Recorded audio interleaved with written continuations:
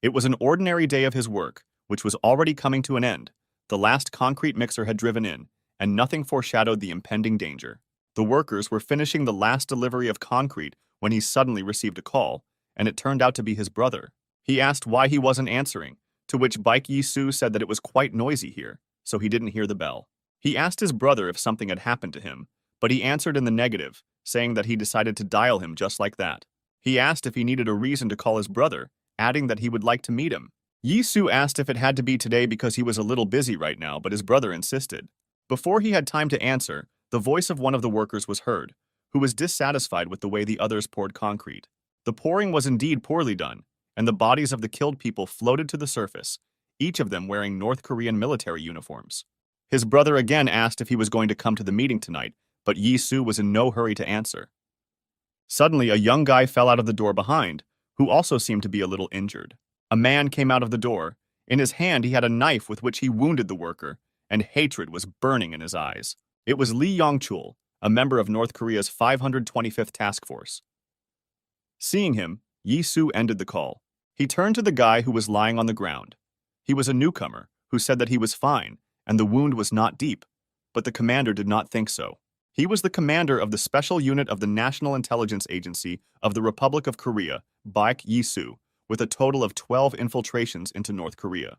He took off his jacket to stop the bleeding, and then he was going to subdue Yong-chul, and the other workers began to place bets on how quickly he could handle it. This irritated Yong-chul, and he rushed at the commander with a knife, waving it at his throat, but he dodged as if from a child's attack. And then he hit him with his elbow from below in the jaw, and Yong-chul felt it well, but did not lose consciousness. But as it turned out, this was not the end, so it was immediately followed by another blow from above with a fist to his head. This time, the Korean could not stay on his feet and fell to the ground, which meant that he had lost consciousness after all. For Yi-soo, such a fight was not even a warm-up. He took his jacket back, saying that it was over. He put on his jacket, saying to patch up the newcomer and tidy up here. He himself had to go to a meeting with his brother. While removing the motionless body of Choi, one of the workers wrinkled his nose, saying that this is why he never talks about the robot.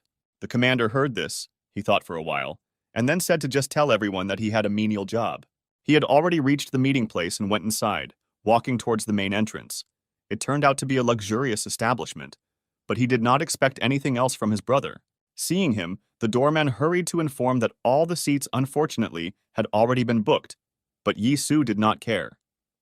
He said this, but it was clear that the doorman did not really believe it, assessing the man with his eyes.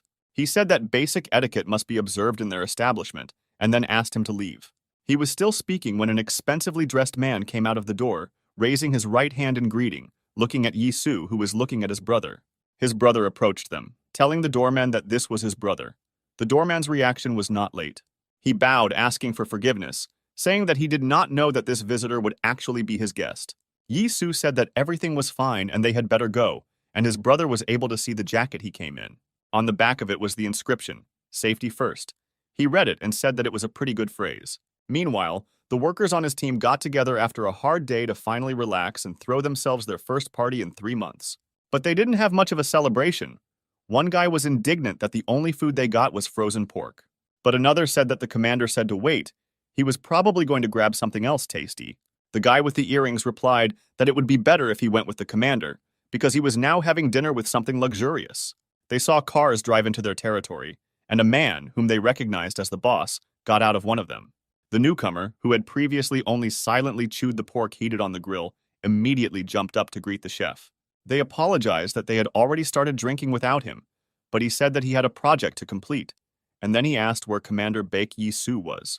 Hearing that he had left early, he said that it only made his job harder, putting his hand in his pocket.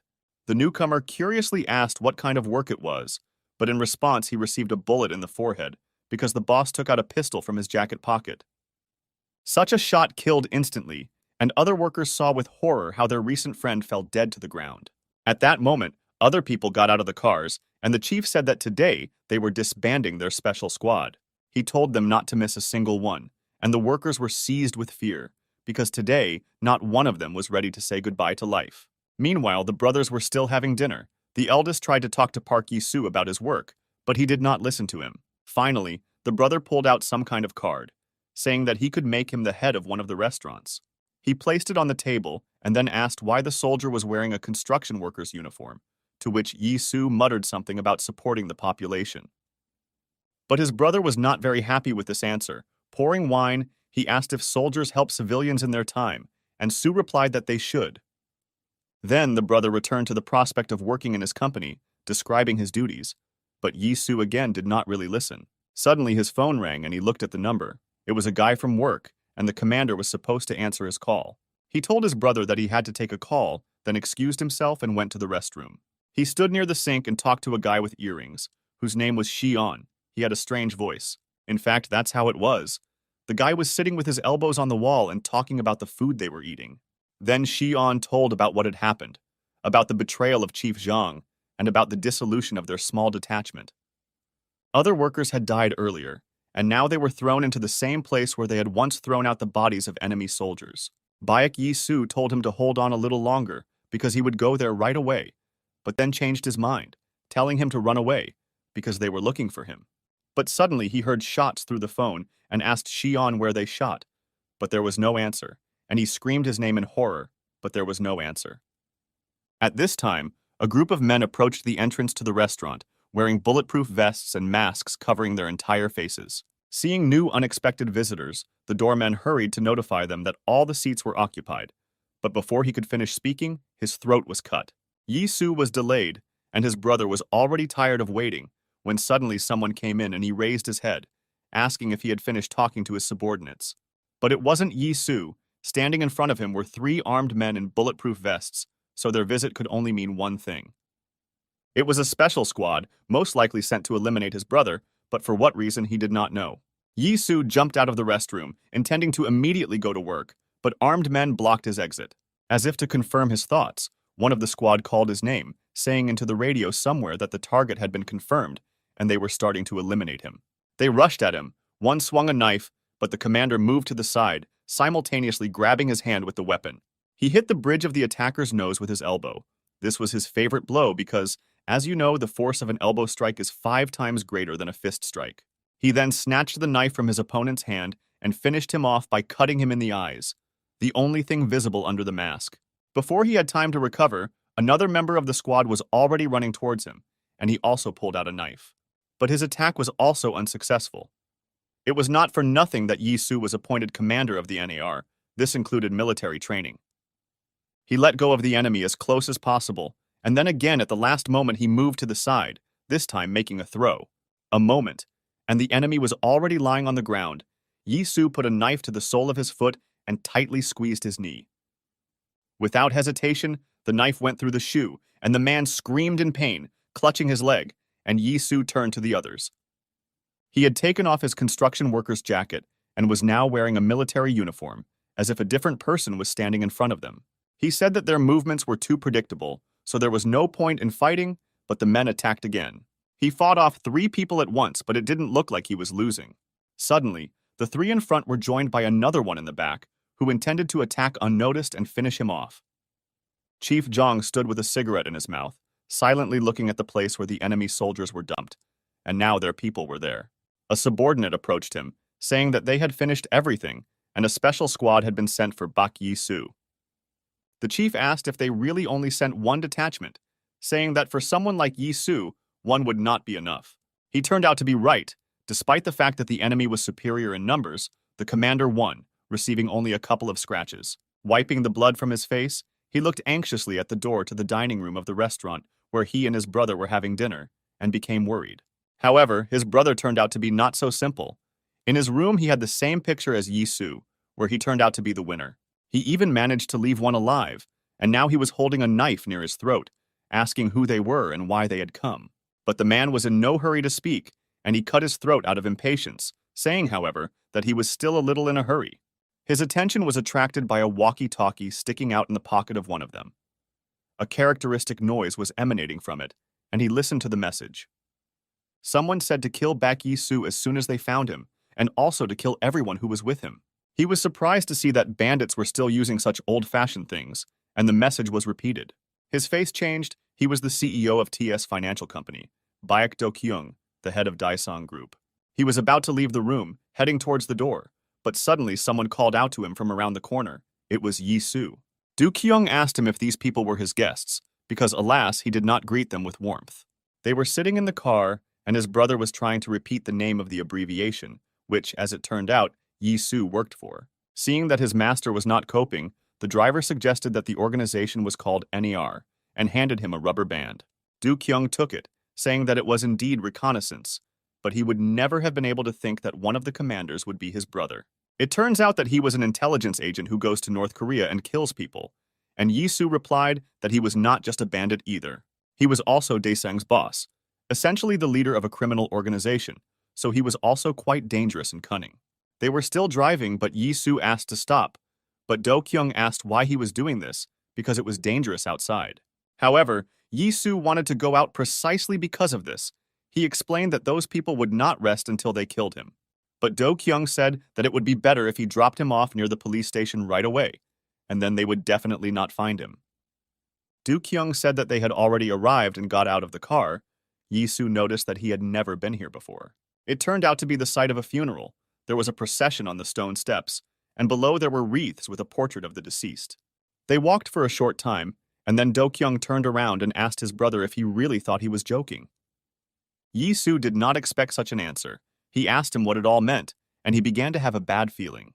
Meanwhile, some people approached Do Kyung, first a man who said that everything was ready, and then a woman who was holding a photo frame. She handed it to Do Kyung, saying that within 2 hours everything would be ready to begin, and he, looking at the photo, turned to his brother. Suddenly, he showed it to Yi Su, and he saw that there was his portrait on it, and then added that if everything is decided when he dies, then let him do it. They stood in the temple where they usually come to mourn and pray for the deceased near his photograph. Do Kyung said that it was just a performance. It's used when you need to clear your name or escape. He said he learned it from the Japanese Yakuza, but Yi Su doubted it would work. Du Kyung agreed, saying that of course they would have doubts, but that was why there was one important detail that he had already taken care of. He said that Daesan is a more famous organization than Yi Su thought, so guests will come to the ceremony to express condolences. After all, his brother died, which means such a visit was necessary, so such people would be able to witness his death. Will they doubt it? No, they won't, because if he, Du Kyung, said it, then it was so. Each of them had a special invitation, but then a car with tinted windows drove up, clearly not fitting into the general atmosphere. The security guards in charge of the ceremony thought it was either food or big shots. In fact, Boss Zhang was sitting in the car and was studying the portfolio of the deceased. He noticed that he turned out to be the brother of Boss Tai-sung. One of the guards tapped on the tinted windows, saying that you couldn't get in here without a special invitation. The chief turned to the people who were sitting in the back, saying that this was their last mission. They must make sure that Baek Yi Su was dead at all costs. The men were dressed in sports sweatshirts that did not hide their piles of muscles, and they got out of the car one by one. The guard blocked their way, demanding to introduce themselves and show their invitation. But the man in the cap looked at him silently. Then the guard decided to act more radically and tried to brush off his cap, but received a rough blow to the head. The other guards stood silently and watched for a while, not understanding this behavior. Then they rushed at the unexpected guests, and they attacked them in response. But it immediately became clear that the forces were not equal. This was a special detachment that came with the chief in order to complete its mission, to disband the detachment with Commander Baek Yi Su. The mission of the NAR Special Detachment, the second Halra detachment for operations in North Korea, they could not fail. They easily dealt with the security guard and now intended to climb the steps, where Brother Yi Su stood at the top with his bodyguard. But the latter had a completely different position. He began to go downstairs, taking off his jacket along the way. Finally, he approached one of them and said that this was a family funeral. Only those who were specially invited could attend. Despite the fact that he was 2 meters tall, the man from the special squad hit him from below in the jaw, again without explaining anything about his intentions. But the giant did not budge. It was a member of the Daesan group, the head of the security service, Ha Jin-woong, better known as Hanam Dong, the wall man. He grabbed the man's face with his huge hand, and the grip was so strong that his eyes popped out of his head. Then a crunching sound was heard, and the man fell, while his comrades in the squad looked on in surprise, because the thug had just broken his jaw with one grip. They rushed at him, saying that he had simply taken him by surprise, but Jin-woong effortlessly dodged their blows. With one hand, he held one by the face, and with the other, he raised his huge fist to strike. However, another from the special squad struck first. He continued to throw blow after blow, but it had absolutely no effect, and soon Jin-woong got tired of these annoying claps. He tensed his free arm so hard that his veins stood out, and then unleashed a crushing blow on the man's head, sending him crashing to the ground. He then turned to the other, whom he was still holding in his left hand, but he decided to somehow take the thug into a chokehold. However, none of the techniques had any effect on him. This time he even got a little angry, and the man prepared for the worst. The wall man shook him with all his might, and that was enough. But then he threw him straight at his comrade. Boss Zhang, who was watching this in the car, grimaced with displeasure, asking why these idiots couldn't deal with one person. He had to take the situation into his own hands, so he got out of the car and walked towards Jin Woon, apologizing for his subordinates. He said that there had been a misunderstanding, and as he said this, he handed him a business card with his details, which stated that he was a colonel. Once again saying that this was a misunderstanding, he explained that he was the boss of the deceased Yi Su and came here to express his condolences. Jin Woong thought about his words for a moment and then looked up at the guy standing there, who nodded his head in approval. Seeing this, he said that he would take the boss into the room, and after a while he was already sitting in front of Yi Su's photo. He asked, as if Yi Su himself, if he was really dead, and if so, how much did his brother Bak Do-kyung know? The brothers sat at the exit. Do-kyung agreed that the situation with betrayal is really difficult. He asked what Yi Su was going to do with the boss, offering his services to kill him, but his brother thought a little differently. He said that his brother should not interfere further, but he did not understand the refusal, asking whether he should really do nothing. And Su replied that there was no need, he would meet with Chief Zhang himself, and then they came up with this plan with the brother he pretended to be. He decided that he had pretended to be grieving enough and called out to him, then pulled out a knife using his brother's face.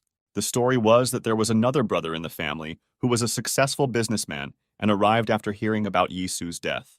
He pointed the knife at the boss, saying that it was found in his brother's body, so if the boss doesn't explain himself, then the same knife will be found in him.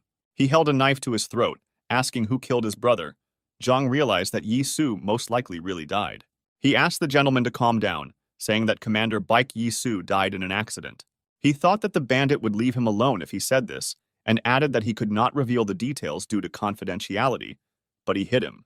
He said that the boss talked too much, although he clearly asked who was his brother's killer, and with that, he prepared a knife. Fearing for his life, the boss instinctively reached into his jacket pocket for a pistol, but at that moment, a girl and Jin Un intervened. The girl blocked Do Kyung with herself, preventing him from attacking the boss, and Jin Woong put his hand on his shoulder, saying that it would be better for him to leave. To make it more believable, Do Kyung shouted at him to get out of here, calling the boss a damn bastard and pretending that he wanted to get to him. The real Do Kyung couldn't believe that he would ask so furiously who killed his brother. Yi Su's acting simply amazed him, but it worked. He told his brother about this, asking if he had learned this in intelligence, how to work undercover and all that, to which Yi Su replied that it was not important. He said that this would stop them for a while, but they would come again soon, so he couldn't stay here forever. Then, in the funeral hall, he in fact did not pretend. His emotions were not a game. He said what he felt. He said that at that moment he really wanted to kill his boss, because he did the same to the workers from his special squad. His brother replied that he understood his feelings, but why shouldn't he stay here and not make too much noise, because the main thing was that he survived. He added that he would give him a job and put his hand on Yi Su's shoulder, but Yi Su asked if he was asking him to hide here and become a bandit like him. After thinking a little, he agreed, saying that he really was asking him about it, but only because then they would both survive. Hearing these words, Yi Su tapped his hand to remove it, and he went out without saying another word. When he left, Do Kyung sighed, saying that they were definitely not twins. He told Ji Woon to take people and keep an eye on him. It was already dark. The weather was cool outside because a little rain was dripping. Yi Su stood near the traffic light, about to cross the road. Suddenly he noticed that someone was following him very carelessly. It was Jin Woon, whose surveillance always ended with him being discovered. Likewise this time, Yi Su asked if he would really continue like this, to which he replied that this was an order from the director, that is, Yi Su's brother. At the same time, they were being watched by a man in a hoodie who had a knife in his hand. When he saw Jin Woong, he hid around the corner of the house. Chief Zhang ended the conversation by instructing him not to stop monitoring Do Kyung's house. He remembered his face that day. He thought that brother Yi Su definitely knew something, but his thoughts were interrupted by a hand on his shoulder. It was his daughter who jumped on his back instead of greeting him, but he didn't mind, because he hadn't seen her for a long time. He asked how she got there, to which the daughter replied that the seats were hard and she could not straighten her legs the whole way. She said that the flight was difficult because she wanted to see him quickly, and he replied that he would tell the pilot to fly faster. Her eyes sparkled, and she said that this was the power of intelligence, but he shrugged, saying that he was doing all sorts of paperwork. Do Kyung clutched the empty pack of cigarettes, saying that he would go out to buy more. But the girl, apparently she was his secretary, said that she would do it herself. But he told her not to be such a beach and to let him breathe some fresh air. But the girl was adamant. She said that since she wanted it so much, she should go out with a guard because it was dangerous alone. Then he looked at her with curiosity, and then something strange flashed in his eyes. A minute later, they were going down the elevator, accompanied by two thugs. He took her words a little differently, choosing the girl herself to go with him. Suddenly, he turned to the two guards, saying that this girl was his sister Soo-ah, and added that the guys should greet her. He approached one of them, asking if she had not become even more beautiful, and he hastened to say that his sister was really beautiful. Do Kyung's look changed dramatically. He said that everyone who called Soo-ah's sister ended up the same way, and then asked the man who he was. Instead of answering, he suddenly took out a knife and waved it near Do Kyung's face, but he managed to dodge, while simultaneously assessing the situation. But suddenly, Soo-ah also took out a knife, so now both sides had weapons, and Do Kyung asked if she had another one for him. She said that he was hidden under her skirt, and he still reached there, asking for forgiveness, because the other thug also took out a blade. The first spy rushed at Do Kyung, but was unable to hit him because it was not easy to turn around in the elevator, which allowed him to dodge his attack. With a deft movement, he grabbed him by the arm and then pushed away and stabbed him back, depriving him of any attempts to attack. However, that was only what he thought as the impact cut through the man's suit, and he saw that he was wearing a bulletproof vest. Then, Do Kyung realized that his knife was too short to pierce the body armor, so he had to hit him in the face. He was about to finish with him, but he heard Soo-ah fall in another corner of the elevator, while another thug was approaching her. He swung his knife, intending to strike a fatal blow and end her life, while she cowered in a corner. He hit, but it wasn't the girl he stabbed, because Do Kyung covered her with himself, so now he stood with a knife in his shoulder. But that didn't seem to bother him much as he grabbed the confused bandit and threw him into the elevator wall. But then another man attacked Soo-ah, whom Do Kyung did not have time to finish off, so he now rushed at them again. Do Kyung managed to repel his attack, noticing how Soo-ah rushed at another bandit, preventing him from getting up and taking the knife. But then Do Kyung lunged towards the enemy and knocked out his knife. It turned out that he was quite good with the weapon. He pressed the man against the wall of the elevator, and with some strange force he also put the man's knife to his own throat. His appearance suddenly changed. His suit was torn, and his body was very strong and covered with some strange tattoos. A cry of horror was heard from the elevator. It was Do Kyung who plunged both knives into the bandit's shoulders, and together with Soo-ah, they were already leaving the floor. He approached another guard, asking if he had a cigarette, and he reached into his pocket, saying that he would look now. However, instead of a cigarette, he suddenly took out a knife and plunged it into Do Kyung's stomach, who did not understand what had just happened. Then with one hand, he grabbed the insolent man by the face, like the big Jin, and with the other he carefully grabbed the knife, saying that it hurt a little. The guard said that it was better for the gentleman not to take it out, because he deliberately chose a large knife, but Do Kyung squeezed his face. For a moment, the guard's face seemed to move a little. Do Kyung swung his knife, but the guard jumped back. In his hand, another curved knife suddenly appeared, more like a karambit, and his face turned out to be a simple mask. But it seems that there was still one real guard with them, who told the director that he would detain the bandit.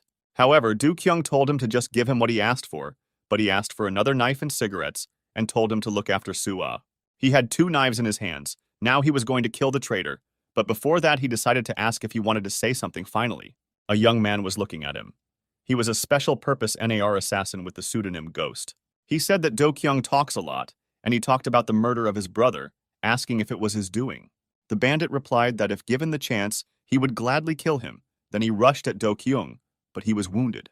Ghost asked if Baek Yi-soo was really dead, to which Do Kyung replied that even his boss came to express his condolences. But for some reason, Ghost was not satisfied with this answer, and he rephrased the question, asking where Baek Yi-soo was.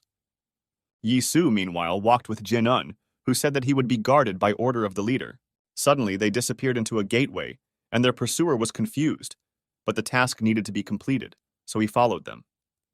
Obviously, it turned out to be a trap, and when his face cautiously poked out from behind the house, Jin-woon hit it with all his force. The guy barely managed to somehow put his hands out, but still flew away. He thought that with such a bodyguard, it would not be easy. On top of that, he managed to land in such a way that he broke his arm, and then Yisu came out of the shadows and asked if Zhang had sent him. The guy said that he was right, and then suddenly added that he couldn't just die, and for some reason his voice seemed familiar. He took off his hood, revealing his face, and one of his subordinates, Li Xian, was now looking at the commander. Jin Woon told Yi Su that it turns out he knows him, and Xian shouted that of course he knows him and showed his broken arm. The commander came up to him and put his hands on his shoulders. He said that he should have stayed with them then, and everything could have been different. But Xian said that he was the only one who survived, so the next time he goes to eat delicious food, he will go with him. Then he suddenly grimaced, and when Yi Su asked what was wrong with him, he replied that he just had an empty stomach, and his arm was broken, thanks to his thug. While saying the last thing, he was interrupted because Jin Woon's face suddenly darkened greatly, and now he looked creepy. They continued to fight, and he dodged the killer's attacks as best he could with his wounds. They fought, but he understood that he would not last long, so he had to gather his last strength and attack without stopping. He attacked him, launching attack after attack, but he successfully repelled everything. It seemed that he was full of strength. His vision began to blur. The image of the phantom was already floating before his eyes, and besides, the wound turned out to be quite deep. He carried out the last attack, this time almost hitting him. But still, the enemy turned out to be strong and dodged. He said that he recognized his strength, because he was pretty good. But with these words, he took out a fishing line from somewhere and knocked out one of his knives. The situation was critical. He asked again where Bak Yi-su was, but Do Kyung could barely stand on his feet. He understood that everything would end here for him. He decided that he should try the last thing he had left and asked what he had already heard about how tactless he could be. With these words, he cut his hair and then surprised him even more by saying that he was Baek Yi-su and the ghost was a fool. He really looked like Baek Yi-su in this form, and the killer even thought about his words, thinking about the credibility. He said that it was impossible, but Yi-su rushed at him, saying how stupid he was, although it was difficult for him to move. But seeing how he fought, Ghost said that Baek Yi-su, the commander of the NAR Special Squad, cannot move so clumsily. But as it turned out, Do Kyung had planned everything from the very beginning. He struck with his free hand, pulling on the karambit line. With his last efforts, he pulled on it, knocking out one of the knives, and ran his other hand along the bridge of the man's nose. He fell to the floor, covering his bloody face with his hands, and Yi-su asked if he still doubted whether he was real or not. He told him to get up and fight, and he rushed at him, but for some reason the advantage was no longer on his side. He missed the moment again when Yi-su grabbed his hand, then squeezed it and prepared to stab him from the other side. He stood in the same stance as his brother, who had undergone special training. This made Ghost think that this was the real Yi-su. He attacked again, saying that it was impossible, but now it was more of a self-conviction, because Yi-su was here. He even fought differently, not like before. Now he had strength, and he moved completely differently, which greatly frightened the enemy. And then something incredible happened. The ghost wanted to spin his karambit for another attack, but Yi-su suddenly stopped him. He pressed his own knife into his shoulder, and he swung it to finally finish off the bandit, and he panicked, not knowing how to dodge. At the last second, he pushed himself away and fell on his back, avoiding a fatal blow. But now it definitely seemed to him that it was Baek Yi-su. It was the real Baek Yi-su who was standing over him again. Now there could be no doubt, because only he knew this technique. The ghost told him not to approach, and in a panic began to look for his knife, anticipating his imminent death. Do Kyung swung his hand and tensed his right hand. He quietly told his brother that he should have stayed with him and seen all this. The ghost finally managed to find his knife, and now he put it in front as his only defense, and Yi-su rushed at him. He knocked him down, but didn't even stab him with a knife, hitting him near the head, and the phantom lay with his eyes wide open because he fell on his knife. Suddenly, the weapon fell from his hand, and his body went limp and became heavy. He fell breathlessly on the bandit. He got up and saw a car approaching the house, which meant he had to get out, because he could still survive. Su-ah sat in the other room, saying that this was too much, because soon everyone would notice Do Kyung's absence. She said that they should appoint a new director, but Jin Woong replied that Daesang without Do Kyung would cease to be Daesang. But she didn't like this answer. She said that Director Baek would never allow something like this to happen, and she couldn't just remain inactive. But Jin Woong interrupted her. She saw how tears rolled down from the big man, and he said that there was simply no such thing as Do Kyung. Yi-su walked with his head down, and Xian hurried after him, telling him to wait for him, but the commander was thinking about his brother. Xian blocked his path, asking where he was going to go, but he only answered something about the wounds on his brother's body.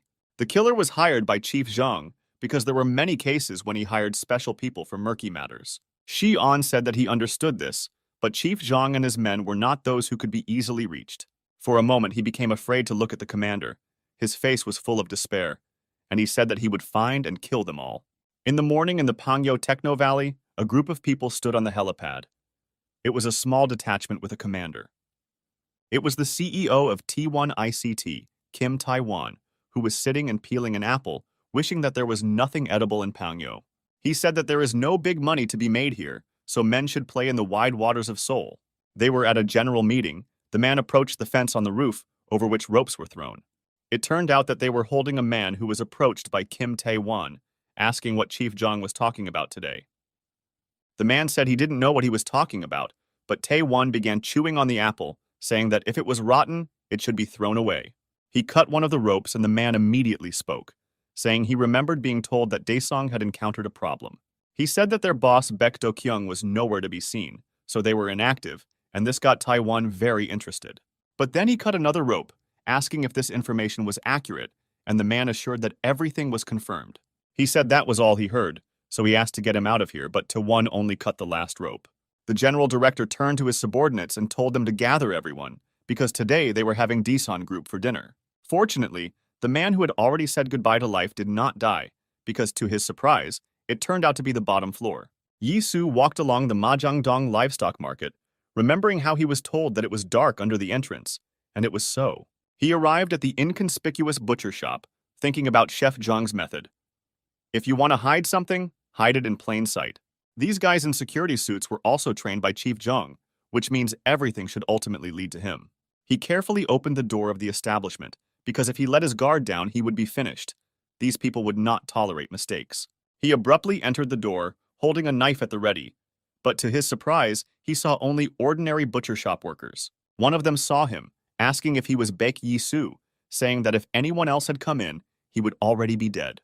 Yi-su approached him and asked what happened here, to which the man replied that it was all Chief Zhang.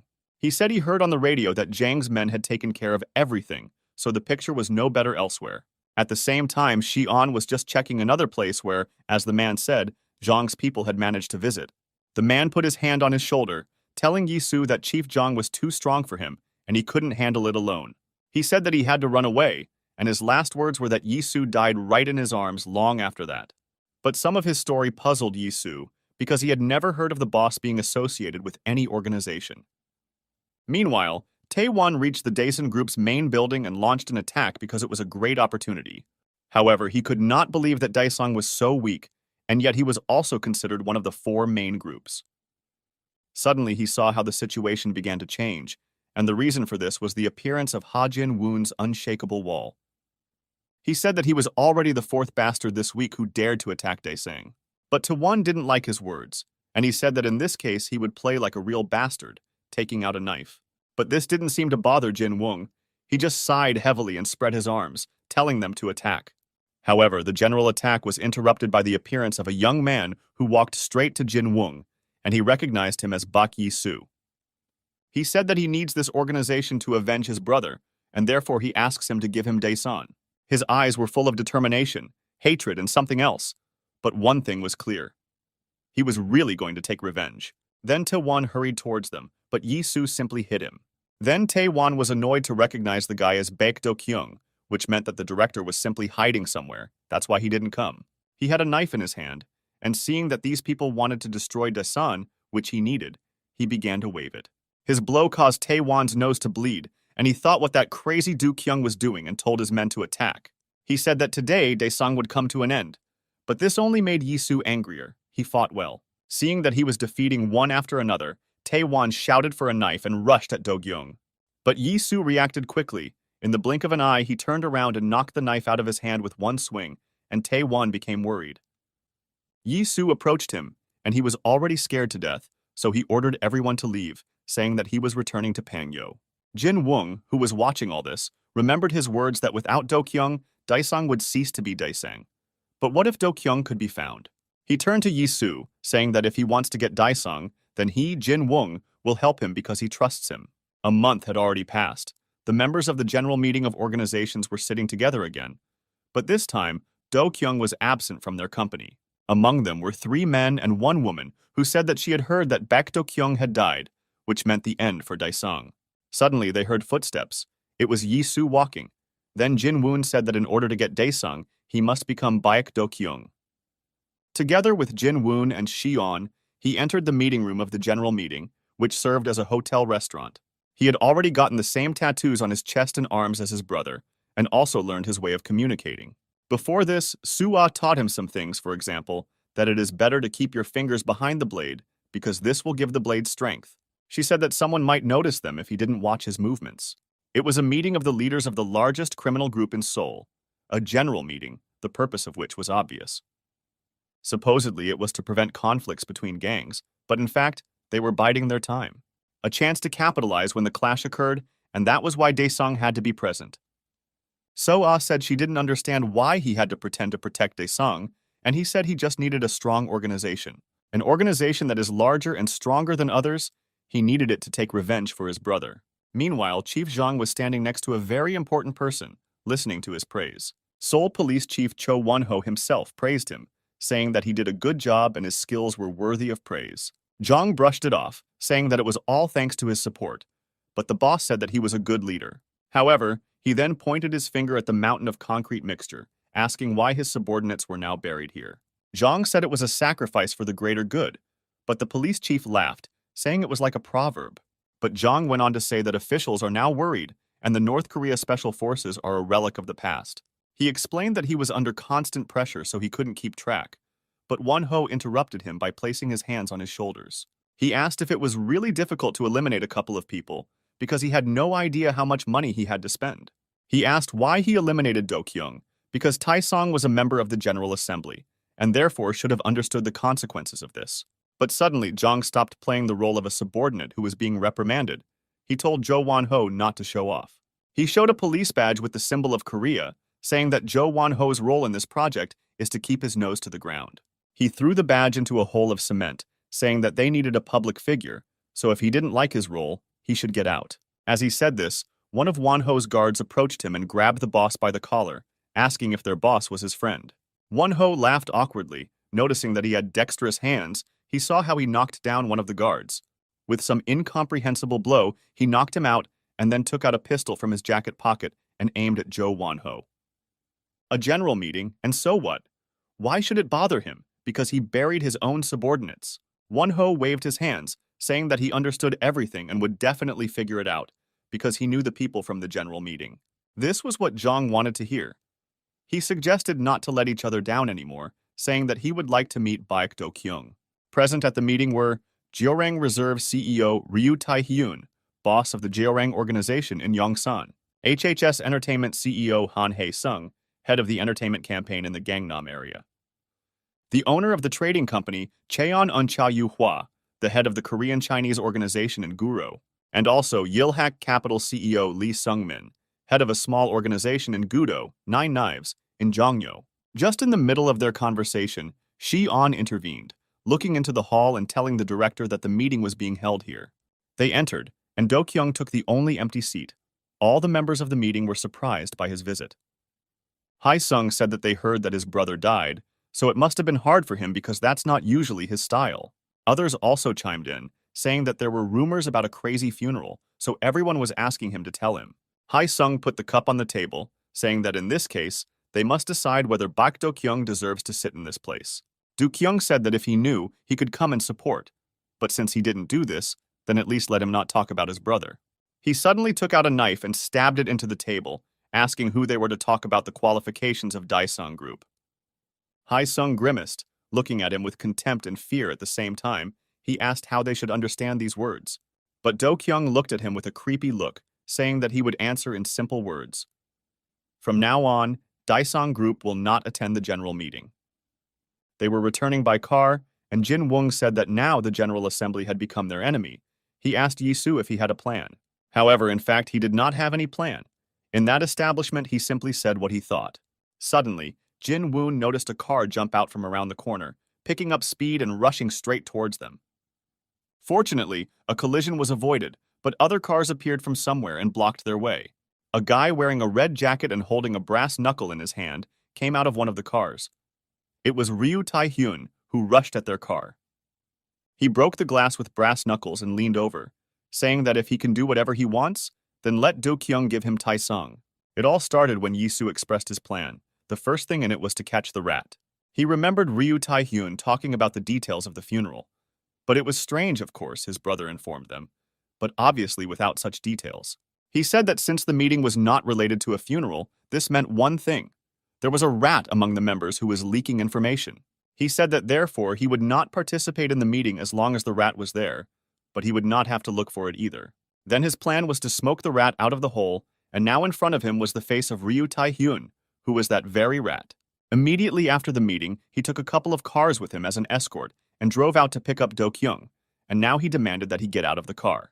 Yong-san's boss, who has the most problems with Dae-sung, and also does not hide his hostility, was the rat. Then the head of Shi-on appeared from the car, who said that the glass could not have been broken, calling him a baby. Tae-hyun looked at him, asking what he just called him, and when he repeated, he said that he liked his impudence, but he would beat him up. He hit Shi-on, but he only put out his hand, blocking the blow without much effort, because he once worked with the commander.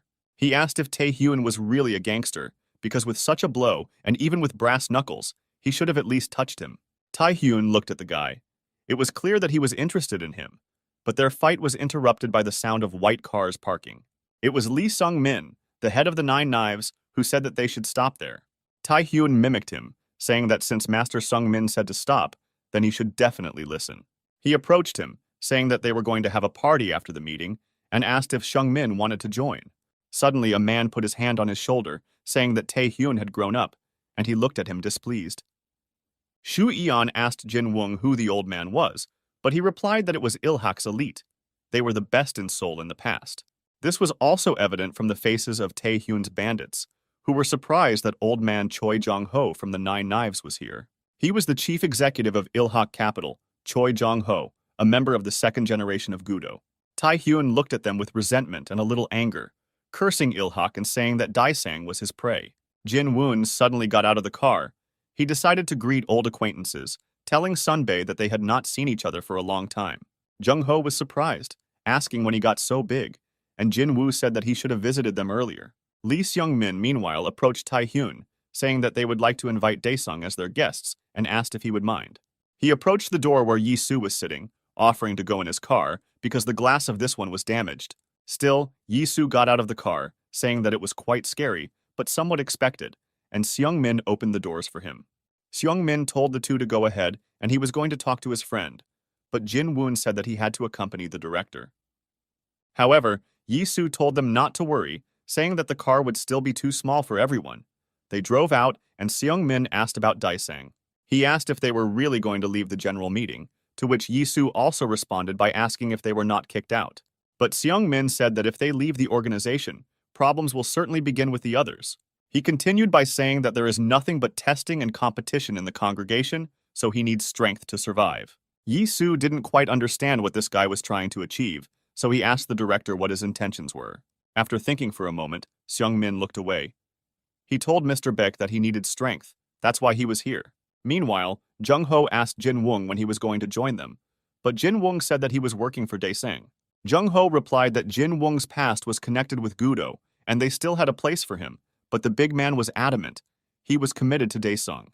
He once again said that his organization is Dae-sang Group. Moreover, there are things that he must do. But Jung-ho said that he had nothing to do in Dae-san, because today he would fall, and this had already been decided. Upon hearing this, Jin Woon turned pale. He was brought to an unfamiliar place, where he saw a group of men in white suits who turned out to be from the Nine Knives. They said they would take care of him, and Yi-soo asked Seung-min what that meant, but he replied that it was the best they could do. Suddenly it dawned on him. He had just realized how much he had made a mistake, and he glared at Seung-min, saying that he was the rat. He turned to Shion, telling him to detain Lee Seung-min, and he agreed, telling the commander to be careful too. And then he hit the driver Seung-min, who was going to step on the gas as soon as Do-kyung was in the hands of the knives. Yi-soo got out of the car, and a man in a white suit and glasses was already looking at him, who said that everything would end quickly. Tae-hyun sat in the car and thought with annoyance that he had to let Do-kyung go in favor of Seung-min and his Nine Knives. He said that his people were fools if they did not understand such obvious things as the power of Ilhak. He said that he had seen them with his own eyes. Just 3 of them were capable of destroying the entire Gangbuk region, which very well described their power. He continued, saying that there were once 9 of them, now only 6 remained, but 3 would be enough to destroy the area. Then he thought what kind of idiot would stand up to them. But right at that moment, Bak Yi-soo, that is, Do Kyung, hit one of the men. Tae-hyun thought that if there was someone who was capable of destroying Gudo, he would certainly become the strongest in Seoul. Last night, they were sitting by the lake, Police Chief Won-ho was fishing, and he was thinking about the upcoming crime against Dae-sung. Won-ho asked if he felt like Dae-sang wasn't the same anymore. He was just a bunch of little trash. He said that because of the project of his superiors, Bak Do-kyung lost his younger brother, and now Dae-san was in complete chaos. Seung-min agreed, but said that starting a war now would be very difficult, to which Won-ho replied that he was just being evasive. Throwing the debris off the cigarette, the boss said that this couldn't be done, because then he would lose everything, so Ilhak shouldn't be careful. And besides, if he had mentioned the 9 knives at a general meeting, no one would have dared to squeak in his direction. The boss was talking about how he, Lee Seung-min, would become the real chairman, and to do this he needed to reorganize Ilhak. Then Seung-min stood up and looked at the lake. He said that he would do everything, but he wanted something in return. He said that in return, he would also like to take part in the project that the boss had mentioned earlier, and he was surprised at his insatiability. He said the project was called One Sink, but he had no idea how Seung-min was going to get a position there. Yi-soo hit the man with glasses again, and he lost his footing a little, almost falling to the ground, while others stood in surprise. Then he finally knocked the man down. It was clear that he fought well, and then asked if they really thought that they could take possession of Dae-san. It doesn't matter whether it was an order or their personal decision. By doing so, they were challenging him as a leader. He looked at the men in suits with his furious gaze and said that today, Ilhak will be destroyed. Seung-min decided not to wait any longer. Intending to get out of the car, however, as soon as he reached for the door, a knife flew towards him. The knife was thrown by Shion, who said that he was actually ordered to grab him, so he couldn't be allowed to get out of the car. The man Yi-soo hit was named Hyungnim, and now he was standing on the ground again, saying that he would have laid back a long time ago if he were older. He turned to the other Gudo members, who laughed a little, because it had been a long time since they had seen Hyungnim hit someone. One of them rushed at Yi-soo, but he put out his hand, squeezing it at the elbow, thus blocking the blow, but the enemy was outnumbered. Another man struck immediately after him, but Yi-soo was able to dodge his blow. Only this man turned out to be much smarter. It was Choi Guan-pal, the 7th knife in the Gudo organization, who grabbed Yi-soo by the collar and now pulled him towards himself and hit him. And when he was on the ground, another man, Gudo's 9th knife, Lee Ji-Yu-chan, ran up to him and kicked him in the head. Jang Tak-bae, the 8th knife of Gudo, was already waiting for him when Yi-soo rolled away and swung to finish him off with a powerful blow to the jaw. At the last moment, he dodged, jumping away from the place where the man hit, but Hyungnim was already rushing towards him from behind. Yi-soo noticed that they deftly attacked from different sides, which meant that it was necessary to look for their blind spots and strike when they were not together. The 9 knives of Ilhak. Everyone talks only about their former glory, but there is something that everyone has forgotten about. At the same time, Jin Woon was fighting with his once good friend, who now wanted to lure him to the side of the 9 knives. However, something was still unclear, and this nuance was explained by Shion, who realized that he had to intervene. After all, even though Ilhak had the 9 knives, if he doesn't intervene now, then all these guys could end up badly. Of course, the men of the 9 knives were incredibly strong, but the problem was that the NAR commander, Baek Yi-soo, was fighting them. Shion jumped out of the car and kicked one of the knives in the head, and the men did not expect another one from Dae-sang to come. And Soo fought with full strength. He did not spare the enemy, because another reason was hidden in his victory, because in this way, he could take revenge. The men looked at him in surprise.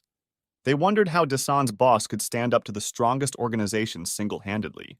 Guangpal swung his leg for a crushing blow, but for some reason Hyungnim shouted for him to stop. Baek Yi-soo remembered the words of his wrestling coach, who once told him that there are no special tricks in wrestling.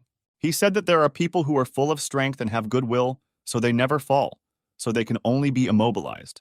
It is necessary to bridge their arms and legs so that they cannot move, because no matter how much willpower a person has, in the end, his body will not stand it. Guangpal fell, clutching the leg that he had just swung at Yi-soo. It turned out that he managed to grab it and then twist it. Neither Hyungnim nor Seung-min could believe what Do-kyung was doing with the 9 knives, and Seung-min remembered how Won-ho's boss talked about his brother. He mentioned that he was a fairly capable guy, the commander of a special detachment of the NAR, so his brother was probably not a failure either. Hyung-nim thought, wasn't this already too much for a normal beating, where the one who beats and the one who defends switched places? Luckily, just when Yi-soo was about to hit Hyung-nim, Seung-min intervened, and he got out of the car and walked towards Yi-soo. He told them to stop and then put his hand on Yi-soo's shoulder before saying that he needed to talk to him. From the very beginning, this seemed strange to him, because despite the fact that Bak Yi-soo was disposed of, his twin brother was still alive. He told him that such aggressive behavior at the general meeting, plus the appearance he made here, showed that he was not Baek Do-kyung. But Yi-soo's reaction was different from what Seung-min thought. He grabbed his hand, asking what if he knew his real name.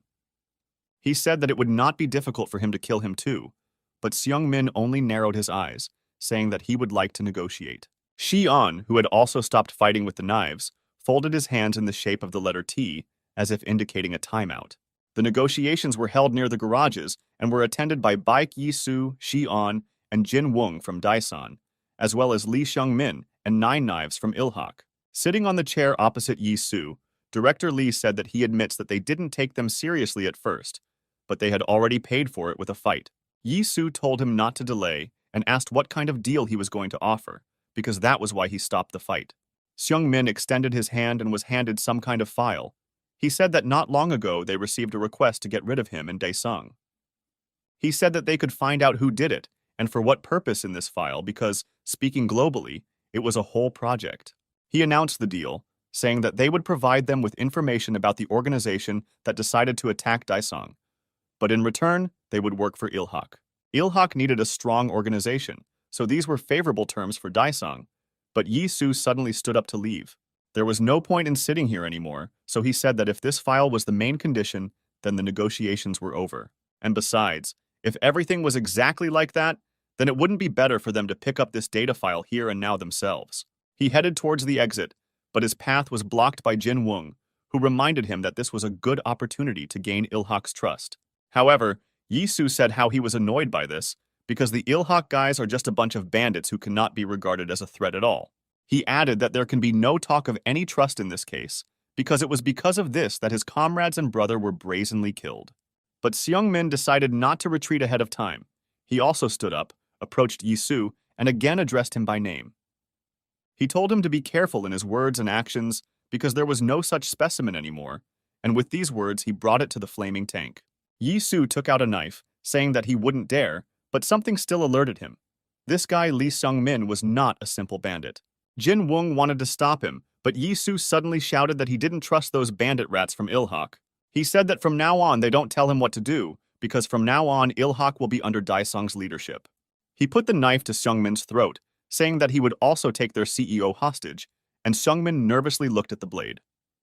Nine Knives looked at all this in surprise, amazed at both the courage and impudence of this guy from Daesan. Hyung-nim and the other Knives were about to go to help the director, but Jong-ho shouted at them not to move.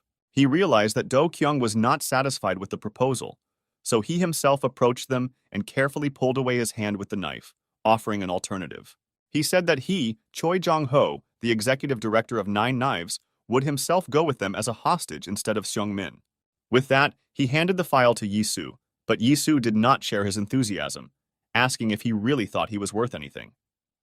But in Jin Woong's opinion, this would be enough, because if Baek Do-kyung were in his place, he would not do such stupid things. Hearing about his brother, Yi-soo cooled down a little. He said that then Shi-on is in charge of transporting and monitoring Choi Jong-hong. 5 years ago, he was interrogated when he returned from infiltrating North Korea and was under investigation for espionage. The colonel, Kim Jae-wook, asked what his mission was, to which he replied that it was confidential information. The colonel said that he had crossed a military line and in a North Korean uniform, but he replied that the nature of the mission covered everything. Then the colonel slammed his palm on the table, saying that they didn't really like their North Korean task force. Otherwise, he would personally influence his dismissal, because Yi-soo was wrong if he thought that they would do whatever he asked. The last argument was that he probably did a lot of dirty work, which means he was also stressed by this whole situation. However, then his interrogation was interrupted by the then young Chief Zhang, who then worked as the head of the Intelligence Special Operations Department. Management. Seeing him, Jae-wook said that it was his job to catch spies, and with that, he handed over the case of Bak Yi-su to him. Zhang said that Yi-su was not a spy because it was his friend, but Jae-wook looked at him suspiciously. Then Zhang took out a cigarette and approached him, taking off his glasses, and then said that probably the colonel had not heard. His face suddenly changed, and there was a feeling that he was a colonel himself. He looked at him with such a look that he even became nervous. He said that he didn't care whether he thought he was a communist or not, but this kid was not a communist, and his word is enough here. Without waiting for the colonel to answer, he removed the handcuffs from Yi-su, saying that they could go, and Jae-wook only managed to shout that this was disobeying an order. He asked if there was anyone outside to catch these two impudent people, but soon he himself went out and saw that all the guards had been killed. Zhang asked if he had really been intercepted on his return, but Yi-su said that fortunately they did not believe him, and no one knew about the secret operation. It was then that he said these fateful words. The boss said that in any case, he trusts him because he is like family to him. He recalled this as he sat in Taison's office and looked at a photograph of him as the commander of the squad that shot Zhang. At that moment, Jin Woong entered the room and said that Shi-on is now looking after Choi Jong-ho as he requested.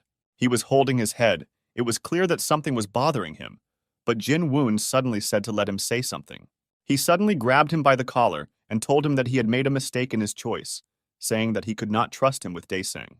After all, he will never be able to become the same leader as his brother Bak Do-kyung, who would not allow such disgrace. At this time, Chief Zhang was sitting in one of the eateries. He called his daughter, asking if she was studying and eating well. She said that Dad was too grumpy, when suddenly a man he knew approached him. It was Police Chief Won-ho. He said that he knew a couple of good places that he should write about, and asked why here. But Zhang raised his finger to his lips, telling him to be quiet, and he told his daughter on the phone that he would call back later. Won-ho thought that his daughter should have already returned from studying abroad, so he must have talked to her. He asked if Zhang had sorted out the general meeting, but he was in no hurry to answer. He had not eaten much, so the news was not good. But Chief Zhang said that in any case, these were just a bunch of amateurs, and they were professionals.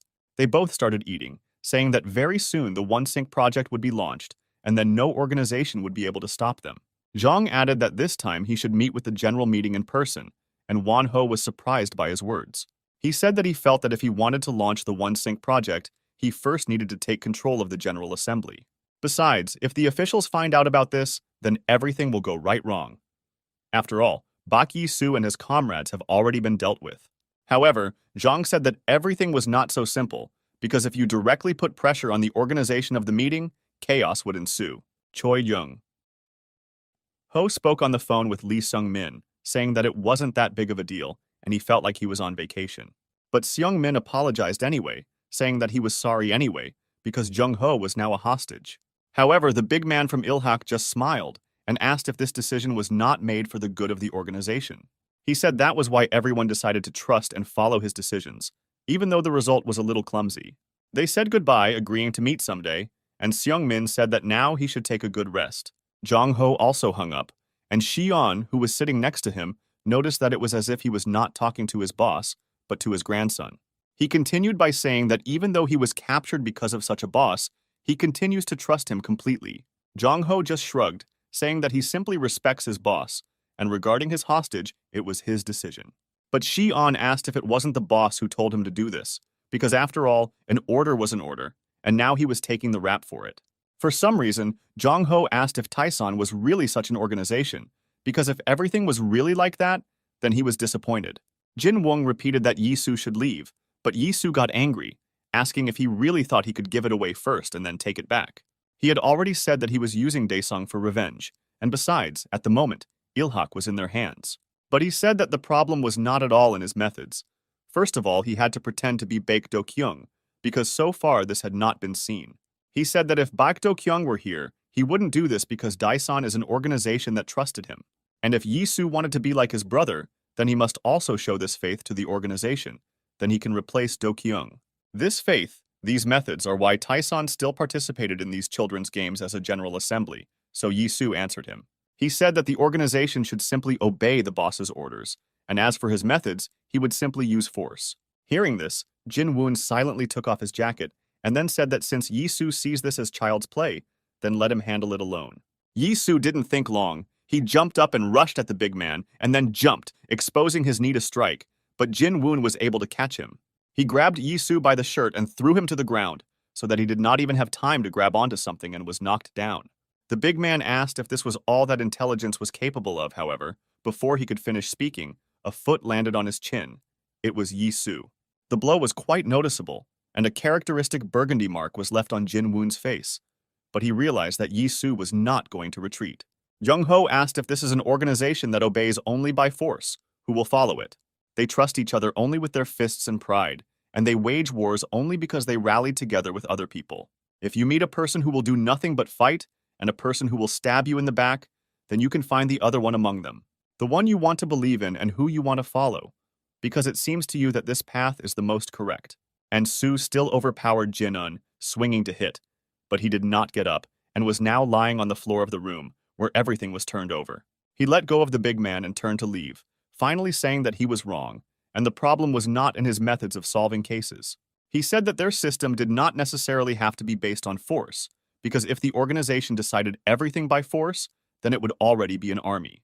Xi'an's phone rang. Seeing who was calling, he stood up and prepared to leave, telling Jung Haeon that he was interesting, and they would chat some more. He suddenly wondered if there was someone who could not trust anyone.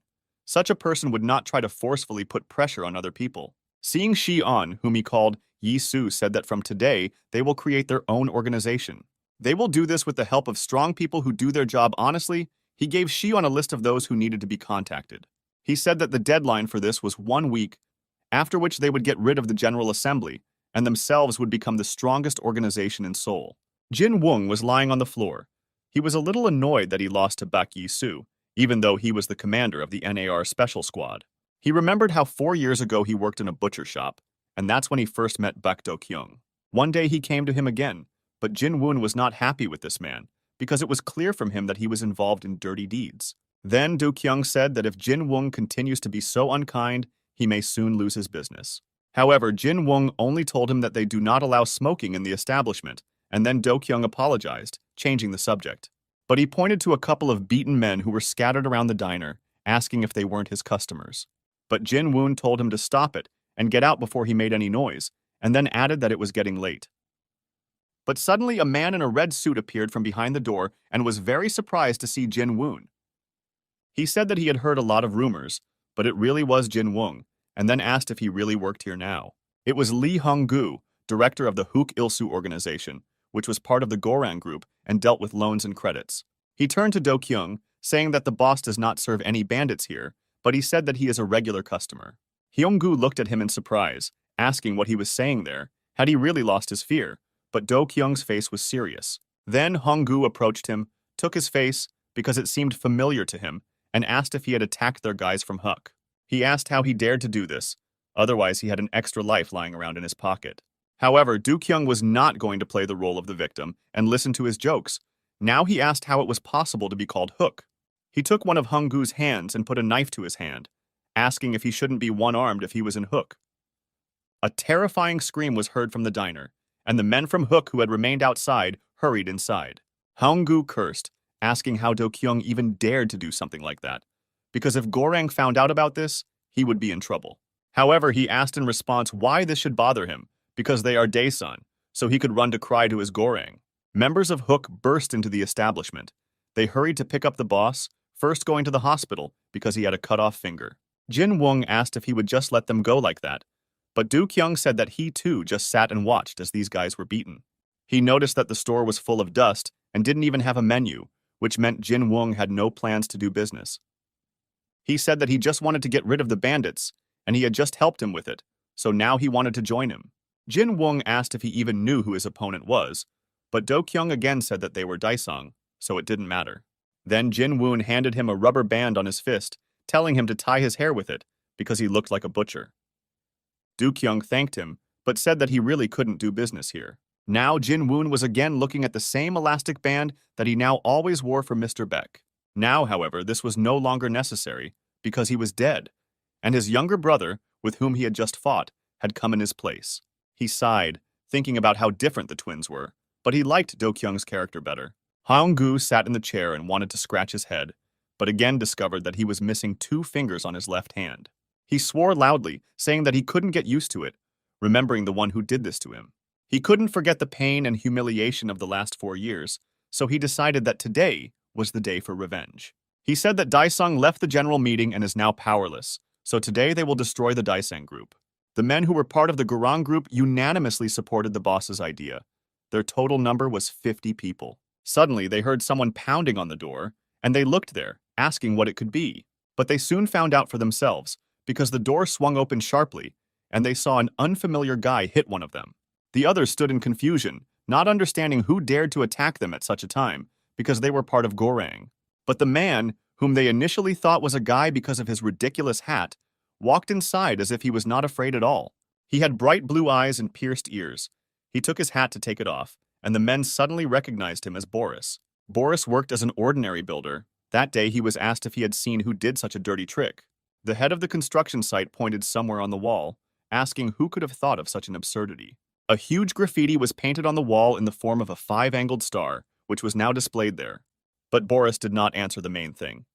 He looked away, for some reason thinking about something of his own. Meanwhile, Xian clarified some details from the biography of this man with Yi Su. They were near the garages and were talking about him. Xian said that the man had a nickname, Sheepdog, and asked if he had not returned to Russia. But Yi Su answered in the negative, saying that he was hiding as a foreign worker and now he was here. This was the first man on his list of people with the help of whom he was going to create his own organization. His name was Boris. He was from the Russian mafia, a security inspector and the boss's hound, also known as the Sheepdog. He saw Yi Su in the garages and rushed at him with a knife when he called him by name. Xian then doubted whether such a person would want to work with them, because his nickname alone was already frightening. Yi Su took out the flash drive and put it in front of the attacking Boris to attract his attention. It worked, and the man stopped with a knife to his throat, but Yi Su said that he had come to make a deal with him. He showed him the flash drive, and it was clear that the man understood a little what was being said, so he took the knife from his throat. He took off his helmet, revealing his bald head, on which was a strange tattoo. He had a hole on his head with red claws protruding from it. The tattoo was called a demon in a human mask. It looked really creepy, and in this form he appeared before Honggu and the members of his organization. But Haeonggu did not take him seriously, saying that such an obstacle was unacceptable on the day of Daisan's destruction. He ordered to deal with him. 2 men attacked Boris, but he didn't even lift a finger, which surprised them a little. But they quickly realized where he had so much confidence and power, because he pointed the barrel of the gun at the attackers. Of course, it was a real pistol, because who needs fights if everything can be solved with a couple of shots? He struck with an incomprehensible side blow from the handle, but it turned out to be a powerful blow, and the man who took it instantly fell back. Another of the attackers stood in amazement. He still could not believe that they were confronted by an armed enemy. He decided to quickly take out a knife in order to quietly attack the impudent man, but he was already aiming at his head. He called them idiots, saying that no weapon would have time to damage him because he would send a bullet faster than that. For now, he held back, and seeing that the man was distracted by his words, he hit him in the face with his free hand. The rest of Huck also rushed to the attack, saying that it would be better if they attacked all together. Some even managed to grab Boris by the arms, preventing him from taking proper aim and firing a shot. Another one grabbed him in a chokehold, trying to squeeze his huge neck, but Boris didn't seem to care. Suddenly, he bit the hand of the one who was trying to choke him, grabbing his teeth under his jacket and shirt. Of course, his clothes prevented him from missing the skin a little, but the man still felt something, and he really didn't like it. He swung his free hand to hit the insolent shooter, but he only gave him a strange look. A moment, and the man found himself on the ground, and Boris stood over him. Now it was his turn to perform techniques. He took the knife, which fell from the other man's hand when he tried to get it, and turned to his victim. With one hand, he grabbed his face, and with the other, he gripped the knife, holding it near the head of the man who was already losing consciousness. Suddenly, he plunged the blade into his body, but the poor fellow did not even have time to scream, as Honggu watched, who was gripped by horror. Raising his bloody-gloved hand, he said that people raise demons to hide their weakness. Before Honggu had time to answer anything, Boris's hand had already fallen on his head, and he was overcome with even greater horror. Boris again clutched the knife nearby, asking if there was a demon inside him, while his gaze was essentially like a demon. At that moment, Xian ran into the establishment, quickly found Boris with his eyes and told him to stop. He said that he did a good job, and the bald man seemed to listen to him, moving the knife away from Honggu. Hookah's boss said that they were actually from Gorang, but Xian only said that then everything was clear, saying that they themselves were from Daisan. Shi-on dialed Yi-Su, saying that the director of HK Kidal from Gorang Group was captured, referring to Heung-gu. He wondered if Taeson was really so global, and Shi-on, meanwhile, said that with Boris it really turned out to be easier. Speaking of simplicity, he told the commander that he knew about Boris's skills, but whether they could control him, he was against it. But Yi-Su simply agreed that the man had good skills, adding that moreover, he would do anything for some price. Now they were speaking for another member of their potential organization, but Shi-on doubted him too, saying that such a capitalist was unlikely to suit them. Then the guy with a knife attacked Yi-Su, who came to talk about joining his organization, and Su managed to get his knife, and this allowed him to defend himself. The one who attacked him asked what he was doing here and who sent him. He was a North Korean spy and asked who he was and who sent him because he was very worried about it. Lee Kyung-chun, 17, was a North Korean secret agent, also known as Weasel, who was the subject of NAR surveillance and on the run. Suddenly, he took away his knife, but only to transform it because it turned out to be a butterfly knife. Despite his young age, he was quite good at it, so Yi-Su had to dodge his attacks.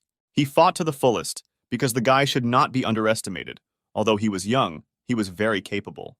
Suddenly, he managed to knock the knife out of Yi-Su's hand, and it flew away a fair distance. In addition, the guy was even able to wound him, but Yi-Su only greeted him, saying that they had not seen each other for a long time. It was clear that the guy was surprised by this. He even asked him what he said, because it turned out that he knew him. This young guy killed all his colleagues and superiors when he fled to the south, so now he did not understand how Yi-Su could know his name. His memories took him 3 years ago to the Kaesong Industrial Complex.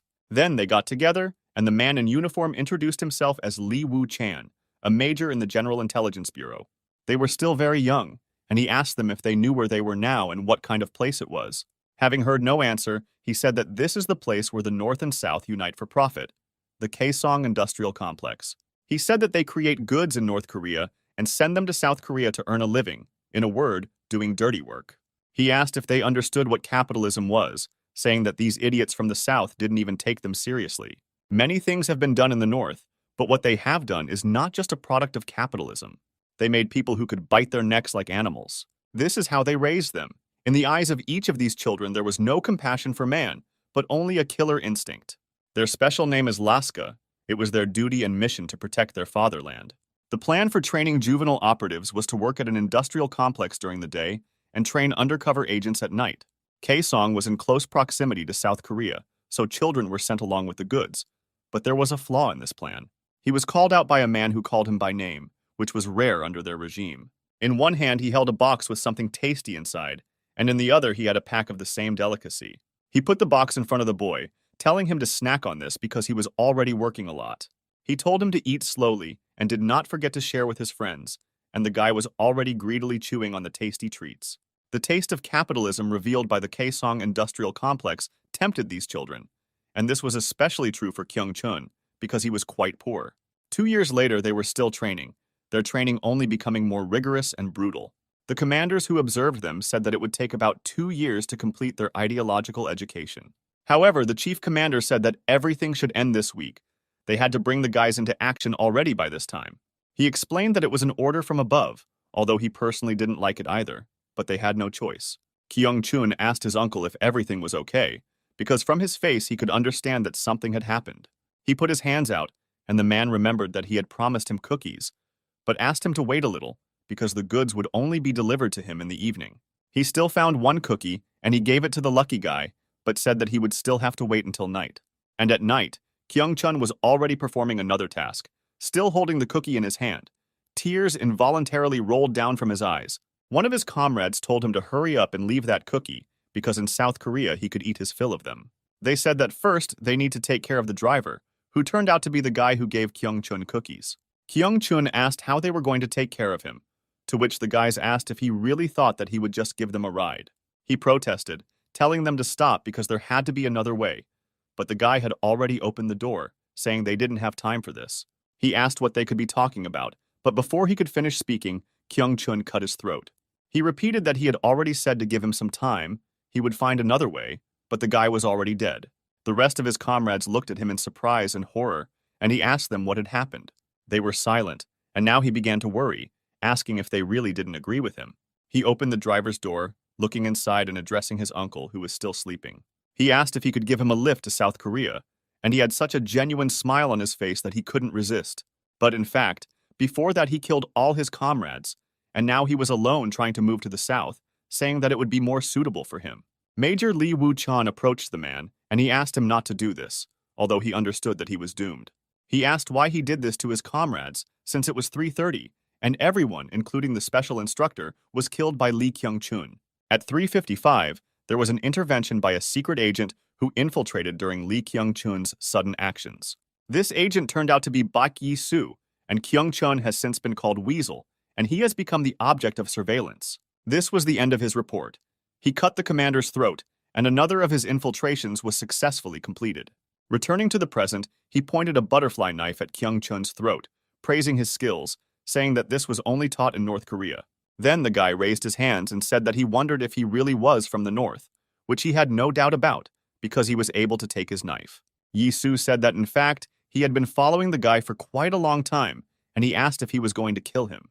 He said that it was very suspicious then, so he asked what he wanted from him, if he didn't come to kill. Yi-soo took out his favorite chocolate chip cookies, saying that he came to offer him a deal. After hearing about the deal, Kyung-chun took the cookie from him, and his eyes lit up, saying that it was quite a capitalistic approach. Meanwhile, Tae-hyun was relaxing at the Gorang Group headquarters, Red Crown Hotel. Suddenly, he threw a bottle of expensive wine at the man who was reporting the situation, and he came with bad news. Tae-hyun asked how it was that 3 hotels from their organization had already closed in just half a day. The reporter apologized and added that the district administration also said that nothing could be done. But Tae-hyun asked why they didn't find out everything themselves then, because they had to do it, and he grabbed the man by the ear. He asked why he even needed such untalented members like them, but at that moment, another one of their Gorang groups ran in. The man reported that Daesan had attacked Kruk, lending from Hanam-dong, and Tae-hyun realized who was behind it all. He ordered everyone to get ready, saying that they were going to march on Daesan in Hanam-dong. They were walking along the corridor, but suddenly their attention was attracted by a guy who appeared out of nowhere and was now watching them. He mockingly asked if the Gorang men were boasting that they were bandits, because in his opinion, this was a lie. Then Tae-hyun saw him, and his face contorted with displeasure because he recognized this guy as the ghost. He held one of the guards hostage and then said that he apparently broke his arm, so he apologized. This was very disrespectful towards the Gorang group and Tae-hyun, so he swung his brass knuckles at the impudent man. Even though he was a first-class killer, Tae-hyun could not allow his organization to be humiliated so brazenly. But the ghost only dodged the attack, which infuriated him even more. But then another man appeared, apologizing to Tae-hyun. It was Chief Zhang, who apologized, saying that his guys can be quite obnoxious, adding that he heard that Grang was having problems with her business. He said that if Tae-hyun listened to a few of his requests, they could help him with this. Then Tae-hyun realized that his hotels closed because of them, and not because of Daesung. He pushed back his chair, agreeing to talk. Still holding the brass knuckles in his hand, he asked if they were really going to beg him for mercy. The ghost, who was sitting opposite, laughed, asking for forgiveness, because he could not get used to their gangster style of communication. He said that at this rate, Tae-hyun will really run into trouble someday and pay with his life. He was about to get up, asking how he dared to talk like that, but Zhang stopped him by making a proposal. He told the director to calm down, saying that he really was far from in an advantageous position.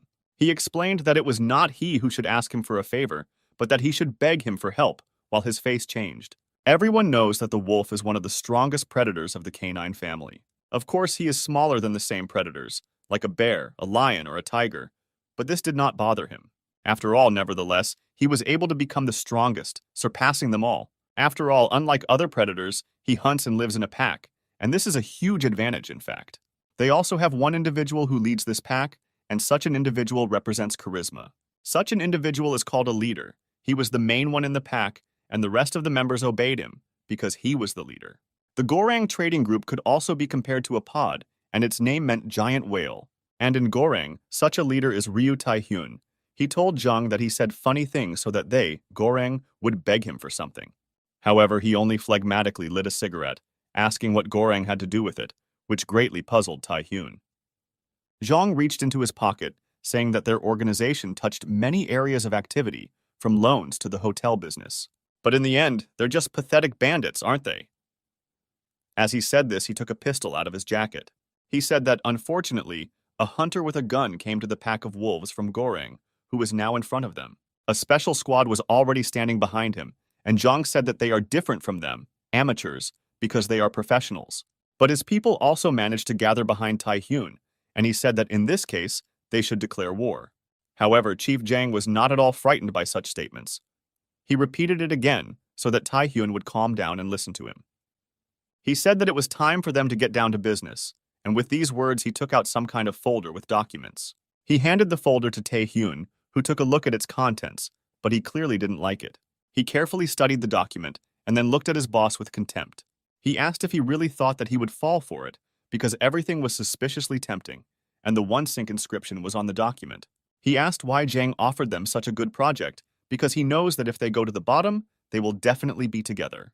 However, the boss said that it was a business proposal, because they would introduce them to the workforce, which he repeated was a pro. But Tae Hyun said that he only talks about his professionals. He tore up his proposal. He added that they need to feel confident that they can be trusted to run a business, and he suggested looking at their abilities. Shi-on stood on the street and tried to call one person, but he did not answer, and this worried him a little.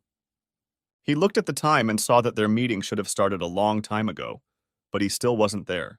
He wrote to him where he was hanging out, whether he had fallen asleep because they agreed to meet at that time. But there was no answer. Then he called the commander, asking what he should do now, because the one they were waiting for never showed up. Yi-Soo, who was in a different location, received the signal through the receiver in his ear, asking if it could be heard. He told Shi-on to wait a little, because perhaps he would call him back. But for now he, Yi-Soo, was a little busy with Weasel. Hearing about Weasel, Shi-on exhaled into the phone in surprise, asking if they had any problems along the way. He doubted whether the kid was useful at all, but he only said that because he didn't know his abilities. He deftly jumped towards two men who crossed their path and did not want to let them pass, and then took out his knife. They didn't even have time to react before he had already slashed them in the throat, and was now deftly returning back to Yi-Soo. He said with a smile that to kill you just need to put pressure on the settlement, and this was indeed true. Seeing this, Yi-Soo responded positively to Shi-on, saying that this little guy was useful and would still be useful to their organization. However, Shi-on asked if he was still too young for such serious matters, since the guy was only 17. But Yi-Soo said that it was just right, asking in response if the person Shi-on was supposed to have a meeting with would be useful to them. Suddenly, one of the bandits, whom they had just managed to avoid, attacked him, but, as it turned out, not for long. He swung the knife right next to his face, so Yi-Soo barely had time to dodge, moving a little to the side. Then he grabbed the attacker by the hand, and the characteristic instinct of a killer appeared in his eyes. He broke the man's wrist, and he, screaming in pain, sank to the ground while the others looked at them in surprise.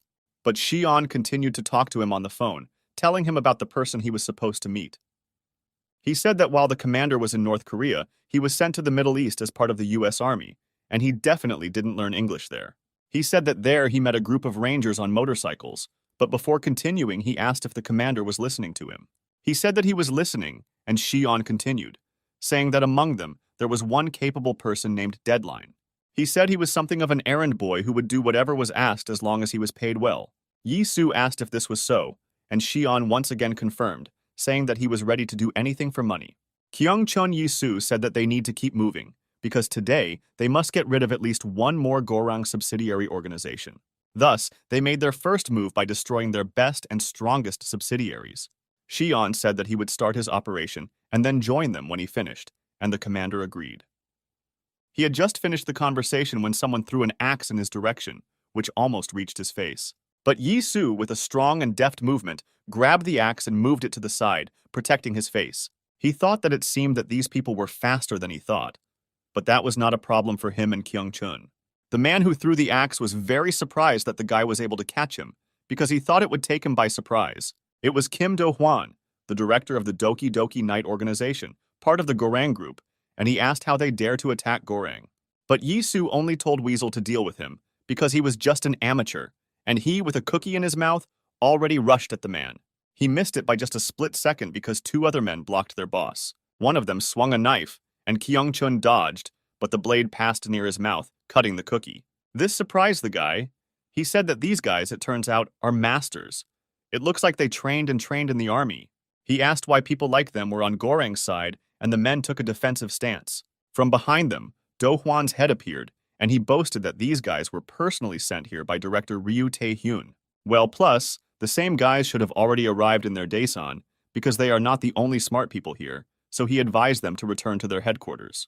He said that it was better for them to hurry before Daesan was destroyed into smithereens, but Yi-soo was in no hurry to leave his place. He thought that Chief Zhang was directly related to One-sink, and now he brought Gorang into this to increase his chances. Kyung-chun told him to leave those two masters to him, because he would deal with them, and Yi-soo could take care of the director. The guy suddenly started jumping on his feet, saying that there was something that had interested him for a long time, and now he wanted to check it out. He prepared to attack, thinking that of course he was a North Korean spy, but it should work on South Korean masters as well.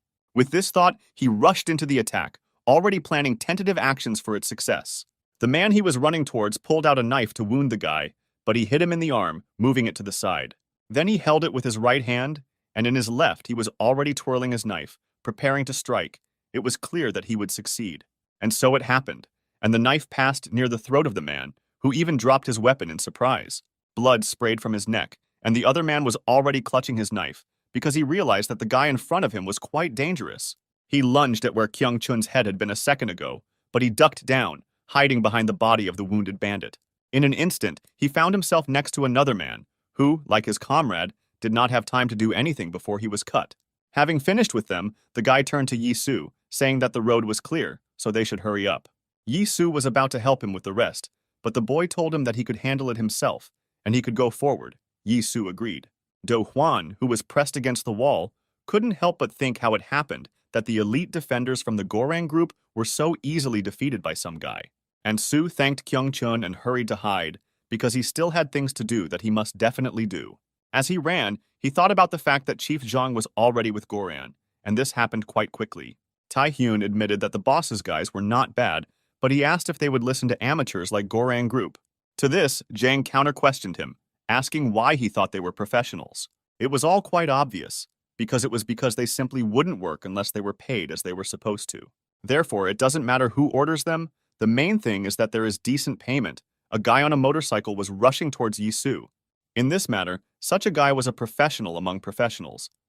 He had already swung the crowbar, which he held in his free hand. A large group of people had already gathered near the building, each of them armed with bladed weapons. At the same time, a car drove up to them and stopped near the building. Boss Zhang and Ghost were sitting in the car. The latter said that he was still not used to the fact that they were involved in business groups. He said that he was sure that he killed Bak Yi-soo, asking why he was still alive then. But Zhang told him that he should have been convinced of his death and brought the corpse. Then there would definitely be no doubt. He said that if the Phantom had done this, then none of this would be happening now. But nothing can be changed. The Phantom had a strange expression on his face when he heard these words. For some reason, he looked somewhere into the distance for some time, without even blinking. Then he seemed to come back from his trance, slamming his fist into his palm, asking why he really didn't do that. Suddenly he laughed, and his eyes seemed to pop out of his eyeballs. He said that he should have done exactly as the boss said. Seeing that he had already gone crazy, Zhang said that they should not go back to the past, so they should not think about it. Meanwhile, the guy gripped the crowbar even tighter and prepared to strike, swinging with all his strength. Considering that he was on a motorcycle and at high speed, the skill of his blow was surprising, because if not for Yi-soo's knife, he would have already been unconscious. The guy used a crowbar to stop. Now Yi-soo clearly recognized him as Deadline, but he doubted that Xi'an was able to talk to him so quickly. Then a terrible realization struck him that if it wasn't Xi'an, then Chief Zhang had already beaten them to it, and they hired this guy. However, he did not have time to think about it, because new changes appeared and the situation became much worse. The Middle East, Afghanistan, is considered the most dangerous combat zone that can be found in the desert. Vast wilderness and sand dunes were everywhere here, so to overcome these conditions, the 66th Ranger Battalion created a special group that traveled on motorcycles. It was called a Special Group, and it was created by the U.S. Special Operations Command, SOC. One of the Rangers transmitted a signal, calling headquarters. He said that they had managed to return several enemy guns and gunpowder. However, the problem was that even in those days there were variables. This has always been the case. Such people did not consider that they were betraying anyone. They were simply worried about their safety. Therefore, to survive in the midst of these variables, it is necessary to find a reliable way, a method that can ensure their safety without any risks or damage to them. War always means the death of thousands of people, perhaps the most ridiculous thing that humanity has come up with in its history. For example, a group of extremists who sought to advance their interests in a series of riots, or greedy corporations who want to use these interests to achieve their own goals. Many more examples could be given, but something else was completely clear. This style of life was unsteady, because people by nature will always strive to gain more power into their own hands, caring about their safety. In this world, the strong will always dominate the weak. It was, is, and will be, so there is no point in changing anything. It was a most dangerous war zone, where you never knew what you would be met with or what you would be led through. And if you couldn't handle all the variables, your end was as inevitable as nature's cycle. You became a victim in this system. You were eaten by someone who was stronger, and you could no longer do anything about it. Power and authority are not given to everyone, so if someone wanted to get it, he had to go through a rather thorny path. However, if he still managed to overcome it, he became the winner and received the power and knowledge necessary for domination in this world. Sometimes people underestimate others, thinking that those who cannot think like them are fools. However, when these fools returned, their appearance was as unexpected as the misconceptions about their failure. And then the hour of reckoning comes. It is then that it becomes clear who really is the strongest and smartest.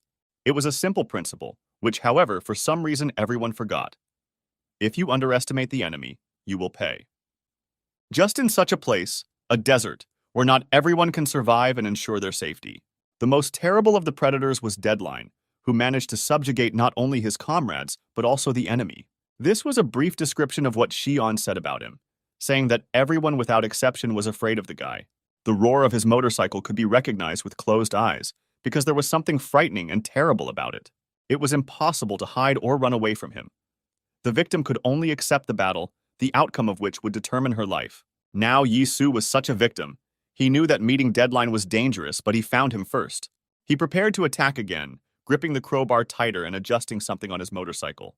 His left hand, holding a crowbar, was aimed at the enemy's weak points, but unfortunately, Yi-Su realized it too late. Suddenly, the light that the motorcycle's headlights emitted went out, leaving the two of them to their own devices in almost impenetrable darkness. However, it turned out that the advantage was still on the enemy's side, and Yi-Su thought that he most likely had adaptation to the dark. He realized that Deadline was using a cunning tactic, first shining bright headlights on him, and then dimming the lights so that Yi-Su's mind went blank. Suddenly, quiet steps were heard somewhere near him, and only thanks to this, he managed to wave the knife in that direction and protect himself from the blow. The only problem was that Deadline was hitting with a crowbar, and this, as you know, is a fairly strong piece of metal. During the strike, a piece of the blade broke off from Yi-Su's knife, which flew to the side, and now his weapon was of little use. Moreover, he did not have time to tense his hand in time, so now it was very painful from the unexpected tension. It smelled like kerosene. He didn't know if he would be able to block the enemy's next attacks, so he had to do something about it. Deadline judged him on how he was able to defend at the last second, but now he was going to attack again. Meanwhile, in the main office and at the same time the headquarters of Daesan, the battle between the two organizations was also raging. The men from Daesan continued to fight, telling each other not to retreat and to hold the line to protect their organization. But people from Gorang kept coming and coming, not giving them time to rest and gather their strength. The worst part was that the attack happened just when they couldn't contact the director. The men were cutting each other, waving knives, when suddenly an unfamiliar guy with glasses stepped into the arena. He had a strong build and said that he didn't understand Chief Zhang, asking what was wrong with these thugs. They continued to fight, supporting each other so as not to give up, because this would be the end for the Daesan group. But suddenly, the bespectacled man attacked one of the men, who was fighting hard and cheering on his comrades. The blow was so strong that his knife even fell out. They hit him in the jaw with such force. He fell to the floor, unable to stay on his feet, but did not lose consciousness, and now simply looked furiously at the new bandit. He looked back at him, saying that they were too tough for them, because they were professionals in their field, and they were just a bunch of scum. As if to confirm his words, the men behind him rushed to attack the remaining members of Daesan. The bespectacled boy ordered them to kill all these idiots, but suddenly a strong blow was heard, as if someone had been thrown to the floor. This turned out to be almost true, as Choi Jong-ho joined the fight and unleashed his heavy blow on one of their gorangs. He sighed in annoyance, saying that he just wanted to enjoy his vacation here, but these idiots got in the way. Putting on gloves with metal inserts, he said that since such a thing was happening here, he simply could not help but help. The men from Gorang recognized him. He was one of the 9 knives of Ilhak, which means incredibly strong. They asked each other what he forgot here. The bespectacled boy noticed that his people involuntarily began to retreat, and he decided to look at what frightened them so much. Jong Ho also saw an unfamiliar guy, saying that he did not look like the person from their business. He added that he was sorry that their meeting took place under such circumstances, because the guy looked capable. However, today he, Jong Ho, the deputy head of Gudo, the second knife, was on Daesung's side and fought alongside his members. With that, he took off his white jacket and was now wearing a black shirt, denoting his temporary position in Daesun as the head of the guard. But the guy just chuckled smugly, taking off his glasses. He asked if he was too old for such games. The guy's name was Park Chan-hoon. He was the head of a special forces group. He was dishonorably discharged for violence and mutiny. In the past, the most powerful organization in Seoul, he was a member of it as one of the 9 Knives. In that glorious era, he was Ilhak's main weapon because his strength was known to everyone. He was the pride of the 9 Knives, a man with great potential and his own beliefs, which were built on moral ambushes. And now this man is fighting on the side of Daesung, who in the past was one of the organizations that did not dare to oppose him. The guys from Goreng also could not understand this, but they were gripped by fear and panic because the old man was very dangerous. Then Chang Hong turned to him, saying that since those idiots did not dare to fight him, he would do it. Jong Ho, however, said that he almost managed to offend him, but still the guy lacked good manners. However, he rushed to conclusions, and Chang Hong added more strength. Breaking through his block, he knocked out the big guy. Then he took a stance and began to throw various blows, which confused Jong Ho a little. Then he stepped back for a second, but only to take a running start, and in the blink of an eye he was already running towards the old man. He hit him in the stomach, but to his surprise, the big man was still quite far from old, because he completely absorbed his blow. But then Chang Hoon did not understand this, because Jong Ho bent over, pretending that the blow touched him so that the guy leaned towards him. But at the last moment, Chang Hong noticed this, and without thinking twice, hit him on the head, breaking the plan to capture himself. Meanwhile, Deadline was already back on the motorcycle, the wheels of which were spinning in place, creating clouds of dust. And Sue thought, did he really break his arm? He had to hurry because everything was dragging on too long. Deadline put his hand on the handle of the motorcycle, preparing to attack Yisu again. This time he was confident that he would not dodge. The motorcycle roared and he drove straight towards the commander, who however remained calm and did not even budge. Deadline lifted the motorcycle onto one wheel. It was a direct attack at speed, which meant he had to aim towards the body to defend himself. He bent down, shortening himself from the front wheel, and managed to push the motorcycle a little so that the guy almost flew out of the saddle. But in the next second, he attacked with a crowbar and then managed to stay in the saddle and ride through Yisu. The commander was lucky this time. He remained unharmed, although the attack was very close. However, Deadline had already turned the motorcycle around and was racing towards him again. He was determined to finish off his victim, as he always had before. The wheels created clouds of dust that obscured Yisu's view, and the motorcyclist's hand was already raised for another blow. Suddenly, at the last moment, he shifted his weight to the front wheel and spun the bike, maintaining speed. This time, Yisu only managed to lift his leg from the place where it would have been crushed by the wheel, and he leaned his elbows back a little. Then Deadline swung his crowbar, the speed of his attack being added by the fact that he hit from top to bottom while sitting on the saddle of a bike. Of course, Yisu could not miss such an attack he dodged, but as it turned out, this was just a deception move. Deadline forced him to swerve to get under the rear wheel of the motorcycle, and then he hit him with that wheel. Yisu's cap even fell off and blood appeared on his face, because this was the first time the guy managed to hit him, which means he was really capable. Yisu thought that all his judgments and predictions were wrong. Chief Zhang, Gorang Group, and now this Deadline. And Su should have been more cool-headed and insightful. He needed to observe the enemy and look out for his weaknesses. But for now, Deadline continued to attack, once again starting the motorcycle engine. He again prepared to attack. It was impossible to tell or understand from him what weak points there might be. But Yisu still tried to assess the situation, because that's what he was taught in training. He realized that his rear wheel was smoking due to friction. Now the smoke completely blocked the view, but not for Deadline, because he seemed to feel confident with such visibility. Yisu no longer had a knife, so he took a stance, wondering where the next attack would be, because his wound was on the right. Variables are called variables because they cannot be predicted or calculated.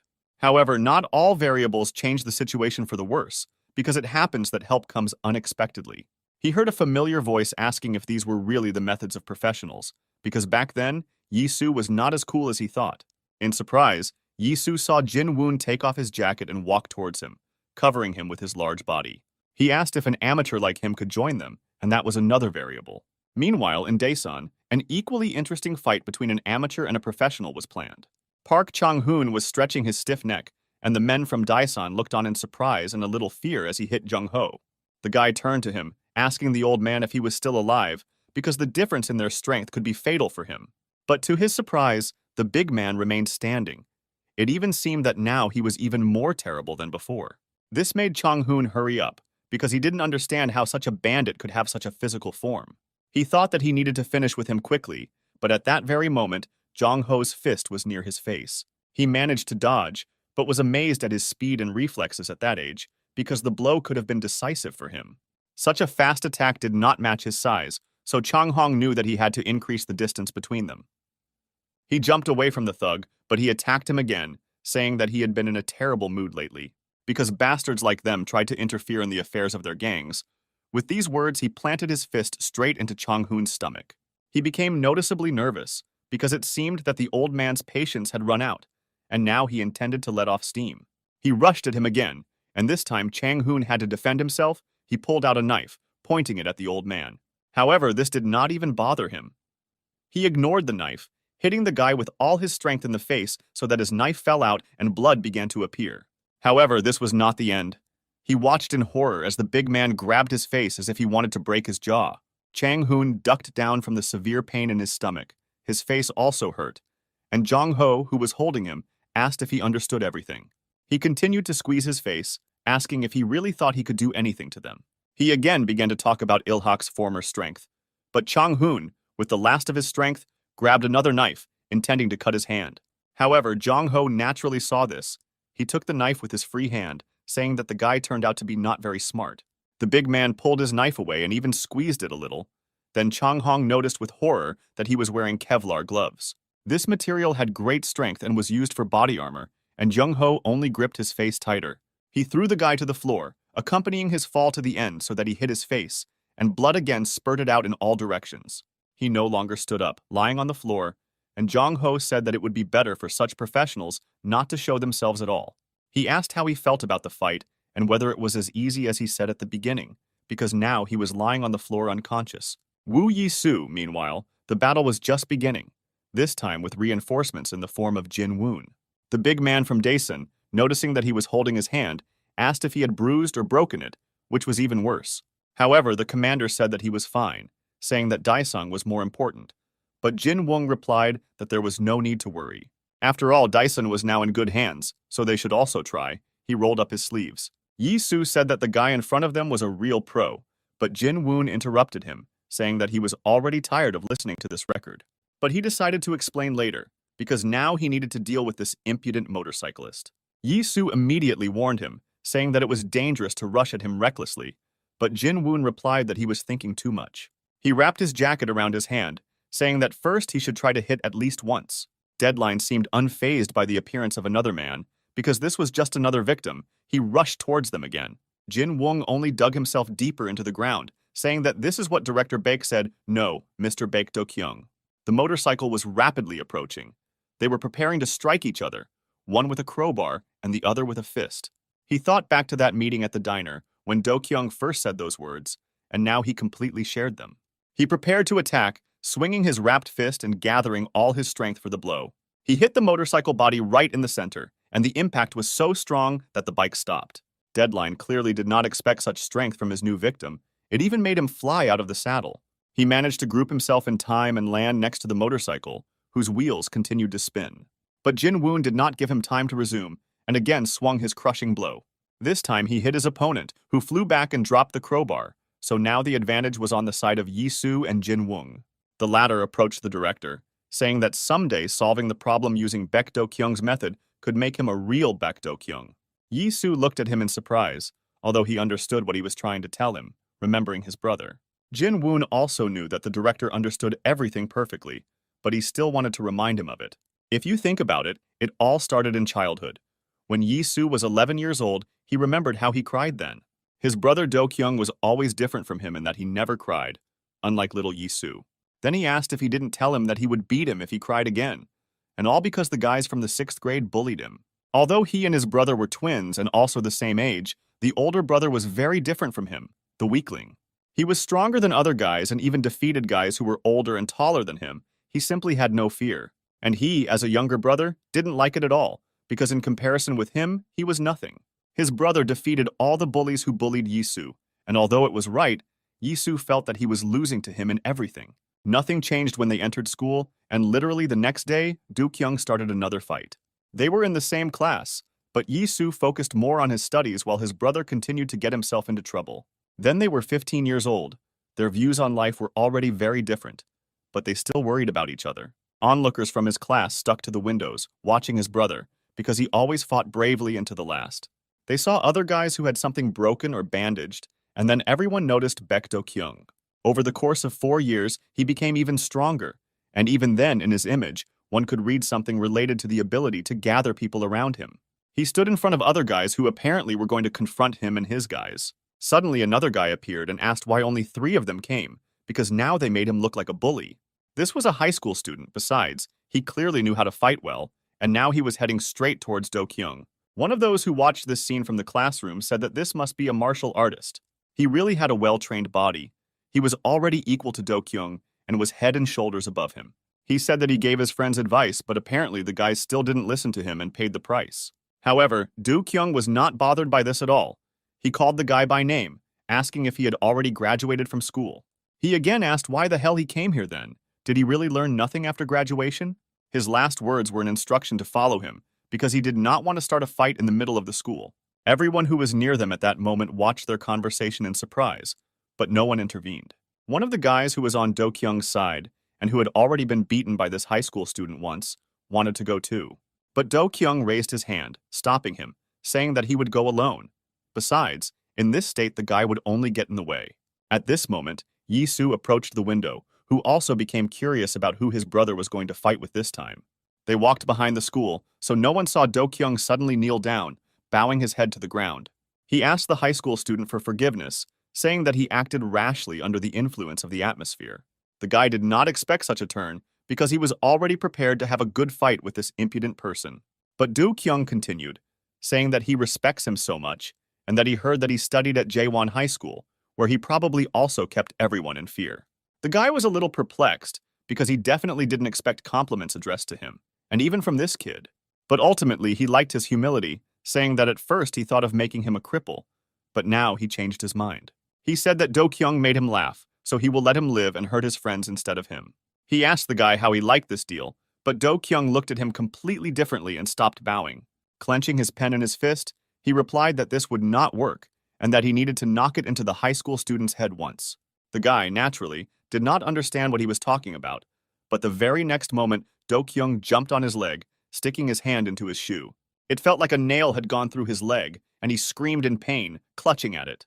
Meanwhile, Do-kyung took advantage of his lack of composure and kicked him in the face. He said that his classmate Ji-hoon delivers newspapers every morning, and at first he, Do-kyung, laughed because it was so terribly old-fashioned. But one day, this high school student beat him up for the same reason, and now he was angry because Ji-hoon was a good guy. One of those who came to watch the fight of their main man attacked him, asking what kind of nonsense he was telling now. Do-kyung caught his blow with his elbow bent and asked if the alumni were having too much fun lately. He added that each of them probably had brothers and sisters who also went to junior school, so why didn't that stop them? Why did they still continue to mock those who were weaker and younger? He pressed on the painful point, and the guy fell holding his hand, and at that time, the others also attacked Do-kyung. 2 of them grabbed him by the arms, and the third raised his hand to hit him. However, even in this position, Do-kyung was able to dodge, throwing his head back as much as possible, and with his free hand, he was already reaching for the guy. He grabbed him by the hair, saying that he remembered something and forgot to tell him earlier. One of the people holding him was surprised that he could still move, because that meant he was stronger. He hit the guy he was holding with his head in the face, but that way it hurt him too. He was still being held, and the guys decided to attack all together because he didn't have a chance against a joint attack.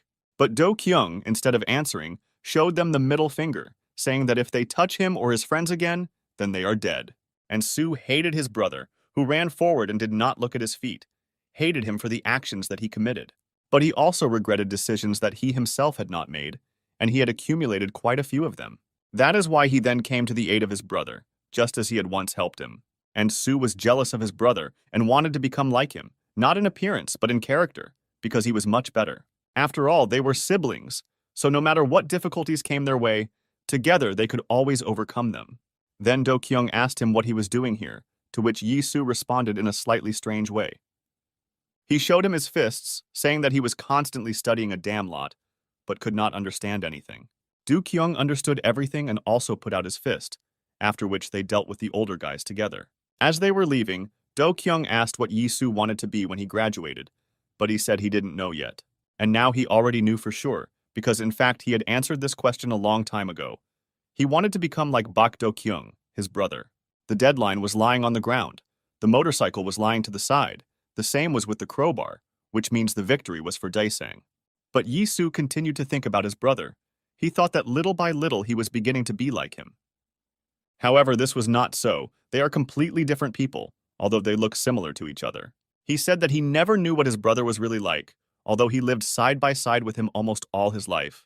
It seemed to him that he would never be able to become like him, no matter how hard he tried and no matter how much effort he put in. Then Jin-un approached him, who said that he could help in this matter. He said that he would tell him what kind of person Baek Do-kyung really was. He then bent his knee to Yi Su, saying that he would personally place him on the pedestal where his brother had previously shown. Jong-ho patted his gloves to get rid of the mixture of blood and dust from the fight with the Gorang thugs. He put one hand behind the other's elbow, doing a warm-up and saying that he's had enough of these fights. It's time to retire. But then he remembered his director from Ilhak, who would lose the main weapon of his organization if he left. He wondered whether it was worth making such a radical decision, because it was still too early for him to retire. Then he turned to the men who were still left, telling them to hurry up because he still had things to do. He said that they were so young but so slow, but at that moment the phantom appeared behind him. Meanwhile, Deadline had also already recovered from Jin Woong's blow, which was a pretty clear indication of his strength.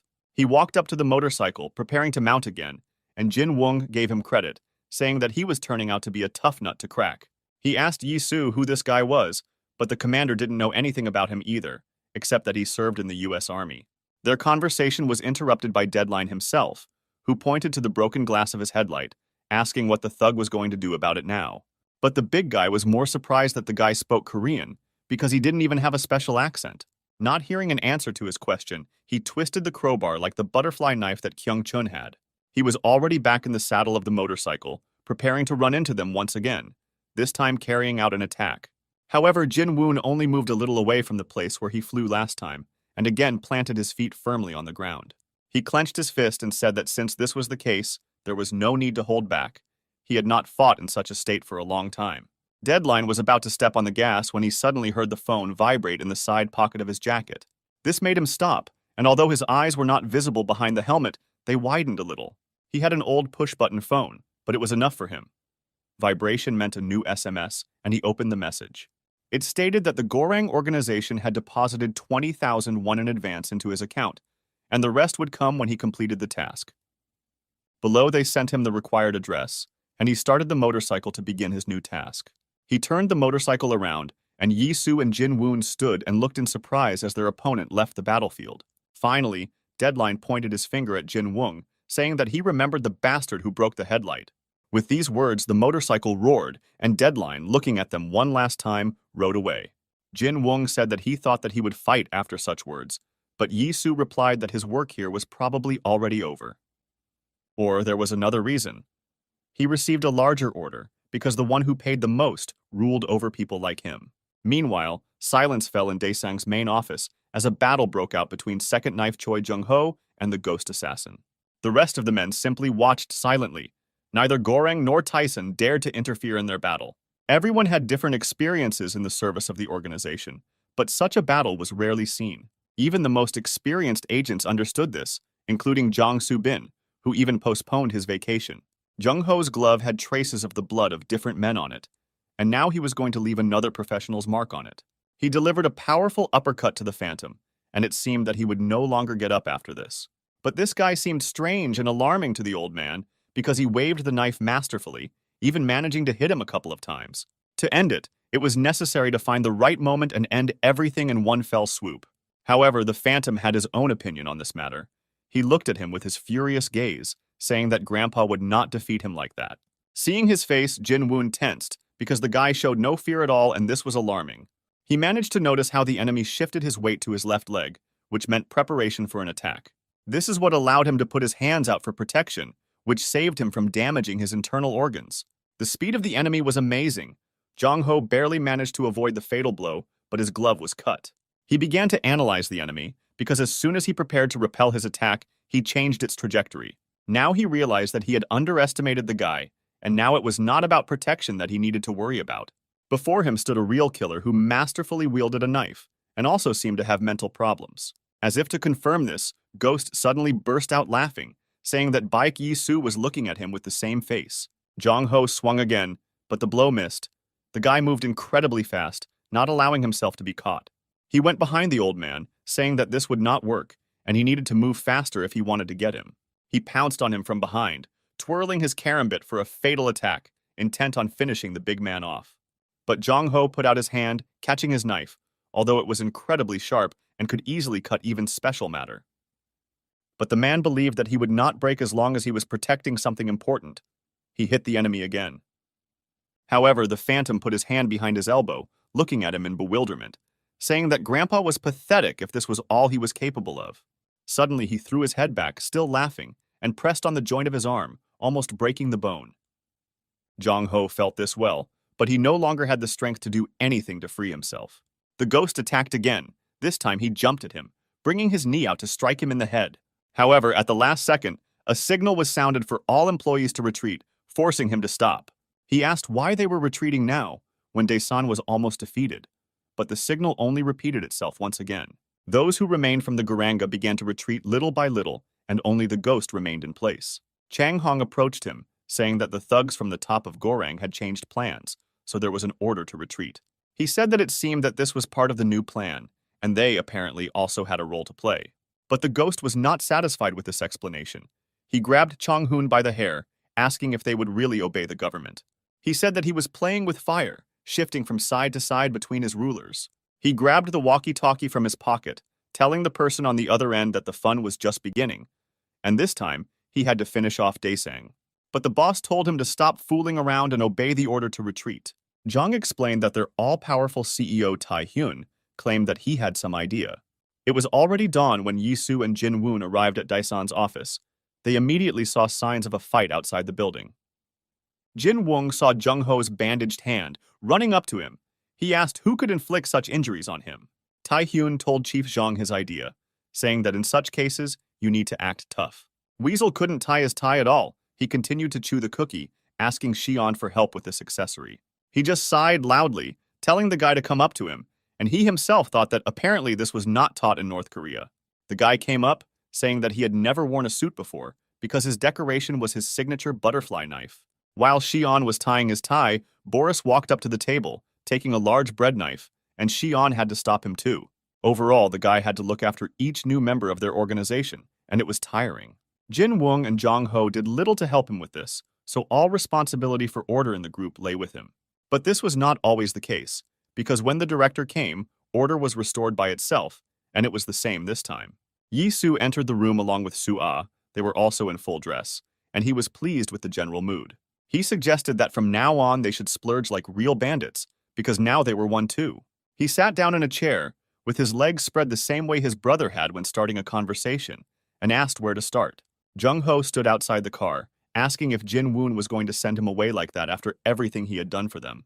To which Jin-woon replied that he did not drive him away, because he could leave at any time. But Jong-ho said that he was just joking and already wanted to return. Then Jin-woon decided to ask him if he wanted to stay a little longer in Daesan, at least for the period of his recovery. But he just put his hand on his shoulder, saying that he understood what he was getting at, but he still couldn't do that. He said that he actually realized something from seeing how Daesang transformed, but it was just the beginning. As he watched the new members and how their organization now worked, he began to think about his own. He said that this was not the end, and one day Il-hak would also rise from his knees, returning to his former glory. That's why he had to come back. After saying this, he smiled, saying that his vacation was over. Now it's time to return home to his organization, where the guys have probably already been waiting for him. Meanwhile, the battle at the Nine Knives headquarters had also ended, and now Hyungnim was on his knee, unable to continue it. He asked those who attacked them if they really thought that Il-hak would give up so easily, because they were the best of the best. However, so far everything indicated the opposite, because all the members of Gudo were lying defeated on the floor. Only Hyungnim remained, who was perplexed, asking who sent them after all, because they dealt with Gudo, which means they were very strong. These were Ghost and Deadline, and the destruction of Ilhak's main trump card was their new task.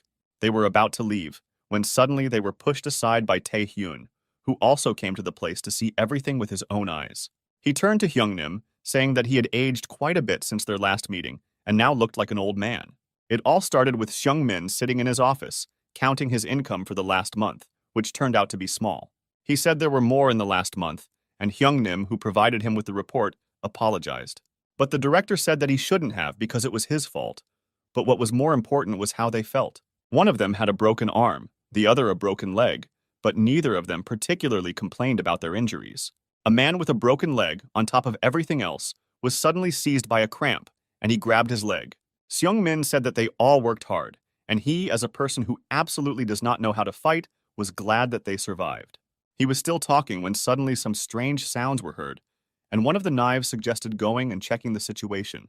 When he asked the officers on duty what that sound was, they replied that it was like the roar of a motorcycle, even though they were on the third floor. The sound came from the landing, where the guards looked in surprise at the unexpected guest. Of course, it was Deadline who raced towards them on his motorcycle, and in the blink of an eye the men were already on the ground. The others, who had arrived to see what the noise was, now also looked at the motorcyclist in horror. But he didn't waste his time and used his front wheel to knock down the doors to Ilhak's main office, where the knives' headquarters were located. They looked in amazement as the door's pieces scattered in all directions, unable to do anything. Deadline drove into the room at high speed, swinging his crowbar in all directions, and the soup was filled with fear. Because of this, they could not move, continuing to stand in place, and the next moment one of them had his face cut with a crowbar. The poor fellow even threw back his head, blood sprayed out of his mouth, but he, like the others, did not think of retreating. The knives could not be taken by surprise. After all, they had gone through countless battles. Just like professional boxers who were always ready for anything, they had no doubts about their duty. Using their experience and skills, they bravely take on any enemy to protect their organization. However, in this case, a hitherto unprecedented enemy entered the ring, whose appearance they could not predict. He was like a knight on horseback, all in heavy armor, against their fists and pride. This discovery made the knives slightly confused, because they had never fought such an opponent before. And this allowed Deadline to discover their weak point, where he directed all his next attacks. A metal crowbar against a human bone is like a knight's sword against a boxer's fists. Even though they were professionals, they couldn't fight against something like that, especially since they had wounds from the last battle. And other members of the Gorang group came for Deadline, who also had to participate in the destruction of Gudo. Now it was no longer a fair fight because the enemy was superior in numbers and was armed. Then Knives saw the badge of the Gorang organization on the jacket of the men and told them to hold their horses. Hyungnim shouted that in this case it was a direct violation of their agreement, asking if they really wanted to turn the entire committee against them. But the men did not seem to understand what he was talking about. One of them was ordered to deal with this old fool. With the last of their strength, all the knives fought for their organization, forgetting about past traumas and wounds. Choi Guan-pal, the seventh knife, was furious, asking who these freaks dared bare their teeth at. However, his leg was sprained, and Hyungnim saw that it had not healed yet, which meant they wouldn't be able to fight for long. Guang-pal was a pretty strong knife, but in this state he couldn't fight to his full potential, so Hyungnim decided to take on the guy on the bike. It was the least he could do, and meanwhile Deadline had already raised his wheel, intending to run over the head of one of the knives.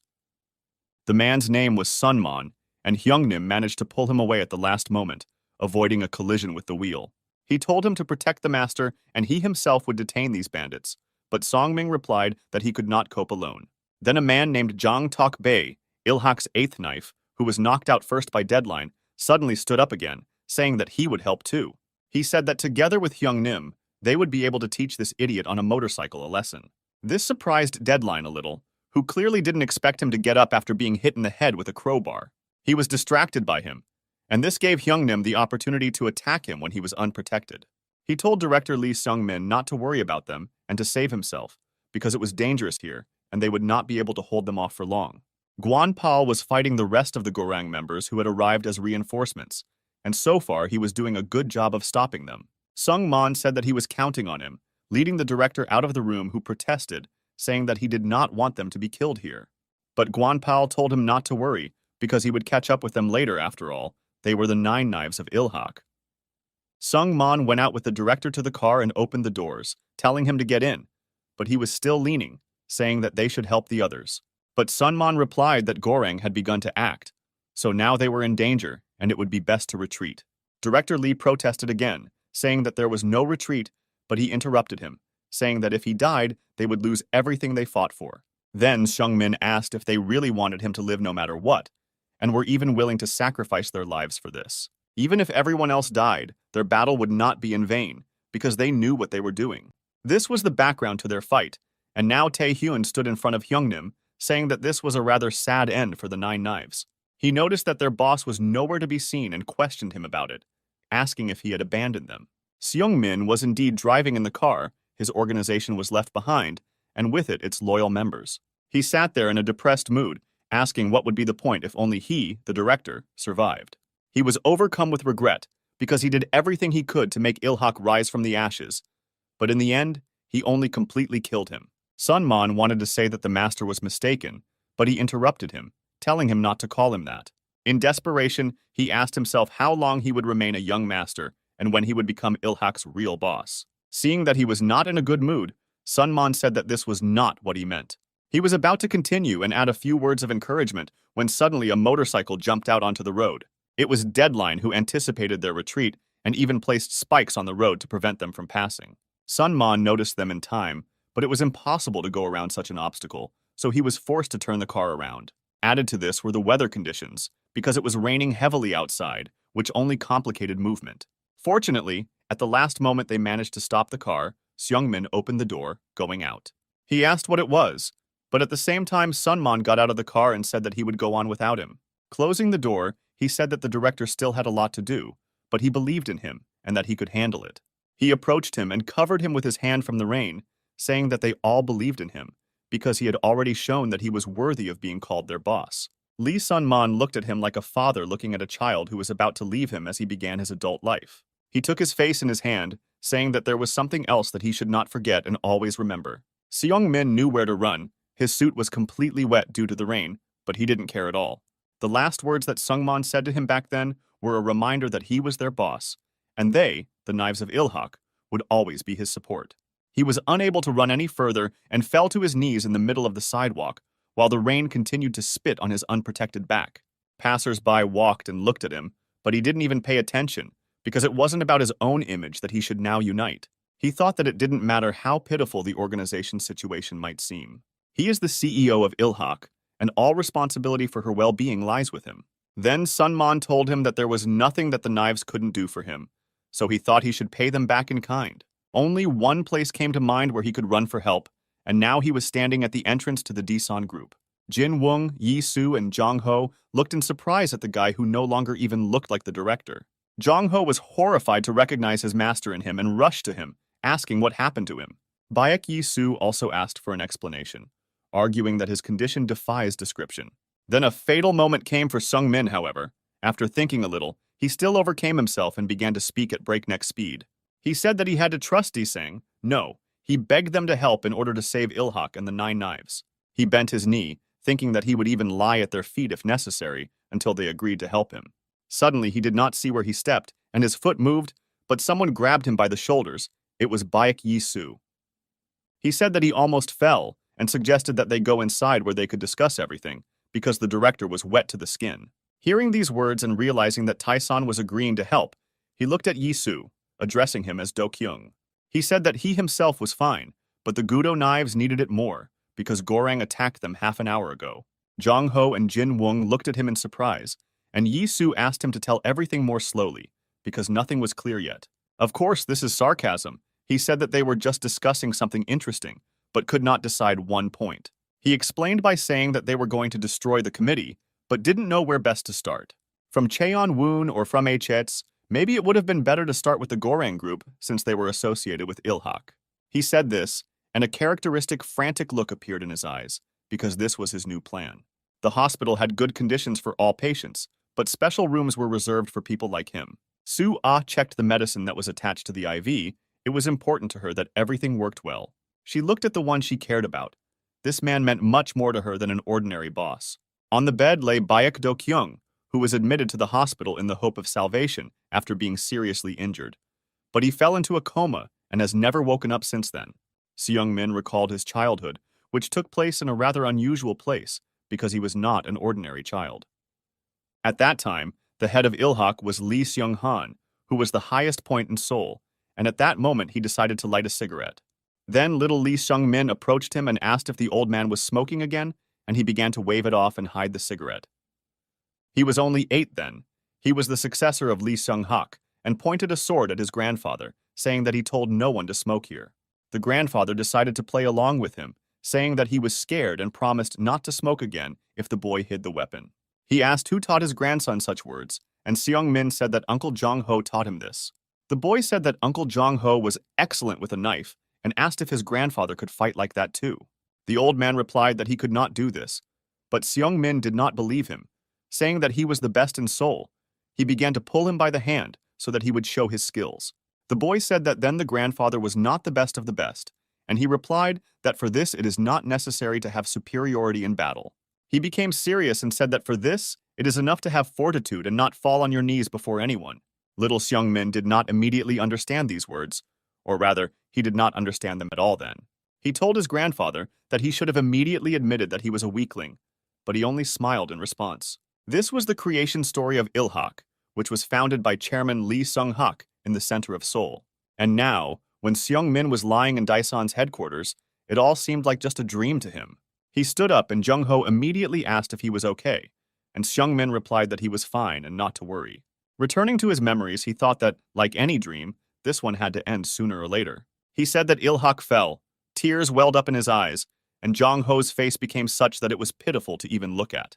Then Yi-soo and Jin-woong came into the room. Director Daesong sat down on the sofa next to Seung-min, seeing that he was not in a good mood. He asked how he was feeling, while simultaneously taking out the tea service. Jong-ho answered instead of his boss, saying that thanks to Daesong he was rapidly recovering. Yi-soo said that this was not very noticeable yet, but they could stay here as long as necessary and have a good rest. Jung-ho replied that they were just helping each other, to which Yi-soo said that that was exactly what he was thinking about now.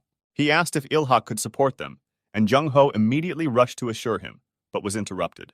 Yi-soo said that he appreciated his nobility, but now he was asking the director of their organization. He poured the tea into a nice cup, then smiled and asked if Mr. Choi Jung-ho was now the boss. This puzzled the old man a little, but Seung-min asked him to wait outside because he himself had to discuss something with Director Do-kyung. Jin-woon offered to accompany him, although he saw with what sadness he left the room where the fate of his organization was now being decided. After they left, Seung-min turned to Yi-soo, saying that before discussing something, he wanted to ask a question. He asked if Baek Yi-soo was the real head of Daesong, and he called him by name. He also wanted to know where Mr. Baek Do-kyung was now, but Yi-soo interrupted him by placing his cup of tea on the table. He said that in front of others he called him Do-kyung, and even Jong-ho had not yet revealed his identity, but there was something he didn't understand. He said that he, Seung-min, must be scared because they are faced with something they cannot handle, and if that was the case, then they should still have been scared and not asked stupid questions. Hearing this answer, Seung-min thought that he had gone too far, because it seemed that this topic was painful for brother Do-kyung. Right now, they need to be as nice to Daesang as possible, so he said it really doesn't matter. He asked if Yi-soo was going to work with Ilhak, but he replied that there was no point in that because he was too weak right now. Seung-min then rephrased the question, asking if they could help them, because he needed to know the answer to that. But Yi-soo decided to act tough, saying that he did not ask his opinion, but rather wanted to know how Ilhak could be useful to them. Seung-min thought for a moment, and then said that they were going to destroy Gorang and the entire committee, but would they have enough strength? He continued by saying that Ilhak is the committee's sister organization, but despite this, Gorang attacked them. So if he, as director of Ilhak, reports this to the committee, Gorang will pay the fine for violating the terms of the contract. Seung-min said that the current Ilhak may be weak, but the legality of their actions was still maintained. However, Yi-soo interrupted him, saying that this is not what he meant, because Ilhak's main problem was Mr. Seung-min himself. In other words, he was a weakling. He asked how they were supposed to take them seriously if the director of the organization was on his own. The HHS office was located in the Gangjam area, and Tae-hyun had already assessed it as a show-off place. He was sitting in the office of HHS Chairman Han Hae-sung, who asked how he was going to clean up the mess he had made. He did not understand why his organization attacked Ilhak, since they were both members of the General Assembly. However, Tae-hyun only chuckled, answering that he did it because he wanted to, because since childhood, he did first and thought later. But Hae-sung did not share his enthusiasm, saying that he would not take his side, but Tae-hyun simply told him to wait. Hae-sung replied that the main thing was not to anger Seung-min, but Tae-hyun just laughed, saying that he did not yet know where the next meeting would be. The place was chosen especially for the young master. It was the house of his grandfather, Lee Sung-hak. Seung-min also found out about this and got angry because it was too much, and Tae-hyun had gone too far. He walked to his grandfather's house, and the men from Goreng joked that he was just walking here, because the place was familiar to him. He continued to walk amid mocking laughter. Some even recognized him as the director. But this did not stop them. He remembered the words that Yisu said to him then. He said that without Ilhak's knives, he was simply the heir of the fallen organization. Then he took a closer look at the men and realized that they were not even from Goreng. He had to prove something himself. He had to prove on his own that he was worthy of being called the head of Ilhak. And at that moment, a cigarette butt was thrown at him. He realized that he must follow the example of the men of the 9 knives and do everything in his power to achieve this. Goreng's immediate supervisor came out to them, saying that a closed meeting was now taking place. Only the heads of the 4 largest organizations could attend. But Seung-min interrupted him, telling him to get out of the way. At first, the man didn't understand that they didn't listen to him, but Seung-min yelled at him to move his ass and get out of here. He attacked him. The rest stood and looked in surprise at what was happening at the front entrance, but no one dared to intervene. Seung-min managed to knock out the goon because he caught him by surprise, but he still had to fight today. Another guard was already rushing towards him with a wooden stick, asking what this idiot was doing here. He hit him on the head with a stick, and Seung-min didn't even have time to put his hands up in defense because he had never fought. But he remembered the words of his grandfather, who said that there was nothing to worry about if a guy didn't know how to fight. The main thing is that he must be strong in spirit and never fall on his knees in front of others, no matter how strong the opponent was. Now Seung-min finally understood his words, because they accurately reflected his situation. He decided to listen to his grandfather. Even though the man hit him, he was still able to fight to the end and grabbed him by the throat. His gaze spoke for him. Incredible strength appeared from somewhere, and he felt that he would not yield to anyone else. With such thoughts, he hit his head on the bridge of the man's nose, but the next one had already appeared from the room. This one had a knife.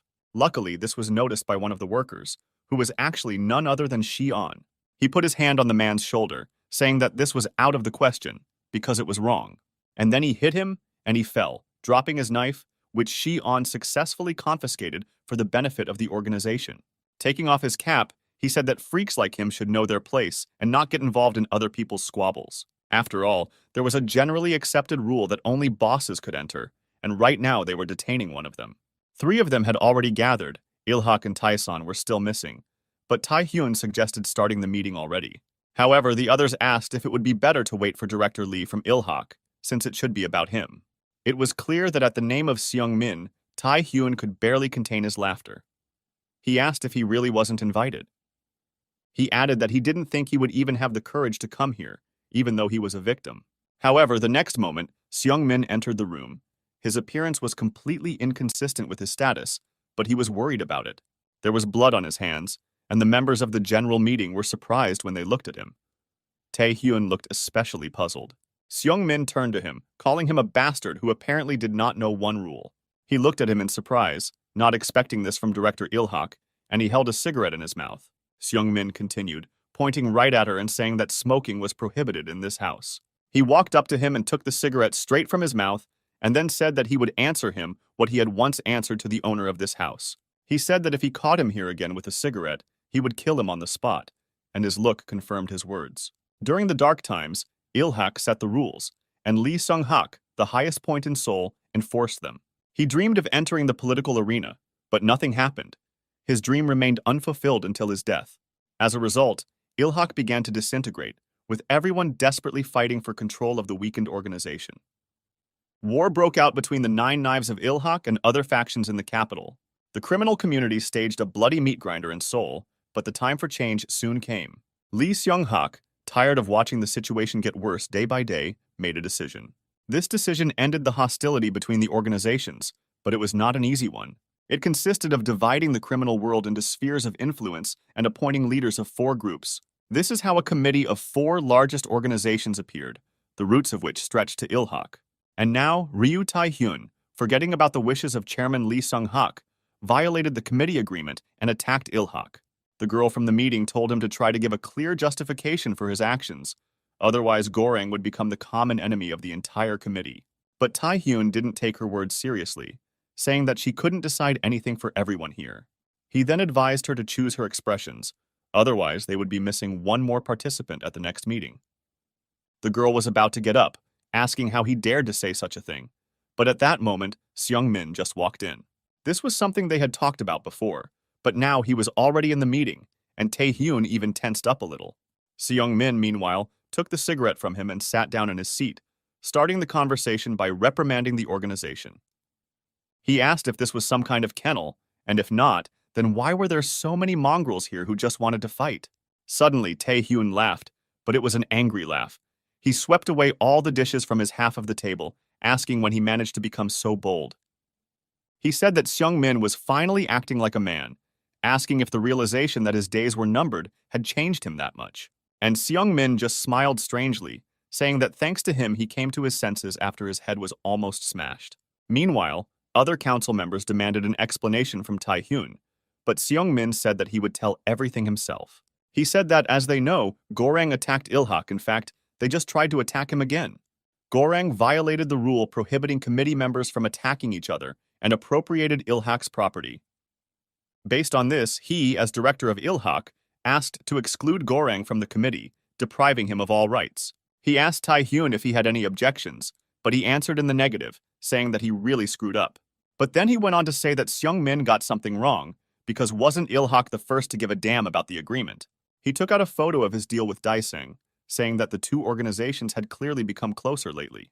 And then he suddenly accused him, saying that this is how he set Taesun against them, who then left their committee. However, Seung-min said that he was only transferring files for synchronization and that it had nothing to do with Goreng. But Tae-hyun also did not back down, saying that in the past, there was a squabble between Goreng and Daesung regarding the Hanam area. He continued by saying that Seung-min decided this was his chance, and a little later, several of their groups were ambushed. It turned out that Ilhak took advantage of connections outside the committee and organized a raid on Goreng, which means that they were the first to start. He asked Seung-min if he said everything correctly or if he made a mistake somewhere, because he understood that he couldn't get out of it. After all, he understood that he did not dare to show the organization's files to everyone present. Then he decided to finally state his position, saying that he would like to dot all the I's. At that moment, as if on cue, men in black suits from the Goreng group came out from behind where he was sitting. Tae-hyun said that he believes Ilhak's head, Lee Seung-min, should be held accountable for violating the agreement. He continued by saying that he also insisted on the dissolution of this pointless committee, and everyone present was surprised. And Soo foresaw this yesterday, saying that Goreng will demand the abolition of the committee since it serves as a support for Ilhak. Seung-min said that then there is no point in going to the meeting, but Yi-soo replied that he must prove who is boss. At this meeting, he needed to show that he was worthy to be called the head of Ilhak. When Tae-hyun finished his speech, the others began to express dissatisfaction, but Seung-min just closed his eyes. He said that he didn't care about Goreng's threats at all, and if Tae-hyun doesn't want to be a member of the committee, let him do what he wants. HHS Director Hae-sun said Seung-min was being unreasonable, adding that he should have gotten down on his knees and asked for help. Seung-mi then said that it was now obvious that Goreng and HHS were in tune since Hae-sun supported Goreng. Then a girl intervened in the conversation. She said that the guys were making a mistake by starting a war in this way. She put on her glasses and snapped her fingers, and a shadow and a hand holding a machete appeared behind her. She said that they could continue to talk nonsense, but they should keep in mind that she would definitely take one of their heads with her. Looking at her people, Seung-min thought that these were the same infamous Bakjung Cheonun, but they seemed to be in China. Tae-hyun ignored her gesture. He slammed his hand on the table, telling Seung-min that this is not what he should care about. He got up from his seat and walked over to him, and then sat on the edge of the steel, saying that he had other problems now. After all, he no longer had the 9 knives, which means he won't be able to escape anywhere now. Tae-hyun leaned over to him and asked if he really thought about taking all the files for himself and not sharing them with anyone. Seung-min, to his surprise, simply agreed, saying that he was right. He really couldn't take everything away. As he said this, footsteps were heard that could only mean one thing. The last member of the committee had arrived. The guards who stood at the entrance could not stop him because he had the right to be present. When he was already near the door, Yisu stopped for a minute and called out to Ryu Tai-hyun, imitating his name. He entered accompanied by Jin Woong and Jung Ho, saying that he wouldn't mind playing with Gorang and Tai-hyun himself. Then he saw the big picture of the situation and continued to mockingly talk about the shutdown, which was only heating up. He asked if he had prevented the two directors from resolving serious issues, adding that he also wanted to join them. Tai-hyun was perplexed. He asked if it wasn't Do-kyung himself who said that he didn't want to have anything to do with the committee. And Soo answered him, what a fool he is, because the committee and agreement are nothing, saying that Tai-hyun thinks so himself. Tai-hyun understood why Seung-min did not speak out in favor of keeping the committee, saying that he was even a little hurt by how close they became. Yi-soo confirmed his words, saying that everything was correct, because after all, Seung-min was their chairman. While everyone was surprised, he continued, it is said that Daesan shares the beliefs of Il-hak's previous prejudice. Therefore, they will support Il-hak and nominate Lee Seung-min to be the next chairman. So he told Tae-hyun to get Gorang ready since finishing them off would be his initial task. He then turned to the rest of the congregation, saying that they, in turn, would have to make a choice. Or they will show the will of Lee Seung-hak worthy respect and agree with his proposal. Or they will slide to the level of brainless scumbags. Here he looked at Tae-hyun, meaning. However, he said that it was all written on their faces because everyone had already made a decision for themselves. When he said this, the girl clenched her fist, which was a gesture for her people to hide their weapons. Yi-soo turned to Seung-min, saying that they too should have finished because they had other things to do. Now he had a different status. He was no longer the CEO, but the chairman of Il-hak, with Daesan as an ally. On the way, Yi-soo asked if he was okay, to which Seung-min replied, can't you tell? Saying that they should have arrived earlier. But Yi-soo just smiled slightly, saying that it turned out cool, so everything went pretty well. He said that he was a little lost, because he had never been here before, when suddenly he saw a man standing below. His pupils narrowed in surprise, because he did not expect to see this person at all, even under such circumstances. Standing in front of him was none other than Chief Jung, who upon seeing him greeted him as Baek Do-kyung. He said that they had not seen each other for a long time, and that they had finally met again, his face expressing pure innocence. But Yi-soo's face showed the opposite emotions, because in front of him stood the killer of his small squad. Jong stood at the beginning of the stairs and began to rise towards them, saying that he did not expect to see Taesan here. Yi-soo quietly called him Chief Jong, but Seung-min heard and asked if it was really Chief Jong. After all, he knew that it was he who was responsible for the collapse of synchronization. Moreover, he was behind the One-Sync project. This man was responsible for everything that happened to him in Il-hak, and he was also one of the bosses. Seung-min wanted to shout to Yi-soo to let him know about this, but he only managed to say his last name because it was impossible to say his real name. In addition, he realized that he already knew everything perfectly well because a knife flashed in his hand, with which he began to descend towards the boss. Yi-soo realized that they were 2.1 meters apart, and it would only take him a couple of seconds to finish him off. After all, then the boss treated them in exactly the same way for his own purposes. He didn't care about other people's lives. Then, for some reason, he did not hesitate, killing all the members of the detachment, from which only Shi-on miraculously managed to escape. So was Baek Yi-soo, whom he created, the same as his boss. He should have done the same. He came close to the boss, who was saved by the light reflected from the glasses, so Yi-soo could not see his eyes. But Jong could clearly see his eyes, which confidently read hatred and contempt for him. Do-kyung reached into his pocket, taking out cigarettes, and thought that now there could be no doubt. He took one of the cigarettes out of his mouth, wondering how best to start a conversation with the man standing in front of him. He asked if the boss had a light, and he also took a lighter out of his jacket pocket. Yi-soo leaned towards him, indicating that he should light a cigarette for him, and Jong reached for him with a lighter. From the outside, it looked a little funny, because the head of the NAR was lighting a cigarette for the boss of a criminal organization. Jong spoke first, saying that he had heard that there had been a lot of commotion after his brother's funeral. Yi-soo agreed, saying that it was probably so, and the boss asked if the problem had already been resolved.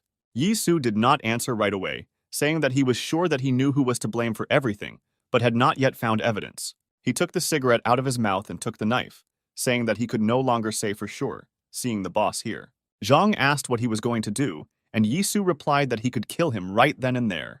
But then he put the cigarette back in his mouth, saying that unfortunately, this would not solve the problem, and therefore it was pointless for now.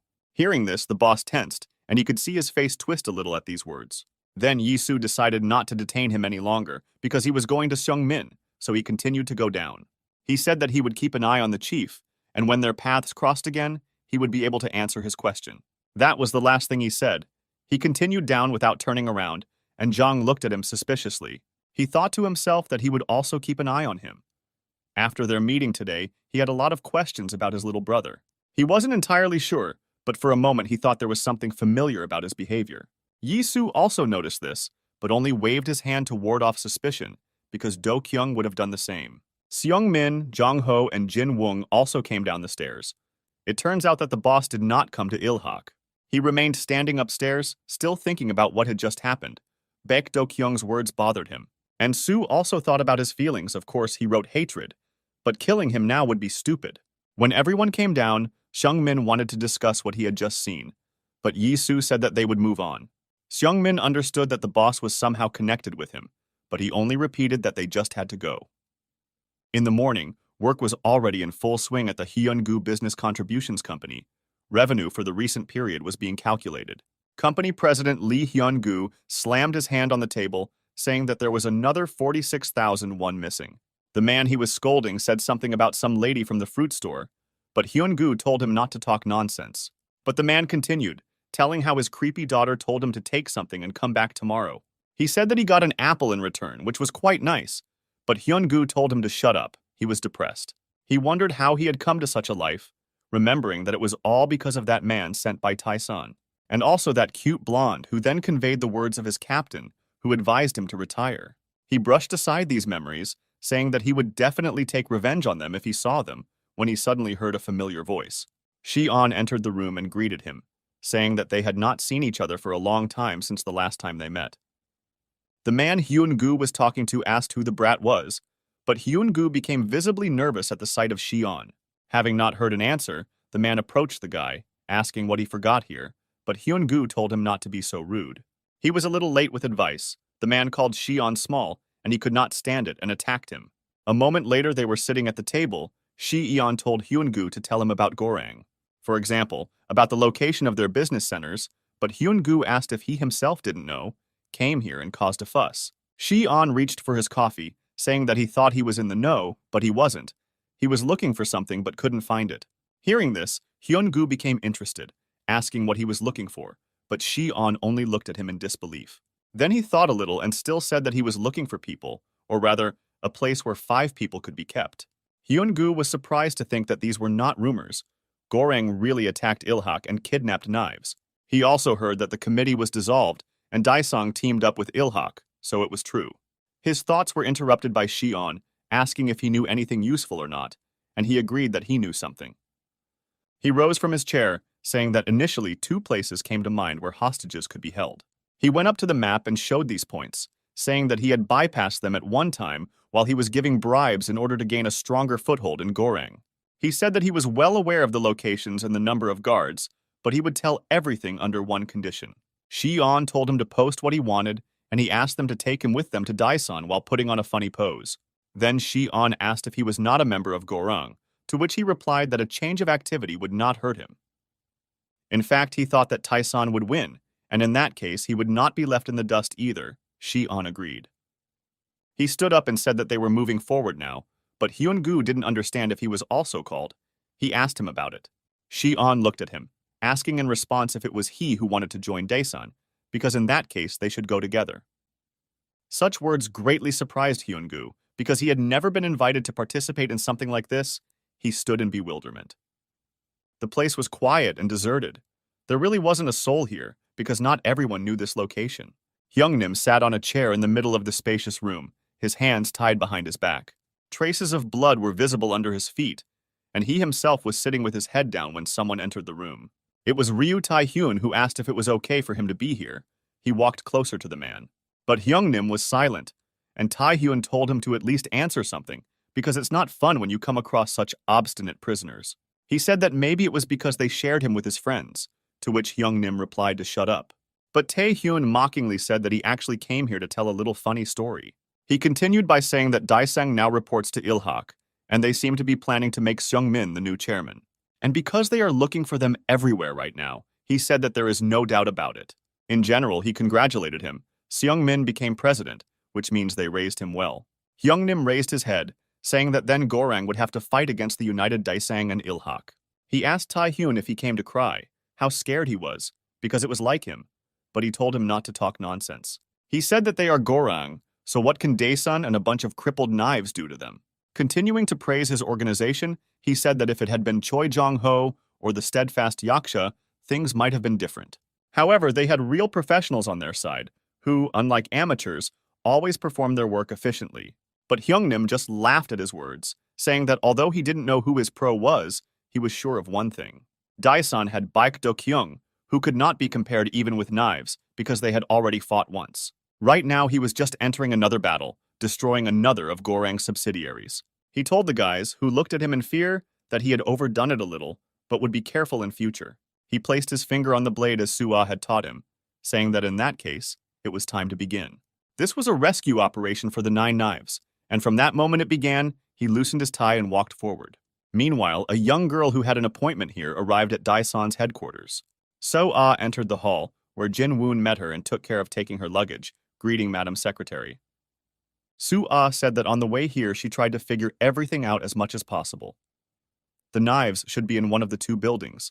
Jin-woon noticed that she worked tirelessly, but the girl replied that she was only carrying out the work entrusted to her. Jin-woon then asked if there had been any progress, and the girl paused for a moment to answer. She stood in front of the door, where people were already waiting for her, but she turned to Jin-woon, reminding him of something. He himself said that without Baek Do-kyung there would be no Daesung, and now she completely agreed with him. That is why she, as his assistant, simply did her job, and Jin-woon should have followed her example. She entered the room, apologizing for the long wait, and then offered to give a short briefing. She brought up 2 buildings on the screen, one of which was a motel in Itaewon, and the other was an abandoned warehouse in Incheon. This was the data that Xion collected. She said that knives were probably being held at one of these points. But since they could not boast of numerical superiority, they had to take only one of the locations by storm. Plus, it was worth leaving a few people to protect their headquarters due to the fact that it was under threat of attack. Yi-soo began to think. He said that the population density in Itaewon is low, so it is likely that the enemy will quickly discover them. Soo-ah shared his thoughts, saying that based on the above, it was more logical to attack the warehouse rather than the motel. And Soo continued, saying that they will not send their troops there, because if Gorang sees through them, he will involve his groups. In this case, they will find themselves in a disadvantageous position, and the future chairman thought the same thing. Then Yi-soo stood up and said that in that case, they themselves should go there and free the hostages. To begin with, they will transfer the guys to an abandoned warehouse, who were masters of covert penetration. It won't be difficult for them to get there without attracting Gorang's attention. As for another location, Yi-soo went there personally. It was a small motel where people could potentially be kept as well. The person at the reception asked if he wanted to rent a room, but Yi-soo replied that he was actually looking for someone. Then the man stopped him, saying that he could not share information about the guests with just anyone. Yi-soo reached into his pocket, and the man thought that he was about to be offered a bribe and extended his hand contentedly. However, instead of money, he received a knife, which Yi-soo stabbed into his hand so that the man did not even immediately feel that he was wounded. At the same moment, Yi-soo leaned on the glass that covered the window of the booth where the shocked man was sitting. He bowed his head in pain, and Yi-soo leaned towards him, asking if he would now tell about his visitors. But the man was silent, so he clarified his question, asking if the men of their 9 knives were here. However, after thinking a little, he said that he might not answer, and with these words he took the knife out of the poor fellow's hand. Armed guys came into the motel and were heading towards him, and he said that he would ask them about it himself. A fight ensued, but it did not last long, and soon, one after another, the guys fell at his feet. They were unable to cope with such an opponent. Yi-soo noticed that these people were Chief Zhang's subordinates, which meant that he had come to the right address by choosing this location. He asked, even though they hadn't fully recovered from the previous battle, if they really wanted to come with him. He asked Jong-ho this question when he was going on his mission. The old man agreed and now fought with him. He even joked about his injuries, saying that he was fine now and it was Do-kyung who shouldn't overexert himself. But Yi-soo responded in kind, saying that he didn't want their new chairman to be angry if he got hurt. They were walking up the stairs when Jung-ho asked if he could ask the director something. This was unexpected for Yi-soo. He even told him about it, but agreed to listen to him and perhaps answer. Then Jung-ho asked what was bothering him so much. He asked why Dyson chose Lee Sung-min as his chairman. At first, Yisu wanted to avoid the question by saying that he just wanted to preserve Ilhak's traditions, but Jong Ho said that he didn't need cheap show-off. The government began to interfere more and more in their affairs. The committee was dissolved, and they are on the verge of a new war. This whole mess brewed in just 3 months, but then Yisu interrupted him, asking what he was getting at. Jung Ho looked at him and said that he just thought that he, director Baek Do-kyung, had something to do with these events. Therefore, he, Jong Ho, wanted to know what his true intentions were if he was not up to something bad. Yisu turned away from him and lowered his gaze, asking if he really wanted to know. Jong Ho responded positively, saying that they agreed to fight together, and even here he was because of this. But Yisu did not have time to answer him, because at that same second, more of Chief Jong's men were rushing towards them from above. One of them took out a knife and pointed it at Yisu, but he told him not to yell, because adults are actually talking here. He added that if the guy had something to say, then let him go down himself, but if not, he would help him with it. After these words, he grabbed him by the leg and pulled him to the side so that the guy fell, because there was a fence there. However, another guy had already appeared behind him, also with a knife, who, screaming, attacked Yisu and Jong Ho. With a calm movement, Yisu grabbed his hand, dodging the attack. He suggested that Jong Ho postpone their conversation. As a sign of agreement, the big man from Ilhak hit the guy Yisu was holding with all his strength in the face, so that they launched a joint attack. This time he was without gloves, but this did not affect the strength of his blow, and the enemy fell, never rising again. This happened on the stairs, and Yisu was already fighting in the air. It was not convenient to advance like that, so it was worth hurrying. Jong Ho thought that the opponents would attack from above, and attackers from higher positions would have an advantage. But he couldn't tell that from the faces of these guys, because in this case the situation was exactly the opposite. As if to confirm his thoughts, Yisu again grabbed one of them by the sleeve, intending to throw him to hell. After all, even if they attacked from above, their actions became much easier to calculate. And Su was already finishing with them, defeating one after another. His strength seemed to last for a long time. Jong Ho also helped him, from time to time grabbing someone by the arm or leg and throwing them aside. And he was even lucky enough to grab one of them by the head, and the poor fellow was in for some serious pain. It was quite easy to lose balance on such a ladder, so he pushed him towards it with all his strength. Yisu saw this and liked how Ilhak's second knife fought and said that they were a great team. While he was still speaking, another man attacked him, but he managed to duck in time, preparing to attack back. At the same time, he didn't even need to make any special efforts, because the ladder did everything for him, and the man fell. He hit his head painfully on the steps, but he could still get up to fight, so Yisu took care of that too. He defiantly took the knife like a writing pen and brought it to the frightened man who did not want to die. However, unfortunately, he was in the service of Chief Jong, which means he chose his fate. Yisu swung his hand and hit him. Those guys who remained alive looked at him with caution, and he asked if this was the end. He added that he was disappointed because he expected more from the boss, but if this was the case, then there was no point in staying here any longer. He said that he heard that Gorang was recruiting real professionals, and they blew it all away to such a useless gangster like him. So it seems that he was the professional here, as well as his partner Jong Ho, who had also already climbed up to him. Meanwhile, in an abandoned warehouse in Yongsan, the guys decided that first they needed to search everything. Their team consisted of Shion, Kyungchun, and Pirate, as Shion managed to nickname him. Weasel, as always, had a cookie in his mouth. He asked who this old man was, to which he replied that he was not that old yet. He told Shion that he had indicated 2 possible locations, but now for some reason he was sure that the knives were hidden here. He added that this is where Gorang kept his prisoners, and he himself saw several new faces heading towards the motel. He finally said that he heard that one of them had a gun, which made Shion tense up a little. Already the number of men received a harsh rebuff from the 2 members of Daesang, who were still fighting on the stairs. But Jong Ho no longer thought much about the fight. He thought about director Baek Do-kyung, seeing how he fought.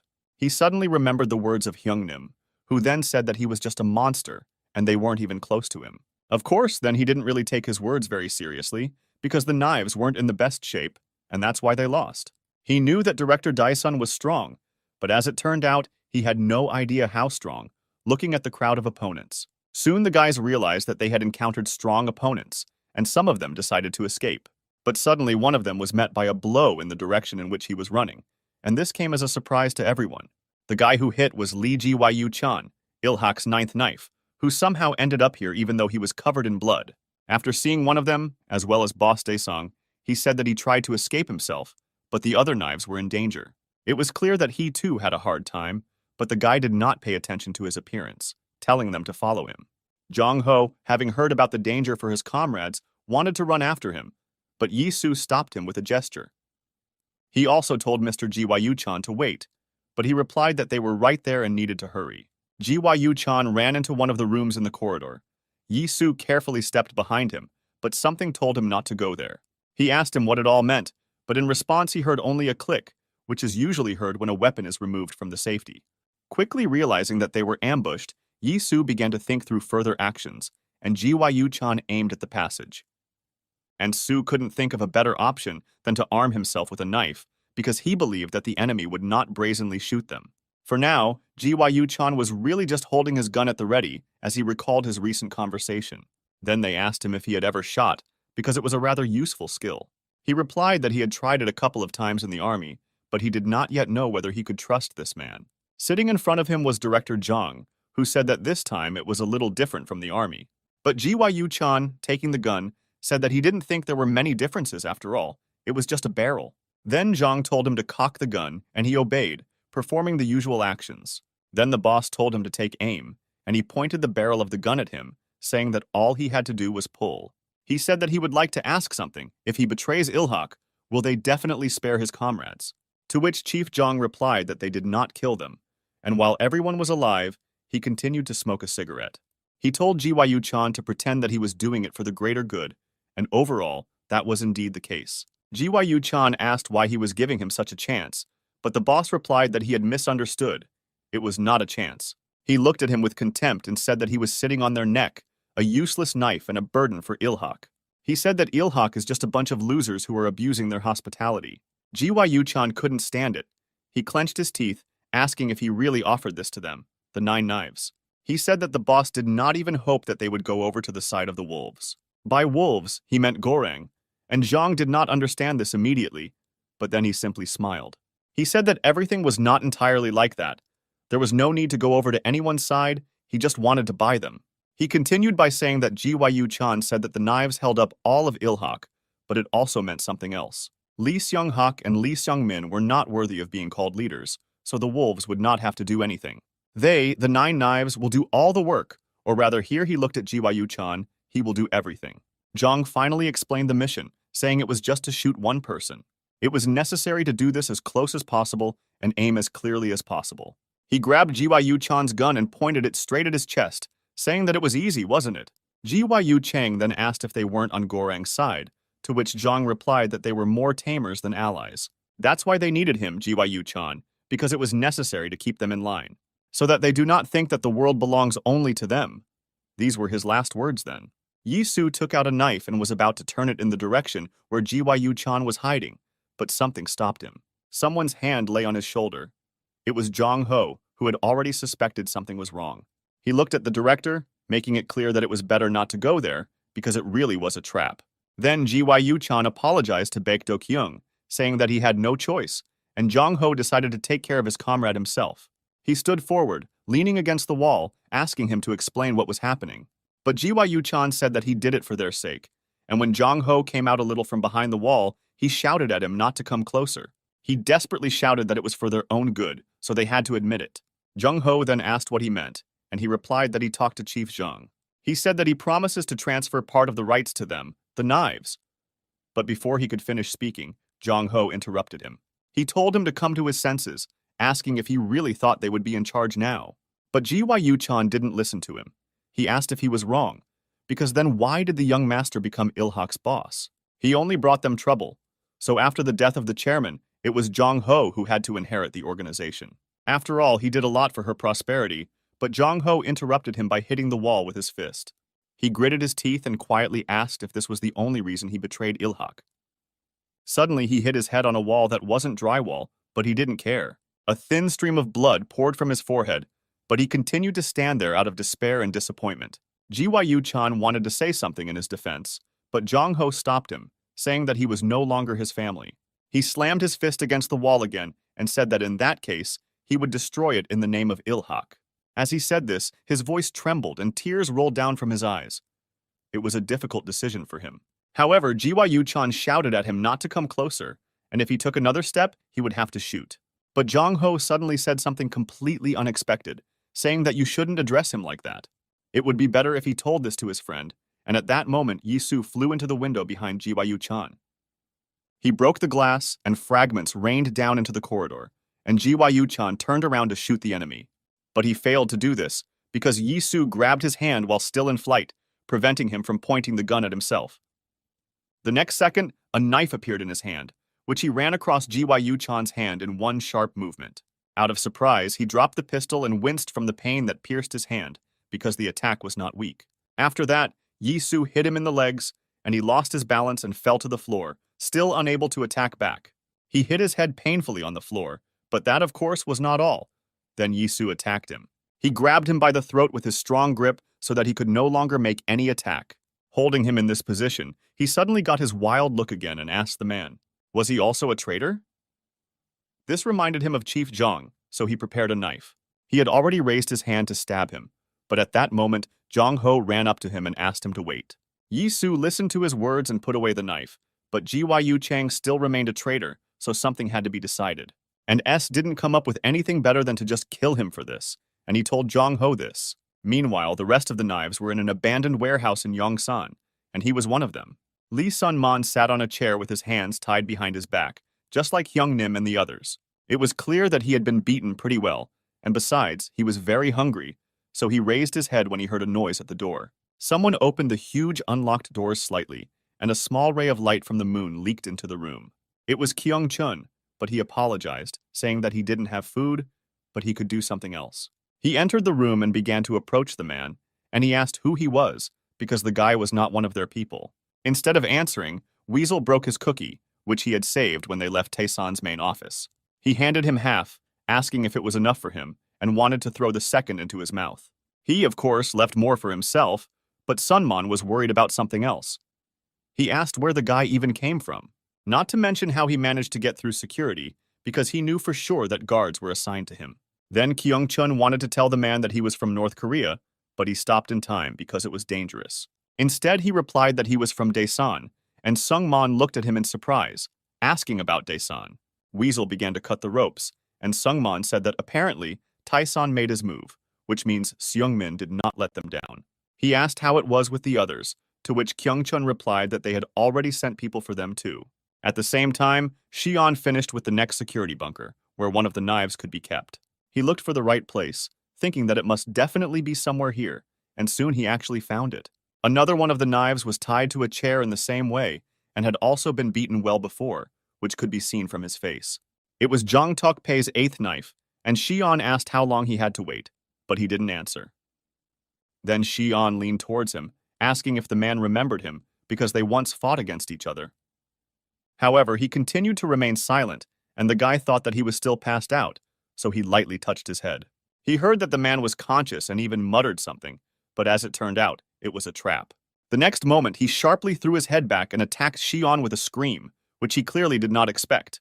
It turned out that he was not even tied down, but was hiding a knife in his hand behind his back, which he swung at the guy. At the last moment, Xi'an managed to duck down, and the man was surprised by this because he did not expect this. Then Xi'an took a closer look at him and realized in horror that this was not at all the man with whom he had fought then. He said that his physique was different last time, and he asked how he was able to dodge his attack.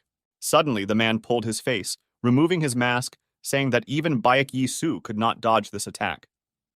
In front of him stood Ghost, an assassin and a professional who fought with Do-kyung. Xi'an looked at him in surprise, because he mentioned that he had killed his commander, and suddenly everything became clear. The Ghost began to spin his karambit, asking if Xi'an didn't know the whole story of the battle. However, the guy didn't need to know anything. He already guessed everything himself and attacked the enemy with a knife.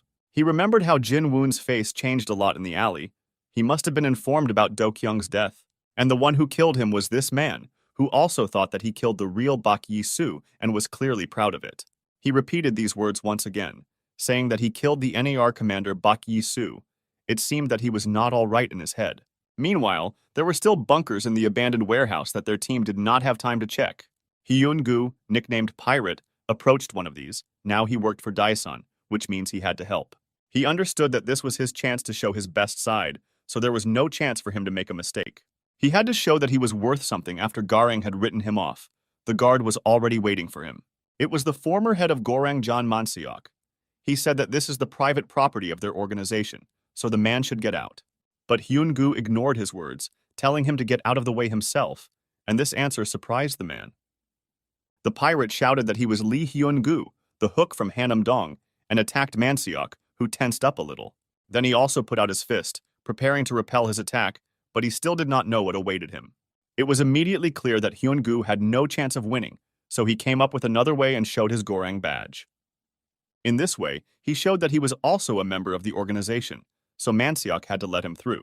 He entered the bunker and saw one of the knives tied to a chair in the center of the room, like his comrades. It was Doko Hyungnim, Ilhak's fourth knife, who was still alive even though blood was visible from his head.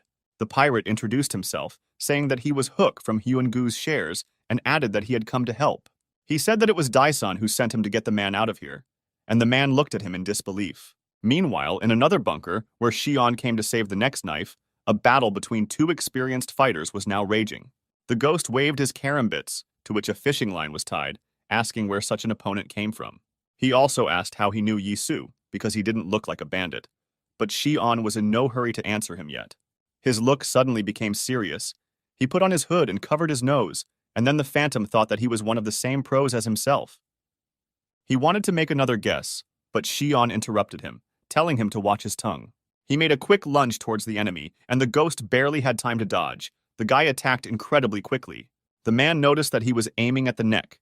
He did not hesitate at all, which means he was trained in professional knife use. In addition, he hit quickly and accurately. He did not often fight such opponents. However, he was also no slouch, because he was a professional hired killer, and he ducked under the guy's next attack. And then he told him not to yawn and to attack him, although Shion didn't seem to be worried at all. Suddenly, he took out a throwing knife and threw it at the ghost's face. He noticed it in time, but it was difficult to react. Still, he leaned to the side, but the knife touched him, cutting his cheek, and he thought that Yisu was not even close to this guy. To avoid falling, he put out his hand and put his weight on it, and then prepared to retaliate. He rushed at Shion. This fight promised to be interesting, because they were both strong and experienced. When the ghost ran, he thought that the guy was still smart about everything, because he deliberately weakened his defense in order to let the enemy get closer. Obviously, he did this to attack him unnoticed, and now he stood ready with another knife clutched between his fingers. Shion said that the man seemed to be a pro for being able to dodge, but this only made Ghost laugh. After a moment, his face became serious again, and he told him with eerie confidence not to die like Baek Yisu. Yisu himself, meanwhile, stood on the sidewalk and lit a cigarette. He realized that the hostages were not being held in his location. He stood near the car where Jong-ho was sitting with Ji-Yu-chan, whom they had disarmed. Now the two were talking face to face. John asked him where the rest of the knives were being kept, and he replied that they were all in the abandoned Gorang warehouse. Then he said that no one intended to harm them, but still Yisu and Jong-ho should not have gone there. Jong-ho asked why, but Ji-Yu-chan simply replied that they guaranteed their safety. He said that times are changing, and now they cannot defeat Gorang. He asked if Jong-ho didn't understand this. In this state of affairs, he simply owes it to the young master and Tyson to go over to the side of a stronger organization. This is the only way the knives can continue to exist. But before he could finish this, Jong-ho hit him.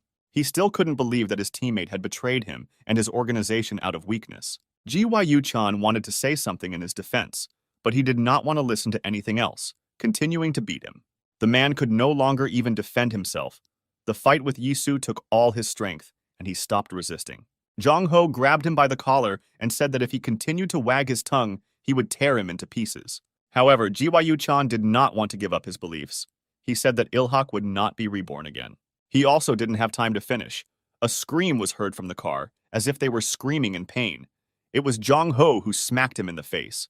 But then the man took his hand and asked why he insisted on his own, knowing that the game was not worth the candle. Jong-ho squeezed the collar of his shirt with all his might. It was clear that he was experiencing mixed emotions, but soon he looked at Ji-Yu-chan. He shouted that the reason was that he was mistaken, and he swung his hand again to hit him. This time, Ji-Yu-chan was unable to do anything at all, so he didn't even move, but he wasn't hit.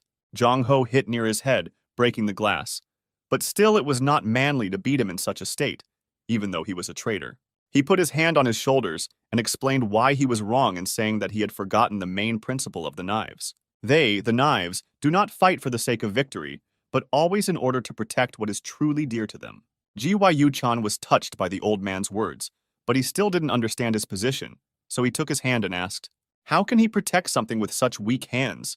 He touched them with his forehead, and tears began to flow. But at that moment, the car doors opened, and Baek Yi-soo sat in the driver's seat, interrupting their conversation. He started the car and buckled up, getting ready to go somewhere, and Jong-ho asked in surprise where he was going. Instead of answering, Director Daesan pressed the gas pedal and the car drove off. He directed it along his route. Puzzled, Jong-ho asked him what happened, but the director only pressed the gas harder to the floor. He just talked to someone and said that everything went to one place, and now they should return to the warehouse. Meanwhile, the fight between Shion and the ghost was still going on. The guy did not stop throwing knives. But soon the man got tired of it. He asked if he was really going to continue to play the fool, because this was actually a serious fight. He finally got close and launched an attack, but Shion was good at both throwing and at close range. The ghost swung the knife, but even before that he managed to notice that the guy was clearly not so simple. He easily dodged every attack. As if to confirm his thoughts, Shion moved his hand behind his wrist, thus loosening his grip. The man felt it. He felt that he was about to drop the weapon, but he could not do anything. It was too late. And then something happened that he never expected. In an instant, the guy was behind him, preparing to attack. He bent his arm at the elbow, but there was no blow. He did it for a different purpose. With a sharp movement, he spun on his leg and snatched the weapon from the right hand of the ghost, who did not even have time to understand this. He was only surprised to notice how the karambit slipped away from his hands, and he looked at his enemy in horror. He thought that the guy was reading his attacks. No, he saw his every step, and now he managed to get rid of one knife altogether. He copied his every move, and Shion himself, meanwhile, asked if anyone was still using fishing line. The ghost realized that this guy even knew about his spare weapon, so he couldn't be caught by surprise. He was even somewhat similar to him, and the thought even flashed through the men that he too was a professional assassin. However, if this was true, he still couldn't lose to him, so the Phantom prepared to attack again. He asked the guy who he was, but instead of answering, Shion rushed towards him. It seems he had a plan again. He swung again. The ghost ducked, preparing to strike in the face, but realized that it was useless. Shion looked at him and said that he knew his every move, so there was no point in trying to outwit him. The ghost thought that he knew everything so well that it made him sick. Now he even spun the karambit like him. To his surprise, the guy was fluent in this type of weapon, and even skillfully used fishing line. And then he suddenly stopped twisting the knife and looked at the man as if he was about to finish him off. This almost happened. The ghost did not notice how the fishing line wrapped around his body, and then Shion cut him in the stomach. The man felt blood. Now he was a little scared, because the guy was clearly a professional, and perhaps even stronger than him. But fear quickly gave way to joy. It was not the first time he had fought such an opponent, so he knew that he would not lose. Despite his wound, he began to attack Shion even more, but still to no avail. Then Shion decided to end this fight, and having waited for the right moment, swung his karambit at the man's face. But to his surprise, he did not even think of turning away from the attack. Instead, he stopped the knife with his bare hands. Blood spurted out from his hand, but the attack was stopped. Shion did not expect this, so the enemy had a chance. The ghost took advantage of this and extended his free hand with the karambit to Shion's hand, intending to cut off his finger. Although the guy noticed this, it was still difficult to take his hand back. His opponent's behavior puzzled him. Now in front of him was not just a professional killer, but a mad maniac who only laughed at his wounds. He strained his face so hard that the scar on his face began to bleed. But he didn't care. He demanded to continue. Meanwhile, Sunmon and Hyungnim had already teamed up and were now breaking into other bunkers together in search of comrades. Sungmon said that they should be careful if they want to do everything quietly, when suddenly he saw a familiar body. They opened another bunker and killed the guards. This time they were lucky and saw Guanpal here. Hyungnim ran up to him and grabbed him by the shoulders. He told the man to come to his senses, but he did not react yet.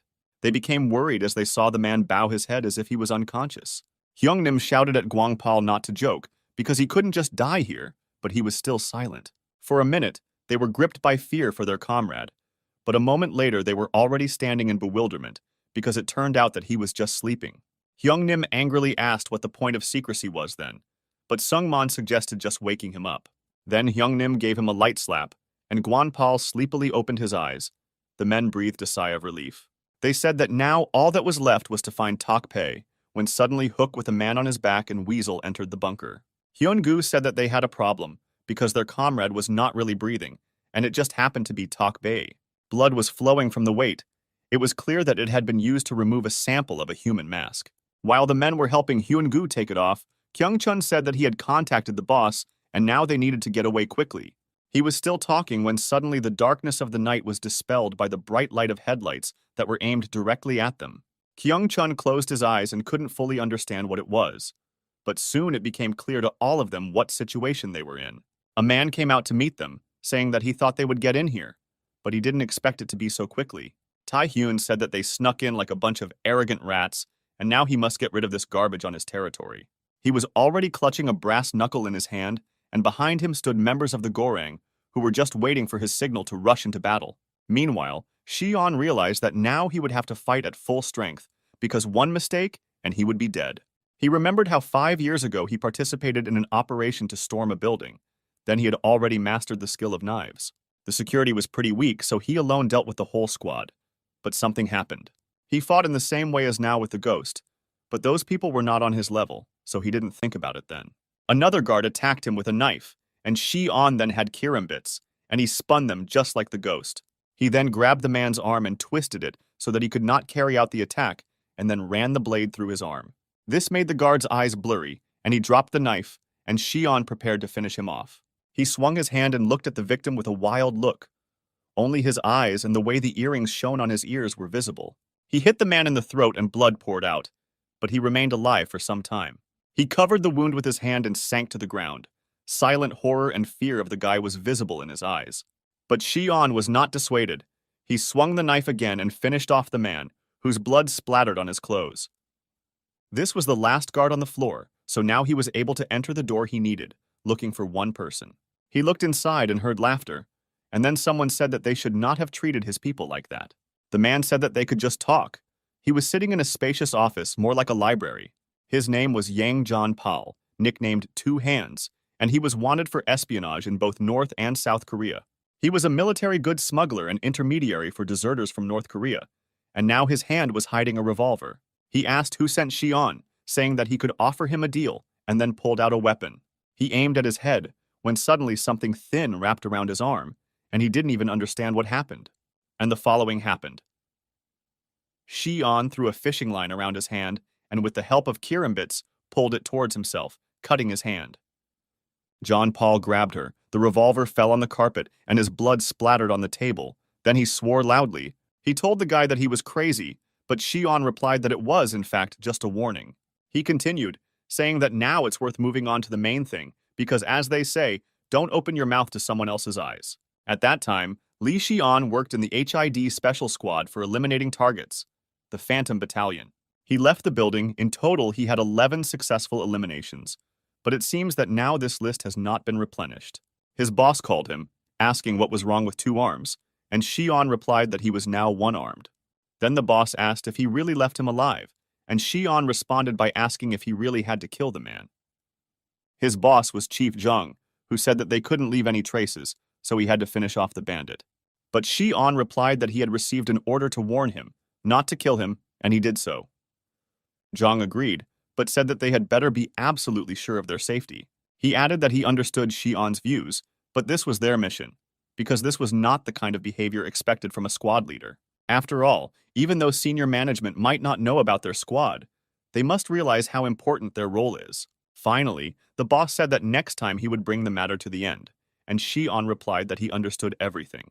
He was brought back to reality by the voice of the Phantom, who asked if he too had fun fighting with him. Instead of answering, Shion swung his leg. Once the enemy managed to take him by surprise, but no more. He knocked the man down, but he managed to cut him in the collarbone area, although the guy did not pay any attention. Now it was the ghost's turn to be surprised by the enemy. He stopped laughing and looked at him seriously.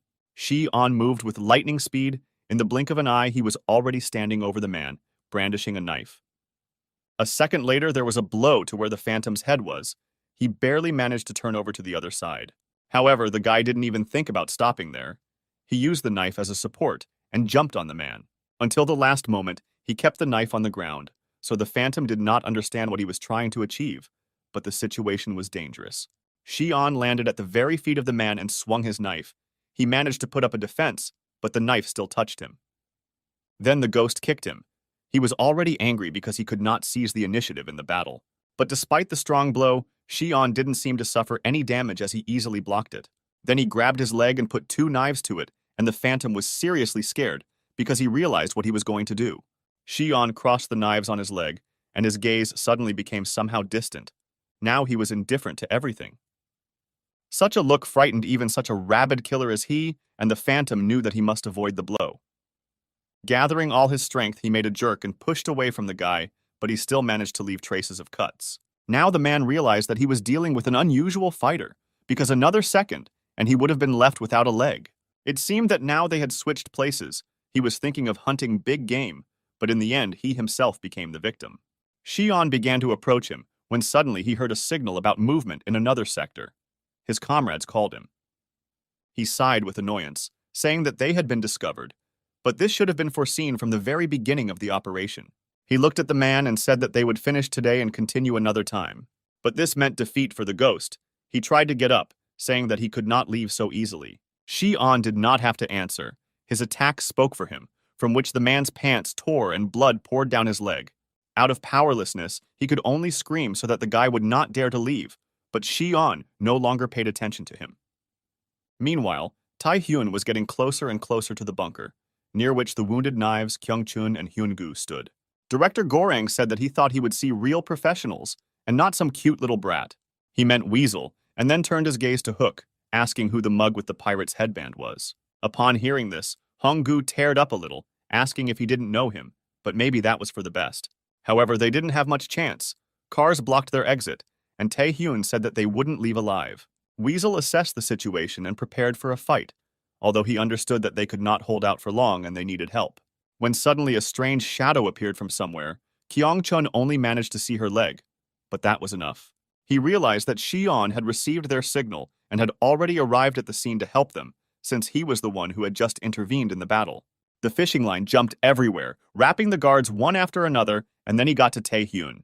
He didn't even notice how there was a noose around his neck, and from behind Shion was preparing to deliver the final blow. He told the bandit to stand still, intending to cut his throat, but Tae-hyun quickly realized this. He bowed his head, not letting the line close around his neck, and swung his brass knuckles, but he didn't see the guy. Shion quickly ducked under his arm and ended up behind him, continuing to tighten the fishing line around the bandit's body.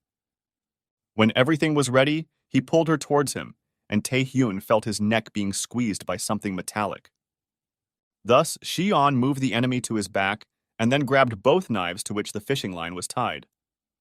With a sharp movement, he pulled them towards himself, and Tae-hyun found himself in a noose, holding his neck, lying on the guy's back. Shion was still frozen in a squat, but as soon as he straightened up sharply, Tae-hyun risked saying goodbye to his life. He also understood his situation well, so he tried to somehow get out by swinging his free elbow. But Shion withdrew his hand, saying that Boss Gorang was simply unlucky today, and let him think that he was dealt a hard hand. Then he hit him below the knee, and Tae-hyun lost his footing, falling to his knees. At the same time, Shion straightened up and put a knife to his still-wrapped neck. Tae-hyun began to choke. Now he looked rather pitiful, and Shion told the rest of the Gorang members that it was better for them not to move. He added that otherwise he might inadvertently kill their boss, and they realized that the guy was serious. Then Shion turned to his comrades standing near the bunker, saying that the wounded man should be taken away first. Hook thought how this crazy guy got rid of Ryu Tae-hyun so easily. He asked himself where Tae-san found such a thing. However, people often say things like this in a situation like this, so you should always be prepared for the unexpected. Shion ordered the Gorang men to get out of the way, or he would gut their boss like a pig. But at that moment, he heard the whistle of a knife. Someone sneaked up behind him unnoticed and now quickly attacked. Fortunately, he managed to notice the enemy in time. Chief Zhang swung the knife right at his throat, and Shion barely had time to duck as the knife cut the fishing line from Tae-hyun's neck. Zhang told him that he talked a lot, like a poser.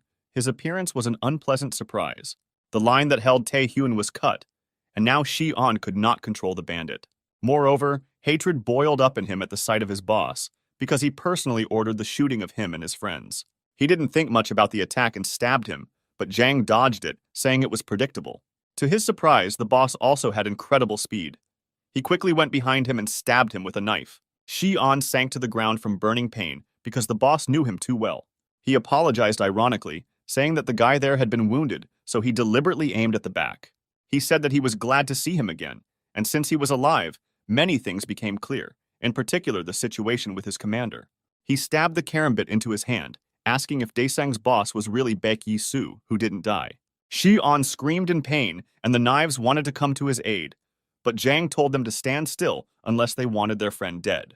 He added that the situation had changed slightly, and if they did not want it to worsen, then they should stand and watch the performance. Meanwhile, Tae-hyun also came to his senses. He held his hand on his neck, cursing the experienced guy who could do this to him. The boss told Shi-on that he had already told him that such things should not be done anyhow, and that unfinished business should not be left. Then Tae-hyun intervened, asking what kind of nonsense he was talking about since the guy had just almost killed him.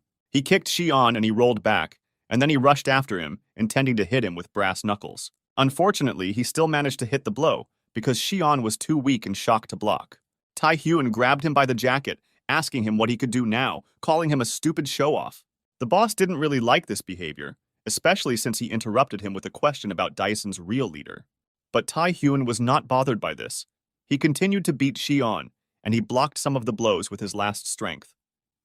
Then Tae-hyun swung to finish him off with one precise attack to the head, saying that luck was not on his side now. He brought his hand down on his head, but Shi-on only removed it and grabbed his hand, preparing to retaliate. With one jerk, he rolled onto his stomach, using Tae-hyun's hand as support, and then grabbed him by the shoulder. Thus, he again managed to find himself on top of the enemy. He moved one of his arms to the side and pressed his face to the ground with his elbow. This was necessary in order to knock down the enemy's confidence, and then he took him into a chokehold. He squeezed his neck again, and Tae-hyun's vision even dimmed. He began to convulsively grasp the air with his hands. Then Shi-on loosened his grip a little, but put a karambit to his cheek, asking if he still hadn't learned his lesson. With these words, he ran the knife across his eye, and blood poured out, and Tae-hyun screamed in horror. Shi-on just smiled, saying that the boss was right, because they really had a good performance. He turned to the boss, telling him to leave quickly, otherwise this time he will actually kill Boss Goreng. Everyone thought that the showdown would end there, when suddenly Chief Jong said that he could kill Tae-hyun if he wanted. He said that they didn't need such a useless ally anyway, and then he called the others. However, the men from Goreng did not budge. They hesitated, but still no one followed his order. Shi-on then remarked on this with satisfaction, saying that it seemed that the chief did not understand the bandits very well. After all, the world of bandits differs in many ways from the world of soldiers. Different rules and laws apply here. For example, the fact that he cannot become a boss only through force, because each of them believes in his boss. And if the boss was going to play with the bandits, then he should not leave unfinished business, because the rules on this side of the border are different. This offended Jong. He asked if he really considered logic based on emotions to be rules. At this moment, he thought that even if Tae-hyun died here, they would all lose control of Goreng. Then he realized that a bunch of thugs would not carry out his orders and turned to Shi-on. He told him to leave Tae-hyun and get lost because he would only play by his rules this time. And then he turned to Tae-hyun himself, calling him president and saying that they would talk about everything later. His face was so gloomy that no one dared to argue. There was something frightening about this man. Then Shi-on told the others to leave, and he would let Tae-hyun go when they were safe. Chief Jong stepped aside. Knives, Weasel, and Hyung-gu left through the bunkers from the back door, and so far no one was following them. Shi-on and Tae-hyun also began to slowly retreat back, or rather, it was Shi-on who led Tae-hyun back. He grimaced with displeasure, and the guy said that next time he would really take his eye. Then he put the bloody karambit to his throat, telling him to try not to die before that. Tae-hyun couldn't stand this. He waved his hand, thinking that this time he would definitely be able to hurt the guy. However, his hand only hit the air. He was surprised to notice that Shi-on had already managed to hide. Then he was overcome with anger and hatred towards Tae-san, because this guy was her member, which irritated him even more. He called them all worthless, vile insects, which, however, managed to make him afraid. He was indignant, saying that he would put an end to this organization of idiots. But suddenly, Zhang approached him. The boss had followed them, and he was now standing behind Tae-hyun, saying that they needed to clarify something. Seeing him, Tae-hyun's eyes flashed angrily. He said that he felt now was the time for an explanation. He put out his hand with brass knuckles, and Chief Zhang pointed a knife at him instead of answering. Meanwhile, The wounded knives and others were already waiting for the car in which Yisu and Jong Ho arrived with Gyu-chan. At the sight of his comrades, the old man ran out of the car, asking what had happened to them during this time. As he got closer, he noticed that Guan-pal was still limping, and Tok-pei could not walk on his own at all. He hurried to take it from Hyun-gu's back, and Hyung-nim noticed that his condition continued to worsen. He said that they needed to hurry to the hospital, because otherwise everything could end badly. Yisu quickly assessed the situation. Of the wounded, besides knives, there was also Shion, but he said that everything was fine with him. They were already on their way. Fortunately, the hospital was not far from the abandoned Gorong warehouse, so they would make it in time. In the back seat were Tok-pei, unconscious, and Gyu-chan, who suddenly quietly apologized to his comrade. He said that he didn't think things would turn out this way, but suddenly Tok-pei opened his eyes, asking what he was apologizing for. Gyu-chan replied that he was short-sighted, and that's why Tok-pei and the rest of Knives got hurt, but he interrupted his friend. He sat back and said that he should ask the young master for forgiveness, not them. But Gyu-chan couldn't do it. With tears in his eyes, he asked how he could show himself to Seung-min. Then Tok-pei looked away and said that if the young master did not forgive him, then he would kneel with him. And together they will ask for his forgiveness. With these words, tears also rolled down from him. He said that they should go to him now. But that was the last thing he said. After that, the man fell silent, and considering his condition, Gyu-chan became worried. He was touched by his friend's devotion, but understood that Ilhak suffered because of him, and this was only his fault. He could no longer hold back his tears, and they flowed like a river into his hands. He thought that he could not bear it if Tok-pei died. However, time was running out while they were driving. It was necessary to urgently come up with a plan, and he realized what he had to do. He agreed with his friend, saying that they should indeed go to the young master and ask for forgiveness. Meanwhile, Chief Zhang brought a lighter to light a cigarette. He turned to President Gorang. Apparently, they had a battle before, but for some reason, Tae-hyun ended up on the ground, and Zhang towered over him with a cigarette. He said that the bandit's fists were not that bad. One could even say that he had some kind of talent. However, Tae-hyun did not feel praise in his words. The boss grabbed him by the hair and lifted him slightly. At Daison's main office, a difficult task now lay ahead for Gyu-chan, who had come to ask for forgiveness. All the knives were gathered there, as well as Yisu and Seung-min, who had not yet spoken anything while listening to his confession. Yisu sat in a chair and simply watched what was happening. He was wondering how the director would react to the betrayal. But Guan-pal did not hold back. He hit him in the face, saying that he was a real piece of shit, because so many people died because of him. He continued to beat him, asking how he even had the audacity to show his vile face here. It would be better if he just left. He raised his hand to strike again, but this time his hand was stopped by Jung Ho, saying that enough was enough. But he threw his hand away, saying that he must deal with this bastard because he betrayed them and Ilhak. Then Jung Ho said that only the boss has the right to judge him, but Guang-pal said that there is no need for him to get his hands dirty. He added that he would deal with such a fool himself, and Yisu saw that Seung-min still did not react. Then he stood up and went to Seung-min, saying that Daison would not influence his decision in this situation. In the end, it has nothing to do with them, despite the fact that Gyu-chan caused them all a lot of trouble. He came close to the chairman and took out a knife, saying that betrayal is a very serious issue, and his decision remains with him, the director of Ilhak. With these words, he handed him the knife, and Seung-min accepted it. Then he headed out, saying that the other knife should also cool down, and Guan-pal realized that this concerned him. Then Yisu continued, explaining that this problem could not be solved by simply punching the traitor in the face. He put his hand on Guan-pal's shoulder, who was about to start beating him again, but now he doubted it. And Su told him that he shouldn't make a show out of this, because this way nothing will change, and that's not what they need. Guan-pal thought for a while, but still decided to listen to Director Daesang's words, because he was right. Seung-min held the knife and also thought about what Yisu told him. Now he had to judge the Gudo member for treason.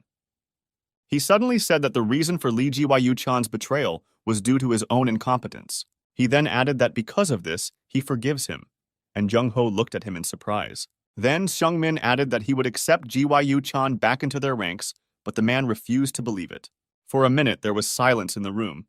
Everyone thought that the conflict had been resolved, but this turned out to be far from the case. Seung-min suddenly changed his voice and said that this was how he would have answered before, but now everything was different. He said that his betrayal resulted in the death of Tok-pei, who in the end could not be saved, so his guilt is obvious. And therefore he will not judge him as a foolish young master, but will pronounce judgment on him in the name of Ilhak. He gripped the knife tighter and walked towards Gyu-chan, who was on his knees, unable to get up after being hit by Guan Pal. But at the same time, he understood everything perfectly. He knew that he deserved it, and therefore did not think of resisting. He prepared for the worst, because the director had every right to stab him or even kill him, but he just walked by. Gyu-chan looked at him in surprise. He didn't know whether it was generosity or the boss would now tell him to get out of Ilhak. He could not bear the silence and shouted why the young master spared his life, because he had betrayed them. Because of him, Tok Bei was killed, but Seung Min replied that it was now clear to him in which direction their organization would develop. He said that he would do it. He was simply obliged to rebuild Ilhak, but the men did not understand anything yet. Seung Min continued, looking at the knife. He said that it was not made to cut the throat of such pigs. So let Lee Ji-Wyu-chan get away and never come into their sight again. That was his verdict. He said that he was no longer the knife of Ilhak, and there was no point in shedding his blood on the path they had chosen. He left the room and the others followed him, all except Ji-Wyu-chan, who remained standing silently. Seung Min thought what a pitiful leader he was, even though his words said otherwise. Jong Ho asked if he was the only one who showed them Chairman Lee Seung Min's Ilhak, because it was something new. Sun Min was surprised by his words. He turned around and asked what he meant when he spoke about Ilhak, because in fact, such an organization no longer existed. But Chung H did not agree with him. He said that from now on, his every word or action will reflect the will of Ilhak. After all, there is nothing wrong with the young master wanting to remake the organization at his own discretion. Meanwhile, Yi Su went up to the roof where there was a helipad.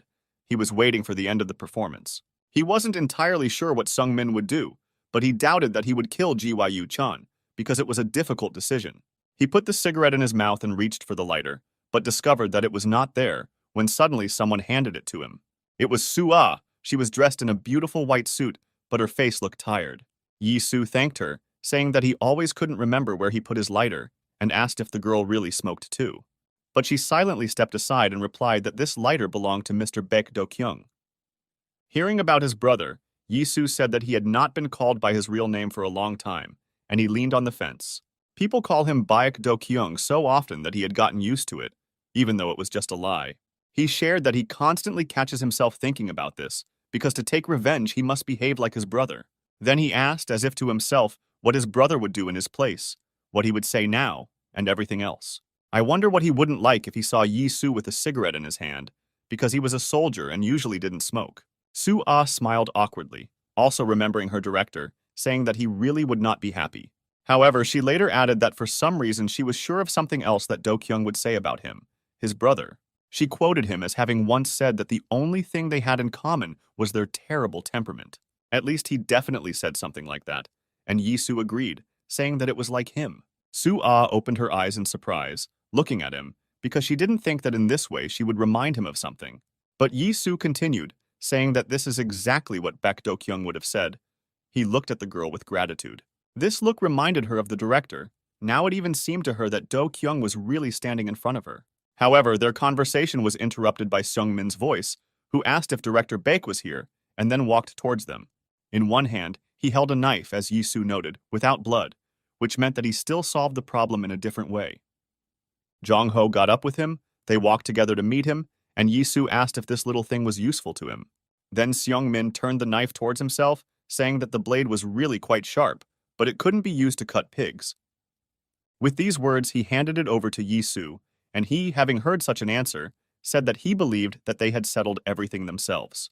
Then he hid the knife in the inside pocket of his jacket, saying that now they should get down to business, but Jung Ho interrupted him. He apologized for the interruption, but before discussing plans, he wanted an answer to his question.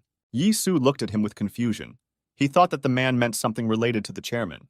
But then he remembered their conversation on the stairs, where he asked him what his true motives were. Then he did not have time to answer because they were attacked again.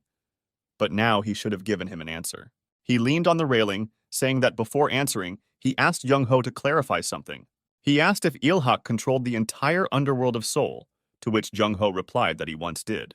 Yi Su then asked if he remembered how much money the organization was making every day back then. Jung Ho said it was 15 years ago, so he doesn't remember.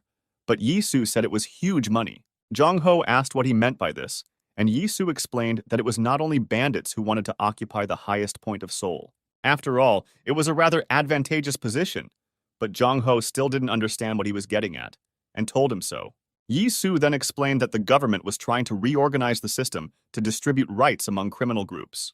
This was the very thing that led to a whole series of events in which Chief Jang was also drawn into.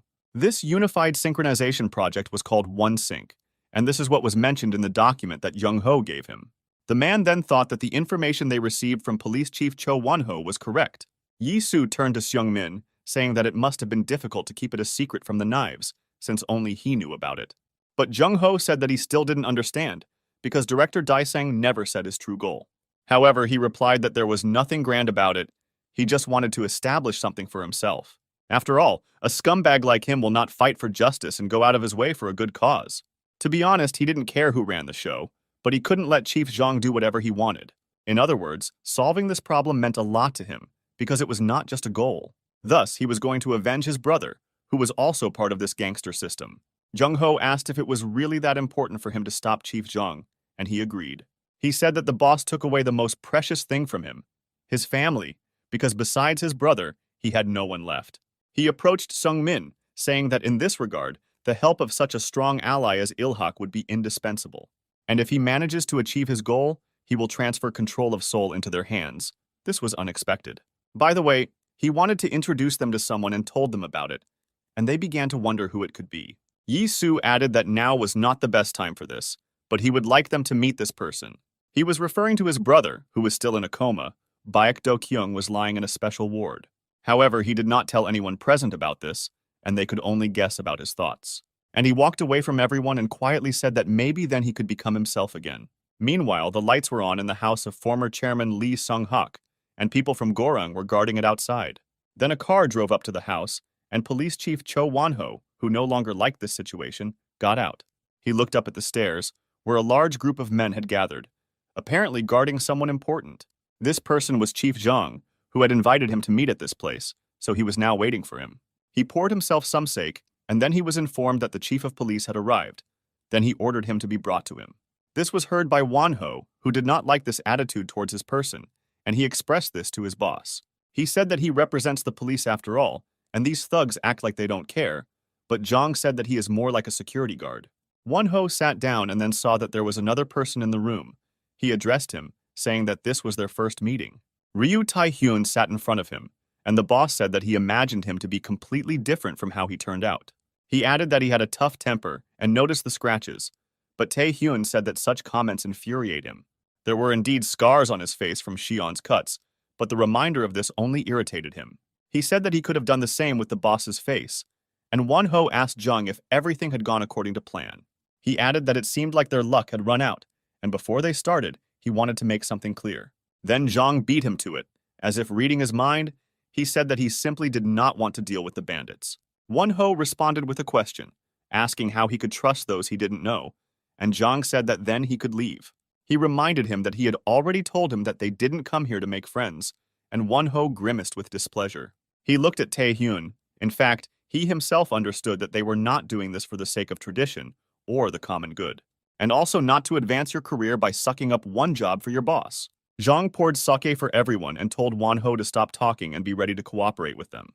When everyone was listening intently, he got down to business, asking who they now needed to eliminate first. Seung-min stood in a morning suit near the department where the memory of all the members of Il-hak was kept, among whom was Tok-boy. He stood in the right place and thought about what his grandfather would do now, because he would know exactly what to do. Tok-pi was his uncle. Like all the other knives, they did not have time to take him to the hospital, and he died in the car. But how many pleasant memories there were about this man. He remembered how he once broke an icicle while sitting on his shoulders. Then he also asked if the man was the oldest of the knives, and he was surprised, saying that he was the youngest.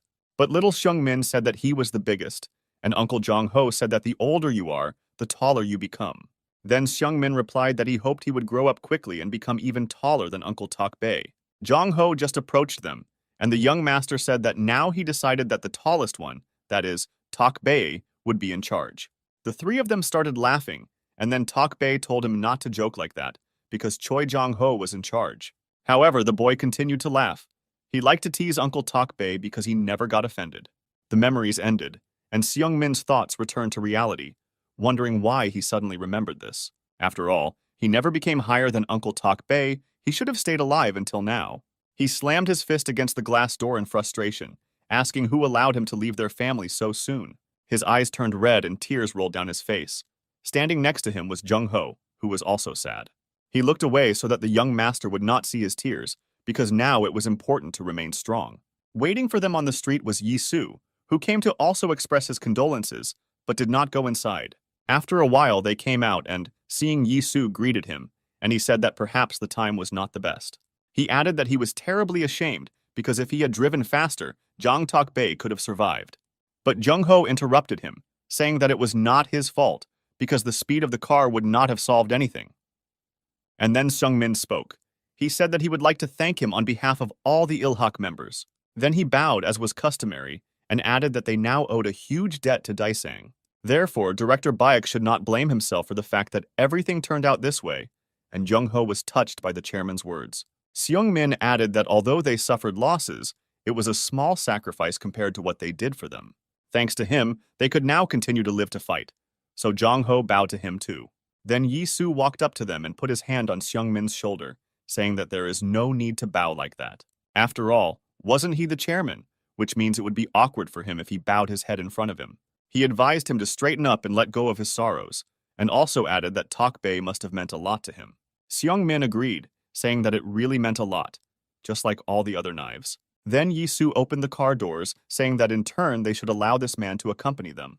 After all, their safety was the main priority. Boris, who was just perfect for the role of a bodyguard, got out of the car. Meanwhile, back in Goreng, at the Red Crown Hotel, Tai Hyun stood in front of the mirror and examined his scars.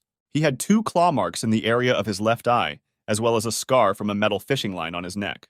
He took a moment to get acquainted with his new face, and then got angry and hit the table with his hands. Just like that time when Chief Zhang said that they should leave Daisong alone for a while. He explained that if Goreng attacked, their other opponents would also make a move, while Tae Hyun licked his wounds. He asked, even if it was not HHS but Tianxiong, whether he could handle them in this state. Then they were interrupted by Wan Ho, who dared to express another crazy idea about the gangster world. He asked why Goreng and Tianxiong should not unite and make a truce, because that would be nice. But Tae Hyo looked at him with an incomprehensible look, saying that it seemed that the boss still wanted to remain without a head. He started to talk about how Goreng would never ask anyone for help, but his thoughts were interrupted. It was a security guard who came in and said that the car was ready, but Tianxiong was asked to postpone the meeting. He added that their informant reports that they are meeting with someone right now, and Tae Hyun became wary. The meeting was supposed to take place in the Chinatown of the Dalim district, because this was their territory. Yi Su approached one of the small eateries and was immediately greeted by the waiter. He asked what he wanted, but Yi Su replied that he was not hungry and only wanted to talk to a certain girl. The waiter said it was quite funny to come to the restaurant full, but then asked who he was looking for. Yi Su then placed his business card on the table, asking if he could have a few words with Lady Cha Yuhua. As expected, the man was not just a waiter. He said that he would tell his boss about the visit from Daesan. However, they had something to deal with first, and with that, he suddenly took out an axe and slammed it on the table. The man was strong, somewhat similar to Jin Wung, but Yi Su had no difficulty in grabbing his hand. He said that he didn't think that guests were greeted so rudely here, he didn't come here to fight, and in general he was alone. As he explained this, he noticed that other men in the establishment stood up from their seats. One of them attacked Yi Su with an axe, saying that Daesan had no right to talk to their boss. To avoid a collision, Yi Su kicked a nearby chair and it flew towards the man. In some strange way, the seat in it became separated, and the enemy was distracted by this, which Yi Su took advantage of. He put his hand forward and stopped the man as if he were a child, but they had serious weapons. But Yi Su didn't seem to care. He grabbed him by the head and slammed his head into the ground, causing him to drop the axe. The other men simply looked on, but soon they also took out various types of axes, preparing to attack him. One of them wanted to be the first to rush into battle, but suddenly someone stopped him, and when he saw who it was, he immediately retreated. It was a girl who had a sharp machete in her hands. She told everyone to move out of the way, calling them non-entities. In an instant, she was near Yi Su and then jumped off the table, immediately raising her hand to strike. Even though she was a girl, Yi Su could clearly see her muscles, and she was also incredibly fast. In addition, he managed to notice how during the flight, she grabbed her knife differently in order to attack in the other direction. This is what she did, but Yi Su was able to defend himself by placing his knife in time to block. the girl interested him. He analyzed her, thinking that she had managed to change the trajectory of her blade as she turned around. He asked if they had met by chance before, but the girl replied that he should shut up, otherwise she would cut out his tongue. The fact was that not only Seoul criminal groups were drawn into the war that began after the fall of Ilhak, but also foreigners from the southwestern region, which was under the control of the Han and Joseon people. It was there that brutal showdowns most often took place, and in this chaos, in the middle of a bloody battlefield, a flower bloomed. This flower was a separate organization called Tianxiong, whose members were called Untouchables. And now this girl, who was one of them, stood in front of him, which means it will not be easy to defeat her. And she seemed to like that she finally had an experienced opponent. She told him to try to catch her. None of them had yet managed to attack a second time, when suddenly the girl was called out by someone's authoritative voice. It was Cha Yuhua who addressed her by name, asking Shulan what kind of circus was going on here. But the girl replied that she didn't have to worry about anything, and anyway, wasn't she going to a business meeting? She turned to Yisu again, saying that since this vile bastard came here, she would deal with him herself. But Yuhua interrupted her, saying that she asked about what was happening here, and what the girl was going to do did not interest her. Then Shulan replied that this scoundrel from Taisan was looking for her, but, as one could see, did not show due respect. Then Yuhua looked at the table with the axe. She turned to the waiter, asking if this was his weapon. And he still held her hand, asking instead of answering what else he could do, and she decided to remind him. She took the axe back, asking if he had forgotten everything they had done to sleep peacefully at night. They shed the blood of competitors and cut off the hands of their relatives, and the man was hot-tempered even then. She sank to the floor with him, continuing that now they could not lose the status that they had received at such a price. She said that they only took up arms to protect their comrades, recalling the oath he took. With these words, she handed him the axe, and the man accepted it, remembering what he had once promised her. Yisu noticed that there was a completely different atmosphere now. Yuhua ordered everyone to calm down and not fight. But even so, Yisu understood that it would not be easy. He greeted her, saying that a little more, and he would have been dead. Then the girl hurried to him, asking if everything was all right, but he replied that he was fine. His request was much more important, because he said that he came to seduce her, so he asked to give him a little time. Hearing this, Yuhua told him to follow her, and after a while they were already sitting in Tianxiong's office. She told Shulan to go too, but the girl didn't like the director of Taisong and didn't try to hide it. And Su noticed this and said that after all, she and the guys overdid it a little when they met him, because it was dangerous. But the girl turned away, saying that she recognized that it was their fault, but she still didn't like the director, and she couldn't do anything about it. And Su replied that it was very nice of her, but still not very regrettable. Then Yuhua came to them. She brought iced tea, saying that she thought Yisu was going to seduce her, not Shulan. Then she asked what he wanted to discuss, saying that she already guessed, but would like to hear it from his lips. And Su said that in that case, he would get straight to the point, without long preambles, which she already knew about. He looked at her with a cheerful look, saying that they were going to start a war with Gorang, and he wanted to know whose side Tianxiong was on. Yuhua didn't think twice, saying that she, of course, would be on the winning side, but Yisu didn't like that.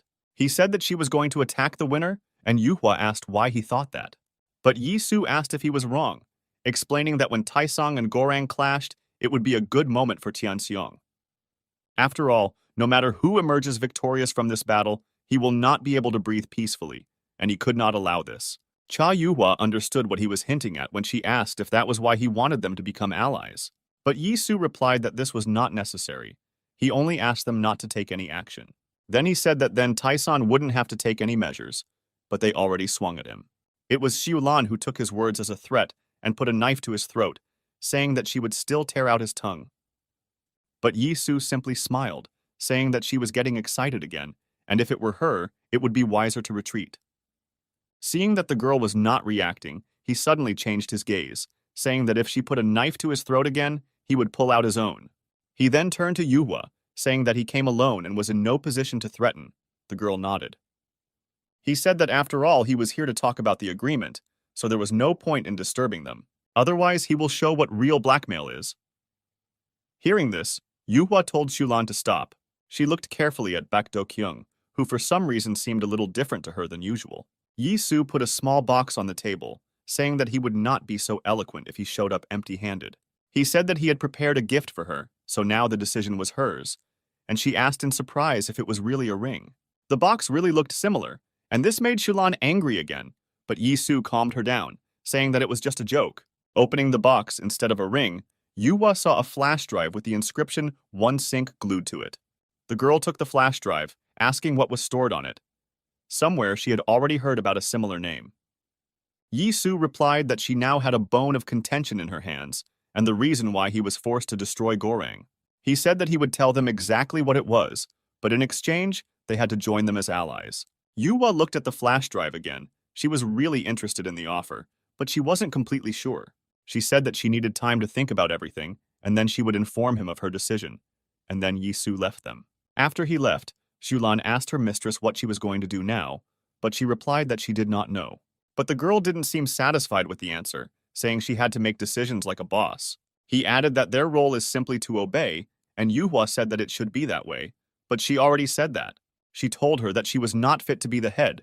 She turned to Shulan and with tears in her eyes said that she was scared to death. Shulan approached her, asking why she was crying again, since she handled the situation very well today.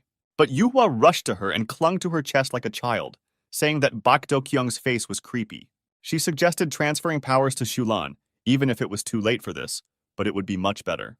She said that she was never proud of the lead role, and did not understand why the girl did not want to help her. However, Shulan interrupted her by sharply withdrawing her hand, and Yuhua fell. She looked at the girl, and she told her not to talk nonsense.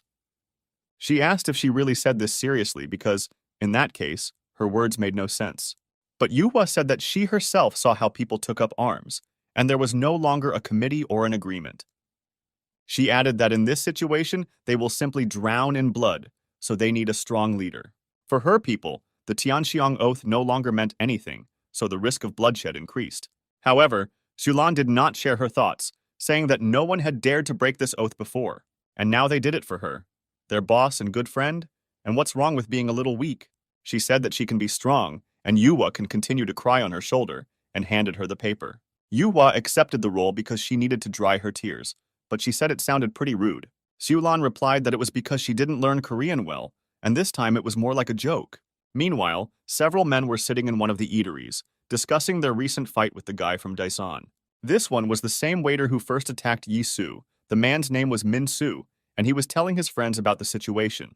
Another man, apparently older than the others, said the negotiations had gone well, but they had screwed up. He was still talking when suddenly a car crashed into the diner, smashing the glass doors to smithereens. The fragments rained down in all directions. The men stood in bewilderment, because such an appearance meant only one thing. Min Su asked his comrades if they were injured, and men in gray sweatshirts began to get out of the car. They looked quite strong. Their face was covered with a bandage, but something immediately caught the eye. Meanwhile, 2 more cars drove up to the building, and men also got out of them, approaching Min Su and the others. Min Su greeted the men, asking if they had made a reservation, since he didn't remember such large orders. Instead of answering, one of the thugs showed a badge on his jersey, which showed the Daesang Group logo. Then one of Tianxiang's people took out an axe and attacked him, saying that they had decided to attack them after all. But before he could strike, the man jumped up and kneed him in the face so hard that he broke his nose. Out of surprise, he lost the axe, and the man intercepted it, and then swung at the enemy.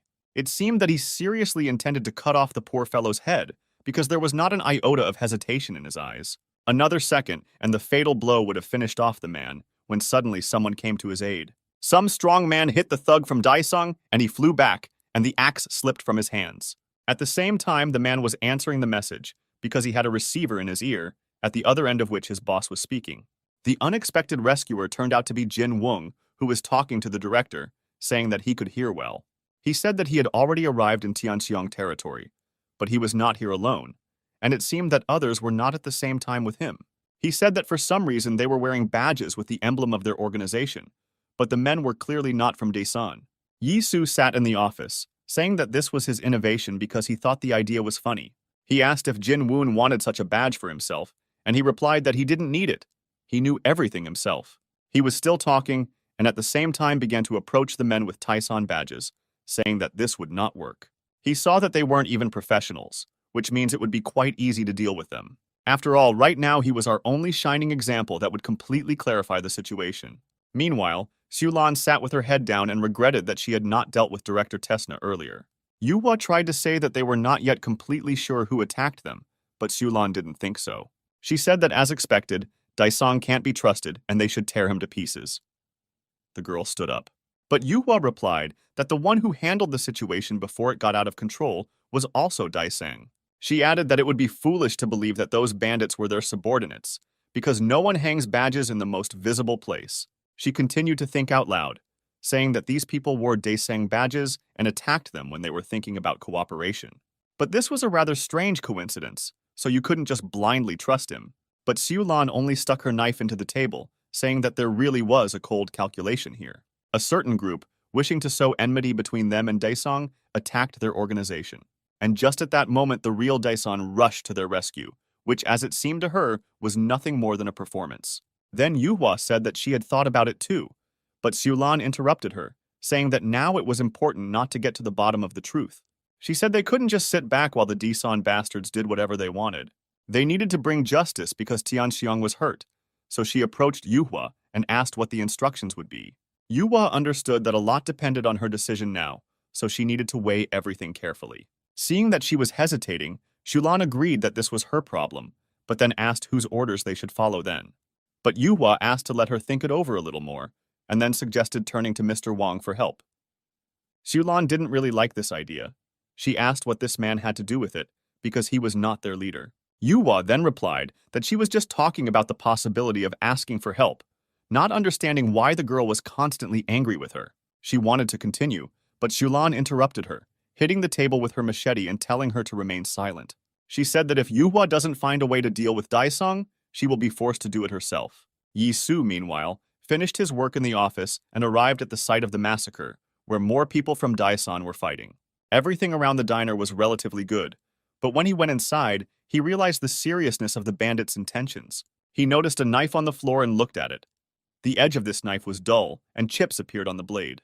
Not an army knife, but an ordinary knife that could be found everywhere, told him that these people were not sent by Chief Zhang. He then reached one of the cars left by the bandits and opened the door, being surprised to notice something. In the salon, he found a 100 yuan bill, but he was more surprised by its origin, because it was the currency of China. Then he began to think that some Chinese organization had started on Tianxiong, but he did not understand why. His thoughts were interrupted by a call. It was Seong Min. So Yi Su picked up the phone and reached into his pocket for cigarettes. He asked the chairman what happened, and he asked if he really went to Tianxiong alone. Yi Su replied that it had already happened, saying that going there as a group would not be the best decision. He then decided to ask the chairman what interested him, asking if he knew about the Chinese branch of Tianxiong. But Seong Min said that Chinese groups had not been heard of for a long time, so it would be better to ask Jung Ho. Yi Su said that he understood everything, then wished him a successful business trip and added that he would wait for the results. Seong Min, in turn, told him to be careful because it would not hurt, and Yi Su wanted to light a cigarette. Suddenly, someone did it for him. It turned out that while he was talking, a man approached him and handed him his lighter. Seeing him, Yi Su told the chairman that he would call back later, and hung up the phone while looking at the stranger. The man apologized for interrupting him, saying that he must be busy so he wouldn't keep him long. He introduced himself, saying that his name was Wang Han and that he handled currency exchange in the area, and then asked who Yi Su was. He also introduced himself, saying his name was Baek Do Kyung and he ran a company called Daisong Group. He also noticed that the man was walking across the broken glass floor as if it was no big deal. Hearing that he was from Daisang, Wang Hao bowed, wondering how he could not recognize such an important person. And Su told him to stop because he was embarrassing him.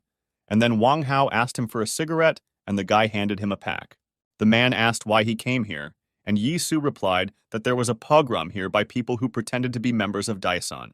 Wang Hao then clarified that he claimed that people from his organization would not do such a thing, to which Yi Su agreed. He said that for this reason the case haunts him, and it also seemed to him that the man expressed himself too harshly. Hearing this, Wang Hao hastened to assure him that he did not mean to offend him in any way, he just might have chosen the wrong words. Yi Su asked what the man was doing here, and he replied that Mrs. Chan asked him to clean up all this mess. He said it was because he had a lot of free time, but Yi Su was thinking about Zhang Yuhua. Then he said that he came here to study and analyze the situation, so he asked him to leave later. And Su thought whether this man could be somehow connected with those thugs, and he suggested that he start from the other end of the room. He said that he had to wipe the tables for now, and Yi Su watched him for a while because there was something strange about him. He wondered why he didn't want to leave him alone, but he told him to call him if he found anything suspicious. Then an idea came to him. He went into the abandoned car and wrote a message to Seung Min about this man. He asked if he knew a man named Wang Hao, who was supposedly involved in currency exchange. Meanwhile, the man approached him, saying that he asked him to inform him if he noticed anything suspicious. He said that it was a mere trifle, but it seems that Director Dason changed his cigarettes because he used to smoke Japanese ones. Wang Hao explained that when you work in an exchange office, you learn everything about everyone. So he remembered that 5 years ago, Baek Do-kyung smoked different cigarettes. Then Yi-soo replied that it was probably because his tastes had changed, but Wang Hao said that he did not smoke often. Otherwise, he would have known that the gas in his lighter had long since run out, and Baek Do-kyung used to be a heavy smoker. He added that it was like he had taken up a cigarette for the first time and looked at him with a strange look. Yi-soo admitted that his words put him in an awkward position. He said that he must have let his guard down. Then Wang Hao replied that this was most likely the case, and with these words, he bent down to pick up a sharp piece of glass. He squeezed it like a knife, asking if the guy would allow him to show what he was hiding in his breast pocket. This was unexpected. Yi-soo clearly did not expect such details. He realized that the man was not so simple, and he had already jumped over the table, intending to attack him with a fragment, which again caught Director Beck by surprise. Meanwhile, Seung Min finished his business. The business meeting was successful, and now they were preparing to return. He was sitting in the car, and Jung-ho told him to rest, and he replied that he could not get used to his new rank. He then turned to the big man, saying that Director Beck asked him about someone a while ago. He said that the man's name seemed to be Wang Hao, and upon hearing this name, Jin Wang's expression changed. He said that he had not heard this name for a long time. He could not believe that this man was still in Korea. He once managed the Dragon Egg Exchange Office, and sometimes worked as an informant. Then Seung Min said that if he was an ordinary informant, then he posed no threat, but Jong-ho said that was not the case. His appearance does not bode well for Taeson and Crane especially, and Seung Min asked about the latter. Jung-ho explained that when the Crane fell 15 years ago, the Southwestern foreign organizations simply went wild. It was real chaos, and at that time, Wang Huo was the head of the Black Dragon Triad organization. He was the threat of the entire Southwestern region, and kept any of the other gangster groups at bay. Jong-ho added that because of his conflict with Crane, they, Knives, also lost their previous leader. This was new information for Seung Min. He did not expect that their organization would also be involved in this. Meanwhile, Wang Hao attacked Yi-soo with his glass shard, and he barely managed to dodge the cut. But literally, immediately, Wang Hao lunged towards his head. Yi-soo managed to dodge again, but the enemy's speed was amazing. When he wanted to grab the man's hand to stop his attacks, he swung his other hand, in which he was clutching nails. Yi-soo didn't even understand when he was able to put it together, because there was an omission that he fought with brass knuckles on one hand. He managed to cut Yi-soo's cheek, but he said that the rumors were true, and he had amazing abilities. Yi-soo, in turn, noticed that the man did not look too much like the owner of a currency exchange office. He asked who he really was, but Wang Hao said that he wanted to know too much, all at once. He swung and swung his claws of nails and glass again at Yi-soo, but he dodged this time too. Wang Hao then said that this time he should ask him a question first, asking if he was really Baek Do-kyung. But Yi-soo replied that unfortunately he did not have a business card, and the last time he showed it, he was almost hacked to death with an axe. He saw that the enemy was trying to intimidate him and was using improvised means in battle. This spoke of his rich experience. Suddenly, he raised the knife up as if to say to stop the fight, because he had received a message and he wanted to look at it.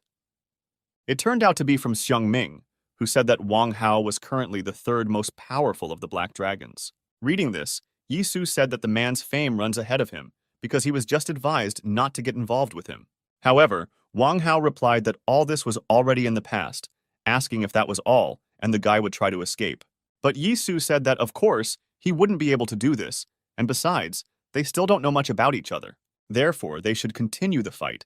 And he also said that he wanted to see what kind of material he was made of. He had a sharp blade, and Wang Hao had improvised brass knuckles made of nails and glass. They attacked each other, and Su realized that he was dealing with an unusual opponent. He put his finger on the blade of the knife as Su-ae taught him. They fought, and each of them was quite experienced and strong, not inferior in skills to their opponent. When they separated for a minute, Wang Hao said that it really didn't matter whether he was Baek Do-kyung or not. He said that he had learned from personal experience that people who hide a lot of things should not be trusted.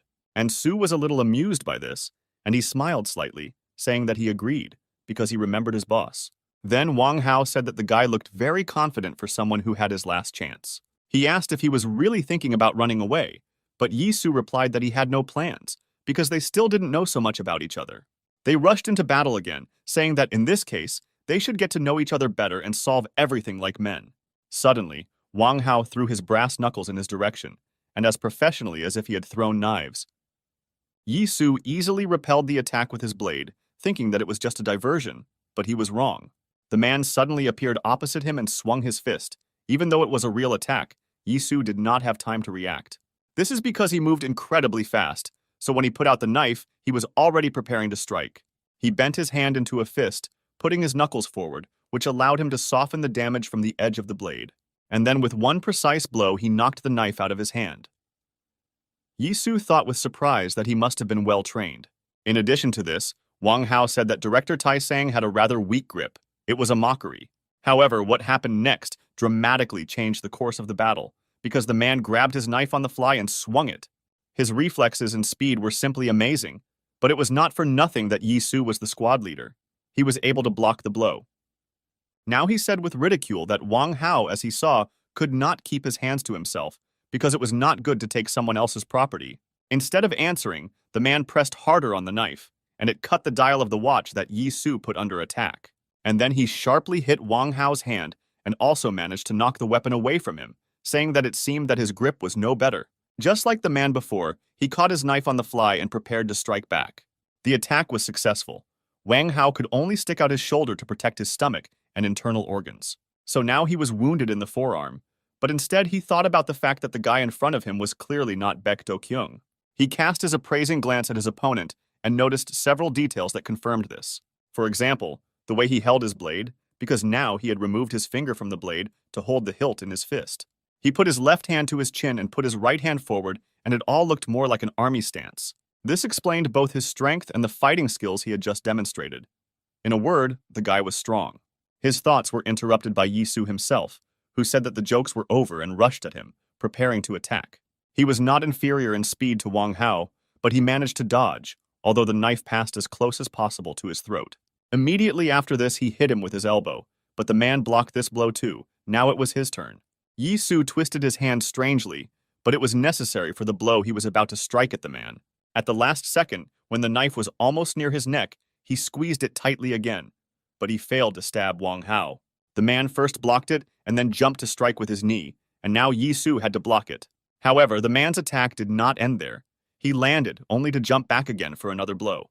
This time, it was more difficult to predict because his body was rotating as if performing a combat element. The result was not long in coming. Yi Su failed to put up a defense in time and was kicked in the face. Upon landing, the man said that the director was making him sweat, which had not happened for a very long time. He added that he was really starting to doubt his abilities, but Yi Su understood that this was just sarcasm. He swung again, but Wang Hao jumped back again, not allowing himself to be touched by the knife. This was beginning to irritate him. But suddenly, Yi Su got an idea and put his foot in front of him, causing him to trip over it.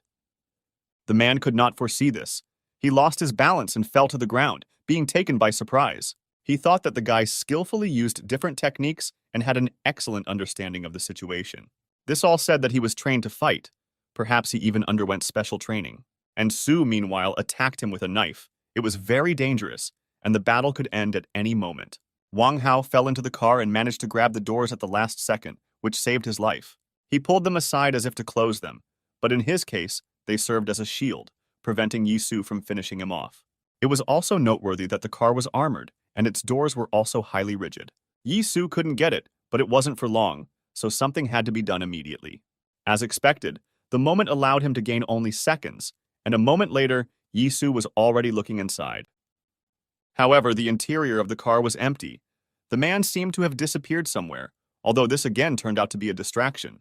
As he lay on the floor, he noticed a metal pipe that had broken off from somewhere in the car's spare parts. But now it happened to him like a weapon. During the time that he won, he managed to go out through another door and jump onto the car. He did all this incredibly quickly, and now jumped off the car, attacking Yi Su with this pipe, but he was able to block it. This prank amused him a little, and he mockingly asked whether in war really all means are good. But the rusty pipe could not be called a weapon, because although a little sharpened, he had a knife. But his words had no effect on the man. Wang Hao lowered the pipe down only to attack sharply. He hit his opponent's weapon with it, and his knife cracked and broke into two parts, which he did not expect. And Su was shocked, because this was the first time this had happened to him. This blade always seemed very reliable, and Wang Hao gloated, saying that in war all means are indeed good, but it depends on how you use them. Meanwhile, the untouchable from Tianxiong was also preparing for the upcoming battle. She was in charge. There was no way their organization could lose, because it would mean a complete collapse of everything they had built for so long. Xulan remembered Yuhua, thinking what a fool she was, and she said that we need to act before Taisan completely loses his belt. Suddenly, she screamed that Zhang Yuhua was a stupid dumbass, and the men behind her looked at each other because she had insulted their boss. Of course, Xulan said this out of despair, and not because she really thought so, because Yuhua was also having a hard time. In fact, she was not a strong woman, and now she sat in her office, thinking about the situation.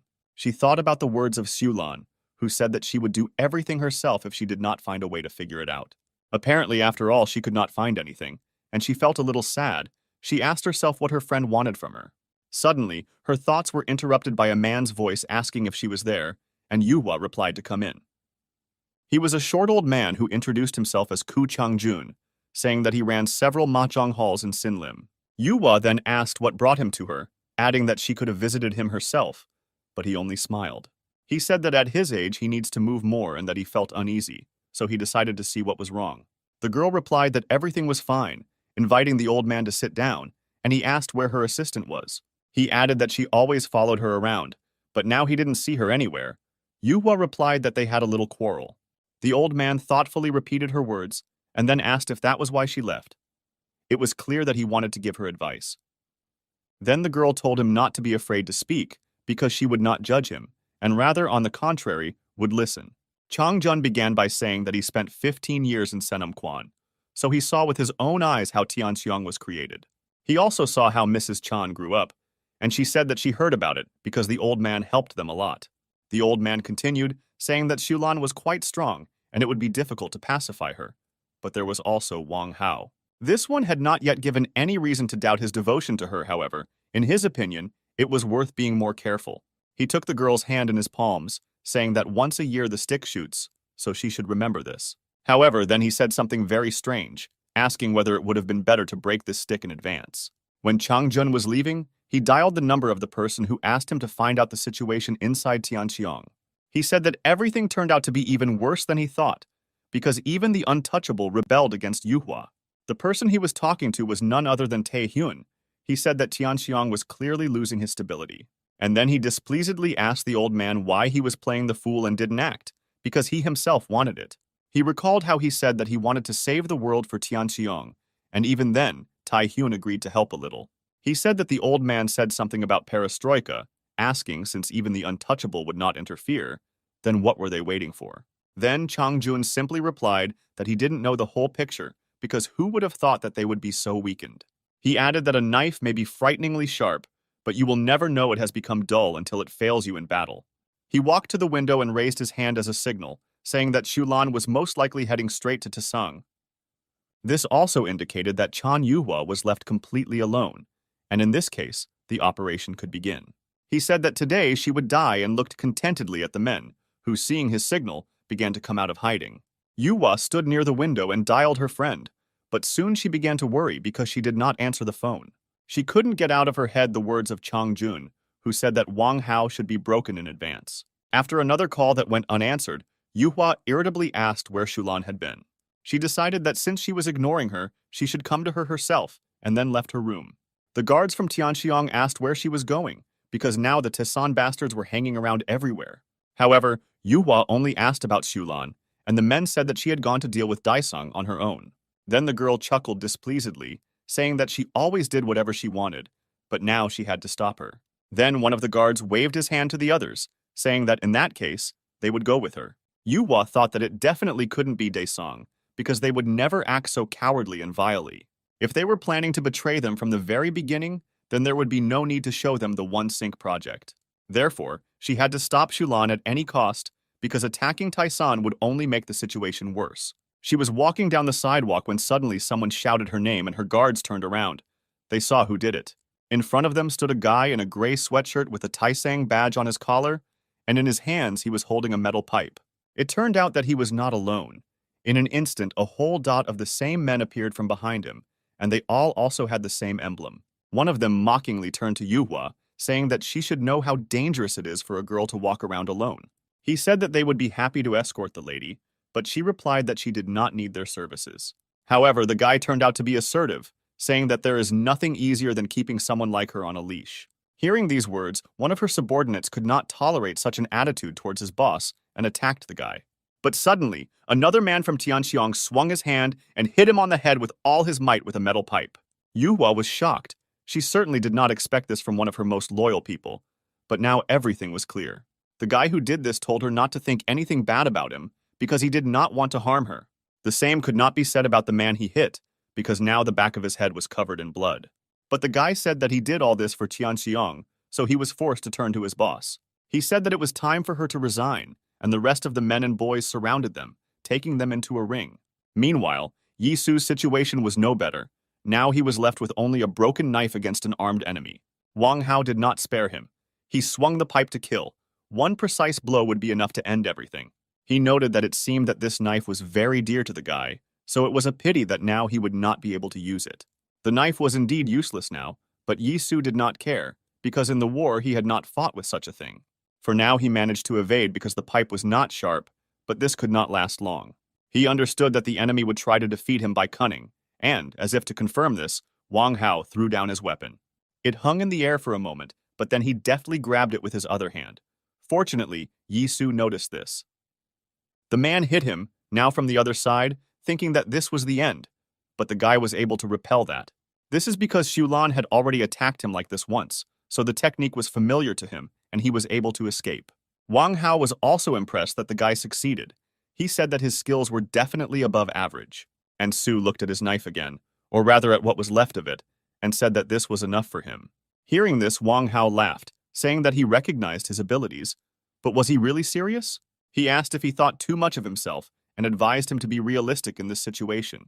He said that the guy didn't really know anything about himself, let alone the enemy he was fighting. Then he deftly twirled the pipe in his hand and pointed it at Yisu, saying that he had seen few such people in his life. They all ended up the same way when they met him, but Yisu didn't listen as he looked at his reflection. Then he suddenly agreed with Wang Hao, saying that sometimes it seemed to him that he had completely stopped understanding himself. He hid his broken knife and reached into his belt, saying that this time he would do things differently. A new blade appeared in his hand, which looked very sharp. He said that now he would do everything his own way. He then wished the man luck, telling him to try to stay alive. Now he assumed an army stance. Wang Hao wanted to ask what he was muttering to himself, but before he could finish, Yisu swung sharply at him. If it were not for the pipe exposed in front, the blade would have passed through his chest, but this served as protection for the man.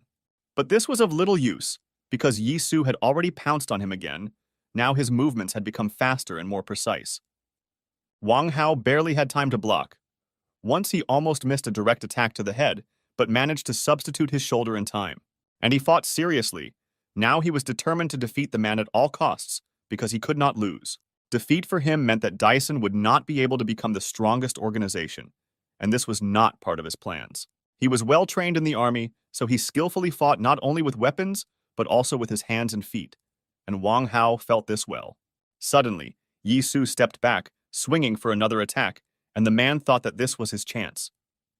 However, he simply did not have time to strike back, because Yisu had already hit him with lightning speed. This time he narrowly avoided the fatal blow, realizing that he could not block all of his attacks. So he decided to use this as an advantage to get him closer, and Yisu was already running towards him. Wang Hao thought of finishing him off with one precise blow, but instead, Yisu slammed into his shoulder, preventing him from striking. And then he threw him to the ground, tripping him up, and the man fell down, not understanding how he managed it. Yisu held his leg tightly, so the man could not pull him along with him, and the pipe in his hand was in the way. With a crash, he brought him down, putting all his weight on him, and then prepared to finish him off with one precise blow. His gaze was as wild as ever when he fought to the death, because his life depended on it. Wang Hao must have already accepted the fact that he could not defeat the guy in this form. He said that he was not a person. No, in front of him is simply a real demon in human form, who will now take his life. This is what was supposed to happen. Yi-Soo had almost completely lowered his hand when suddenly someone called him. It was Kyung-chun, who also helped them, and now became a full-fledged member of Daesan. He said that trouble had happened. As usual, chewing a cookie, he said that there was a rebellion in Tianxiong. No, it was more like a coup. This saved Wang Hao's life, because Yi-Soo stopped at the last second. Now both of them were looking at Weasel. Wang Hao said that there was no point in this, because why would Tianxiong do such a thing in the current situation? Yuhua didn't understand this either. She silently watched the bloody carnage, where the last people loyal to her protected her. One of them said that she should get out of here immediately, because they would not last long. Another guy ordered everyone to get out of the way to take her to safety, but the girl remained standing. The situation got tense. The guys asked where Mrs. Shulan was, because now her strength would not hurt them. He was told that there was still no contact with her, but now it was worth thinking about how to take their boss away. One of her men took the girl to a garage that happened to be open, not far from where they were fighting. At the same time, old man Chang Jun, who in fact was the main organizer, was watching the stage. He asked Cha Yuhua for forgiveness, justifying himself by saying that this was the only way Tianxiong would regain balance. Things were really bad for them. She only had 2 guards left against a whole group of bandits. Yuhua grabbed her head. She suddenly felt bad, and she remembered Shulan, asking where her friend was. And Shulan at that time was almost fighting, but the initiative was clearly on her side, unlike them. The untouchable woman perfectly mastered the art of fighting with a machete and could even stop a passenger car. However, the guys who were supposed to fight with her also understood this, and no one dared to attack first. But Yuhua didn't know about this. She locked herself in the garage and put her head in her hands, as if she wanted to isolate herself from this world. She felt scared again. She remembered how her friend promised never to leave her alone, but now it was just like that. A little more, and she would have burst into tears from hopelessness. But fortunately, she was lucky this time too. She heard someone ask who this guy was who appeared so suddenly and killed everyone. For some time, she still heard moans and screams, and then everything suddenly stopped. Someone began to approach her hiding place. She heard a familiar voice asking her to open the door, saying that she was now safe. The girl didn't answer right away, and Yi-Soo had to explain that it was him and that he dealt with those bandits. Hearing this, she carefully opened the door and looked at him. Director Daesang was indeed standing there. He said that they didn't have time, so he would keep it short, and then asked what decision she had made. He said, since the girl prefers to hide behind this door, he will not dissuade her. Perhaps it's even better. After all, there was a war outside, and if it was going to come out, then it would have to decide on the choice of its side. Go against him and die, or join him and swim through the sea of blood together with his guys. With these words, he extended his hand to her, waiting for an answer. The girl was still shocked, although she understood him. And Sue said that the choice was hers, so she should make it right here and now, because it would be much better. For a moment, her memories took her back 10 years, when 3 men created her organization. One of them reported that Ilhak talked about transferring business ownership rights to Korean organizations. Another of them said that in this case, as soon as they take control of the southwestern region, they will all be driven away. Koo Chang-jun was also present at the meeting. He said that then they would again have to do all the dirty work for someone else. Finally, a third man spoke up and said that that was why he had collected them all, because there was one solution. Chang-jun looked at him dissatisfied. He asked what solution he could have for such a problem. Then the man slammed the folder on the table, attracting attention. It was Wang Hao, then the head of the Black Dragon Triad. He said that they would create their own Korean organization, which would answer only to them. After all, Cho Nun's shop was once one of Ilhak's enterprises in the southwest, but he collapsed and she went bankrupt. Even Ilhak's boss couldn't find her, so they will create the Cho Nun Company and run it together. Then Old Man Chan asked who would become the head in this case, because it would be pointless if it was one of them. Then Wang Hao replied that none of them would have to do this, because he was able to find Cho Nung's daughter. At the moment, the girl was 19, and it was she who would become their boss, inheriting the company. The men clearly disagreed with this, saying that she was more suitable for them as a daughter than as a director. But their debate was interrupted by the sudden appearance of the girl herself, and Wang Hao told them to greet the new boss. President Cha Yuhua entered the room accompanied by Shulan, who even then had always protected her, and Wang Hao suggested changing the name to the Chonan Trading Company, saying that this way we could enter the world stage. Then the men asked again whether he was seriously planning to hand over control to the girl, but he told them not to worry, assuring them that he would take good care of her, so everything was fine. He promised that with such a leader, their company would never fall apart, and Yuhua sat in confusion. For some reason, she remembered all this when Yi-Soo extended his hand to her, and now Tianxiang's future depended on her decision. She was about to reach out to take his hand, but something in her head stopped her, and she involuntarily froze. For a second her hand hung in the air, but then she took it back.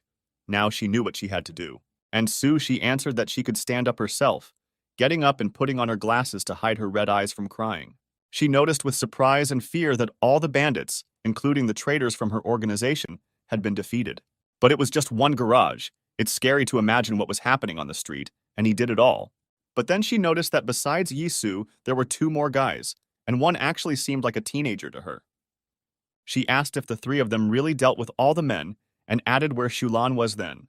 She suddenly had a very unpleasant thought, and she grabbed the phone, saying that she had to contact her. But suddenly her attention was attracted by a wounded man who said that he was unlucky because the operation had failed. He added that both the boss and Mrs. Shulan were supposed to die today. However, her friend could still meet such an end. Meanwhile, Shulan was riding in a car with a small group of men who were under her command. She turned to the guy who was sitting next to the driver, asking how long they had to go. But before he answered, she interrupted, saying that she was not happy with something else, and it was very serious. She asked if they had to go like this, saying that she felt uncomfortable and cramped in this place.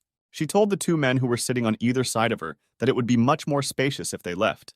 She suddenly began to push them away, but they asked the lady advisor to be patient a little longer, because they were almost there.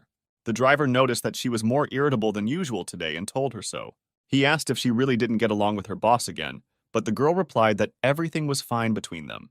However, the man only smiled, saying that this meant that she had quarreled with her boss, and now they would also be punished. He said that Julan probably wouldn't really think anything through, but she protested, saying that it was all Yuhua.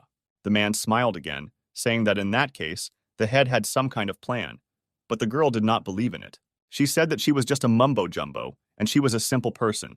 Give her an order, and she would carry it out at any cost. She said that they must be true to their principles, so let her either be stopped or killed. But the man did not share her enthusiasm. He said that not everyone was ready to die while carrying out the task like she did. He continued, telling the lady counselor that people are afraid of death because not everyone is as brave as she is. He said that their life is just a struggle for survival and they just want to exist in peace. These words made Shulan cool down a little. She said that she somehow didn't think about it, although she should have. She said that apparently she was so thick-headed that she simply couldn't understand it. Suddenly a strange thought came into her head, but she no longer doubted its veracity. She asked again when they would finally arrive, but this time no one answered her. The men did not dare. Then the girl herself said that even such a thick-headed person as she already realized that they were riding in circles. Then the guy who was sitting next to the driver apologized for the fact that his hand was about to fall off. It was a very unexpected apology, but then he justified it by turning to Shulan, who wanted to grab the blade. However, she was prevented by two men who took her by the arms, not allowing her to get a weapon. She was in shock. Finding herself unprotected, she was unable to dodge a direct attack from the guy, who punched her right in the face. He smiled contentedly, saying that it was nice, and he had wanted to do this for a long time, just like the others. He told the men to hold her tight, because if she breaks free, they are dead. And this was without exaggeration. Suddenly, he was interrupted by Shulan herself. She looked at the guy with a wild look, and he realized that he was telling the truth. The driver then spoke up, saying there was nothing they could do because they were just trying to survive. But Shulan did not want to listen to his nonsense. Her legs were not tied, so she loaded one into his head. This was not the best idea, as he was unable to hold the steering wheel and the car began to roll uncontrollably. Then one of those who held her said that the man should not let go of the steering wheel, but while saying this, he himself let go of her hand. His comrade reminded him to watch the mistress's hand, but it was too late. This was enough for her to get out. She pulled her hand out of captivity and sharply pulled the other, so the two men bumped their heads. At that time, she grabbed the hand of one of them in the same way as she had grabbed hers before, saying what a weakling he was. She said that he had not an ounce of muscle, but only fat, so this stump would make an excellent pillow. Meanwhile, the man who was sitting in the driver's seat still lost control. At first, their car began to weave from side to side, but soon turned completely over on its side. The doors themselves opened in the air, and the men fell out, and the rest of the car stopped. A minute later, someone's foot knocked down the doors on their side. It was, of course, Shulan. It seemed that she was not injured at all, and the incident only made her angrier, and she got out of the car. It was a little unusual to fight in such an environment, but she had already prepared for everything, and she didn't have much time. She saw the driver lying crushed by the car. She asked if this was really what he wanted to live for. In this case, they were all simply unlucky, because she was stronger than each of them, which means there will only be one winner. She suddenly felt funny. She asked if they really used their brains so much that they laughed at all this. But she thought that she was the stupid one. Then the girl asked who would awaken the desire to live in her. For a while the men hesitated, but then they began to gradually approach her, saying that she was only one. One of them was the first to rush at her with a knife, but this turned out to be a bad idea, because Shulan was just evil. Before he could reach him, she hit him with a direct kick to the face, and he, of course, immediately passed out. He also dropped the knife, which, however, she did not need at all. She understood that she could cope with such a pile of garbage without a knife. Meanwhile, the other guy was already rushing at her with an axe, saying that this time they won't lose. But these were just words. In just a moment, Shulan's knife pierced his hand, which he instinctively put out. Her machete was incredibly sharp, but for some reason it got stuck in her hand, and the man screamed in searing pain. While he stood there, unable to move, another enemy was already running towards the girl, also with a knife. Shulan saw that the blow would come from the other side, but she would not be able to repel it because of the blade, which was stuck. So she came up with a crazy idea, although it was cruel, but they deserved it. She pushed the man. This allowed her to pull the machete out of his hand, and she now swung for her devastating attack. Another man, who was running at her with a knife, was knocked down, and now the girl has completely chopped off his hand. He screamed in unbearable pain and horror, but the untouchable continued to beat him and the other one. She grabbed the man by the only remaining hand and swung again, and he screamed in horror that he wasn't standing. But from Shulan's face, one could understand that the girl didn't care about their requests. Now she was defending her pride. So, without an ounce of regret, she swung the knife, and this time the blade cut off the man's entire left arm. He even lost consciousness from the shock of pain, and Shulan turned to the other, who froze in horror. The girl gloated. She asked why he was so scared because she was only one, as he himself said. He didn't even have time to say the last words when he received a fatal blow, and the blade pierced his body. The rest of the men stood near the cars and looked with fear at the girl, who was not called untouchable for nothing. She also agreed that the nickname sounded a little pretentious, but she really liked it. Seeing how scared they were to death, she said they were squealing just like pigs in a slaughterhouse. The men themselves had already realized that they could not defeat her, even though they were outnumbered, so all that remained was to run away. They quickly got into the car to leave here as quickly as possible, when suddenly she threw her knife between the doors. As a result, they remained open, and while the man was recovering from shock, she was near them in the blink of an eye. Once upon a time, she was given this nickname for a reason, because her trained body and skillful skills spoke for themselves. Wang Hao stood on the roof of Tianxiong's main office and smoked a cigarette, before which he had to fight again. He said that renegades like them worked tirelessly, shedding sweat, blood, and tears, all to prove that renegades like them are worthy to stand on a par with the main Korean organizations. Everything so that they too could take over the southwestern regions, and now this old man is trying to destroy everything. He asked him why he organized the coup, and Ku Chang-jun asked Mr. Wang to listen to him. He said that Chang-nun was finished anyway, but Wang Hao told him not to talk nonsense. Then the old man shouted, was he really not aware that even the state wanted to interfere in their affairs? With the help of the One Sync project, which will allow the government to take control of all shadow business. He added that the world is changing, all criminal gangs will disintegrate, and Chonan along with them. The committee is no more, and now anyone will want to grab a piece of their company, so we need to unite, like in the old days. With these words, he extended his hand to Wang Hao in the hope that he would agree with him, but the man just stood there. He hesitated to answer because the decision was not easy, but in the end he took the old man's hand. He asked if all the criminal gangs would really disintegrate, and Chonan along with them. The old man hastened to assure him that it would be so, but he interrupted him, asking what kind of nonsense he was talking about. Then he squeezed his bony hand tightly, saying what he had already told him when the organization was formed. Then he said that their company would never fall apart, and it wasn't even about the young girl boss. Chonan is a beautiful flower that only blooms at night. That is exactly what their organization was like. Shulan, meanwhile, had already finished with all the men who had been assigned to capture her. Now she was sitting on the hood of the car, covered in someone else's blood, but she emerged victorious from the battle. Wang Hao also did not plan to retreat. He said that only let people try to touch their Cheonong. After all, then they will store the most deadly poison for them. He put a knife to the old man's fingers and then cut them off. It came out so easily, as if he was cutting a carrot, but the man was incredibly serious. A week later, Tai-san again met with the Tianxiong members, who, however, did not look very friendly. Shi-on and Jin-woon were both there, and the former asked what was going on here because the atmosphere was tense. He said he thought they helped them, but they looked like they wanted to kill them right there. Jin-woon agreed with his thoughts, explaining that their boss was attacked by people who pretended to be members of Daisang. And among Tianqiang there were many fellow traitors, so now they need time to make up their minds. They must figure out whether to consider them enemies or friends, and for this, Yisu and Wang Hao sat at the negotiating table. Wang Hao began by saying he would like to apologize, saying that their leader wanted to hold this meeting herself, but was unable to. He argued this for personal reasons on her part, but in fact he arranged everything himself. The girl was in captivity, and armed men guarded her everywhere so she could not come. But Yisu also guessed something like that, asking if a not very busy employee of the currency exchange office would replace her. He asked if Wang Hao was actually the only one with real power in Tianqiang. Hearing this, the man smiled, saying that in this case, he would get straight to the point, because the guy guessed correctly. He leaned forward, asking if Director Baek wanted to join his Chunung.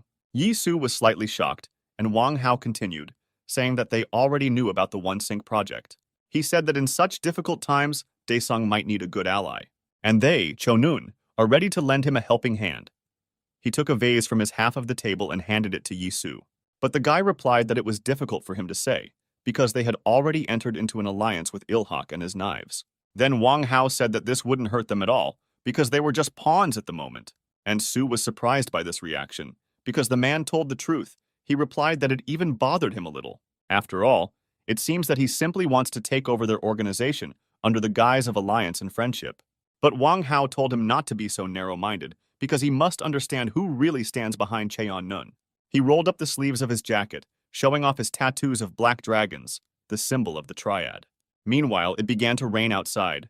Shi-on was the first to notice how droplets of water flowed from the roof onto everyone gathered. However, the men continued to stand in their places, waiting for the end of the negotiations, and at that time, someone approached them. It was Xiulan, who had blood on her clothes, and approached one of the loyal team members. She asked where Mr. Wang was, and the man replied that he was currently negotiating with the head of Daisan. The girl ignored his words, intending to go inside, but a tall man blocked her way. It was Jin Wung, who asked her not to enter now, because the directors were deciding the issue of cooperation between their organizations. But Xiulan answered him with a clenched machete, which she had prepared for battle, asking who the man thought he was. Then Jin Wung turned to Chonun, saying that Daesan was showing great leniency towards their antics. However, this only angered Xiulan. She said that they behaved like masters, and also called it condescension. Jin Woon replied that in this case, he believed that a conflict could not be avoided, and began to unbutton his jacket. Another minute, and they could all disrupt the meeting of their heads, interrupting negotiations, which was completely unprofitable. Shi-on seemed to understand this better than others. He said that he could still let this girl through. He said that she still wouldn't make a difference, because all she could do was be sarcastic and show her character. This seriously infuriated the girl. She attacked the guy as if she was going to cut him into pieces. Her machete stuck into the wall near Shi-on's ear, but he didn't raise an eyebrow, which surprised the untouchable. She approached him, saying that if he continued in the same spirit, he would lose his second arm, because one was already dislocated. But Shi-on just smiled, asking if she was talking about this hand, putting the karambit to her stomach. The girl did not expect this. She said that he would then stab her, and she would cut off his head, and the guy replied that he was so scared that he almost killed her.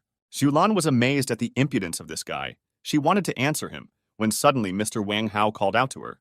They had already finished negotiations and were now returning to their area, so the girl had to leave too. She told Shi-on that she would sort things out with him somehow, and the guy asked Jin Woon if she was really flirting like that. The girl approached Wang Hao, who asked her what was the matter and why she behaved this way during the negotiations. But Xiulan hesitated to answer, saying that she couldn't say it right now. She looked at Yisu. Then he said that they need not worry, because they were already leaving, and added that they could not count on their help. His words seemed to be quite expected by Wang Hao, so he returned to Xiulan again, wanting to know what happened. Then the girl became noticeably worried. She said that Cha Yuhua was missing, so she caused this commotion. Mr. Wang was very surprised by her words because he personally assigned a dozen guards to her. The Daisang members were returning to their headquarters, and Shi-on asked if it was true that they would not help. He said that there was no point if they treated them like that, but Yisu said that it wasn't that bad. He replied that at least they were convinced that Chonan was subordinate to the Black Dragon Triad. Yisu suggested that they were probably trying to get into Korea through Wang Hao, and Cha Yuhua was just his puppet. Shi-an agreed with the commander, saying that there was no other way to say it, but added that he was quite rude. After all, was it really worth saying such things about the girl who was riding with them right now? But Yuhua only lowered her head. Then Kyung-chun intervened, saying that Shi-an himself called her a puppet, but he told the little one to remain silent. But then he apologized, saying that in fact he was great, because thanks to him they were able to free her. It turned out that everything was planned in advance, because Yi-soo guessed that the girl might not be allowed into the meeting. Then it was Kyung-chun who snuck under the guards' noses and kidnapped their boss without even starting fights with the guards. Yuhua was grateful to them all, but she asked Yi-soo why he thought she would join them. The guy replied that a person who has not lived his own life all the time would want to do something like that. This is exactly what his intuition told him, so he decided that the girl would also share his assumptions. But in any case, he said that Taesan was happy to accept her into his ranks, and Laska handed her a cookie. Meanwhile, the men Wang Hao assigned to guard the head awkwardly made excuses to him. They said that everything happened so quickly that they didn't even realize when the girl disappeared from the room. One of them dared to say that they had absolutely nothing to lose, and Wang Hao agreed. But he said that those who did it also thought so. He found a chocopi wrapper in the corner of the room.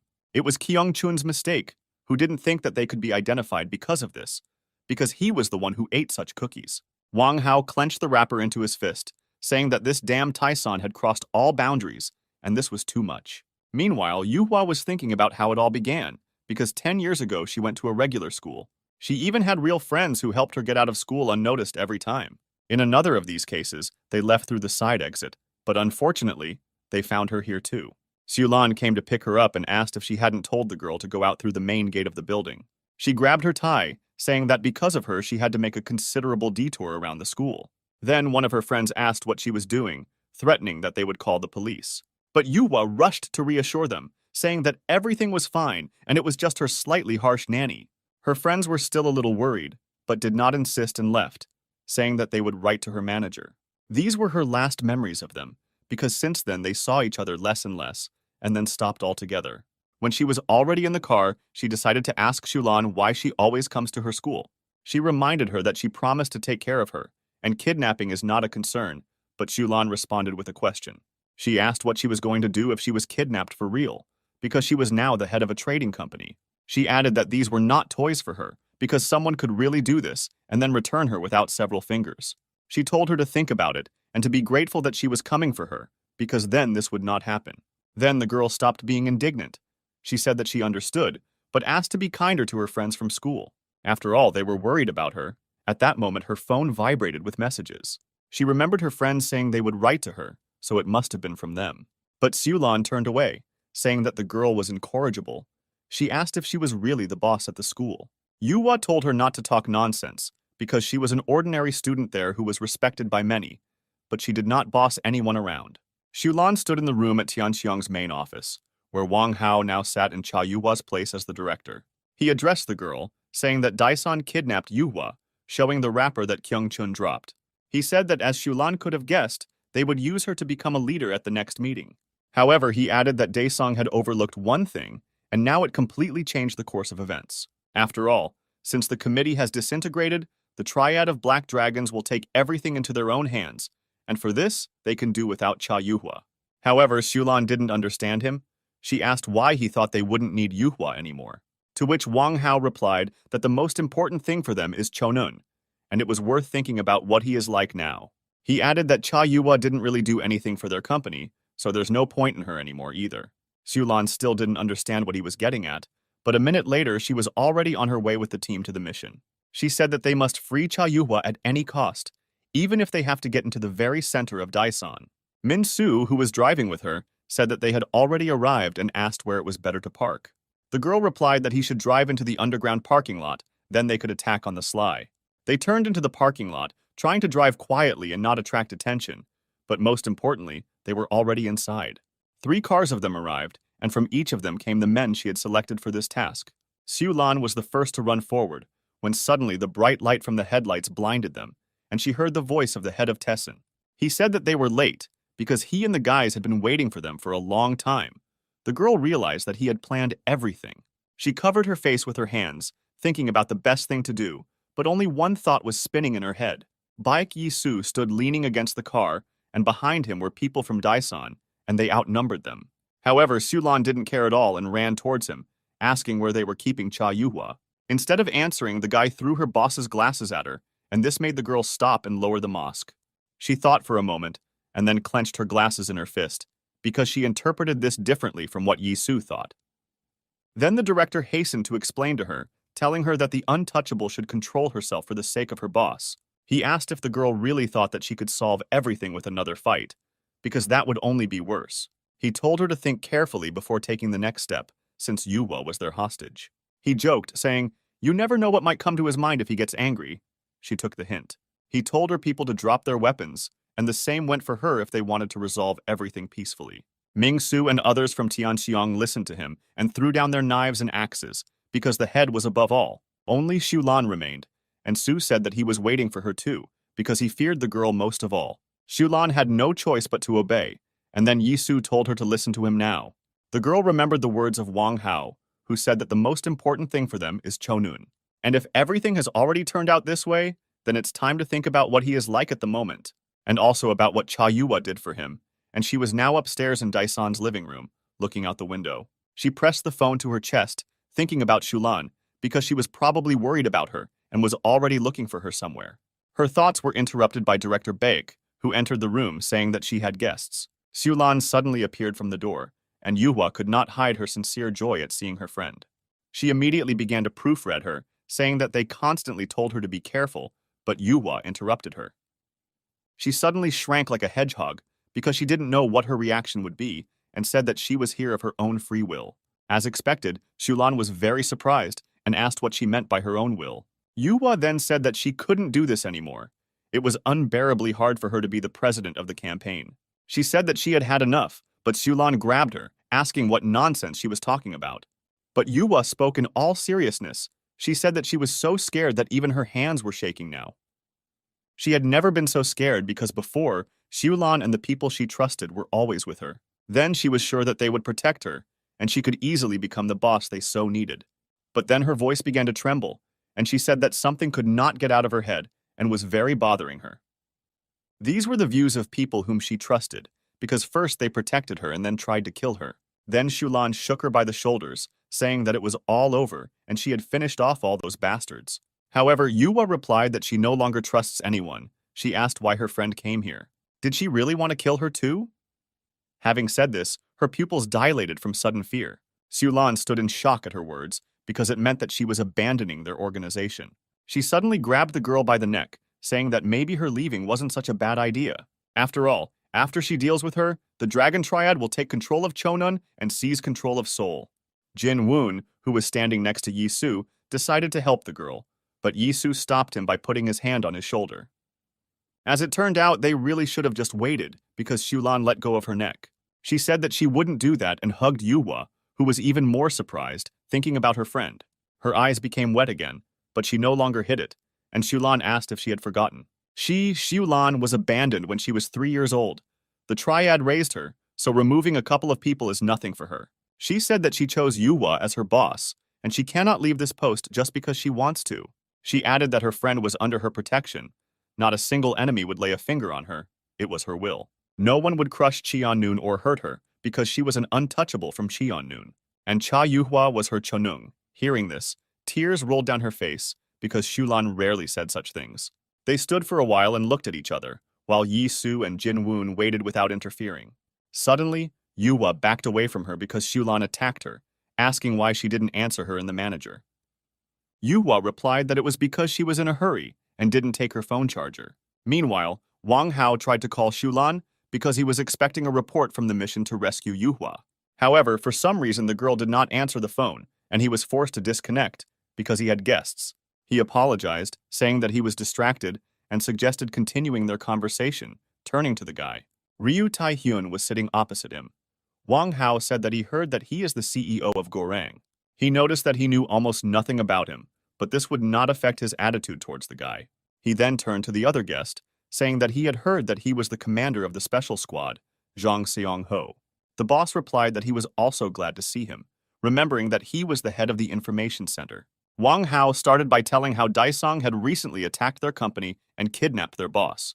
He said that he, as her deputy, would not leave this just like that and would certainly teach Daesan a lesson.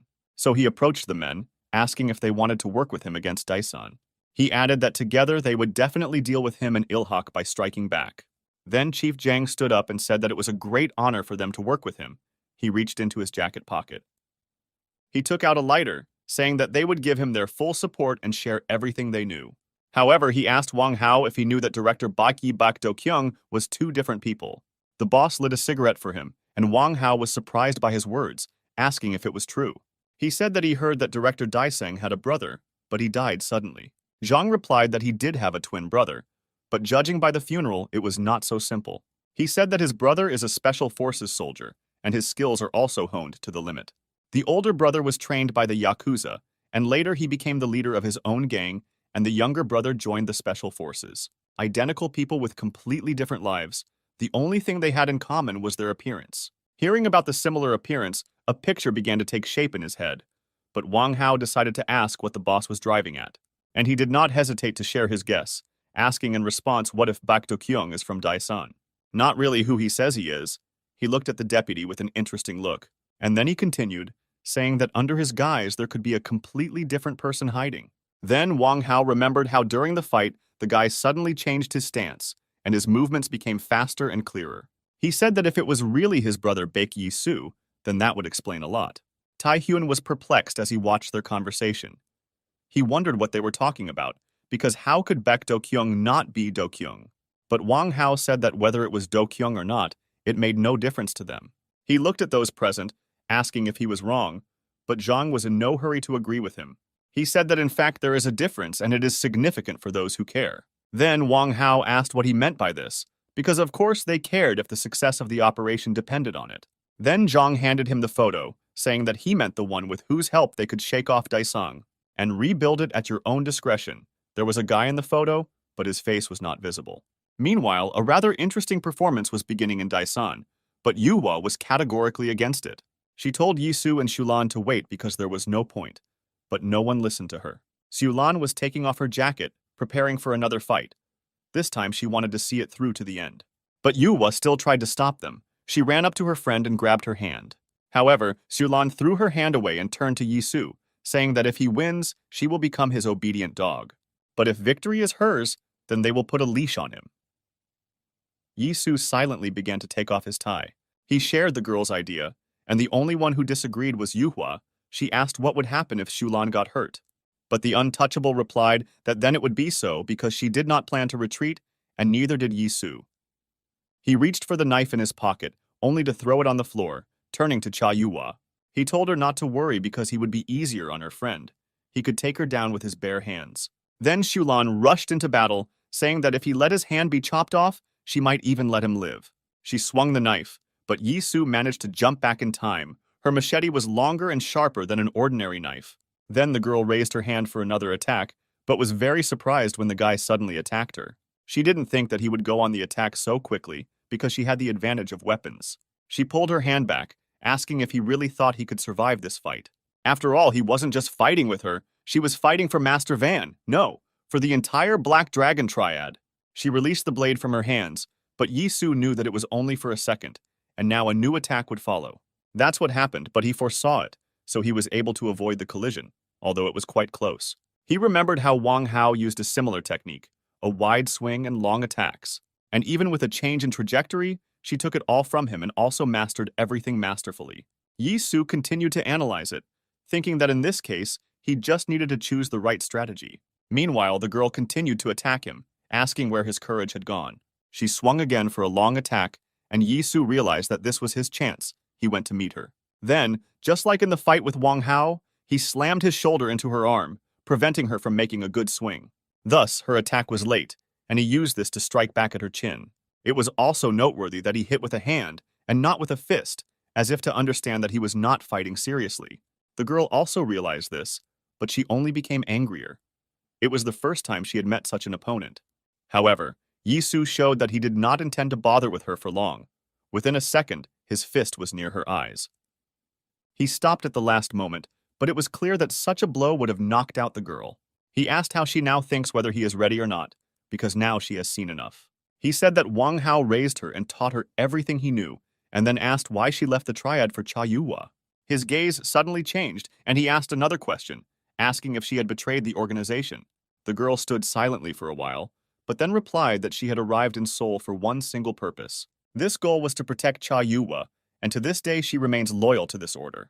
So if the triad was targeting her boss, then she hit Yisu's hand, then they are the real traitors. And then she said that now the guy must answer her question whether he can go against the triad.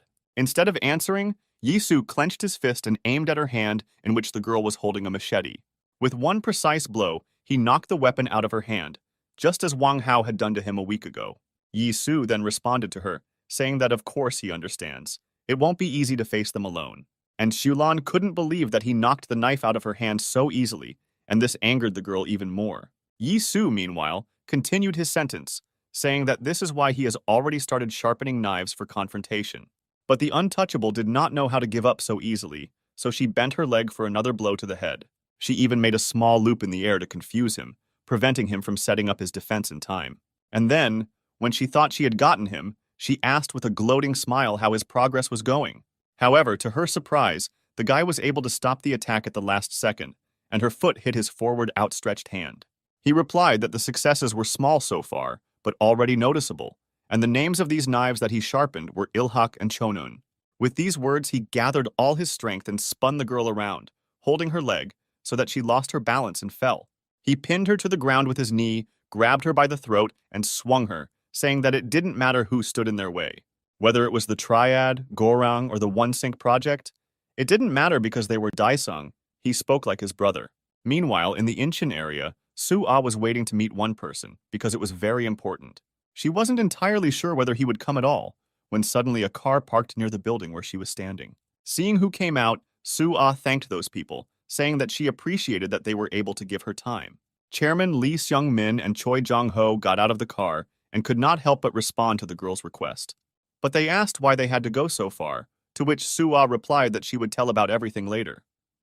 She said that she could not do this yet to avoid information leakage, and they went inside. She said that first they need to go up to the 6th floor, but they are currently undergoing renovations, so they should be careful. Adding that it was best to take the stairs, she led the men behind her, entering a spacious corridor.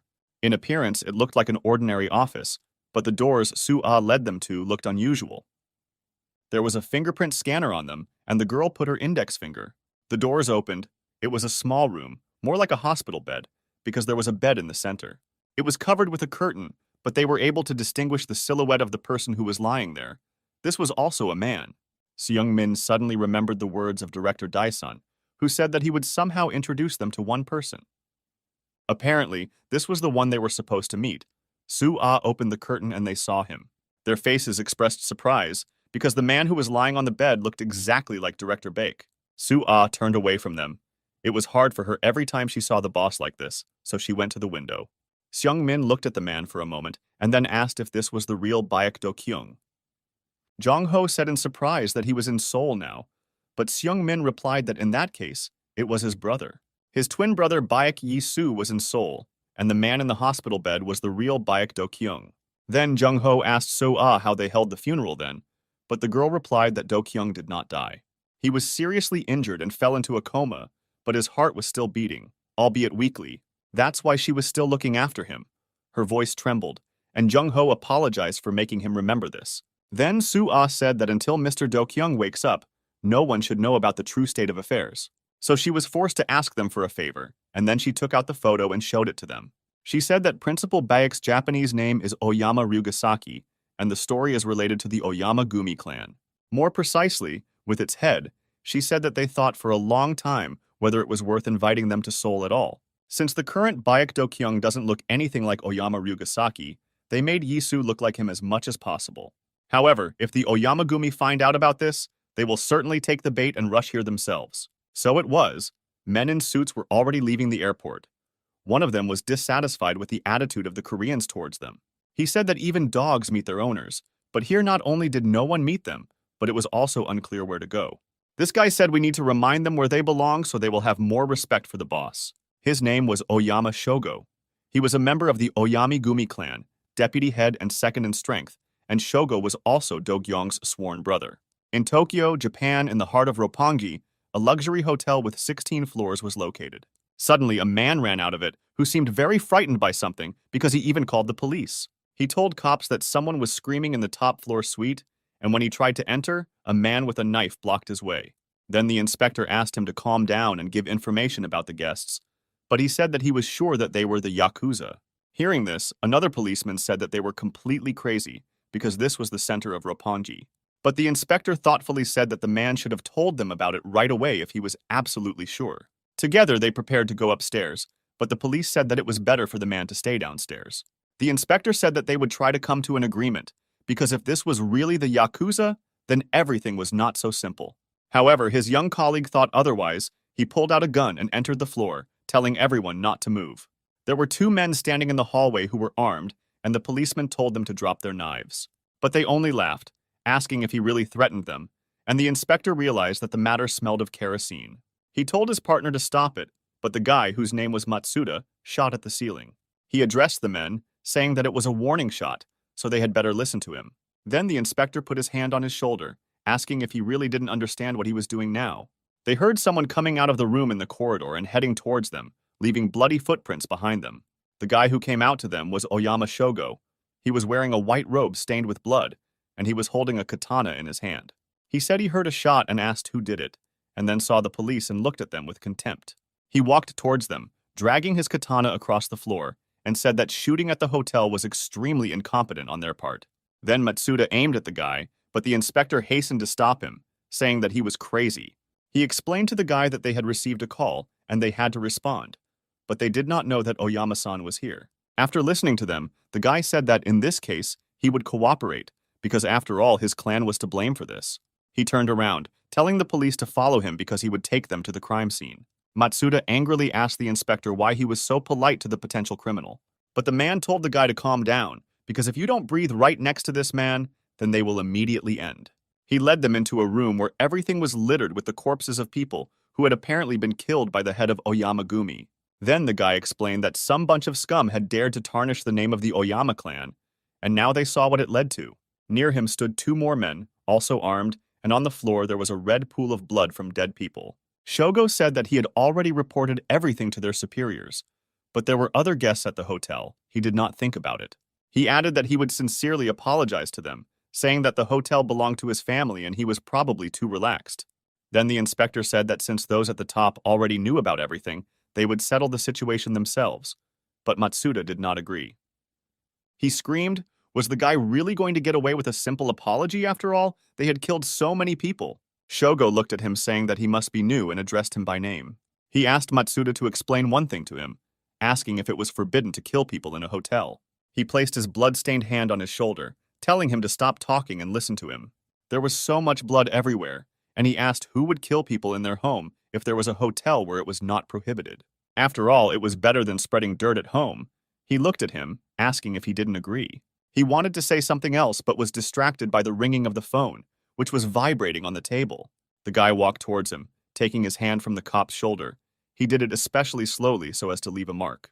Matsuda looked in horror at the stain of someone else's blood left on his shoulder, as if he too was involved in all this. Oyama, meanwhile, received a call asking what happened, and the voice on the other end told him to go to Korea. He asked what the man meant when he said that his brother was dying, but then everything became clear to him. He realized that he had just been informed about his half-brother, who was in critical condition. This is how the Oyama-gumi flew to Korea, and Seung-min and Jong-ho were already preparing for their arrival. The chairman asked if they were really as great as they were said to be, and Jong-ho nodded. He said that the Oyama Corporation was the largest construction company in Japan, but that was just their front. In fact, this is a gang of Yakuza that controls the entire Japanese underworld. Korea also has their allied organization. It was created with their direct support, and the name of this organization is Daison Group. And if the Oyama-gumi find out that Baek Yi-soo is now leading Daison, and not Do-kyung, they will have big problems. Meanwhile, a car arrived at Daisong's main office and was greeted by 2 rows of men forming a corridor. The driver opened the door, and a young man with the same red eyes as Baek Do-kyung got out of the car. He said that the name of his brother's organization was too big for such a small fry because it translates as Great Mountain. He then saw Chairman Lee Seung-min and Jung-ho, asking what kind of sucker and gorilla they were. Seung-min bowed as a greeting and said that he was the chairman of Ilhak, an ally of Daesan. He also spoke about the temporary absence of director Baek Do-gyung, but Oyama Shogo interrupted him, saying that he didn't even know how to speak properly. He asked which one of them could be the chairman and said to call Baek Do-kyung, who he wanted to talk to. This behavior did not suit Jong-ho at all. He said that it was too much even for the Yakuza. He added that the head of the organization was still standing in front of them, and then Seung-min grabbed the suitcase of one of them. The Japanese looked around, because they didn't expect the guy to stop them, but it seemed that's what he wanted. He turned to Shogo, saying that their insignificant and weak organization was not even close to their great clan. Therefore, they were unable to give them a proper welcome. With these words, he took the suitcase in his hands. He bowed again and asked them to show their boundless generosity, and they would not remain in debt. Seeing how he bowed down, Oyama Shogo mockingly said that it was somehow unchairmanlike to bend his neck in front of others. Of course, Seung-min didn't like it either, but he thought that he was willing to do it as much as he wanted if it meant protecting the others. Then Shogo approached him and said that it was quite good, because it was his way of expressing his respect to their clan. However, he noticed that the person behind him continued to stand straight and at the same time reproached them for their disrespect. Seung-min became agitated, saying that there was a misunderstanding, but Shogo had already given orders to his men. He told a guy named Nobu to teach the man a lesson in etiquette, because if an old tree doesn't want to bend, then they will cut him down themselves. The guy swung an axe at Jong-ho, and the old man did not expect this at all. At the last second, he managed to step aside, and the axe only cut through the air, but it was pretty close. Japanese Nobu smiled wryly when he saw that the old man was well-trained and was able to dodge. But he had already been given an order, and he was about to carry it out, so a moment later, another blow flew in his direction. Seung-min looked at all this and wanted to intervene, but Shogo put his hand on his neck, telling him not to raise his temper. He said with a strange smile that they would just shed a little blood and go back to Japan. After all, he didn't come here for them, the Korean bastards, so he asked again where Baek Do-kyung was. Meanwhile, Nobu managed to hit Jong-ho, and now the spot on his shoulder became increasingly red from the wound. The old man noticed this, but saw that the enemy was not enough and wanted to attack him again. He swung the axe again, but this time, Ilhak's second knife knocked his weapon down, swinging itself. He said that he would apologize in advance if he suddenly got too playful, and prepared to hit the guy back. Seung-min and Shogo simply watched them, or rather Shogo did not give Seung-min the opportunity to react. Because he had confidence in his men, that was the way it was. Nobu suddenly stopped Jong-ho's attack with ease. He grabbed him by the hand and swung the other for a decisive blow, saying that now the old man will see where he belongs. Chung-H tried to free his hand, but was surprised to realize that the guy was very strong and was holding him tightly. This only meant one thing in his case. Seung-min seemed to understand this too and shouted for the guy to stop. Suddenly, someone quickly approached the men and grabbed Nobu by the head, preventing him from taking good aim. Then he hit his head against the car in which they arrived, and Jong-ho remained unharmed. The rescuer turned out to be Yi-soo, during which time his hair grew back and he asked what the Japanese were doing here. Nobu, who had been taken by surprise, now tried to free himself and hit him with the axe on the sly. But it was impossible to hide such an attack from Yi-soo. He noticed this and grabbed the guy's hand with the weapon. Then he grabbed him by the hair and pulled him hard so that the guy could not finish the attack. And Soo told him to stop swinging the axe here and turned his head towards the car window. Then, without thinking twice, he broke the glass with his head and twisted his hand with the weapon so that the guy was neutralized. And Soo turned to his brother, asking if he had really gotten off on the wrong foot or had already had a fight with his father. He added that he would have problems because of his behavior, because he had created a real farce. He then approached his stepbrother, saying that this was Seoul, so he was not at home. Finally, Yi-soo said that this is his daiseng, so let him behave more politely and tell his people this too. Before that, he studied the entire Oyama family, and Jin Woon advised him to stay away from Shogo for a long time because he was too dangerous. But Yi-soo only replied that he would try to avoid direct confrontation so as not to give himself away. He thought about how the guy suddenly became interested in how Baek Do-kyung was doing, and that meant something. He said that someone told him how things really were, and that someone was most likely Chief Jong. He must have guessed everything himself when he saw Xi'an in the Gorang abandoned warehouse. In that case, he may have told Oyama about this to create a shakeup with the help of their clan. But Yi-soo said that thanks to the information Jin Woong provided him, he was able to learn more about Shogo and his surroundings. However, he had to act carefully, because if he knew everything, everything could go wrong.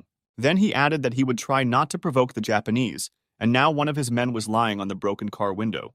Shogo looked at him with a surprised look. He asked again if Bak Do-kyung was standing in front of him. But Yi-soo decided to continue his game, asking in response if his stepbrother didn't recognize him. He looked at him closely for only a moment and then turned away, telling Seung-min to take care of Jung-ho.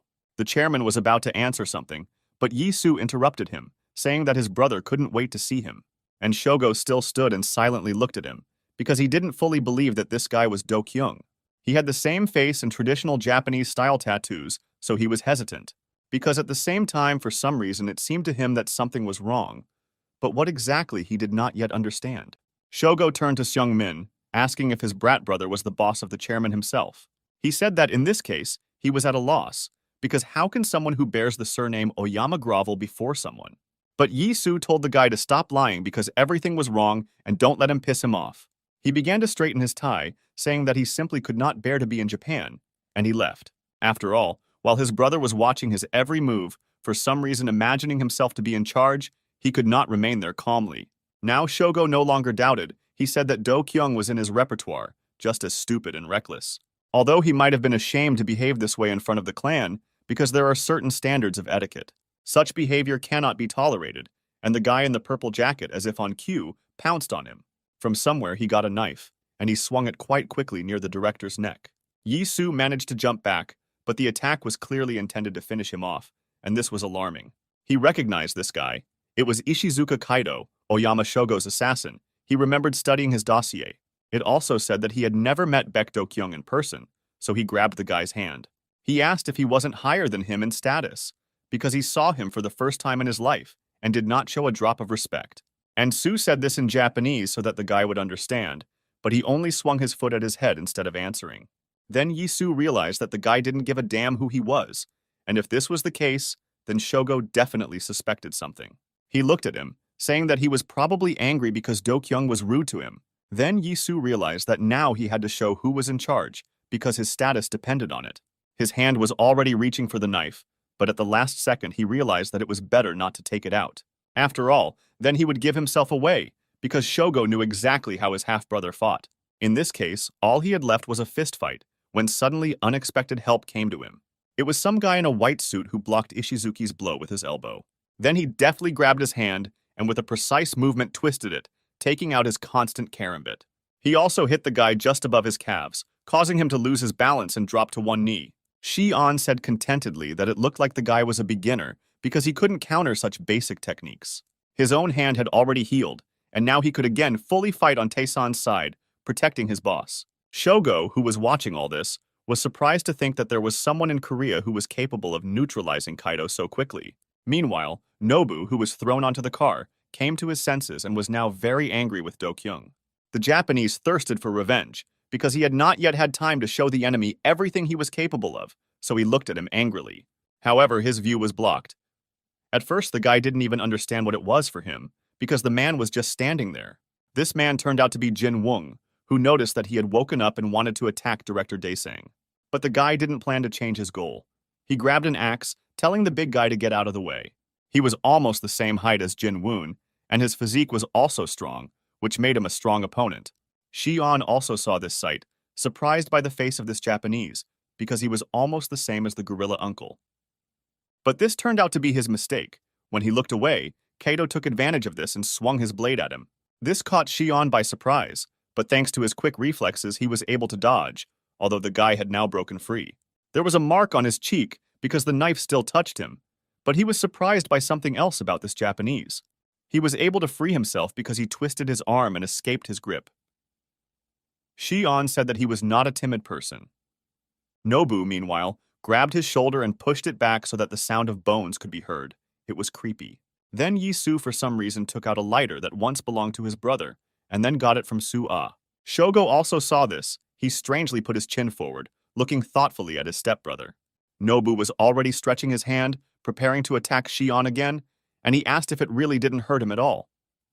However, their fight, which had not yet begun, was interrupted by Shogo, who put his hand on his shoulder, saying that he did not have to continue. Now his doubts were cleared, so there was no point in it anymore, especially since they were here as guests. He turned to his brother, calling him Rugasaki in the Japanese manner, and suggested that they forget about this misunderstanding. He put his hand on his shoulder, saying that it was all just a joke, because he hadn't seen him for so long that he didn't recognize him right away. However, at the same time, his hand squeezed Yisu's shoulder, and he understood what it meant, but he still had some doubts. He waved his hand from his shoulder, telling his brother not to joke like that, because he was bad at it. Shogo smiled for some reason. Now interesting thoughts began to creep into him again, so he asked, would his brother lend him a lighter to light a cigarette, since he had just returned from the airport and hadn't had time to buy cigarettes yet? But Yisu studied his half-brother well, so he guessed that this was a hidden test.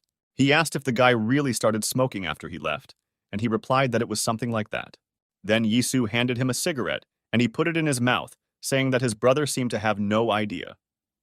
Yisu didn't understand what he meant, so he simply handed him the lighter, and he brought the cigarette to it. Director Daesan said that it was quite easy to do, but Shogo replied with a grin that he really didn't know. And Su already brought a lighter to his cigarette, but the guy said that he does not smoke because it is harmful to health. This was unexpected, because before that he himself had asked him for a cigarette, but the guy explained that he was talking about a lighter. He said that he was holding Baek Do-kyung's lighter, which he never took out in front of him. Then Yisu realized that he had failed.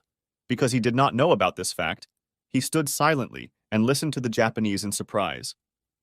And he grabbed him by the hand and asked who he was, because he remembered Do-kyung's every move and every word.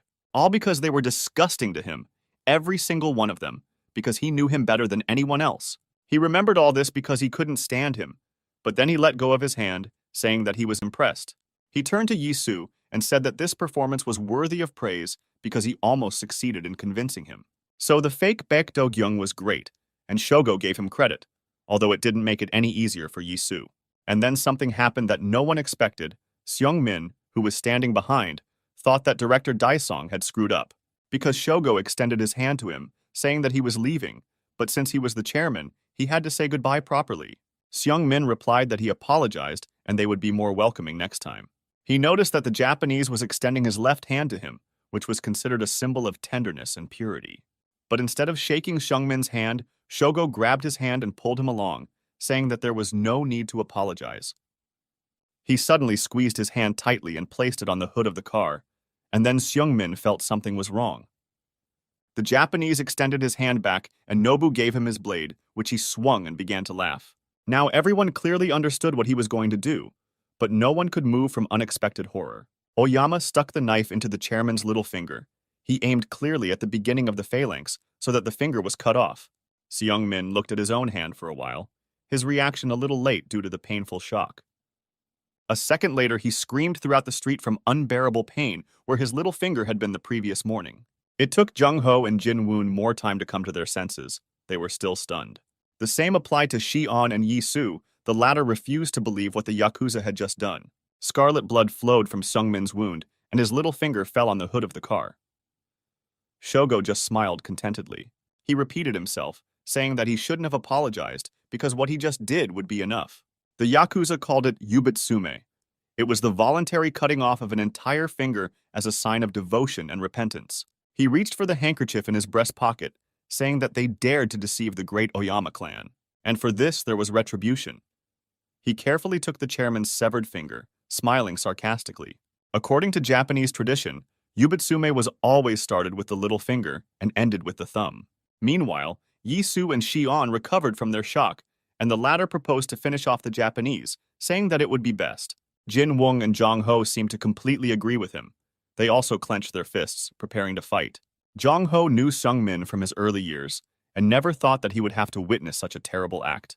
The man shouted what kind of circus these pompous Japanese were putting on, saying that they would not get away with it. But to his surprise, Seung-min himself answered him, telling him not to disgrace his chairman. He grabbed his finger, clenched his teeth, and said that their guest was leaving, so they should see him off with respect. Then he bowed again and wished Shogo a good journey, and he looked at him in surprise. However, then something sparkled in his eyes. It was clear that the young master interested him. He put his hand on his shoulder, saying that he had underestimated him, because he turned out to be not such a simple person. Now it was clear to him why the head of Daesun chose him as chairman. He opened the doors, getting into the car. Finally, he told Seung-min that they would see each other again, and now they would meet more often, as he thought. Seung-min thanked him, saying that it was a great honor for him, and bowed again. Shogo turned his head towards Yisu, calling him fake Do-kyung, and saying that they would see him again too. Yisu did not answer anything. He was still impressed by the Japanese's antics and could not calmly look him in the eyes. As soon as the Oyamagumi left, everyone rushed to Lee Sung-min, who was still holding his wounded hand. He was shocked that he had just lost his little finger, however. The others had the same condition. This especially angered Yisu, because Seung-min was a member of Daesung too, so he couldn't just leave it like that. Meanwhile, the Japanese man was sitting in the car and talking to someone. He asked this man how his progress was. And then he added whether he had finished collecting information, and the man was just about to answer. His name was Ganji, and at the request of Shogo, he and his squad were collecting data on recent events. Ganji replied that they were just finishing up, and now they had information about everything that had been happening in Korea recently. He said that everything turned out to be much more interesting than he thought, and Shogo replied that he completely agreed with him. Ganji then explained that some of the data was different from what they had previously received. For example, one of the facts was that Baek Do-kyung had a twin brother who died not long ago. Hearing this, Shogo's eyes lit up. He said that in this case, this explains a lot, but the man did not understand. Then Oyama said that he had already seen him, a mediocre parody of Baek Do-kyung, which means the real Do-kyung is dead. Ganji added that they discovered another fact, saying that the gang committee had been disbanded. It seems that an era of war was approaching, and meanwhile, Daesan not only did not disintegrate, but also significantly expanded its spheres of influence. They joined Ilhak, but this is only part of their cunning plan. Then Shogo remembered the chairman. Ganji said that they could turn out to be useful guys under the right leadership and continued the report. He said that now the situation in Seoul is increasingly tense due to pressure from outside. In addition, Ilhak was not the only one. Daesan's significant growth was ensured by the addition of Chonhua to them, and he also discovered something strange. This was the intervention of some third-party organization that is trying to limit their flow of information. He was the head of the Planning and Operations Department, the right hand of the head of Oyamagumi, Hanazawa Ganji. He told his boss that he still had to verify a few things to get the full picture and hung up. In front of him sat a man whom he had not killed. In order to extract more information about Daesan, he asked if he knew Japanese. Hook, who was looking at him with a distant look, had been severely beaten before, and he did not understand everything well. Meanwhile, in the Chinatown area of Daelim, where Cheonnun's headquarters was located, something was happening. A considerable crowd of men gathered in the bunker, brought by Koo Chang-jun, but it all comes down to one person. Wang Hao lit a cigarette, saying that it turned out that Oyamagumi would take command of Daesan into his own hands. At least that was what was reported to him, so he asked Koo-jun if that was true. The old man stood in front of him, his head bowed guiltily. He said that he thought it was a good chance for them. They could strike while Daesan was still weak and confused by the appearance of the Oyamagumi. Then Wang Hao asked if this was why he brought all these men who were ordinary amateurs here. He said that the old man could get rid of them because they would not attack anyone. But Koo-jun did not agree. He asked if Wang Hao really didn't understand what a profitable opportunity this was for them, but he replied that the old man was in too much of a hurry. He added that he understood his intentions because he did it for Cheon-noon, but it was not the time yet. He took his bandaged hand, telling him to think carefully about revenge, because it is served cold. He then said that the Oyamagumi personally arrived in Seoul and had a big quarrel with Daesan, who was subordinate to them. Looking into his eyes, Wang Hao asked if he really didn't understand what this meant for Daesan and for them. And this meant that now the Oyama clan themselves would take the helm in order to break into the Korean underworld. Meanwhile, Soo-ah finished reading the letter that was delivered to them this evening, just recently. She quietly said that it was from Oyamagumi, and Jong-ho, who was sitting next to him, nervously asked what they wrote there. Soo-ah then read everything out loud, saying that the apology for Daesang's deception was accepted by the Oyama family. However, from now on, Mr. Oyama Shogo will be in charge of all the affairs of the organization, and every action and decision of Daesan must be coordinated directly with him. A small box was also attached to the letter as a reminder of errors. Seeing its contents, Soo-ah took her aside in horror, and Jong-ho told the lady to give it to him. He carefully took the box from her and opened it, already having a premonition of what those Japanese brats had put in it. He looked at what was lying there and also saw a note that was separately attached there.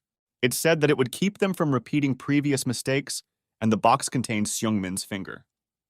Ilhak's deputy shouted in horror that this was already a mockery from the Japanese. For him, it was a cry from the soul that everyone in Daesan heard, but no one could do anything about it. Meanwhile, Yisu headed to the hospital in Incheon. He knew that he had something important to say to his brother.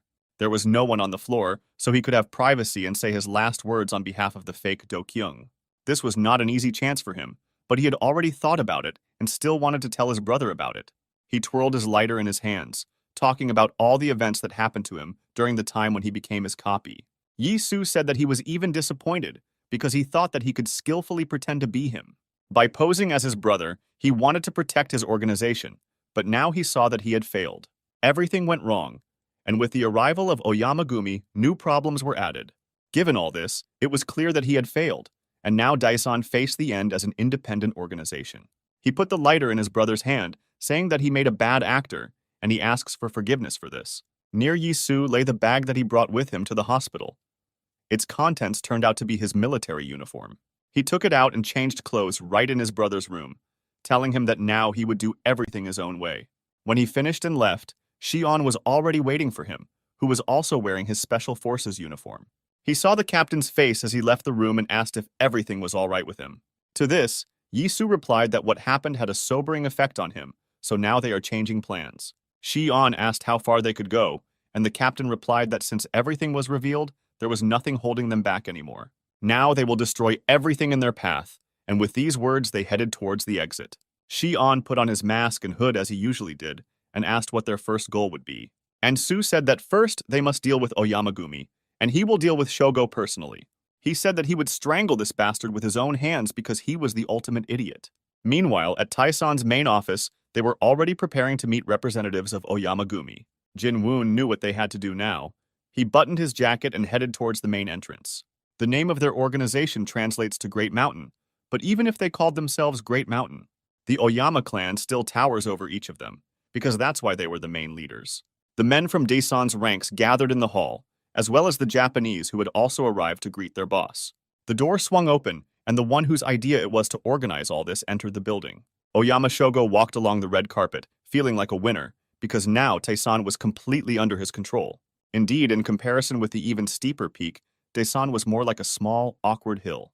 So Jin-woong and his other members had no choice but to bow their heads. A peak rose before them that they would never be able to conquer. This is the Oyama clan. Shogo went up to the main room where Yi-soo once sat. He took out the same tea service and began to brew tea.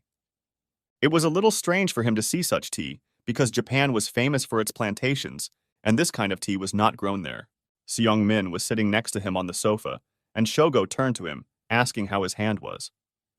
Seung-min replied that everything was fine and thanked him for asking. Shogo said with a smile that the act of cutting off fingers has the meaning of apology in their culture. So now all the grievances were forgotten, and he said that the chairman could relax a little. Then Seung-min began his monologue, saying that Daison is now an allied organization under Ilhak. And now that he, Oyama Shogo, controls it, the course of events has changed a little, but Shogo interrupted him.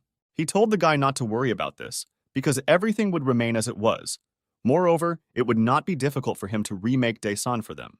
However, Seung-min thought this was an overly generous offer, and he told the Japanese about it. Then Shogo replied that he had heard a lot about the current state of affairs in Seoul. It reminded him of the Sengoku period. Then everyone was busy with mutual destruction, but he, Shogo, had no need for the city.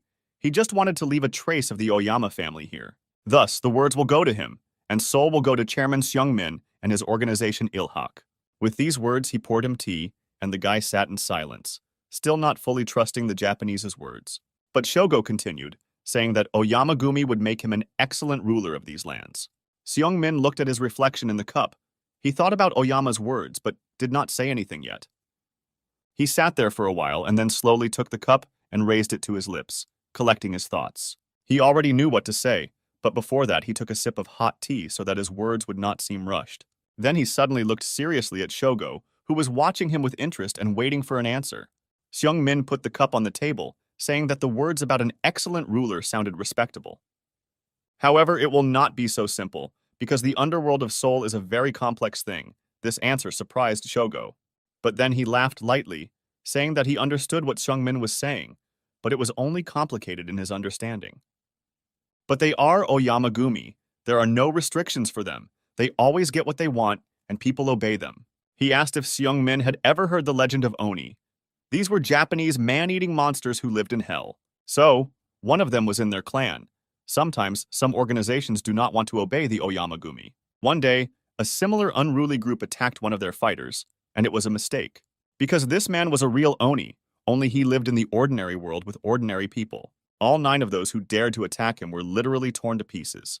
But the funniest thing was something else, however. He, Shogo, already had the opportunity to demonstrate it. You could say it was something like his fetish, although from the outside it looked quite creepy and even disgusting. The fact was that some of the corpses he killed were missing fingers, whether thumbs or little fingers. And then he ate them, and now he did the same in front of Hook, who covered his mouth with his hand so as not to vomit. Thus, the man really did not look like an ordinary person. He ate his fingers like a rabbit ate carrots. Seeing that all the members of his team had been killed, Hook began to ask for mercy, but the man had already prepared an axe. The poor fellow looked at him, wondering if this was the end of his miserable life, and yet he had never risen in the eyes of his boss.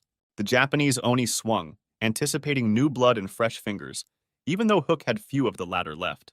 He closed his eyes, saying goodbye to life, when suddenly the door to the room swung open, and this made the man stop. He froze with an axe in his hand, and Yi-Su, who intended to take revenge on Oyamagumi, came out to meet him. He asked if Lee Hyun-gu was here, and he couldn't even answer right away due to shock and relief that he was still alive. The Japanese looked at the commander with displeasure because he interrupted him, and he could not finish off his victim. Yi-Su stood in full Special Forces gear. In this state, he was capable of killing even an entire squad. It was also noteworthy that the Japanese recognized him. It was Nobu, whom the guy had already beaten this morning. Like all incredibly strong thugs, he was a little dumb, so he still saw Ryugasaki in the guy. However, Yi-Su exposed himself, and then Nobu said that he did not want to deal with the imposter. He sent his subordinates to deal with him, and they did not believe that there was someone else in front of them, because they were very similar to their brother. One of the men agreed with the general opinion, saying that the guy was exactly like their old head Do-kyung. With these words, he attacked him, saying that all his life he had dreamed of stabbing this bastard at least once. Yi-Su blocked his attack with his knife in front. He noticed that the man's skills were not very good. Therefore, it was not difficult for him to quickly grab him with his hand and twist it so that he himself put the knife to his throat. The commander hesitated for only a moment, but then pressed his hand, and it pierced the man's throat. The rest of the subordinates watched this with wide open eyes. They realized that the enemy would not stand on ceremony. This was also seen by Nobu, who, although he was quite cold-blooded himself, was greatly surprised by Yi-Su's actions. The man who was injured looked at him angrily. He grabbed his throat, squeezing it. Then the others seemed to wake up from their shock, drew their weapons, and ran to the aid of their comrade. However, Yi-Su was faster. He decided to be proactive and was the first to attack the one who was closer. At the last moment, he turned the attack into a throw and threw the knife straight into the forehead of one of the attackers. Death was instant. There was one more man left who screamed, "How dare this bastard kill his friends in front of his eyes?" He swung and launched an attack, but Yi-Su successfully dodged and then hit back with his elbow, leaving him confused. He realized that the guy was specially trained because he was able to hit the painful point, and now everything was darkening in his eyes. He fell and lost consciousness, dropping the knife, and Yi-Su looked at them with contempt, thinking that the fighters in Japan were no better than theirs. There were some exceptions, however, and one of them was this guy who swung an axe at him. Nobu put all his strength into the blow, but Yi-Su was able to dodge, and the axe cut through the air, making a large circle above his head. This time, the commander realized that he had to seize the initiative and took out a knife, preparing for a retaliatory strike. Nobu swung his axe and hit where Yi-Su was a second ago, but the guy jumped away from the attack in time. Then the Japanese grabbed the axe with both hands and attacked him. He found the fight funny. Yi-Su noticed that the man was quite fast for his size, so there was no time to hesitate. Nobu struck from below, and the commander had to take the weapon in both hands to repel this attack, because the difference was great. What saved him was that he had a special blade that could be used to fight even against an axe. They ran at each other. The Japanese did not expect that the guy would be able to defend himself from such an attack. He said that he had quite good abilities. He added that Yi-Su was almost as strong as his twin brother, because so far only Ryugasaki could defeat him. Instead of answering, Yi-Su said his full name, Onizawa Nobuhito, and explained that he had been studying his dossier. They fought, and it so happened that Yi-Su constantly retreated, and now he found himself pressed against the wall. But this was planned so that the enemy would feel superior, because as they say, you have strength. You don't need intelligence. He said the last thing out loud, which greatly angered the Japanese, and he rushed at him with a new wave of rage. He swung, but this time Yi-Su was faster. He grabbed his hand and cut his stomach with the other. Nobu could not foresee this. For a moment he simply stood there, gathering his strength, but quickly came to his senses. He finally finished his attack because Yisu let go of his hand, but the guy ducked down. Now he found himself in a rather advantageous position, because Nobu's axe was stuck in the wall, hitting him in the chin. This blow was already more noticeable for the Japanese. He began to doubt his abilities, because he underestimated the guy. Meanwhile, Yisu swung his knife to finish off the thug while he was still out of his mind. Although the man saw this and even attacked in response, he did not have enough speed, and the commander easily dived with a half blow, stabbing him in the ribs. Nobu's knees buckled and he sank to the ground, now realizing that in front of him was a real copy of Ryugasaki. The axe fell from his hand, and he looked in surprise at Yisu, whom he could not even touch. And the guy said with ridicule that the Japanese was strong, but his accuracy was a little let down. Then he suddenly changed, his gaze became terribly serious, and he told the man to attack again. Of course, this clearly showed that he was not Baek Do-kyung, and Hook paid attention to this, but such a cover was no longer needed. And Su went down to him, asking if he was okay, and the man replied that he was only scared. He then asked who he was, and Yisu extended his hand to him, saying that he was his boss for now. He asked if he could stand up on his own. Hook nodded, but he still didn't fully understand the guy's words. He wanted to ask what this meant, but did not have time, because he noticed that the enemy behind him had already recovered. He felt scared again and warned his boss about the threat, but Yisu didn't seem to care at all. The commander knew that the enemy was now disarmed, so he only stepped aside from the attack. Nobu didn't think that he could do this because he was counting on a frontal attack, but Yisu grabbed his hand. Then he threw it a little to the side and prepared for his blow, which should have finished him off. He told the man to prepare to take his own life, and Nobu was momentarily overcome with fear.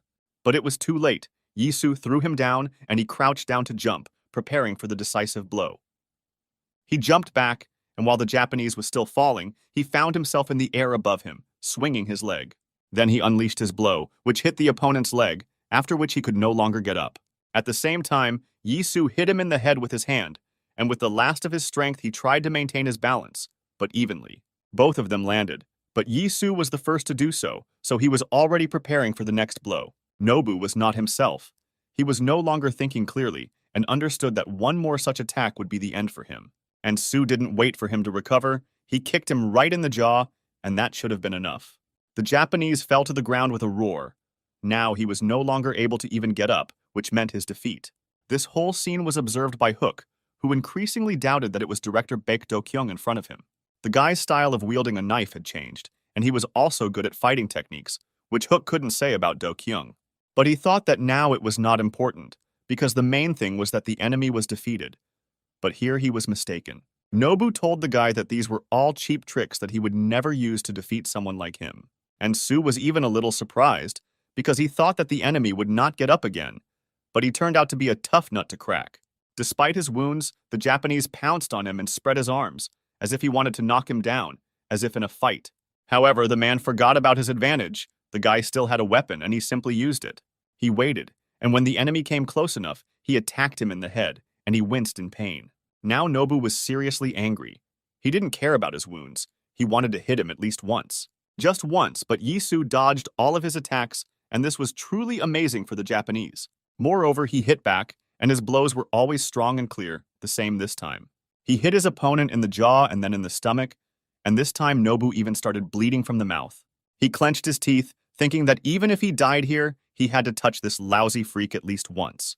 The Japanese gathered all his remaining strength and put it into one attack, which Yisu still could not block. This time he added more speed, so the blow was more unexpected than powerful. But the Japanese was happy about it. He thought that he would finally be able to defeat him, because this was just the beginning. However, as it turned out, at the last second the commander was able to stop the blow at the very head, so now he was holding his hand. He then grabbed him by the elbow with his other hand, asking if that was all he could do. In this case, it looked more like miserable agony before death than real blows. He pressed hard on the bone of his arm and broke it, twisting his arm, and the Japanese looked on in horror. He screamed in unbearable pain and sank to the ground, while Yisu stood over him like an executioner. He played with him because he wanted death to be as painful as possible for everyone from the Oyama clan. Then he kicked him in the head again, knocking the man out and sending him flying a meter away. Hook looked at all this in surprise. He no longer thought that the enemy would rise again after this.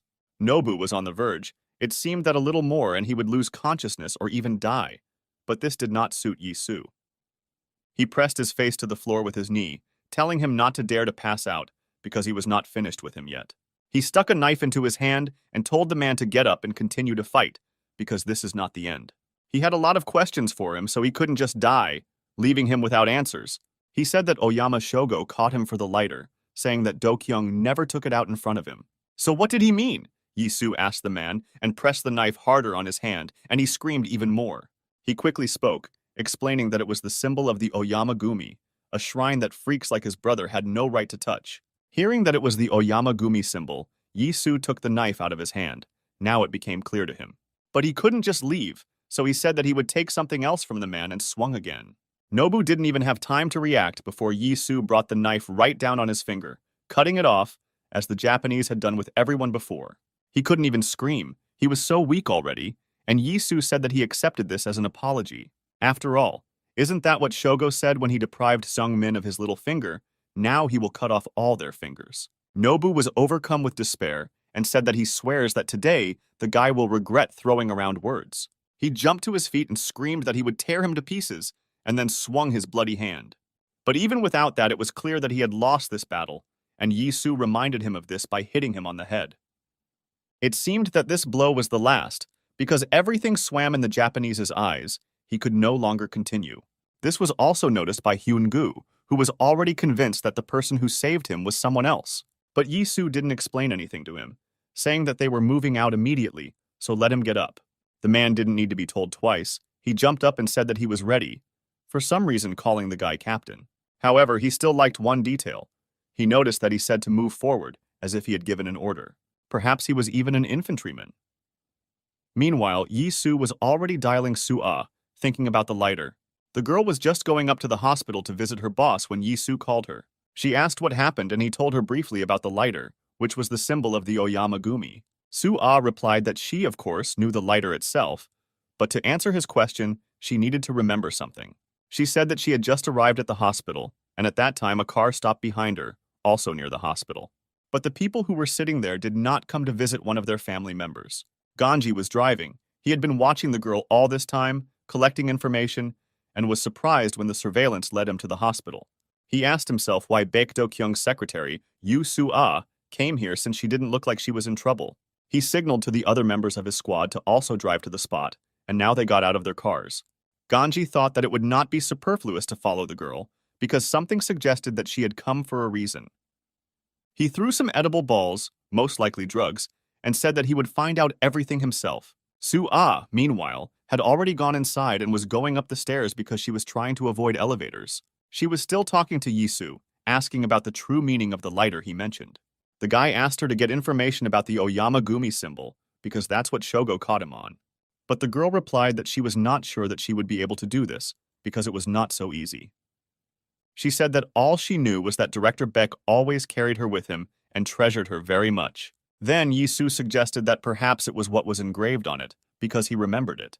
However, the girl herself did not know this. She said that only Director Beck himself could give the answer to this question. She couldn't finish the sentence because she entered Do-kyung's room and froze in surprise. What she saw caused the phone to fall out of her hands, and Yi-Su heard this and asked if she was okay. But the girl didn't answer. She couldn't even take a step because she was stuck, because she was looking at Do-kyung, who was sitting. He was sitting on the bed and holding his lighter in his hands when he suddenly heard the door open and turned to her. Su-ah couldn't say a word, because until recently she couldn't believe that her director was sitting right in front of her. He said that he kept wondering who it could be, but it turned out to be her. And Su-ah, hearing what he was saying, covered her mouth with her hands. She was scared and happy at the same time, and Do-kyung turned to her, saying that it was like they hadn't seen each other for 100 years. Finally, the girl was able to answer him, saying that the director was not far from the truth, because a lot of time had indeed passed. Meanwhile, Ganji and his people also entered the hospital. He still did not know where exactly the girl went. Then he noticed a notice on the wall near the elevator, and it caught his attention, so he walked up to it. It said that the 6th floor was closed for renovation due to the need to replace windows, so entry there was prohibited. But it seemed a little strange to the man. His instinct told him to check this floor. He told his subordinates to move on, and he would look for another entrance if the elevator was not working. He thought that the secretary had put aside all her business and had come such a long way to come here.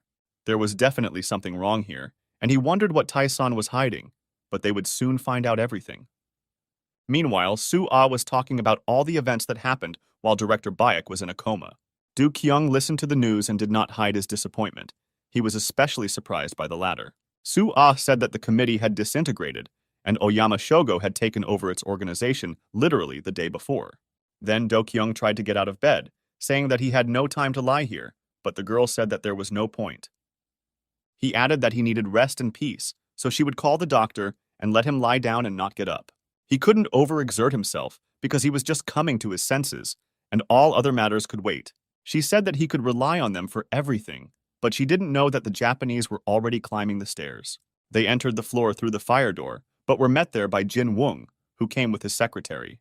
One of the men recognized him, saying that since he was here, they certainly had not come in vain. Jin Woong had the title of Chief of Security for Daesung, and he said that they would not go any further. The men were surprised at his courage, asking if he was crazy, but the big guy said he didn't care who they were. Then one of them put his hand on his shoulder, telling him not to run into trouble because they were with Oyama Gumi.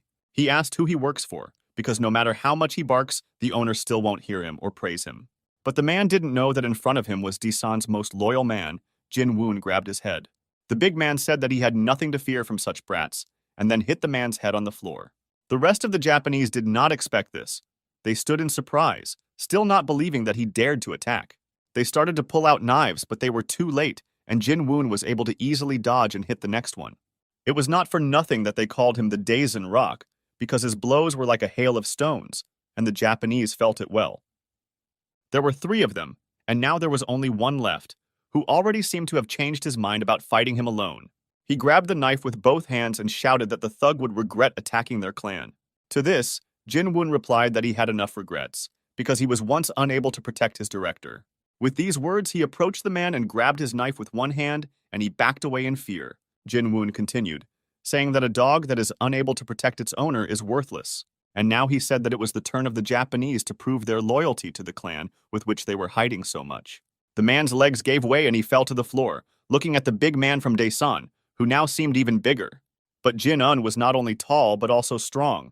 He squeezed the man's hand so that he screamed. His cry was heard by Ganji, who meanwhile also climbed to the floor on the other side. He was just walking down the corridor when he heard the cry of one of his men, and then he saw the whole picture himself. But it was from the left side, and he entered from the right, so instead of Jin Woong, he was met by 2 other men from Daesan. One of them blocked his way, saying that entry here was prohibited, but Ganji hit him in the throat. It happened so quickly that the man did not even have time to take out the knife, and the Japanese had already rushed at the other guard. He only managed to put his hand in his pocket and grab the knife, but Ganji did not allow him to complete the action. He swung at him, and the man realized that he had lost because the opponent was experienced. Ganji attacked with a strange weapon. It was something like a bent knife, but not a karambit. He said that they were lucky. This is because they were in the hospital, and if the men pressed harder on the wounds, they might survive. Then he leaned over one of them, putting his hand in its pocket, because he knew what to look for. He expected to find some kind of pass to the room, because it was not for nothing that these 2 were guarding it. This item turned out to be a key card. It was not difficult for Ganji to find the right room, because it turned out that there was only one on the floor. He walked inside, still wondering who or what was there, since Daesan guarded the place very heavily. Imagine his surprise when he saw Baek Do-kyung in his hospital bed, alive and unharmed. Do-kyung heard someone enter and looked at the visitor, but he didn't expect to see Hanazawa here. Then he came closer to make sure that the man in front of him was someone he knew. There could be no doubt it was indeed Ryugasaki, and Ganji greeted him, drawing a knife. Meanwhile, Su-ah found the doctors and reported to them that Do-kyung had regained consciousness, and now they ran together to his room. On the way, the girl noticed 2 men who were assigned to guard his room, but for some reason they were wounded. One of them could still speak, and pressing his hand over her throat, told her to hurry to the director. Su-ah immediately guessed everything. She thought in horror that they had been tracked down so quickly. Without wasting time, she ran to the room, the door to which was open, and burst in screaming. She screamed his name, but to her relief, the guy lay unharmed, and Jin Woon stood next to him. She came closer, asking what happened, but Do-kyung reassured her, saying that everything was fine. He said that Hanazawa stopped by, but they just exchanged glances. They had a kind of relationship, but Soo-ah didn't have to worry about anything since he had already left. Do-kyung then tried to get up, asking where his phone was, and Soo-ah replied that Mr. Bak Yi-soo had it. Do-kyung smiled, saying that he had forgotten about it, and then asked for the girl's phone number, asking if she would borrow it. He really needed it, because he had to resolve some issues. His gaze suddenly became serious. The man's phone, who was finishing his work, rang, and he wondered who it could be from. He had gray hair, which made him look like a middle-aged man, but not yet an old man. He accepted the call. Hearing the voice on the phone, the man was very surprised, and Do-kyung said that they had not called each other for a long time. He called the man his father. It was the chairman of the Oyama Corporation, Oyama Tetsuji. The father said that he had heard terrible news about the death of his son, but it seems that these are just rumors.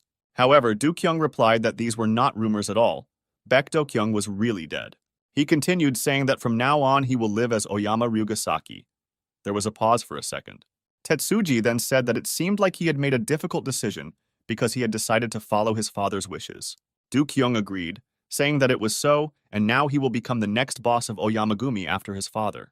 Then the man asked if he ran away to Seoul because he opposed it with all his heart. But Do-kyung said that he changed his mind, asking if his father was not happy about this, and he replied that he could not even dream of such a thing. He said that he did not change his beliefs, because Do-kyung was his heir, but everything was not so simple. As a token of his recognition, his father gave him his lighter, which he treasured more than anything in the world. However, he explained that many members of the clan did not approve of his candidacy. Shogo probably contributed to this. His Japanese brother believes that the Joseon degenerate is not worthy to take the place of the head, but Do-kyung himself knew this.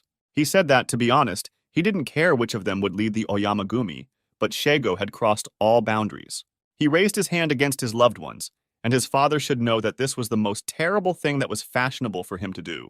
So Do-kyung continued by saying that then let all the bastards who despise him come to Seoul. He will wait for them. They will throw away all ranks and statuses and talk like men. Here he clutched his father's lighter. Then Tetsuji said that he wanted to clarify something and asked if he was really going to kill Oyama Shogo. He entered the room where all the heads of his clan were gathered. It was something like a family meeting. Do-kyung responded positively, saying that otherwise he would never be able to forgive his brother for his stupid ways. The father was silent for some time, but then said that if this was so, let his son do what he thought was right. He ended the call, thinking about how everything in their clan would now turn upside down. Perhaps this was the beginning of a war. But Soo-ah did not share his views. She could not believe that the first thing he did, as soon as he opened his eyes, was declare war on Oyamagumi. Do-kyung just looked at her with a smile, asking if the girl was really afraid. He said that he didn't care how strong they were Daesang, so how could they lose? In addition, he said that they still had one trump card in the form of his brother, who would always be on his side.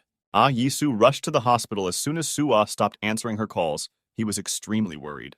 Then Do-kyung joked, saying that Mr. Baek Do-kyung himself came to them, and Yi-soo froze in place. He asked himself if this was really true, what he had just seen with his own eyes. He saw his brother, who was now looking at him with a smile, and tears rolled down his face. Meanwhile, Do-kyung said that it really was him, and that he was also happy to see his little brother. Yi-soo looked at him, still unable to say any words other than surprise. Do-kyung also looked at him with a slight smile. He was glad to meet his brother again, knowing that all this time he lived for both of them. He noticed Yi-soo crying and asked why he was crying again. The image of the little boy appeared in his mind again. Yi-soo replied that he thought if Do-kyung didn't wake up, he would have to take his place, and the guy looked at him like a brother. He asked him, as once in childhood, what the result was, whether he succeeded in becoming Baek Do-kyung. Wiping his tears, Yi-soo said that they were twins, and that is why he thought that he could be like him. But in the end, it didn't work out. It was really difficult, so now he was glad that his brother woke up. Then Do-kyung extended his clenched fist to him, saying that his brother really did a good job. He added that he would somehow sort everything out himself, because after all, they are the invincible Daesang. So let him stop crying. He said it like he always said it, but it was his support. He said that otherwise he would beat him. But Yi-soo understood that he was saying this, as always, to calm him down. He raised his hand and touched his fist with his fist, a move they hadn't done for so long. After that, Do-kyung suddenly leaned back on the bed, saying that after all, his brother managed to break some wood. Not only is Daesan now under Ilhak, but Cha Yuhua is also their hostage. Yi-soo looked away guiltily, and Do-kyung continued to proofread him, asking if he knew what was most absurd about this matter. This is that all of this is the work of Baek Do-kyung, because Yi-soo managed to do everything under his name. Soo-ah decided to somehow protect Yi-soo, saying that now he was considered unsurpassed and invincible. But Do-kyung just laughed like a child, asking what his brother was going to do next. Then Yi-soo replied that the first thing was to return Daesung, because this was his brother's organization. He said that he was going to go back there and cut the throat of Oyama Shogo and all his henchmen. He will tear each and every one of their throats, because they dared to raise their hand to what was most dear to his brother. Shogo and Kaido, meanwhile, were in the hospital. They checked on Nobu, and Shogo said that he was pretty beat up. But he did not sympathize for long. Soon he threw him against the wall, saying that the cannibal of the Oyama clan was resting here. Nobu then asked for his forgiveness, apologizing for the fact that the boss had to worry about him. But Shogo was interested in something else. He leaned towards him and asked if the fake Do-kyung was really that strong. Was he really as good in battle as Ryugasaki? The head grabbed him by the collar, and Nobu was surprised. He replied that he had never fought with Ryugasaki, so he could not judge who fought better. However, it was difficult for him to imagine anyone stronger than this bastard, because he was definitely a professional. He remembered how he beat information out of him by plunging a blade into his arm, and he didn't even blink an eye. Shogo then paraphrased Nobu, saying that in simple terms, he was in no way inferior to Baek Do-kyung. However, it seemed to Nobu that such a characteristic was not enough.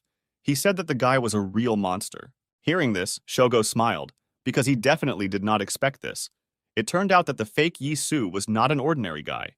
He suddenly patted Nobu on the back, saying that he really liked his name, because he was also from the Oyama clan. And his indomitable temper was just what Oyamagumi needed. But there was also something not very good. He suddenly changed and became as serious as if he had seen him for the first time, and then extended his hand to him. He said that this time the thug disappointed him, because he lost to some scoundrel and even called him a monster. It was more of a reproach, and now he looked at him as if he were a subordinate, and Nobu felt creeped out by this look. Then their conversation was interrupted by a man who also came into the room. It was Hanazawa Ganji. Shogo instantly forgot about Nobu, getting up and asking if the master had found out anything about Daesan. Ganji replied that he had done everything, but at that moment his phone rang and he apologized, saying that he had to accept. Shogo said that there was no problem, but Ganji handed the phone to him, saying that the boss wanted to talk to him. This was an unexpected turn, because his father usually did not call him, but this time something was wrong. He carefully took Ganji's phone and said that he was listening, and his father's stern voice was heard on the receiver. He went straight to the point, asking what he was doing, but Shogo didn't even understand at first and was in no hurry to answer. Then Tetsuji clarified that it was he who handed over Taisan to Ryugasaki, asking who gave his son the right to take him away. Shogo was surprised that his father had already been notified about everything, saying that it was indeed true what they say, that even the walls have ears. However, his father interrupted his guesses. He said that Ryugasaki himself told him about this, and Shogo was taken by surprise. He thought that he meant the fake Do-kyung and laughed, asking if the old man really believed it. He began to explain that it was Do-kyung's twin brother, but his father interrupted him, saying that it was Ryugasaki. Then Shogo asked what he meant, because this bastard doesn't even know the meaning of a lighter. The father replied that this lighter was a sign of his recognition to Baek Do-kyung, because he respected him and loved him like a son. And if he so decided that the next head will be Baek Do-kyung, then that's how it will happen. For Shogo, it was something of a fantasy. He did not understand what he had missed, and meanwhile his father continued. He shared that the so-called scoundrel told him that he would first become the next boss of Oyamagumi, and then he would deal with him too. And now his words seemed to have a rather strange effect on Shogo. There was silence on the phone for a moment, but then Shogo asked what Ryugasaki's father answered to this. But the old man replied that he only said what the head of the Oyama clan would have said in his place. This turned out to be a rather unexpected turn for Shogo, but now everything was clear to him. The old man finally asked if it was time for him to return home, because Do-kyung was already waiting for him in Korea. However, the guy asked in response whether he said this as a father or also as the head of the Oyama clan, because it would be easier that way. Hearing that his son was angry, Tetsuji decided to explain that he did not want to order him at all, but Shogo interrupted him. He started to say something but then abruptly fell silent, and again there was deathly silence, which was already dragging on. Shogo looked at Ganji standing behind him, because he had a guess about how his father knew everything so well. He pushed the man and gave him the phone, because one very unpleasant thought flashed through his head. He approached Ganji and asked if Baek Do-kyung was still alive, and he replied that this was indeed the case. Not just alive, but safe and sound, Hanazawa added that he didn't understand why Taesan did all this. Then Shogo asked why he didn't finish him off if he saw him, because it was a great opportunity. To which Ganji replied that it was because he serves the Oyama family, and Ryugasaki is also part of it. This answer puzzled Shogo a little, because he did not expect that the man took everything so seriously. Meanwhile, Ganji handed him a folder with files, saying that he had identified those responsible for the information leak. Shogo asked who these people were and where they were, to which Ganji said that everything turned out to be even simpler, because each of these people was in Seoul, which meant there was a great opportunity to visit them. Shogo showed his evil smile, saying that he completely agreed with Hanazawa, because it was luck. The photos of those he was collecting information about directly pointed to Ryu Tai-hyun, Chief Jong, and Mr. Wang Hao. Meanwhile, Chief Jong was waiting outside the high school building. It was raining outside, but he didn't mind. He was sitting in the car waiting for his daughter, his only treasure. She should have arrived. He himself smoked in the car and thought about all the events that had happened to them in recent months. The last thing was that Oyama took over Daisan and also cut off Lee Sungmin's finger. The guy definitely went crazy. If the Oyamagumi stayed here for a long time, it would not end well, and he understood this. At that moment, a man in a raincoat approached his car, and the boss even got a little scared. This was because this person turned out to be his daughter, who said that he had been caught smoking again. Seeing his daughter, Chief Jong threw away his half-smoked cigarette, asking why she didn't call earlier. He invited her to sit in the front seat, but the girl refused, saying that everything there smelled of tobacco. Basically, the whole car stank, and she covered her nose, and Jong made excuses, saying that he wanted to do it quickly. Then the girl sarcastically noticed that he also tried to hide it, saying that she would have noticed anyway. Jong did not argue, saying that he did not doubt her abilities, when suddenly someone opened the car doors. They were about to leave when Oyama Shogo joined them, jumping into the back seat. This appearance greatly surprised Chief Jong, because he recognized who it was, and now this person was sitting next to his daughter. The girl also saw in him a clearly not friendly man, and with fear asked who he was. And Shogo grabbed her hand with a satisfied smile, saying that the boss's daughter was also here. He held her with his wet hands, telling her not to be so scared, because he was her daddy's friend. Although here he corrected himself, saying that at least he would become one very soon, and glanced at Chief Jong. The boss shuddered at the thought that the head of a Japanese organization of bandits was now sitting in his car. In addition, he did not hesitate to threaten his daughter. It's good that she did not understand Japanese, but he understood everything perfectly. The girl turned to her father, asking who this uncle was who suddenly got into their car, but Jong calmed her down. He said that it was Dad's old friend who had flown in from Japan itself, but how hard it was for him to lie. He asked Shogo in Japanese why he came here and how he found him, and Oyama just broke into a smile again. He leaned forward to the driver's seat, putting his elbow on his shoulder, and then said that he himself knew. After all, wasn't it the boss himself who called them here directly from Japan itself, as he put it? And this really was not a close light. Therefore he, as the second most powerful in Oyamagumi, came to talk to him personally, but did not know that his daughter was also here. Then Jong turned to him, offering to talk outside if, of course, the rain would not be a problem for him. However, Shogo said that he didn't mind, because it would be even better so that they wouldn't bother his sweet daughter. Kaido was waiting outside with an umbrella for his boss, so Jong was the only one exposed to the rain. When he caught up with them, Shogo asked where they were, but the chief interrupted him in a rude tone. He reached into his pocket and pulled out his pistol, asking if the Japanese was tired of living, because he had behaved very carelessly. He leaned on the bumper of the car and aimed at Shogo, asking if he really thought he could do whatever he wanted. After all, even if they were known throughout Japan, this is a different territory, and the procedures here are also different. Hearing his words, Shogo smiled wryly, noticing that the man spoke just like that lying bastard Yi Su. He added that it seemed that Lieutenant Colonel Jong Song-ho was his immediate superior, and the boss was surprised. The Japanese said that he knew everything about his work, and Kaido, who was standing behind him, took out his knife. Shogo nodded to him, and he stabbed the roof of the car with a knife right where Chief Zhang's daughter was sitting. Oyama said that the boss seemed to care about the girl very much, so he wouldn't do anything stupid.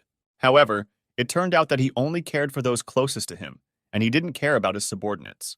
The Japanese made it clear that he really knew everything about his life, hinting at the incident with the execution of his squad.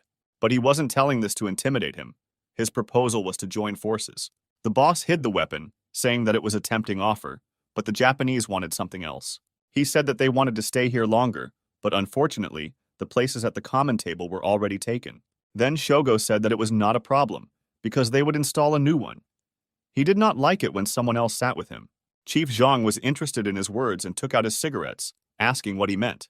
Shogo came closer. He even stepped out from under the umbrella so that only the boss could hear what he said. When he finished, he called Kaido and he raised the umbrella over them, but Zhang still doubted. He asked if they really thought they could do it, but Shogo said that he would see for himself. They finished there and Oyama called Kaido to leave, but the boss told them to take their time. He also called Kaido, and then threw a cigarette butt at him. The guy did not understand what it meant. He dodged the cigarette butt, but as it turned out, it was just a diversion. The boss grabbed him. Then he hit the guy on the leg he was leaning on, and he fell to the ground. And the boss took the knife from him, telling the Japanese to do something about his habit of waving weapons everywhere. He took out a karambit and put it to Kaido's cheek, and then added that it was better for him not to interfere in the conversations of adults either. To make his words more meaningful, Zhang left him a light cut because he still threatened his daughter. He then addressed Shogo, calling him Mr. Oyama, who smiled creepily again. Zhang told him to keep this in mind. He would not tolerate this kind of behavior anymore. Meanwhile, Ryu Taehyun was relaxing at his favorite Red Crown hotel. He was wearing an expensive suit. In fact, he wore more of those things now to cover up his scars. He dialed the number, asking what was going on with Daesang lately. Those Japanese from Oyamagumi had already captured him, and Baekdo-gyeong turned out to be not Baekdo-gyeong at all. On top of that, Chief Zhang didn't pick up the phone, even though they had agreed to call this morning. Suddenly, his thoughts were interrupted by the sound of glass breaking, and he saw one of the guards fall dead. Then the attacker himself showed up. Taehyun asked who he was, because he had never seen him here before. He added why he tore his guys into rags, because the man had battle axes in his arsenal. Taehyun noticed that his body was covered in bandages, saying that it looked like the thug had been given a good beating earlier. However, Nobu laughed in response and threw some pills at him, saying that he talks a lot. He added that Joseon bastards only know how to chirp like stupid sparrows. And Taehyun realized with surprise that the man spoke Japanese, which means he must be a member of the Oyamagumi. He put on brass knuckles, asking if the thug had really gotten away from Taesan and came here for more. But before Nobu had time to answer, another person entered the hotel and said that Daesan was already annoying him. But perhaps this was to be expected from the leader of Goreng, who was also defeated by them. Shogo said that if the toads are comfortable in their swamp, they will consider it a great river. But Taehyun was more impressed by something else. He looked at his weapon, because it was a real katana. He couldn't wait to fight the guy, but he just walked by, telling Taehyun to calm down. Shogo said that the guy was not worthy to occupy this place, pointing to the desk of the director of the organization. He added that he saw some injustice in this, and then began to explain his plan. Hyun-gu sat in the hospital where he was later admitted, and looked in surprise at the brothers, who were one-on-one. He didn't even understand it right away, saying that Baekdo-kyung, it turns out, had a double all along. Then Shi-on, who arrived after Yisu, told him that he was not a double, they were just twins. But Hook replied that he would decide for himself who would be his boss, because he knew how easy it was to check. He showed his left hand, which had 2 fingers cut off, asking which one of them did it, and Su pointed to his brother, and then Hook said that he would obey him, that is, the fake Baekdo-kyung. Meanwhile, Do-kyung asked why he suddenly decided to go over to Daesang's side, to which Hook replied that he just liked his brother. In addition, he remembered that the blonde was his friend, who even beat Ryu Taehyun himself. Do-kyung was surprised when he heard this, saying that it must not have been easy to hit, but Shi-on said that everything was a piece of cake. But Hook advised him not to say that, because he shouldn't underestimate Taehyun. Of course, then the guy managed to tie him up, but this was because he had already suffered quite a bit. He said this in all seriousness, and then said that he would tell him everything he knew about his past boss. Goreng was the largest criminal group in Seoul, and Ryu Taehyun was its director. Once upon a time, he even almost won the World Light Heavyweight Boxing title. The only thing about this near success was that for him it was dirty boxing, or boxing without rules. But right before the international competition, he managed to ensure his defeat. At this time, Taehyun was just fighting with Nobu, who again sensed a strong opponent. But he had had enough of the fake Do-kyung, and he didn't want to lose to another scoundrel from Korea. The man swung his axe and hit with all his might, but Taehyun deftly moved to the side and also prepared for the blow. His hand aimed straight at the Japanese man's eye, because he had once knocked out his opponent's eye before the competition. He wanted to do the same this time, but Nobu noticed it in time and was able to dodge. Then Taehyun quickly took a boxing stance and kicked him in the liver. Besides, he had brass knuckles on his hands. The Japanese grimaced. Usually such a blow would not have caused him any damage, but now he had not yet left the battle with Yisu. He remembered what he promised to himself and swung his axe to push the guy away. Taehyun avoided the attack. The director of Gorang noticed that the man managed to touch him and wondered if he had managed to get drunk. He was even overcome by nostalgia because once upon a time he drowned for healthy living, but later turned to crime and ended up in Ilhak. He attacked Nobu, saying that the man was already bleeding, and it was true he was seriously injured. Shogo, who watched all this, did not think that there would be anyone else who could fight Nobu on equal terms. At one time, Ryu Taehyun quickly climbed the career ladder. In just 1 year, he rose to the level of the elite. He was about to become one of the 9 knives, but something unexpected happened. He managed to knock down his opponent, and now he was on one knee, but there was no defeat in his eyes. On the contrary, the Japanese smiled evilly, and Taehyun did not understand why he suddenly changed so much and became wary. As it turned out, Oyama Shogo came up to him from behind and put his hand on his shoulder, saying that enough was enough. He said that he had already seen enough of how the great Oni could lose so shamefully, but Taehyun just grinned. He replied that his turn would come, but Shogo put a knife in his side, making it clear that this would not happen. Oyama said that it was quite shameful for him to see his clan being humiliated by the Korean scoundrels. Meanwhile, new showdowns were planned in Daisan, all because Seung-min could not yet exert the proper influence. He told Kato that he would talk to the girls himself, but the Japanese did not even pay attention to him. He kicked down the door to the guest room, where Daisan had placed Shulan and Cha Yuhua as hostages. But the girls didn't mind. At least Yuhua understood that it was better for them to be on Taisan's side. Ishizuka approached them and said that the boss had ordered an attack on Gorang, asking why they weren't complying. Shulan didn't understand Japanese, asking what this guy wanted from them, and Kaido looked at her in bewilderment. Then Yuhua translated for her, and the girl grabbed a machete, saying that somehow there were too many bosses for one wretched organization. She approached Ishizuka, asking who it was this time. Was it the Japanese bastard? The girl said that she was sorry to disappoint him, but they only listened to Baekdo Kyung. Then Kato attacked her, but Shulan defended herself by putting a machete in front. The guy's behavior surprised her. The girl asked if he was really looking for a fight, because she made it clear that she would not obey them. However, Kato didn't understand Korean. He said that the girl was too noisy because she talked a lot. Then Seung-min intervened. He said that he would sort everything out himself, and that the Japanese should give him just a few minutes. Kaido hid the blade, calling them a bunch of idiots, and Seung-min turned to Shulan, saying that it was better to trust Oyamagumi now. Now Yuhua intervened. She said that the guy, of course, is the chairman, but he also joined Dasan. This was done with the support of Baekdo Kyung, but where is he now? Does he really agree with these instructions? Shulan supported her friend, saying that now he was just walking on his hind legs in front of some Japanese. She added that before uniting with Daesung, he was the head of Ilhak, so where is his loyal pride in knives? Seung-min replied that her words made sense, but the time had not yet come. He must gather them in full force. He then added that Baekdo Kyung will also be back soon, so we need to wait a little longer after all. It's all for the greater good. Meanwhile, Nobu stood with an axe in his hand in the middle of the room, his eyes rolled back and drool pouring from his mouth. The sight was not a pleasant one, and even Shogo felt a little creepy looking at it, so he turned away. But the Japanese stood like that because he managed to defeat Taehyun, who was now lying at his feet, covered in blood and beaten. Shogo asked if the man was done with this Koseon bandit, and then told him to clean up the place. Nobu nodded and went to carry out the order, stepping over the defeated Taehyun, when suddenly he turned to him. He was even able to get down on one knee, saying that their battle was not over yet, so let him not run away. He added that all Japanese were equally stupid, but this man was dumber than all of them, second only to his boss. The guy got to his feet and took a stance, saying that he decides here when it's all over, and now it's not over yet.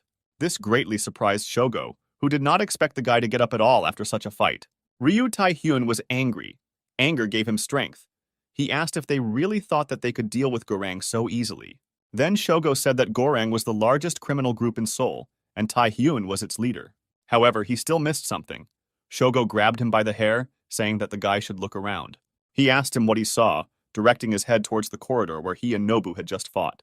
The corridor was empty, and Oyama drew attention to this, saying that there was no one here, which means his flock had fled. But wolves relentlessly follow their leader. The strongest of them always go behind the entire pack. However, when the pack becomes weaker, the leader begins to lose authority because he is no longer able to lead it. Then he is replaced by a new leader who is stronger and smarter than the previous one and can take care of all the wolves. Shogo smiled, asking if Tae-hyun realized what was happening next. The pack was choosing a new leader. He said that his subordinates had probably already abandoned him at the sight of the Japanese bandits. This meant that Tae-hyun was no longer a formidable wolf, but just a pathetic dying dog. Meanwhile, in Daesan, Seung-min managed to stop the conflict, and now Ishizuka went down to the first floor. He went out and was surprised to find that there was no one at the reception desk, as well as on the entire floor. This seemed strange to him, when suddenly he noticed two guys standing nearby. They were dressed in full gear, and only 101 of them pulled a knife from a man whom Kaido recognized as his men. This alerted the guy, and he took out a knife, preparing to fight with a new opponent, especially since he already knew him. This man turned out to be the fake Do-kyung, and the guy next to him was the same blonde who once twisted his arm. Shi-on reminded his captain about this, but Yi-soo said that he understood everything and would deal with this killer himself. He added that the guy had an extraordinary ability because he did not feel pain. Ishizuka Kaito, a boy who was left an orphan in early childhood without family or tribe. All he had to do was survive, so he was forced to forget about his own weakness. The inability to feel pain served him as a good help in this difficult task. He could move on, no matter what injuries he received, and who knows, maybe this is the next step in evolution. A step that allows you to quickly adapt to disgusting environmental conditions. At least that's what Kaido thought. He knew neither pain nor fear of an enemy, no matter who stood in front of him. The same thing now, he took off his jacket, took out a knife and attacked Yi-soo without even thinking about his experience in battles. Shi-on noticed that the guy was quite agile and seemed almost as fast as Weasel. He knew how to wield a knife just as skillfully, but it was still clear that his technique was rather amateurish. Therefore, he compensated for this with his attacks. The guy even twisted his leg to hit his opponent. Of course, Yi-soo was able to block. The blow itself was not extremely strong, but something else surprised him. The Japanese really didn't feel any pain. He didn't even wince when he twisted his leg, and Yi-soo decided to check him again. When the guy attacked again, he grabbed him and twisted his right arm and then pressed on the shoulder joint. Kaido only felt the crunch of his bones, but he didn't care and attacked the commander with his foot again. Shi-on thought that a normal person would have fainted from pain a long time ago, but this dreamer couldn't care less. It's useless to even use grips against him. He doesn't care about dislocations and probably even fractures. Then Yi-soo asked if he really didn't feel pain. But in addition to physical pain, there is also psychological pain. Ishizuka attacked him with another attack. In fact, he never liked it when people talked about his past. However, Yi-soo grabbed his hand, preventing himself from being hit, and then swung his elbow, and the blow promised to be traumatic. This time Kaido was faster. With his other hand, he struck the commander in the face on the sly and smiled. But this kind of Yi-soo was no more than a slap in the face from a child, and the Japanese noticed this with surprise. Yi-soo approached him, telling him to continue, because even if he does not feel pain, he still has limitations. This hurt the Japanese's pride a little, and he struck him again despite his dislocated right arm. Suddenly, Yi-soo grabbed his leg, saying that he had fought with guys who had more than enough strength. However, this was not his case, even though Kaido was fearless, but no one could fight with broken limbs. Now he was lying on the ground, unable to rise to his feet and continue the fight, and besides, he had dropped the blade. And Sue stepped on his hand, asking if he really thought that he would be so bold and daring all his life. They say that he felt no pain. What would happen if they tried to break him? The commander's eyes looked creepy. He added that it would be interesting to see how long the Japanese could hold out, but he was scared. Meanwhile, Do-kyung was driving to the main office of his organization. This was the first time in such a long period. Jin Woong, who picked him up from the hospital, said that Mr. Baek Yi-soo had already gone there first. He said that this was his brother's organization, and that he would enter through the front door, as befits a director. He also assured that no one would dare stop him. He would take care of this personally. They arrived and Jin Woon hurried out and opened the door for him, and Do-kyung said that he had thought of something. He said that they had a lot of new employees, and he would feel embarrassed if he appeared in front of them like that. Meanwhile, the people from Oyamagumi were heading to the parking lot to attack Gorang on the orders of the boss, when suddenly Shion came out from around the corner, holding a knife near the neck of one of the men, and then pulled it. He convulsively grabbed his neck, and another Japanese attacked the guy, but he rushed towards him. He said that it was rude to believe that they were the masters here, because they were not. He asked Shulan if she agreed with him, and the girl smiled in response, taking out her machete. Just at this time, one of the Japanese also took out a knife, saying that they would not get away with this if the boss found out everything. But the next moment, his hand was cut off by a girl with her razor-sharp machete.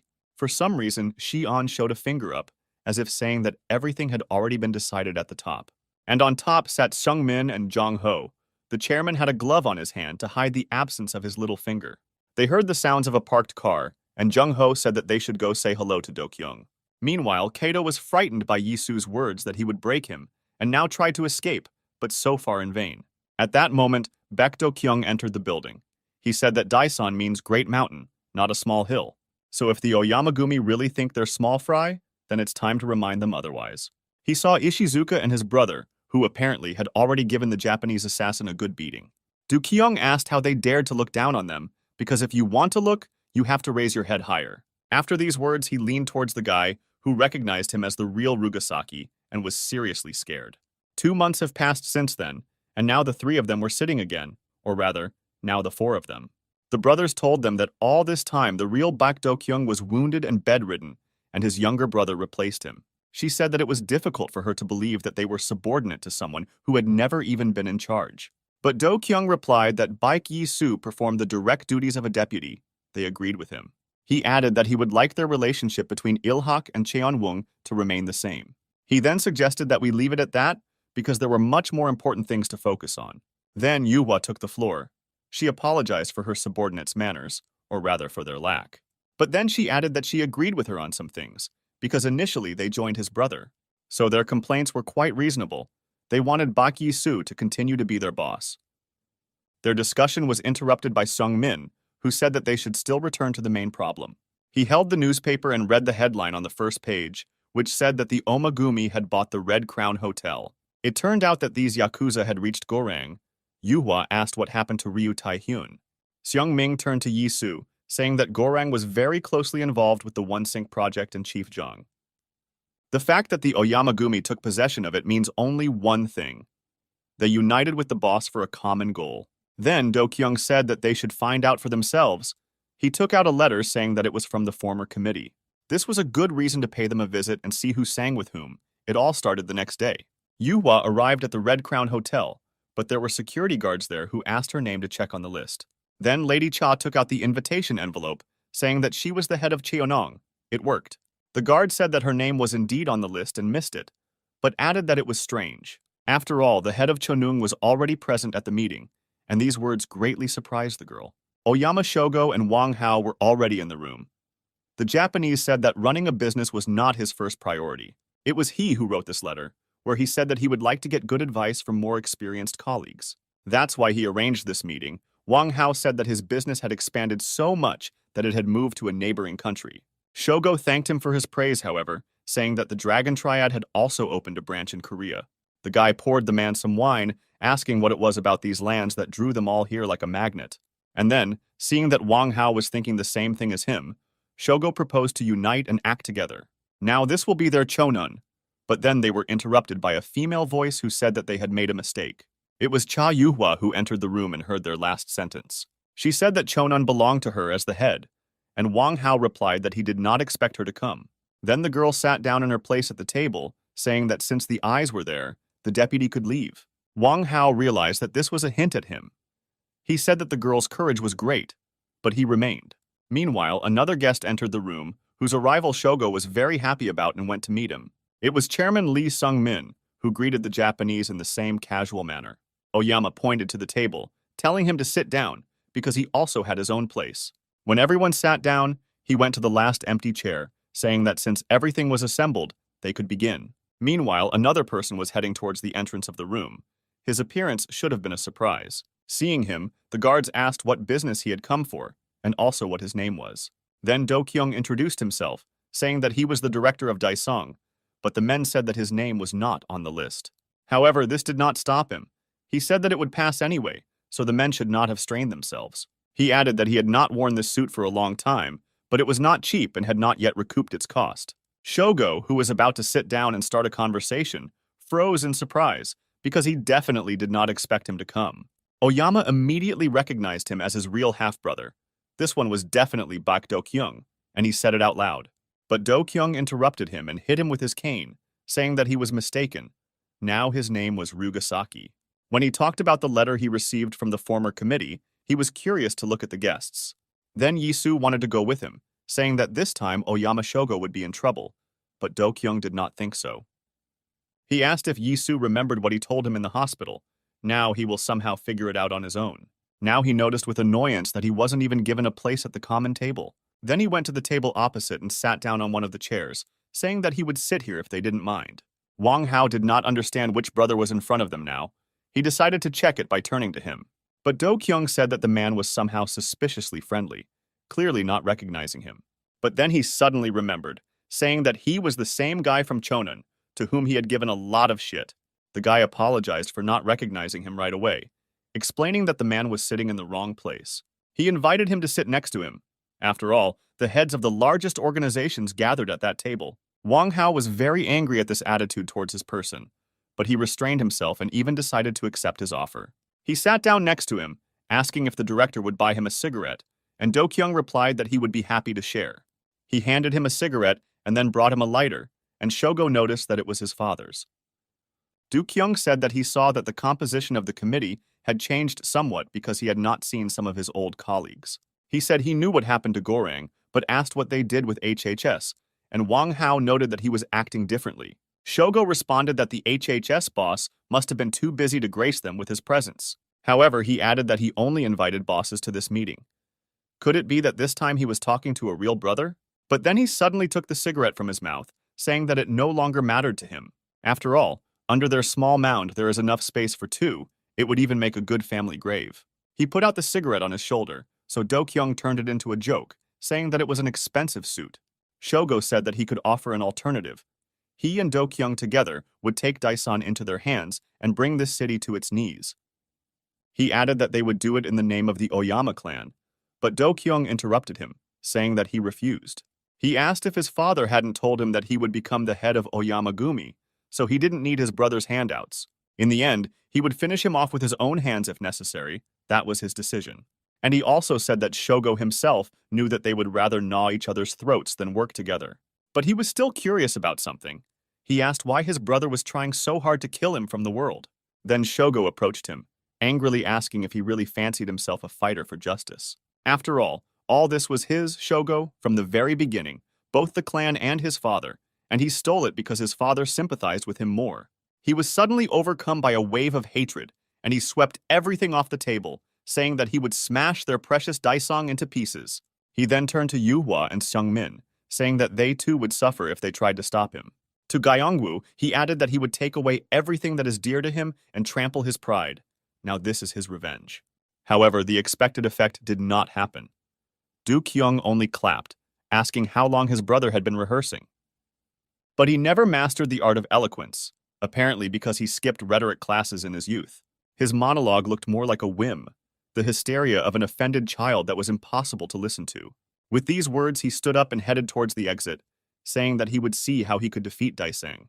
However, let him take into account that if he fails, Do Kyung will not feel sorry for him.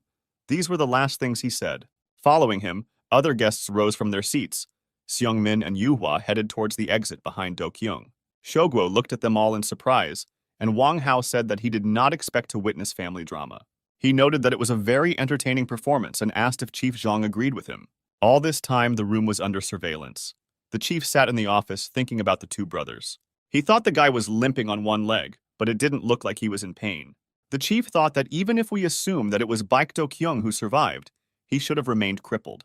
Zhang added that he had prepared a small contingent in case of unforeseen circumstances. They were waiting outside.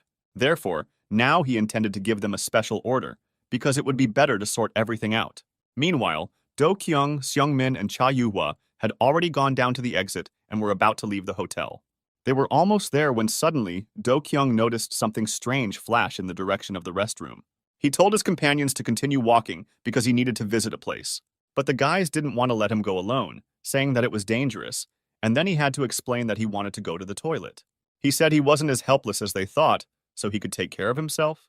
When he entered the restroom, he walked up to the mirror as if he had only come in to wash his hands. In fact, he was checking something and was convinced of this by seeing the reflections of men in the mirror, who were hiding behind. Do Kyung said that they looked more like mischievous teenagers who came here to smoke in secret from their teachers. He added that he had some kind of déjà vu, because they had already tried to kill him once under similar circumstances. Only this time the men should have aimed better. He suddenly became serious, finished wiping his hands and got ready. Meanwhile, in the port, A single ship was preparing to sail tomorrow, but this was not destined to happen. Several men came to check on something because they had received orders from their boss. These were the Japanese, Oyama's people, who had already found the right door and were going to open it to check it. When one of the men pulled the door towards himself, several transparent bags immediately spilled out of the room. Seeing what it was, the Japanese said that in his time, they had to hide something like this in the belly of a tuna fish in order to smuggle it through customs. And those who hid all this here didn't even bother. A whole warehouse of bags opened in front of them. On the other hand, it turned out that this was not yet prohibited in Korea. Apparently, the government had not decided. However, although it is legal here, the guy said that he did not think that their leader would get involved in the drug trade. He even seemed to decide to throw away one package, but the man took it away, telling him not to worry. He said that this was a direct order from Shogo-san, and they are carrying it out as befits loyal subordinates. He added that he also heard that the boss had decided to retire, and the others looked at each other in surprise. Then the man explained that since Rugasaki and their boss entered into a fight for the right to lead the clan, Shogo decided to retreat into the privacy of his room, delegating authority to his deputies, or so he was told. Meanwhile, Baek Do-kyung fell straight into the lion's mouth, but he himself signed his own death warrant. The man began to hammer on the door and put on the lock, which he was now closing, saying that Do-kyung was probably already dead. Meanwhile, he asked who his younger brother was, because he had heard that he was a former commander of the NAR. As he said this, he heard a noise behind him, so he turned around, but immediately froze in surprise. The guy standing behind him was holding his neck, trying his best not to get strangled by the fishing line. The one who threw it around his neck was Shion, who asked why the man was silent. Weasel was also with him. The man realized that they were being watched all this time and wanted to run away, but another guy was climbing the stairs. He was wearing a dark cap, but his manner of voice and gait identified him as Mr. Pak. He asked who was already dead there. Meanwhile, Do-kyung threw away his cane and took a stance. Fighting in the restroom was uncomfortable, but there was nothing left to do. He was able to knock out the weapon from one of the opponents. Oddly enough, he moved quite well and hit clearly. The men who attacked him were like a specially selected squad that had been ordered to kill him. They were well trained, so it was not easy, but the guy knew what he had to do. He pretended to back away, but as he did so, his leg gave way and he almost lost his balance. Then another man came out from the shadows of the restroom and said that his guess had just been confirmed. He then explained this to his subordinates, saying that the guy was limping on his left leg, so they should aim for it. He also added that the guys should not rush headlong into battle, because in front of them was Baek Yisu's brother. This meant there was no need to launch a frontal attack. They should have simply exhausted him to the limit. It was Park Chan-hoon. During this time, he became the commander of the One-Sink Special Forces, and added that today, Do-kyung will be their prey. After these words, the guy ordered his men to take him, acting according to the plan, and Do-kyung said that it was nice of him. Even though he limped on his left leg, his arms were fine, and the men felt it well. He cut down his opponents one by one, and something about his fighting style was strange to Chang-hoon, but he did not understand yet. Suddenly, one of his men managed to grab Do-kyung by the elbow, and Do-kyung himself did not expect this. The guy who did this screamed for the others to attack because this was a great chance to finish him off. But of course, Do-kyung could not afford to miss such an obvious attack. He grabbed the guy by the neck with his other hand. Then he sharply pulled the other attacker towards him and tripped him, so that he flew towards his comrade. They fell on top of each other, and the knife flew out of the hand of the one who was running to finish him off. Do-kyung took advantage of this. He grabbed the knife on the fly, and this was very opportune, because at that moment Chang-hong prepared to attack. He took out his blade and attacked the guy, and he turned sideways towards him, putting his right hand forward. In his left hand, he squeezed the knife tighter and turned it in the right way. Anyone attentive would have already noticed what was wrong. Their blades met, both struck with such force that sparks flew everywhere, and the boys jumped away from each other. But Chang-hong clearly felt superior to his opponent, thinking that such a fight would be easy to win. He kicked, and Do-kyung had to block the attack with both hands, causing the weapon to fly out of his hands. He thought that this was already starting to irritate him, so he should end this performance as soon as possible. He jumped back, assessing the situation. It was clearly not in his favor, but this did not last long. The guy stood up again, but for some reason this time it was different, and Chang-hong noticed that he was not going to give up. Do-kyung already realized that the commander of the special squad was not taking his eyes off him and was simply waiting for the right moment. He stood pressed against the wall and surrounded by 3 people, but he had not yet shown his main abilities. He reached into his pants pocket for his knife, which he had not yet taken out, saying that from now on the battle would take a different turn. Meanwhile, the guy walking up the stairs on the ship was another of the Beak brothers. He told the Japanese to repeat who they were going to tear to shreds, because he mentioned that someone would die today. Then the man screamed in horror that he recognized him, because he was the bastard who killed Kaido and Nobu. Baek Do-kyung's twin brother, Baek Yi-soo, that's who he was. But the guy just silently took off his cap, not reacting yet.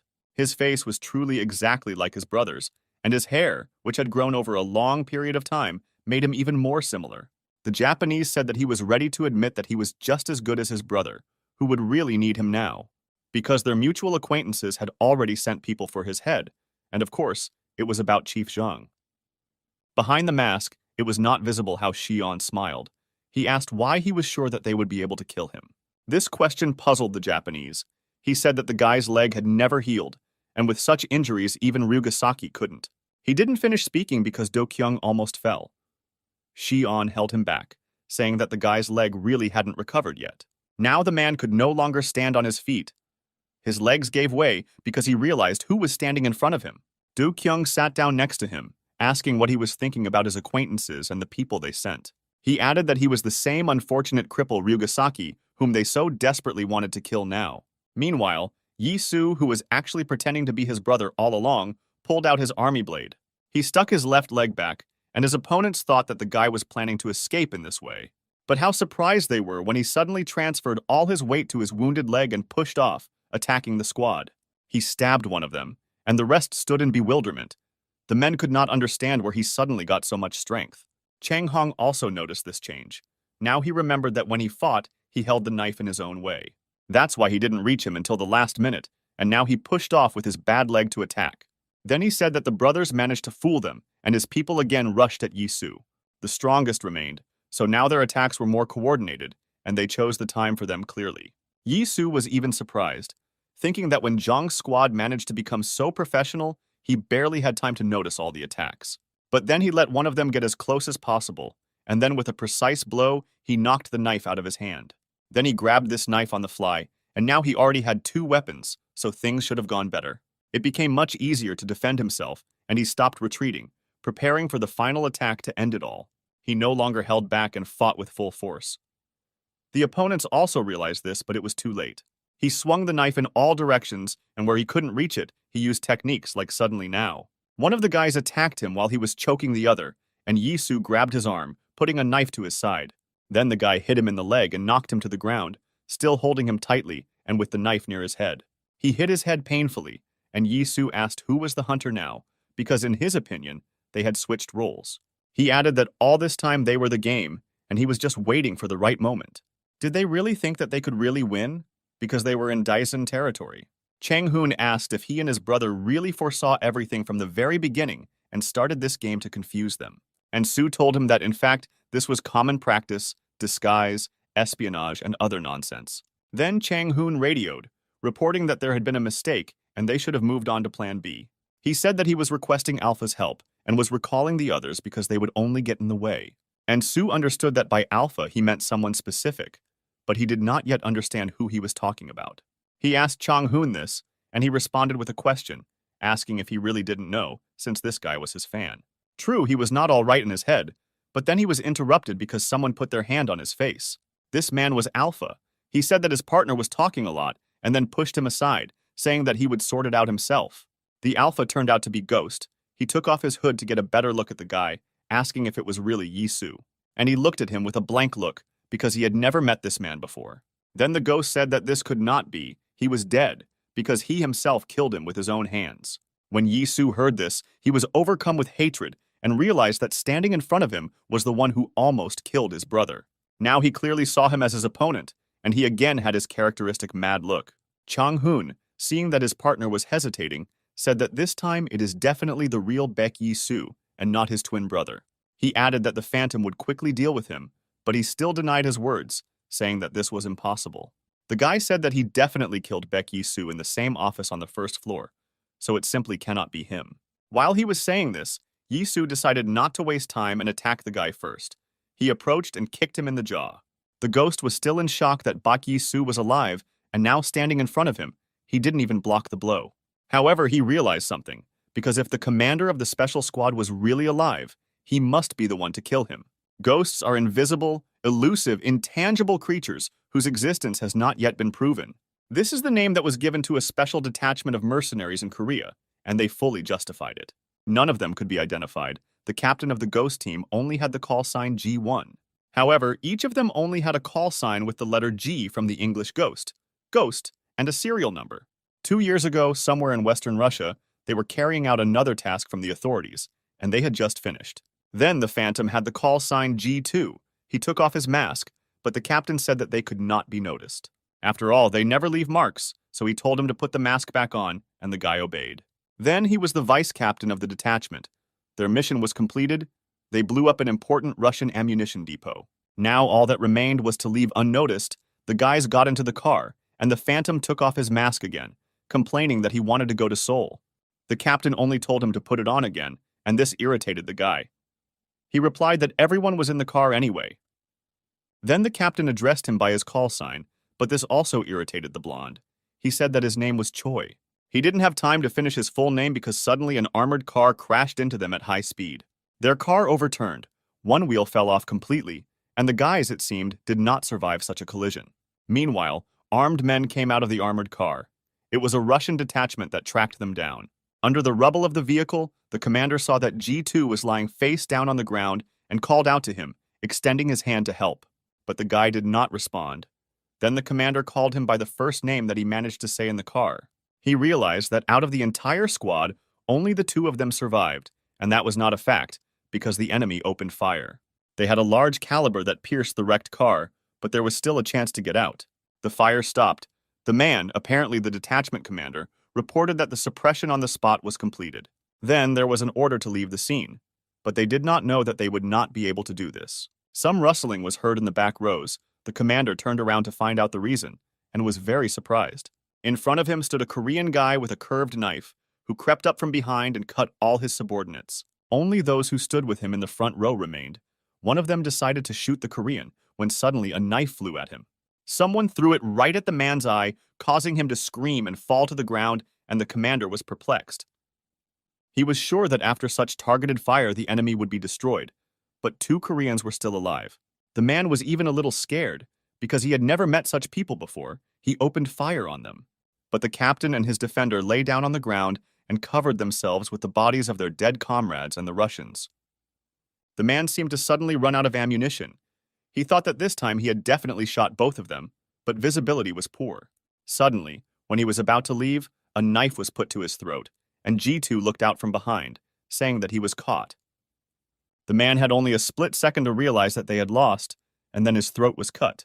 The ghost said that these Russians were really beaten back and completely lost their shame by attacking them. He asked the commander if he was okay, to which the guy replied that worse had happened, and now they needed to cover their tracks. And it is also necessary to burn the car. He looked back at the overturned car, in which the bodies of their partners still remained. It was not difficult to start a fire, and a moment later the car was engulfed in bright flames, and the guys looked at it. The sight was not a pleasant one, because their comrades were burning in this flame, and they didn't even know their names. Choi noticed how the commander took out a cigarette. This amused him, because he always insisted that they should not leave traces. But G1 looked at him and said that it was already over. Besides, this was his last cigarette. Choi didn't immediately understand what he was talking about, but then he saw that the guy was bleeding, and everything became clear. He said that he was a fool, because if he wants to be saved, he must move his legs. But he stopped him. The commander suddenly became serious again, saying that only he, G2, could escape from them. This was unexpected. But he continued, saying that they would be found quickly if he went with him, so it was too risky. Then Choi asked in surprise what the commander was going to do, and he replied that it was a stupid question. He said that he just had to go where all the ghosts go, and with that he stepped straight into the flames. Choi stood in shock. He was so shocked that he couldn't even stop him, just watching the guy. And he walked further and further, and soon the fire completely consumed him, the last person from the detachment. A scream was heard, but it was not even the commander who screamed, but Choi. He was torn by the pain of despair for everything that had happened. Sometime later, he was already sitting in the chief's office, who said that the mission had been successfully completed. Zhang noted that this was quite difficult for them, because most of the team died during the execution. Only G2 survived, but that was at least something. But it was hard for them, he admitted it. Then he added that the Russian authorities are ready to return the charred remains of the fighters, something like repatriation. But unfortunately, they cannot accept their offer because it is the same as confessing. He lit a cigarette and looked at the guy, saying that they had miscalculated something. For a minute, there was silence in the room. Choi was gradually overcome by hatred because the authorities refused to even bury the fighters. He smiled evilly, asking what the man wanted to hear from him about this. Then Zhang sat back and said that all this would not have happened if it had been organized differently. He suggested that perhaps the problem was that they sent a whole squad into this inferno, and the group was easy to detect. Therefore, from now on, the ghost will work alone, and it will be him, G2, this will be quite enough. Hearing this, the guy stood up, putting his hand in his pocket for the karambit. The boss got on his nerves. At that moment, one of the subordinates burst into the office, reporting that a call had been received from the Counterintelligence Corps. He said that Baek Yi-soo returned, but they detained him on suspicion of espionage. Then Zhang got up from his chair. He ordered to bring his uniform because he was going to pay them an official visit. The ghost, who was still in the room, asked what the hell he was doing since they weren't finished. He asked who it was about Yi-soo, whom the chief was more worried about than the only surviving ghost. Was he really that good? And Zhang agreed, saying that the phantom couldn't hold a candle to him. He added that the guy should not even try to compare himself with him, because there was a huge gap between them. Later, he had the honor of seeing this for himself. But now it turned out that it was only his brother, Baek Do-kyung. And now he was fighting the real Yi-soo, a living legend whom they said he couldn't hold a candle to. Did such a person really exist? Yi-soo was serious, because for him, this was revenge. He hit him, and the ghost staggered, but stayed on his feet. He wanted to see the full strength of this guy. After all, he is very different from them. There was no point in denying it, but it didn't change anything. He turned to Yi-soo, saying that he was now really interested in what else he could surprise him with. Then he turned to Chang-hoon, asking if he didn't have a name either, since he called himself Beta. He replied that it was just a call sign, telling the guy to better get down to business, but the ghost said that everything was under control. He added that he had enough brains to understand that they would not be able to defeat Yi-soo under normal conditions. He then told Chang-hoon to give the order to turn off the lights on the entire floor, including the damn toilet. It was an unexpected request, but the phantom told his partner to move and do what he said. After all, even though there are incredible rumors about the strength and skills of Commander Baek Yi-soo, there is another legend. Wondering if YS had heard about them, the phantom put on his mask, and the lights went out on the entire floor, leaving them in darkness. The guy said that he would be happy to show him everything he could, calling him the legendary Baek Yi-soo. The commander had 2 knives, which allowed him to quickly react to the slightest movements. But this did not really help. Several times the ghost almost hit him, and it began to irritate him. Yi-soo called the guy a show-off. He added that he still saw him just a little in the reflection of the knives, but the phantom did not respond. The legend about those who have no form and are capable of disappearing without a trace. About invisible and elusive ghosts. That's what he was going to tell him about. Choi suddenly appeared behind him, and it was very dangerous. Do-kyung didn't really like this idea of reincarnation. He thought he could handle it himself. The director asked if they had to do this while wearing their brother's Special Forces uniform. After all, why bother so much if everyone already knew that they were both alive? But Yi-soo replied that it was for their own benefit. He explained that now that Chief Zhang knows that he has a twin brother, things will become more complicated. After all, the boss will certainly want to kill them both, and Do-kyung's leg still hasn't healed enough to fight. So most likely the first thing they would do was try to get rid of him, and pretending was just the thing. They decided on this, but before leaving, Do-kyung asked if the guy who almost killed him was still alive. And Soo didn't understand who his brother was talking about, so he said that he didn't know, and for some reason, Do-kyung thought about it. Then he gave a brief description to the ghost, and Xian called out from behind him, who remembered that he also fought with this madman. Hearing this, Do-kyung was surprised and praised the guy, saying that he also beat Ryu Tai-hyun. Remembering the director of Gorang, he said that this one must be finished off too, adding that he was already losing his skill. However, Xian hurried to stop him, saying that that was not the case because he was also very puzzled.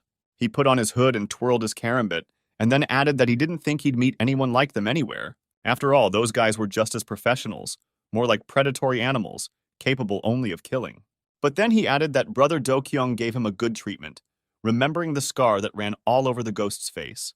But Yi-soo thought that the guy was a dangerous guy, because it turned out that he was trained the same way as them.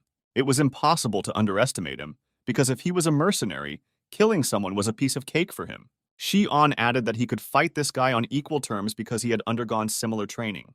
But he has excellent reflexes, and if he had not been careful enough, he could well have lost to him. So he advised the captain to be on guard at the sight of that gray-haired man, because mercenaries are not to be trifled with. And Su replied that he already understood, and Shi-on said that he did not envy that poor fellow. It was a compliment to the commander.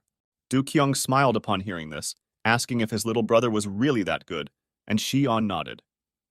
He said that he was wondering what specialty this mad guy had, because he was also a mercenary. At the last second, Yi-Su was able to block his attack from behind, almost losing his ear.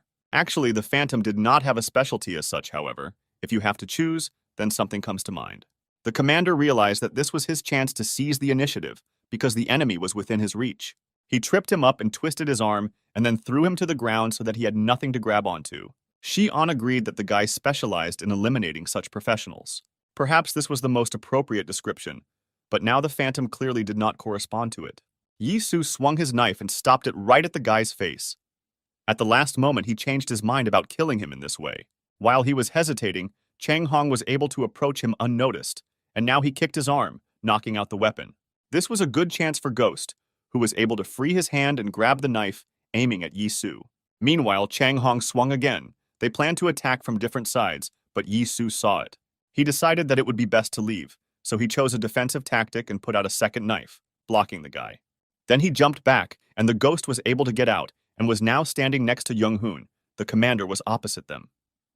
Choi asked Chang-hoon if he was really tired of standing like a pillar, to which he replied that he did not expect such gratitude. Then the Ghost again took a stance, preparing for another attack, and asked the guy to cover him. In general, Yi-Su had nothing to worry about. He only thought about one thing. His goal was revenge for his brother. And he didn't care if even the enemy went crazy, because they said that the Phantom was a little crazy. They rushed at each other again, their knives clanking, but did not touch either of them. Both fought on equal terms. Yi-Su was even able to adapt to fighting in the dark and now saw all the movements of not only the Ghost, but also Chang Hong. He fought off the two at once, but soon Chang Hong stopped attacking, seeing that the guy was more focused on the Ghost. He didn't understand why he behaved this way, but all his blows were stubbornly aimed at the Alpha, who barely dodged. But suddenly, one blow still got him. Yi-Su hit the guy in the neck and then launched a counterattack. The commander was in no way inferior to him. Perhaps his experience and skills were even greater than those of the Ghost. He also hit him with his knee, and he barely had time to put up a defense, but the blow still went through. Then the Phantom boiled with anger that he could not take over the initiative and began to wave the knife. Of course, this was in vain and only meant that the enemy had lost his composure, and Yi-Su took advantage of this. He clenched his blade and spun it around a little, then jumped towards the Ghost and charged him in the jaw with the hilt. It's impossible to say what surprised Choi more, the attack itself, or the fact that he did it with an ordinary knife handle.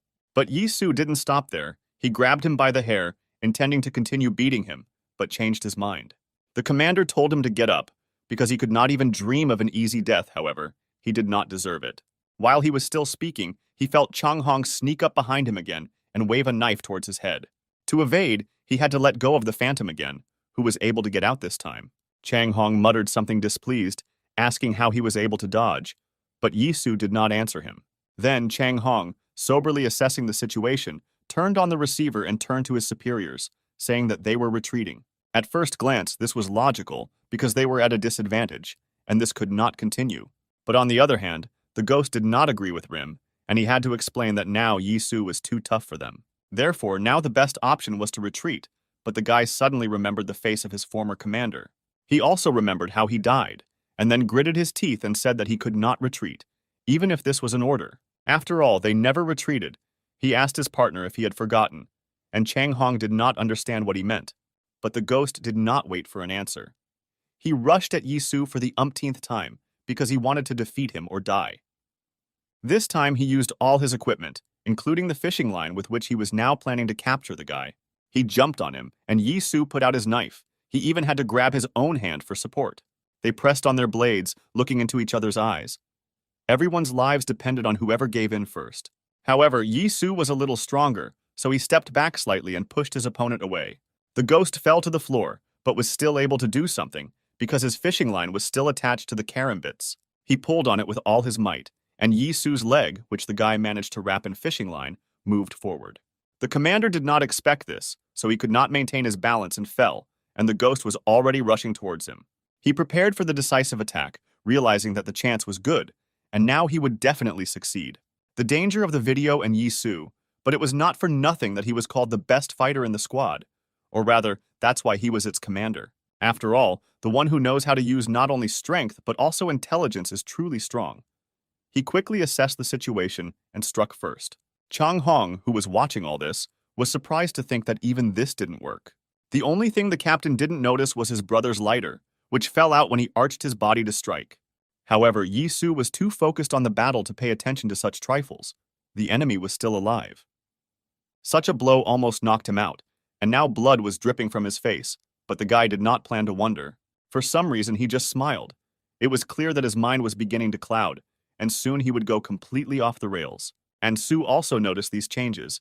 He remembered the words of Xi'an, who warned about this. Meanwhile, the guy grabbed his karambit and rose from his knees, intending to attack again. He was almost near the enemy, who was preparing for the next antics, when he suddenly stopped. His attention was attracted by a small object not far from Yi Su's leg. It was silver and stood out well in the darkness. Yi Su himself did not notice him, so he did not understand why the guy suddenly stopped, but he did not lose his vigilance. Then the ghost knelt down, he looked at the lighter, and now Yi Su also noticed that it was on the ground. For some time the guy simply looked at the object. He was not sure what exactly he should do now. He picked up the lighter and spun the wheel, and when he saw sparks from the fire, a terrible idea suddenly occurred to him. The fire reminded him of the dead comrades from the detachment, and also of the former commander who burned alive. Of course, he went there of his own free will, but if it weren't for this stupid assignment from his superiors, everything would have been different. However, now he finally had a chance to take revenge. The guy was surprised how he didn't think of it right away. He flicked his lighter, making fire, and an evil grin appeared on his face, which made Yi Su very wary. The ghost even laughed a little, saying that if he burns everything here to the ground, there will be no traces left, as he was taught. Meanwhile, someone also started a fire at the port, and now a considerable flame has broken out there right in the warehouse. Du Kyung, Xi'an, and Weasel stood together and looked at this spectacle. It was indeed a drug warehouse that was burning. Du Gyan was wondering how much all this cost, because in general the Oyamagumi don't start such things. Therefore, he assumed that this fool Shogo must have started the arson himself, because he will do anything for money. He wondered if his brother really wanted to become the head of the clan, in which case he should not allow this to happen. Kyung-chun took out a chocolate drink because he was hungry again and handed it to his new acquaintance, that is, Do-kyung. He said that he did not think that he would have to move all the way to the south to see this, because it was the first time. The boy remembered that there were frequent floods in his area, and while you are fiercely fighting for life, all the food floats away. So, he explained, when you're literally starving, food is the only thing you care about.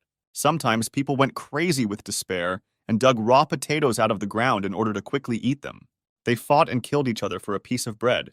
When he remembered this, he constantly shuddered.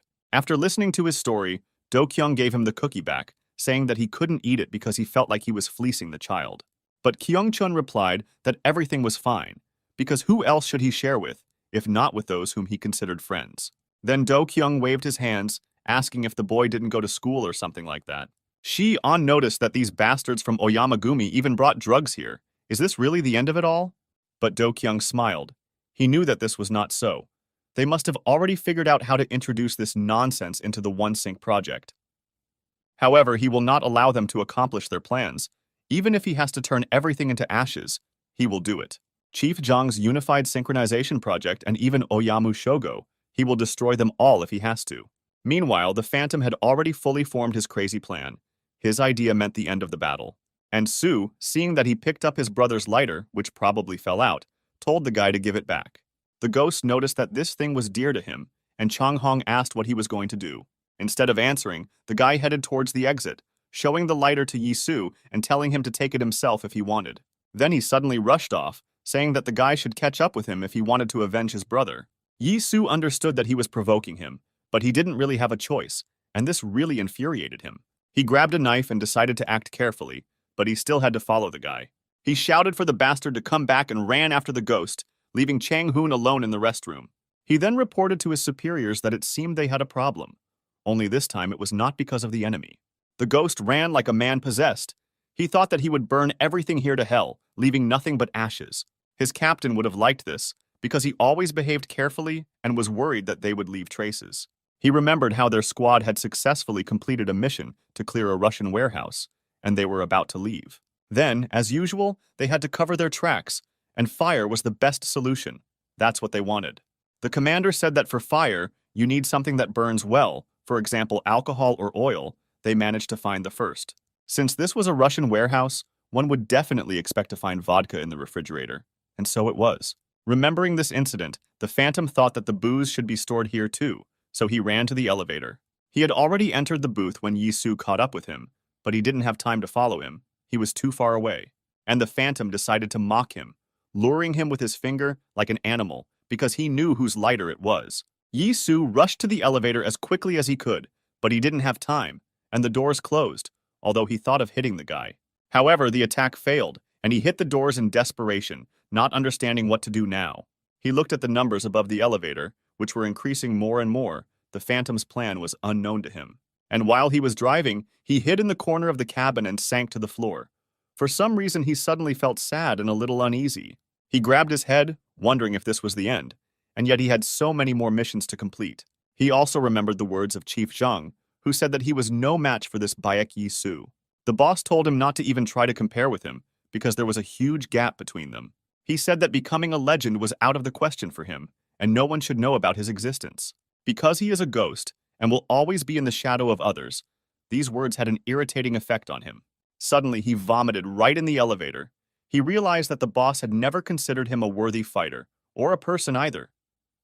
This was very painful to realize, because when you are constantly being compared, you only have two options. Or just accept that some people will always be better than you, no matter how hard you try. Or discard other people's opinions and prove the opposite to everyone. Defeat those who always tower over you. The ghost chose the second option.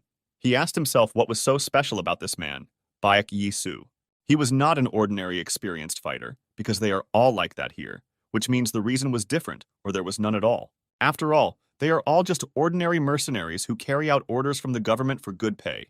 He was good at killing for money, which means that if he dies, he will at least catch his opponent. As the guy expected, he found booze in the minibar on the top floor, so without hesitation, he opened 2 bottles. He began to pour their contents around the room, thinking about what kind of face Yisu would make when he saw all this. His squad probably had even more deaths than him, so Yisu had nothing to be proud of.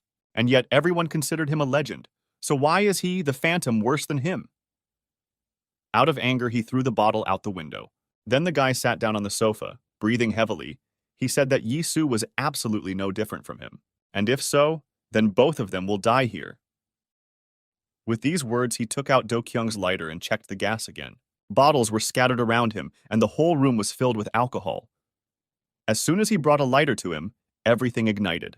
Meanwhile, Yisu arrived at the 27th floor, and when the elevator doors opened, the commander realized that it smelled like kerosene. This was in the literal sense of the word, because in front of him was a terrible picture of a room that was being consumed by flames. During this time, it had already spread almost everywhere and covered more and more territory with every second. The commander covered his nose with his elbow to avoid inhaling carbon monoxide, and then heard someone call him. It was the ghost himself who asked if he would really stand and watch as the flames consumed his daesang. More precisely, it was his brother's daesang, because Yisu came to pick up this stupid little lighter. He added that he mentioned a place for his brother, so isn't now the time to answer for his words? Or maybe they played a prank on everyone again, and the real Baek Do-kyung fell by his hand after all. Then Yisu could no longer listen and tolerate this nonsense.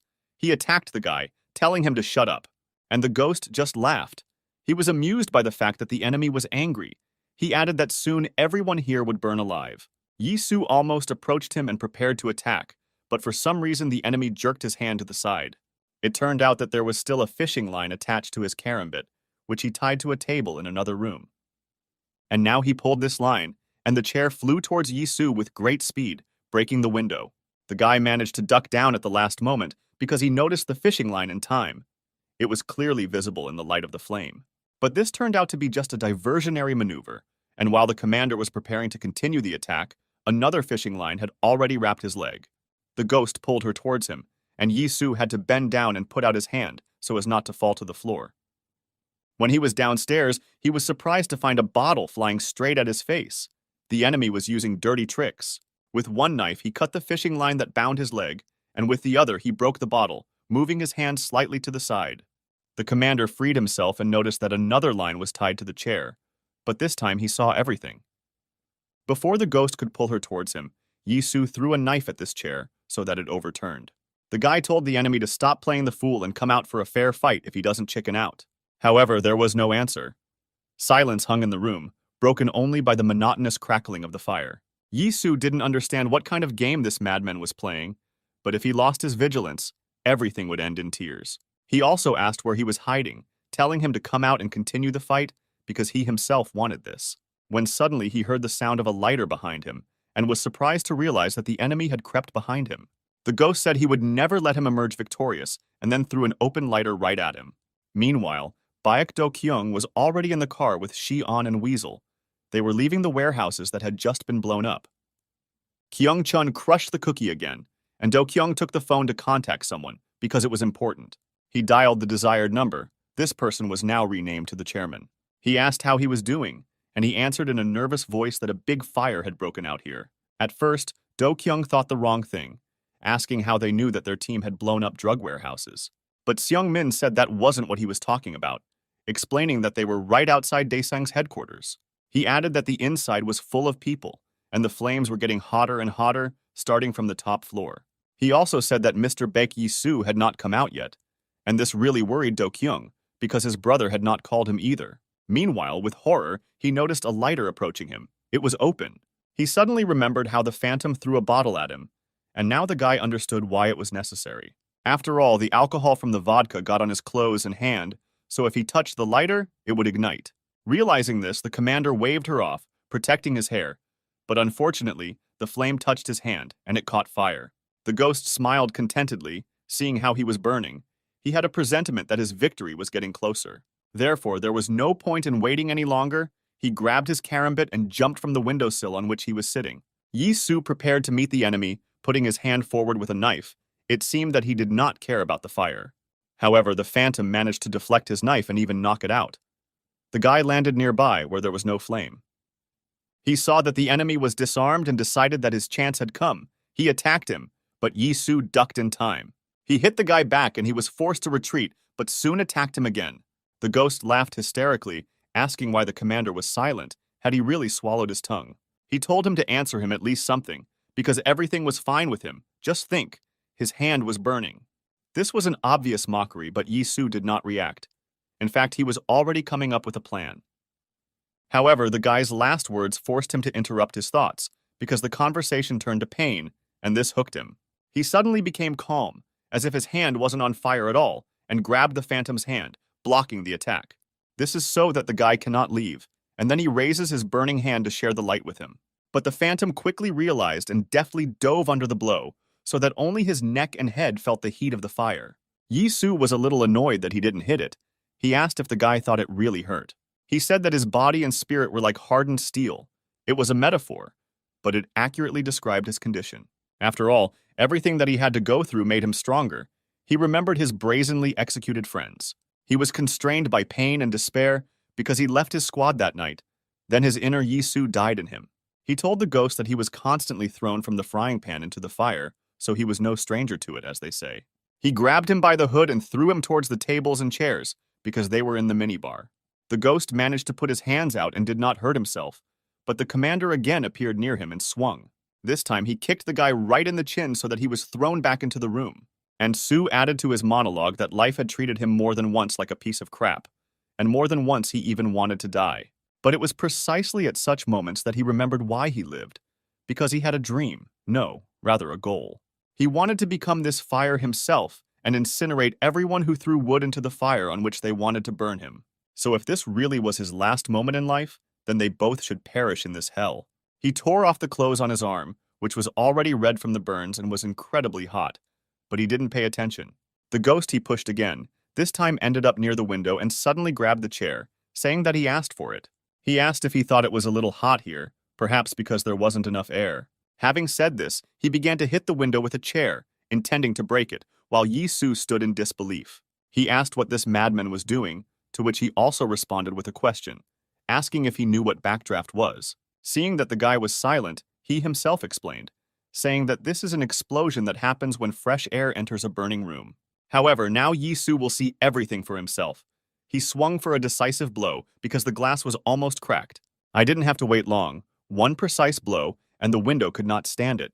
Cracks appeared on it, which were about to burst.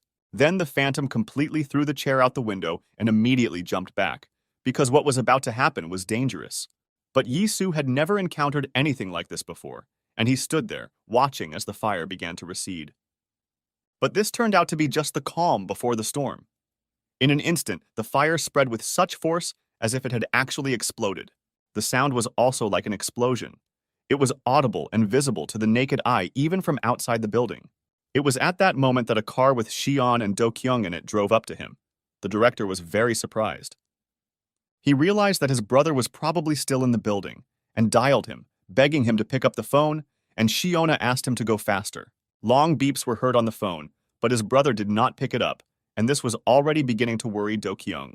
He knew that the building was most likely engulfed in flames, so the phone could simply fall out. But still he continued to call, and Yisu, who was covered by the shockwave from the explosion, could barely move.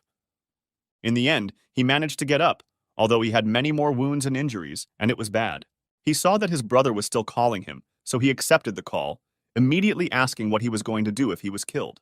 Do-kyung replied that everyone thinks that Daesung's boss is him, so his brother shouldn't die, because what will his subordinates do? He added that of course they would avenge him, and if necessary, they would dive into the thick of it to do so.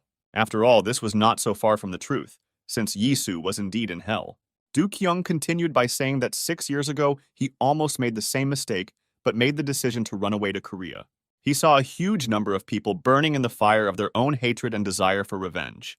The brother admitted that at the time he was afraid that he too would go crazy and become like his idiot stepbrother. Fortunately, this didn't happen then, because escaping to Korea saved me from self-destruction.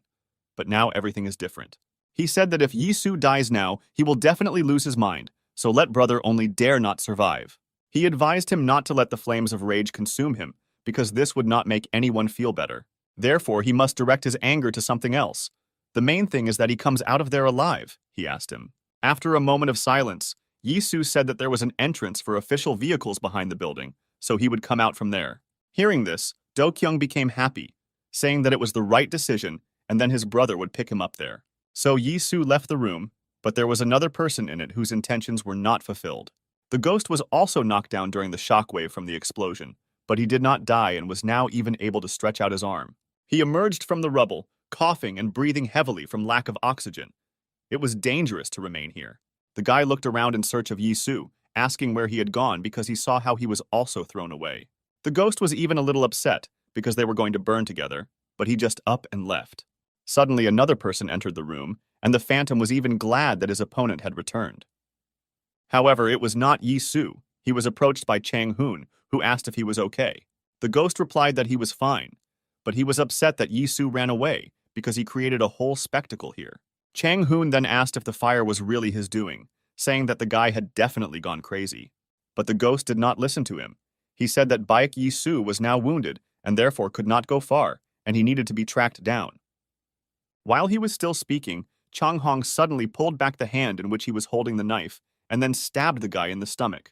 He said that his partner probably didn't understand him because he was ordered to find him, and that's why he came here.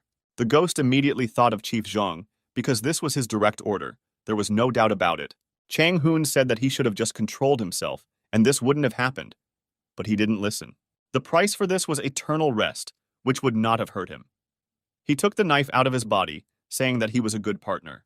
His real name was Choi Yeo-jun, but no one will ever know about him because he was the last of his squad to die as a ghost. Meanwhile, Yisu exited through the service entrance, which led him to the garage behind the main office building. The fire was not visible here, however. As soon as he came out, he was immediately blinded by the headlights from the car. When his eyes adjusted, he could see Oyama Shogo standing in front of him, as well as Nobu, Kato, and others from Oyamagumi. Shogo said that they were already waiting for him, calling the guy a fake Do-kyung, but then corrected himself, saying that they knew his name. However, Yisu stopped listening to him at one point because he saw another person approaching them. It was Chief Zhang himself. He adjusted his glasses and said that they had not seen each other for a long time. Seeing the boss, Yisu seemed to lose his mind. There were so many bad things associated with this man. Zhang noticed this strange look of his, saying that they had finally met after such a long time, and Su was able to pull himself together, although he understood that he would not be able to remain calm for long, because he had many questions for his boss. In fact, he realized this even when they collided on the stairs while leaving the Li family's house. He felt in his heart that it was the boss who was responsible for everything, however, it still hurt him. He added that the boss should remember what he asked then, and with what words their meeting ended. At that time, Yisu said that he could kill him right here, but that would not solve anything, so he would wait. And when their paths cross again, he will answer his question of whether Zhang was really behind all of this. The boss sighed heavily and took off his glasses. He knew Yisu well enough and understood that a battle could not be avoided. The man hid his glasses in his pocket. Returning to the topic of conversation, he asked what the guy's answer would be. But everything was clear without words. Yisu attacked him, during which time he hated him and could no longer linger. Zhang also understood this perfectly and was ready for the fight. He also took out his karambit and got ready. Yisu waved near his head, but the boss ducked down. At one time, he too had undergone good training. However, this was not enough. The very next second, the commander swung his leg. He kneed the boss in the head. Here he had an advantage because the boss was shorter. However, Zhang blocked his blow and prepared to strike back, but Yisu was faster. In the blink of an eye, his hand clenched again to strike, and then the chief realized that he would not have time to put up a defense. The commander hit him right in the jaw. It was quite pleasant, but he did not plan to stop. The boss jumped to the side to regroup. He had not fought with his subordinates for a long time. On the other hand, this cleared up all doubts about whether this was the real Baek Yisu or his brother. It was definitely the younger one, and now he was attacking him again, telling him to stop clowning around. But this was already quite rude, and the boss decided to remind him of who he had reported to before. He stabbed him with a knife, and Yisu grabbed his hand, but the boss also caught the guy's attack, preventing himself from being wounded. Yisu decided that he could win through force and began to put pressure on his hand, but Zhang was more cunning. He was able to spin the karambit in his hand, so Yisu had to let go to avoid cutting his hand. Now this was an excellent moment for the chief to attack, and he took advantage of it. But Yisu jumped to the side. With surprise, he noticed that the wounds on his body began to bleed again, and the boss seemed to rejoice. He said that he spends too much energy on absolutely unnecessary movements. Emotions only interfere with him. In this case, the guy became an easy prey even for such an opponent as the boss, even though he had more strength. They attacked each other again, this time each anticipating their victory, not wanting to give up. Meanwhile, the entire scene was observed by the members of the Oyamagumi, who did not expect that they would have to just stand. Some Japanese asked Nobu, who was in charge there, if it was time for them to intervene, but he replied that they should not. He saw that both opponents fought quite well, both had enough experience, but he was especially amazed by Baek Yisu. He remembered how he fought with him at the Gorang Hotel. Then he underestimated him, and this became his fatal mistake. Because of her, he suffered a humiliating defeat and tarnished the reputation of the Oyama clan and all his friends. But now perhaps, fate has given him a chance to fix everything, since he is still alive, because he is not so lucky twice. There will be no next time, and how I want to chop him into pieces? Such was the desire of Onizawa Nobuhiro. Or rather, it was like that 5 minutes ago, before this battle between boss and subordinate unfolded before his eyes. Now he hesitated, his hand shook, and this was noticed by Shogo, who was also watching what was happening. He realized that Nobu wants to take revenge for what Yisu did to him, but he does not dare to interrupt the fight. Oyama told him not to strain himself and do what he could, and he himself turned to Kaido because he already had a plan. He asked if the guy could move his arm, and he replied that so far there were some difficulties with this. Meanwhile, some ordinary people, noticing the fire, called the fire department and an ambulance for the people in the hotel. The police also came with them, but they sent no ordinary policemen there. This had been planned by Chief Zhang in advance in case he had to use his connections, and he did not regret it now. The police blocked the road right where Xi'an was going to drive to the service entrance to the hotel. Du Qiong guessed that it was the work of Chief Zhang, but this also meant that the boss must have come in person. Director Daesang hurried to find out the situation and dialed Chairman Li, who answered immediately. Du Qiong asked if his brother accidentally left through the main entrance, but Seung Min answered in the negative. He added that he and Mrs. Cha waited for him in the lobby, but he never came out, which began to worry Do Kyung. He said they had cops all over the place, blocking the entrance to the main gate, so the guys had better leave. Then Seung Min asked what to do with Mr. Yisu, but Do Kyung replied that he was already doing this himself. He explained that they agreed to meet near the service entrance, but Seung-min suggested that he too might be surrounded. Of course, Do-kyung himself understood this perfectly well, but he replied that in this case, nothing could be done. He said that he would try to break through and would get through at any cost, even if he had to ram these gates. Upon hearing this, Seung-min said that it was extremely reckless, and Yuhua asked him to give the phone to her. Even though she didn't know anything about fighting, she knew something better than others, and that was the ability to convince people. She suddenly told him that she was not going to participate in this, and would not poke him with stupid hysterics. Do-kyung was not ready for such an answer. He didn't even know what to tell her for a while and asked her again. But the girl made her position clear. She told him to pull himself together and think about it. After all, he and Seung-min were already here and will help Yi-soo, and he will prepare a safe escape route for all of them. Do-kyung replied that it would be nice, but how should he do it? And in general, do the guys have enough strength for this? But Lady Cha hastened to reassure him, saying that Shulan was already on the road, and with her the people from Cheonong. The girl sent them to them, so she asked them to hold on a little longer until they arrived. However, Do-kyung said that this was not the problem, because what could the two of them do there, even if it was Shulan? Then Yuhua said that he doesn't have to worry about it, because Chairman Lee also didn't come alone. Just then, men in white suits approached them and greeted Seung-min like a boss. It was his 9 knives that had reassembled into a refurbished warehouse, so they now had new powers. Yuhua ended up asking Do-kyung to rely on them, and the director had to agree. He said that they would go around on the other side to the back entrance, so the guys shouldn't let them down. Shi-an, who was driving, heard this and understood everything. He turned the car in the other direction. They had almost reached the fence, where several police officers were standing, who noticed them. One of them reported a suspicious black car heading towards the entrance for official vehicles. He repeated the message as it should be in the police, and the man who listened to him smiled contentedly. This meant that Baek Do-kyung or Baek Yi-soo would soon be here, because his squad was not expecting anyone but them. Wang Hao knew that these brothers usually did not come empty-handed, so he should give them a warm welcome. Zhang couldn't believe he missed the attack. It was the first time this had happened to him in years, but now his blood was on the ground.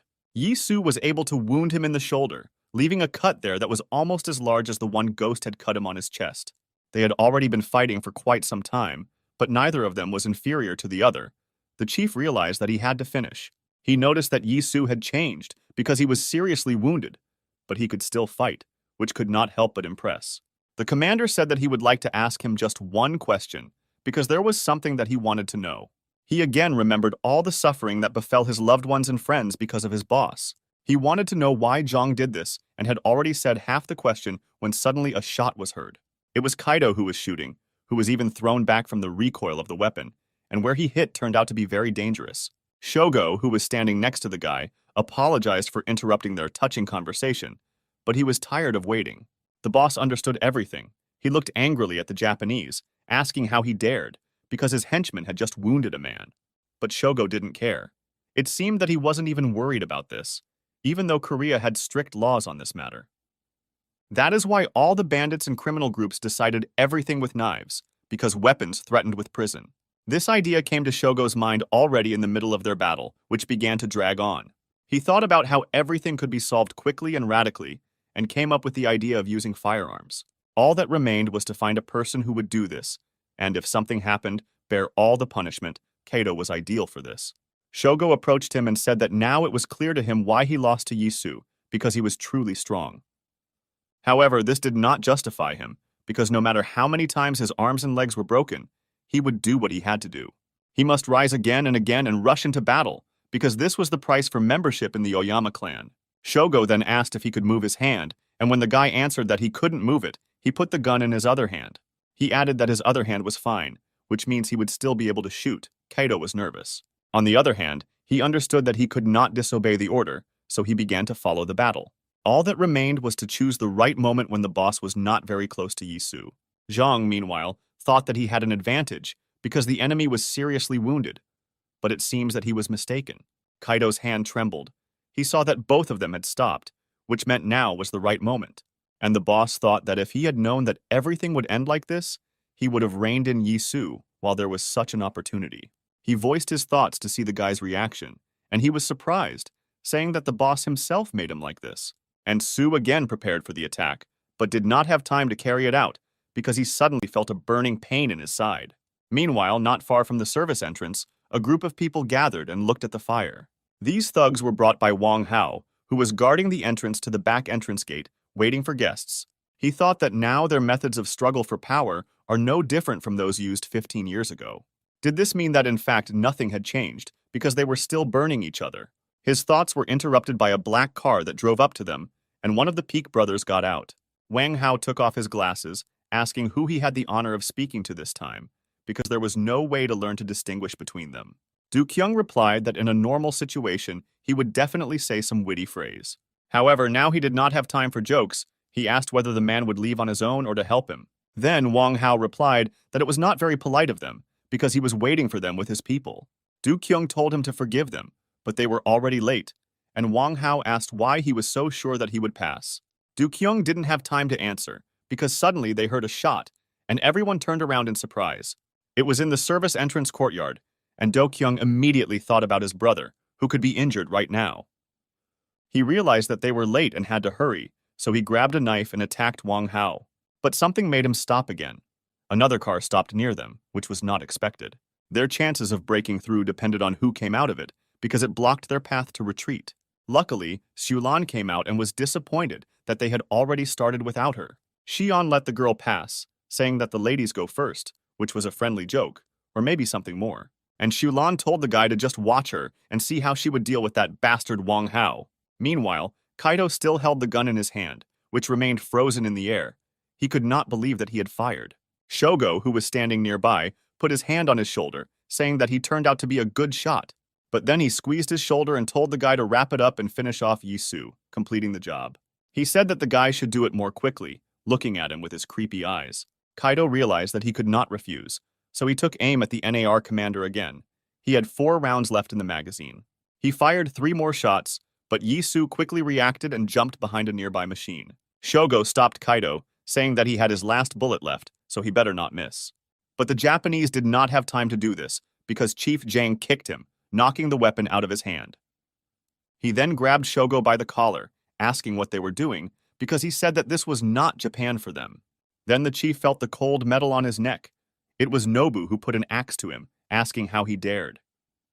However, to his surprise, Shogo told him to mind his own business, because it was none of his business. The Japanese tried to object, saying that in this way this boss was humiliating the Oyama clan, but Shogo interrupted him. He once again told him to stop, and the guy had no choice but to obey. He put the weapon away. Then Shogo asked the chief what happened, because only a couple of shots rang out, and he made such a noise. Then the guy looked at him with interest and asked if the boss really felt guilty. He added that he himself knew how to shoot very well, and Zhang decided not to endure anymore. He put his hand in his pocket.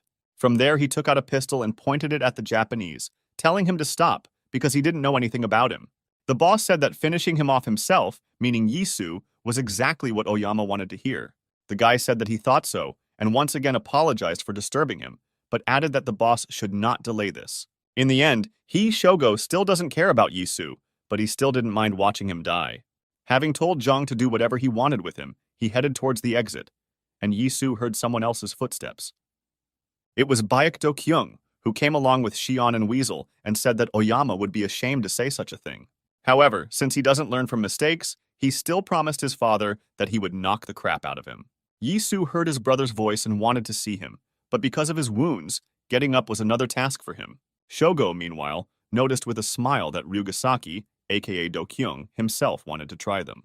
Then Yisu managed to get up and appeared from behind the cover, and his brother saw him and asked who dared to offend his brother. He even rephrased his question, asking who he should have killed first. Hearing this, Shogo laughed, saying that his brother had not changed at all and was still just as reckless. But then he suddenly became serious and asked if Wang Hao shouldn't have detained them for a while. Du Kyung replied that he was already planning a fight at the gate to the service entrance, so he had no time for them yet. This means that little brother and his people will have to be patient with him, Du Kyung. He also offered to finally clarify everything. Meanwhile, Xulan was also preparing for a fight. This time she had to win at any cost. Chang Jun asked Wang Hao how he could let the Taisan mongrels leave when they were outnumbered. Then Wang Hao replied that obviously they would have won, but it would not have happened without casualties. He turned around and looked at the old man, asking whether he was able to sacrifice himself or only knew how to brag. Chang Jun replied that he was wounded, but Wang Hao said that he did not expect any other answer. It was expected. He approached Xulan, offering to solve everything themselves, so as not to shed the blood of his people. The girl did not mind. He attacked him, and the man said that he found it difficult to believe what she was doing now. After all, it looked as if yesterday's student had come to plunge a knife into the neck of his own teacher. He dodged her first attack, asking if the girl had really learned nothing after all this time. After all, a frontal attack was not the best option, but Shulan told him not to rush to conclusions. She specially chose the place so that the light from the headlights of the cars behind her would blind the enemy, simplifying her maneuverability. She swung the machete in all four directions, and Wang Hao barely had time to notice them under the headlights and dodge.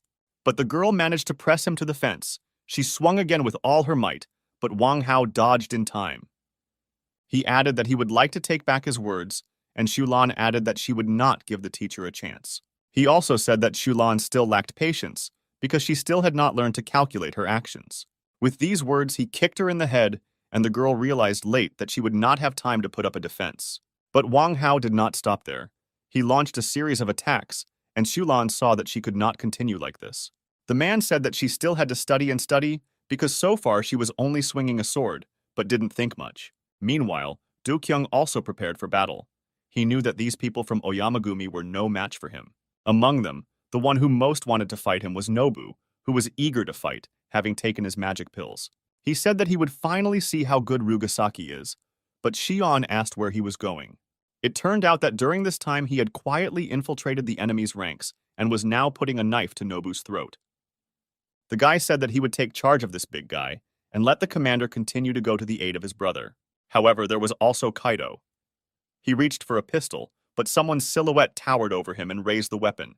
It was Kyung Chun, who said that he would take it, but in general he did not understand why the guy used it. He then hid the gun and pulled out his butterfly knife, saying that since it was pointed at him, he would take care of it. So it would be better for the Japanese to lie down and rest, he said this, copying Yi Su with the same furious look. Meanwhile, Zhang, who had only observed all this so far, realized that their appearance changed everything greatly. But first of all, it was necessary to find Bak Yi Su and finish him off. Zhang went behind the typewriter where he was hiding. But to his surprise, the guy was not there, and he saw only fresh traces of blood.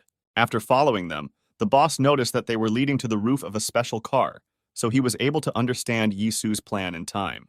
The commander planned to take him by surprise, and he would have succeeded if not for his wounds, because they prevented him from moving. Du Gyong also decided to break through to his brother, but his path was blocked by the Japanese, who recognized their master.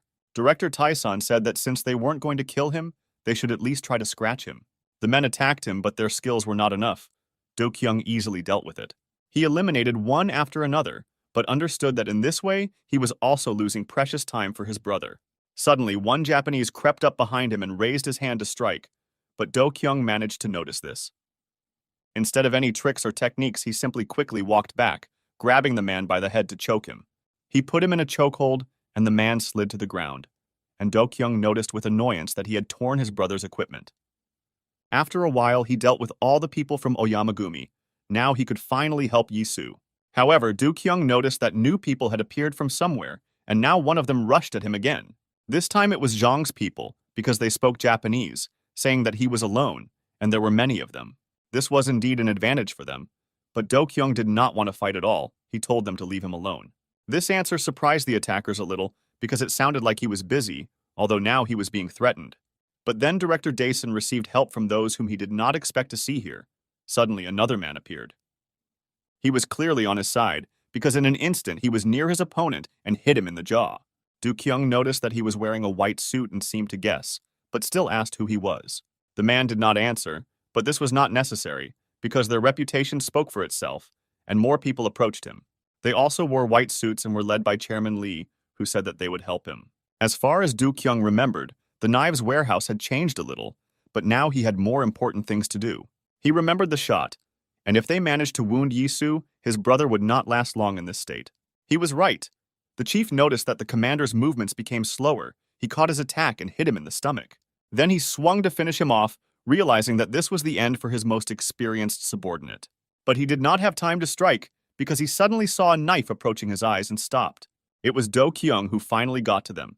He arrived just in time and now swung his knife, hitting the boss. Seeing how he winced from the cut, the guy said that he had always dreamed of punching him in his vile face, and now he wanted more.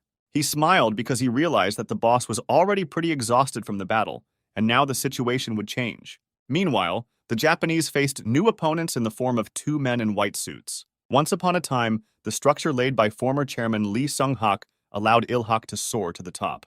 However, the blades of the old knives became dull, and the organization lost its former glory, and its authority was shaken. But the emergence of new chairman Lee Sung-min marked an end to the period of stagnation. He was able to rally Ilhak and rebuild it from the inside, and the knives became much sharper, because some were new. Overcoming the pain, their organization spread new wings. All that remains is to fly to past heights. Two new members have appeared in the Gudo warehouse to replace the deceased Choi-san and the traitor Ji-Yu-chan. One of the new kids was named Zhang Se-young.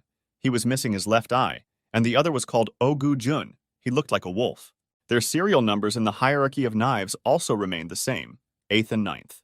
Number 7 was also with them, who said that he would take care of the chairman and leave the Japanese to them. The story of their joining Gudo was also interesting. It began with Seung-min ordering the staff of knives. Zhang Seo-yan was the first one they found. He was a professional boxer up to a certain point. This story has already been told by Hyun-gu. The guy lost his eye right during sparring. The enemy tore it out with his bare hands. This is where his career ended, thanks to an abnormal opponent who fought dirty. By chance, his opponent was Ryu Tai-hyun, who also reproached the guy for faking. It was not difficult to persuade Se-young. He joined their ranks to take revenge on Tai-hyun. But this is not surprising. And with the second Ogu-jun, everything is much simpler, because he was the son of Oh Myung-hwan, the first of the previous knives. Both choices paid off well, because these guys dealt with all the small fry in a matter of minutes.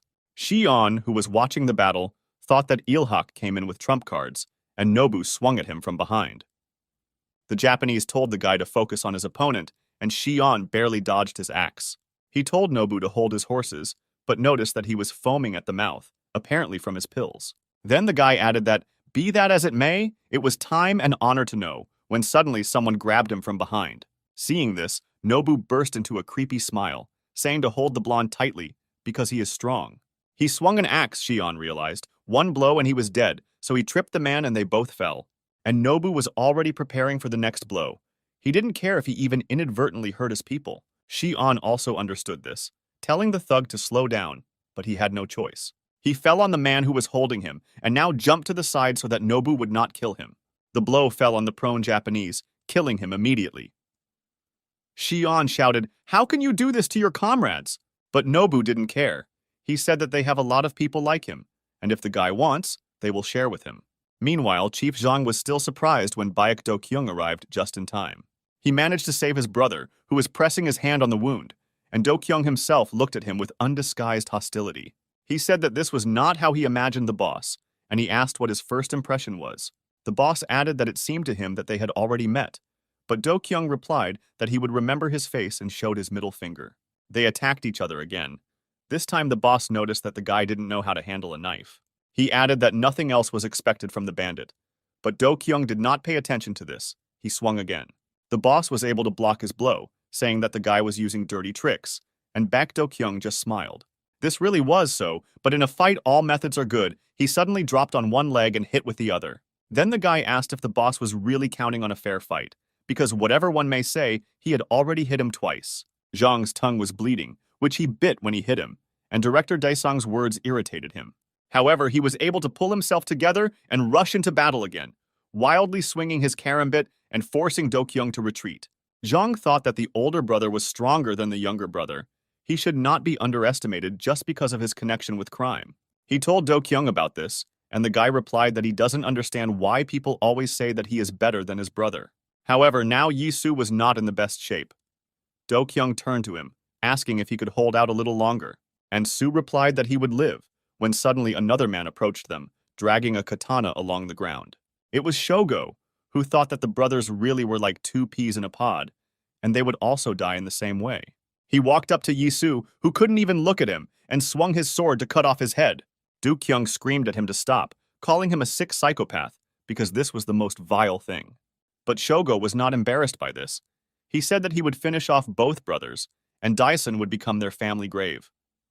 Yi-soo was unable to raise his head, but Soo, by his brother's cry, now there was a great danger hanging over him. Do-kyung, who again wanted to attack Zhang, was now forced to run back to his brother, although he understood that he would not make it in time. He screamed for Shogo to take his hands off him, and if something happened to Yisu, his head would be the next to be cut off. However, the Japanese did not listen to him. He understood that it would be better to kill both potential directors of Daesan. As befits the true samurai whose movements he inherited, the guy held his breath before the blow. And when he wanted to bring the blade down on Yisu's head, some boy suddenly appeared and dislodged his sword. Kyung-chun said that he had only recently arrived in South Korea and had not yet learned other languages, but he would not mind knowing Japanese. Shogo looked at him in surprise. He didn't even understand where he came from because he was too young to fight. But then he thought that he shouldn't underestimate his opponent and attacked the guy who seemed to be having fun. Then the Japanese said that it seemed that the boy did not understand who he was dealing with because he would not hold back even with a child. But Laska didn't understand a word because he had already expressed that he didn't know Japanese. For him, it was just another opponent. But the situation very soon changed when Shogo swung his katana, almost hitting him, and Kyung-chun realized that he was mistaken. He did not foresee such a blow but was able to dodge, thinking that the guy was not simple, but probably experienced. Shogo also acknowledged his agility, saying that he was impressed because he didn't think the boy could dodge. Then Do-kyung turned to Kyung-chun, telling him not to lose his vigilance, because Oyama skillfully wielded a katana. He added that he was a little busy right now, so he couldn't help him, referring to the boss who attacked him again. So all he could give him was advice. He said that even though Shogo seems like a fool, he shouldn't underestimate him. However, he didn't have time to finish this, because the boss cut his hand, saying that now was not the time for chatter. Then Do-kyung replied that he should give it his all, but immediately regretted it, thinking who was pulling his tongue. After all, the boss was also no mistake, however. He must fight for his brother, protecting his pride. In the end, Yisu was much worse. He had already fought with the rabid mercenaries, and then with Zhang. Meanwhile, near the main gate to the service entrance, the battle between student and teacher had already ended. Its outcome was not very pleasing. Shulan was lying on the ground, unable to get up after being hit by Wang Hao, and he was saying something about flowers and time. He said that in the midst of flowering they are like a blazing fire, and now is a great chance to see this. Once upon a time, a man handed this blade to a girl with the hope that one day she too would bloom. He walked up to Shulan and touched the machete to her shoulder, and she was scared, not knowing what to expect next. And then Wang Hao said that unfortunately, the girl did not come true, and he did not see the beautiful flower here. This meant only one thing. There was no longer a need to field and cultivate it, because it was already useless. However, at that moment, the man was blinded by the headlights of new cars that drove up to the place of their battle. Wang Hao saw which of them came out and said with a smile that he was wondering who had the courage to come here. In front of him stood Choi Jong-ho, Ilhak's second knife, who was wearing his Kevlar gloves, ready to fight. Other guys were also surprised by his appearance, who knew that at one time he was perhaps the most dangerous gangster. Jong-ho, meanwhile, asked Wang Hao if it was time for them to settle old scores, because many things remained unresolved. Behind the old man stood Jin Woon, who also wanted to participate, but Jong-ho told him to save his strength. Wang Hao also ordered his people to go back, and they began to protest because it was stupid. But the man asked what these whims were, reminding them that their job was to follow orders, not whine. He added that the previous captain of the knives, Oh Myung-hwan, died at his hands, and now his comrade has come to take revenge. He said that in that case, he was ready to take the fight, but that did not mean that he would allow him to emerge victorious. Jong-ho replied that he didn't count on it. He was the first to rush at the man, clenching his fist to attack. It was quite difficult with gloves on, but after years of practice, he hit them as well as a metal pipe. Wang Hao knew this, so he barely held back his attack, preparing for a response from his side. He had the advantage of a weapon, but he was in no hurry to use it yet and kicked Jong-ho in the head. However, the big man caught his leg without much effort and smiled contentedly, because now the man would definitely not be able to dodge. He hit him in the stomach, and Wang Hao felt that he had not been hit so hard for a very long time. It was even funny. The man grabbed his side, moving back, and Jong-ho prepared for the next attack, waiting for the moment. One guy from Daesong, meanwhile, helped Shulan get up, and now they were both looking at the legendary fight.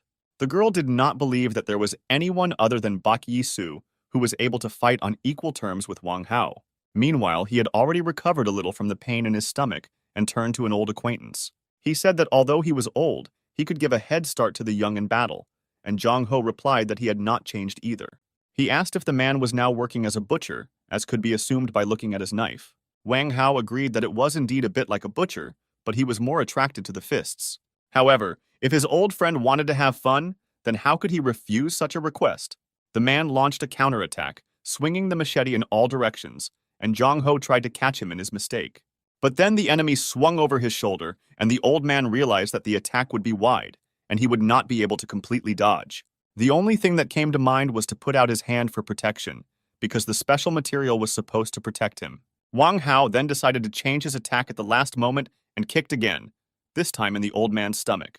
Jong Ho withstood the blow, but this forced him to lower his hand, and now he was open to attack, which Wang Hao took advantage of. He swung the machete right next to him, but Jong Ho was able to jump away in time, putting out his hand, which was hit.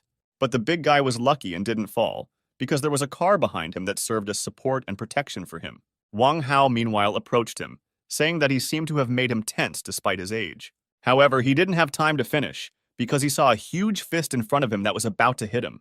However, this is what happened. He did not think that Jong Ho would be able to push off from the car, adding speed to the attack. But the big guy got it too. Now not only his arm was scratched, but also his side, and not weakly. Wang Hao laughed. He was lying on the ground, but not because he was thrown back by the blow, but because he himself managed to jump away.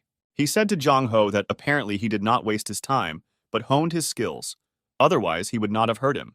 But the old man replied that the reason was different, all because Wang Hao became weaker, because he was also getting old. After all, it was waiting for all of them. But to Wang Hao, it seemed that the old man was still thinking about Myung Hwan.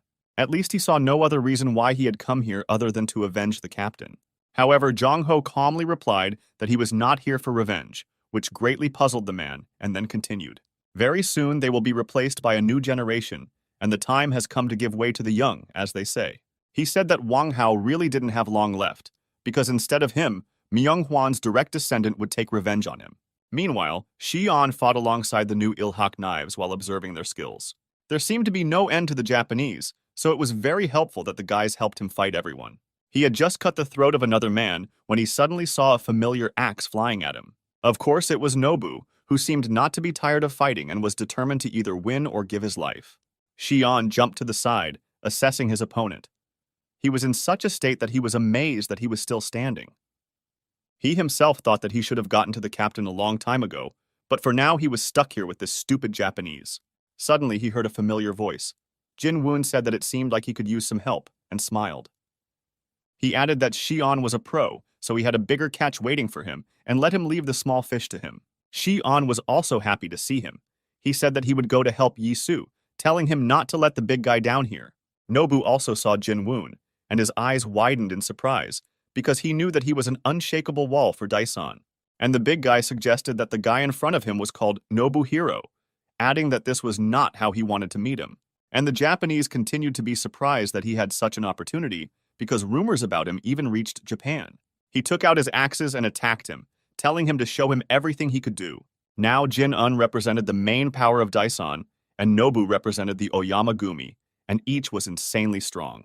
The Japanese swung the axe very close to his head, but Jin Woon only leaned back without even retreating. Now it was time for him to strike. He clenched his fist and prepared to attack, and Nobu again said something to him. Instead of answering, he received a crushing blow to the head, so strong that the guy flew straight back.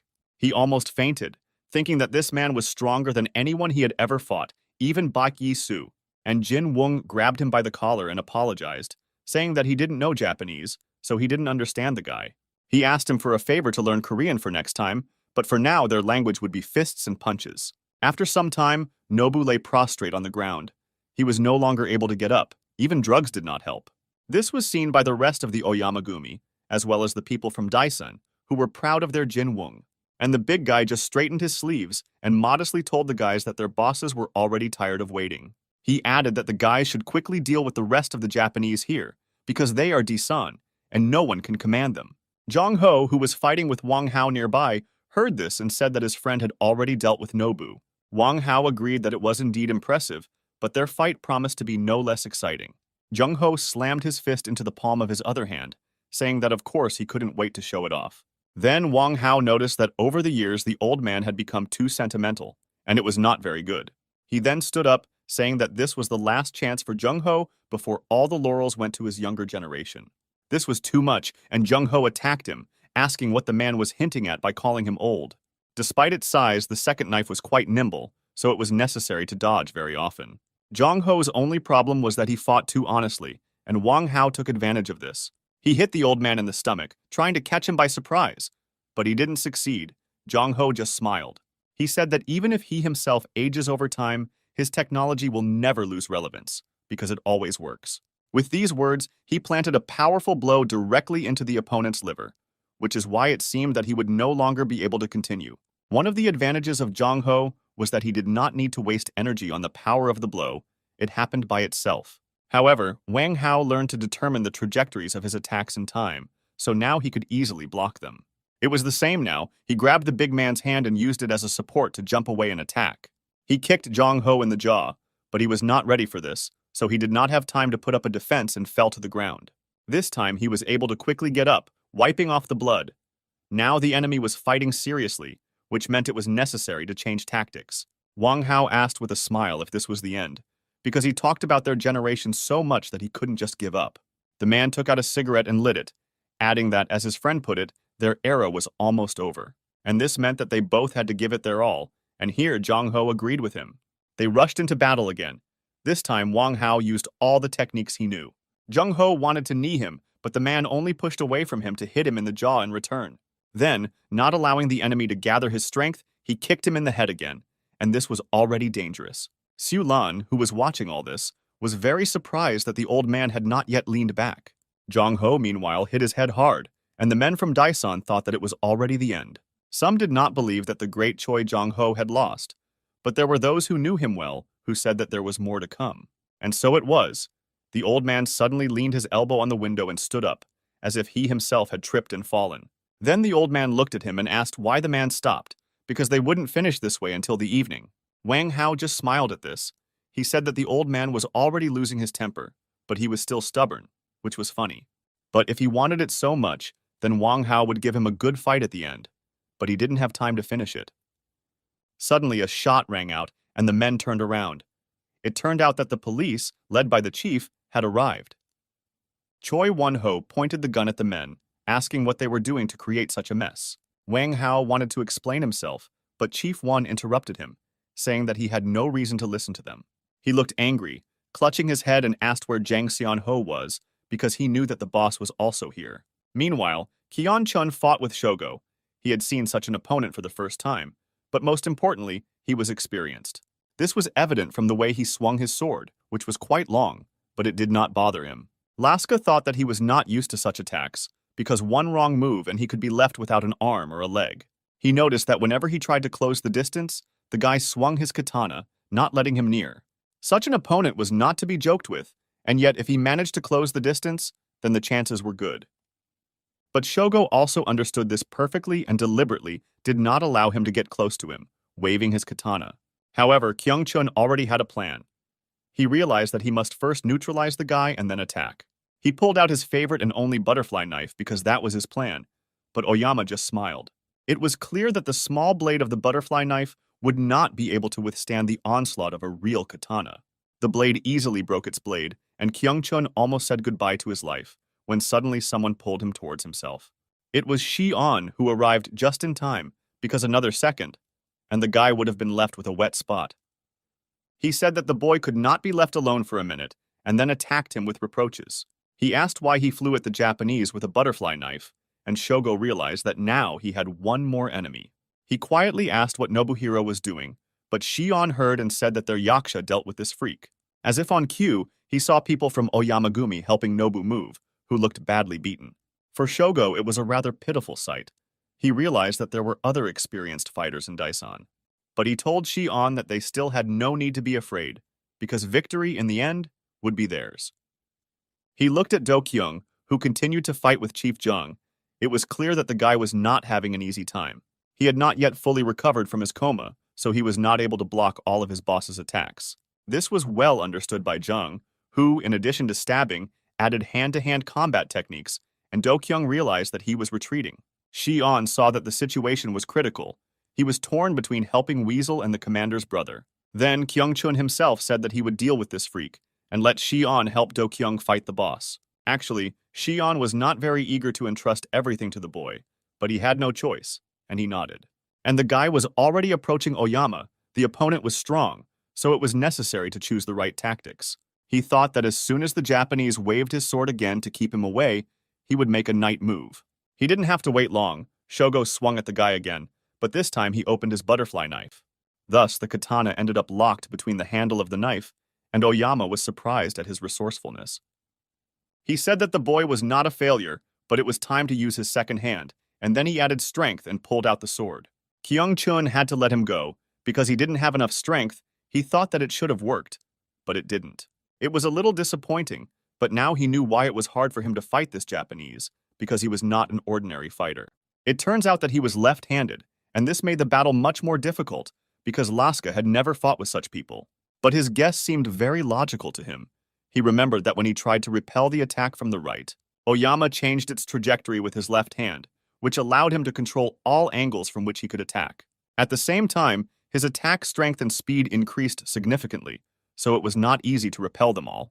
Meanwhile, Shogo changed his grip on the sword, saying that the guy had finally gotten it, but it still wouldn't help him. He asked if the boy would like to put his knowledge into practice, provoking Kyung-chun. As he said this, Yi-su, who had been in a state of semi-consciousness all this time, raised his head. He saw that Oyama was fighting with Weasel, and everything looked quite serious and the guy was in danger. Meanwhile, Shogo attacked Kyung-chun again, but now Weasel had the advantage, because he knew that he was left-handed. However, he suddenly changed his grip again, and this time the guy was unable to anticipate the trajectory of his attack.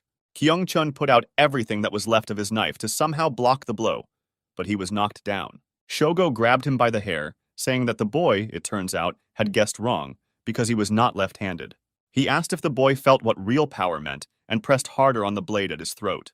Oyama had a premonition of his victory, but he heard as if someone had sneaked up behind him and turned around. His intuition was right. It turned out to be Yi-su who stood up and attacked him, so Oyama had to throw the weasel away.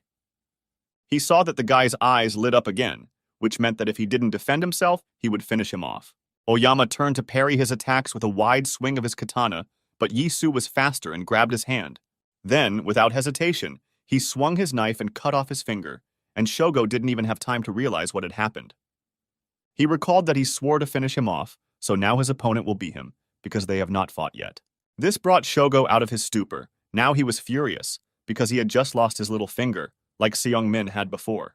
He grabbed a katana and swung at Yi-su, who was unable to escape the blow, but Kyung-chun helped him.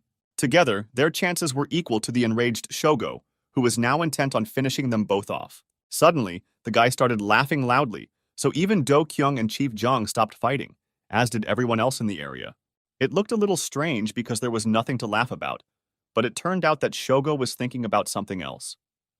He stopped laughing and asked the commander how he dared to dishonor him, saying that he would regret it. He looked at him with a look full of hatred, saying that the guy didn't even know what he had done. However, this did not frighten Yi-su at all. He recalled that this was how they apologized in Japan. So now we can assume that Oyama apologized for dishonoring the chairman, but this was not enough. Do-kyung heard his brother's voice but could not look back, because the boss did not give such an opportunity. They were still fighting. He praised his brother, saying that even he failed to cut off Oyama's finger, which was quite surprising. He added that Shogo's ability to wield a sword has no equal, and he was not only able to wound him, but also held his defense perfectly. Do-kyung joked, asking if he had offended Yi-su because now he could hit him too, but Jong said that he was distracted again. For this, he kicked the guy in the stomach, and Do-kyung fell silent because he realized that the boss would not give him peace. As if to confirm his words, the boss attacked him, pulling a knife from his pocket, and Do-kyung noticed him. He realized that he would not be able to repel his attack in time, but fortunately it did not come to that. Someone threw a knife at Jong. The chief was forced to stop, barely dodging the weapons that someone deftly threw. Shi-on, who did this, was hiding in the garage. He said that he did not think that the boss would be able to dodge. Seeing him, Jag said that this was not the best surprise, because he had completely forgotten about the guy, although it was in vain. He then reached into his jacket pocket for a new weapon, saying he didn't have time to play with another one. Maybe just shoot them all on the spot and be done with it because, whatever one may say, this won't be the first time for him. Then the guy replied that the man could try, but he must take into account that next time he would not miss, so it won't be easy for the boss to kill him. He said this rather self-confidently, which Zhang really didn't like. The boss really wanted to cock the gun, but suddenly another man entered the garage. It was Ganji. He said that the atmosphere here seemed to be heating up, and Zhang asked who he was, if he was another Oyama. At that moment, Do Kyung, who saw Ganji, called up and said that it was better late than never. The Japanese looked at him, remembering their first meeting in the hospital, because that's where everything happened. At first, he thought that Daisong did not want to reveal the details of his director's death due to personal reasons. But then he realized that Ryugasaki would never allow his organization to fall at the hands of Oyama Shogo. Therefore, Ganji decided to check everything himself and came to the hospital, saying that they had not seen each other for a long time. He said that he didn't think to find him in such a state, and Do Kyung asked if he really decided to visit him. He responded in the negative, saying that he just wanted to make sure for himself that he was alive, and Ryugasaki called him a pest. He then added that judging by the fact that the man was here, it could be assumed that he had defected to Shogo's side. But Ganji said that he wouldn't put it that way, because he never obeyed him specifically, and this upset Do Kyung. He asked if this was really after everything he had done for him, but Ganji repeated that he had been serving the Oyama organization all this time. He supported Ryugasaki while they were connected by common aspirations and goals, but now everything has changed a little. After he left Oyamagumi, the position of head passed to Shogo, and since then the organization has changed. It should be admitted that Shogo managed to keep Oyamagumi from disintegrating and even significantly strengthened it. This is how he achieved the respect and devotion of the entire clan, although many did not share his ideas and methods. Then Do Kyung replied that the man himself knows what Shogo really is and what his ambitions are. He asked if Ganji really shared his views, and he replied that after all, they had reached their peak under his leadership. But Do Kyung asked if he really didn't care that Shogo had to go over other people's heads to do this. Then he thought that Ryugasaki's thoughts were clear to him, but he himself could not help him in any way with this. However, Ganji knew a person who could do this. He walked towards Chief Zhang, putting his hand in his pocket. Approaching the boss, he introduced himself as Hanazawa Ganji, the official representative of the head of the Oyama clan. Their boss's name was Oyama Tetsuji, and now he was asking Lieutenant Major Jong Song-ho for the phone. Ganji handed him his phone. He then turned to the others who were still fighting, asking them to pause for a while. Everyone froze in incomprehension, but then the voice of Chairman Oyama was heard, and Shogo was surprised to recognize his father. He asked Ganji why he called him, but the man did not answer. He made it clear that he was listening to Tetsuji-san, and he apologized for the sudden call, saying that it was probably not very polite on his part, because they had not communicated before. He introduced himself as the head of the Oyamagumi clan, saying that he was personally responsible for all decisions in the organization. He added that most likely the boss was already familiar with his sons, and he responded positively. Zhang added that one of them was standing in front of him right now, referring to Do Kyung, who looked puzzled. Then Oyama Sr. said that he hoped the boss was not going to harm him, but the boss did not agree. He said that unfortunately, they had some disagreements, and Oyama advised him to choose his expressions. Tetsuji-san explained that if his words were not to his liking, then some disagreements would arise between them. After all, Byuk-do Kyung and Shogo are both his favorite sons, so he will not allow him to harm them. He added that not everything is going smoothly in their family, and now the boss is adding fuel to the fire. Therefore, Chairman Oyama proposed to resolve this conflict peacefully, because everything can be resolved without unnecessary blood. Since his boys caused trouble for the boss, let him consider the burnt hotel a kind of sacrifice. Zhang did not understand his words and asked what he meant by sacrifice, but Oyama said that this could be understood in different ways. In short, this means that Oyamagumi will support the Unified Synchronization Project in Korea. Zhang then asked what would happen if he refused, to which the man replied that he would have to meet him in person. But in this case, they will agree on completely different terms, and this alarmed the boss. He sighed heavily, and then suddenly asked irritably whether now he would really interfere in all his affairs. But the chairman hastened to reassure him, saying that this is only if they relate exclusively to his sons. And only until he himself puts an end to their strife, however, this was no longer necessary. After all, the guys are no longer small, so they will solve their problems on their own, because that's how it should be. Hearing that his father would not support him, Shogo ran to the phone asking how he could say that. However, Oyama Sr. seemed to be ready for his kicking. He asked if he remembered what he told him last time. Then Shogo asked how he perceived him, as a son or as a member of the Oyamagumi. Now the father replied that there was a big difference in this because, first of all, he was his son, and always had been. And now it was Shogo's turn to answer his question. He asked if he respected him as a father or as the head of the clan. The guy did not want to answer this question, although he understood that he should, because the chairman was waiting for his answer. Meanwhile, Won-ho said that we can't delay any longer because the time has come for the police to take action. He gave the command to get ready, and armed soldiers got out of the cars that had arrived with him. They were met by a whole crowd of people who had already stopped fighting and were now leaving the battlefield. Du Kyung supported Yi Su, who could not move on his own. His fight with Shogo ended quite unexpectedly. In the end, the brothers emerged victorious, even if it wasn't a war, but one battle was theirs, and that was already a victory. Seeing the state director Baek was in, Zhang Ho ran over to him, leaving his opponent Wang Hao. And Wan Ho finally saw Zhang and attacked him with complaints, saying that he was walking here like on a boulevard. But the boss told him to cool down, saying that they would stop there for now because they already got what they came for. Then Wan Ho could not stand it. He asked if the lieutenant major really thought that this matter would be so easily hushed up. What happened that day gave each of them food for thought and put a lot of things in their place. However, neither the bitterness of defeat nor the burning hatred will simply disappear. Everyone understood this too.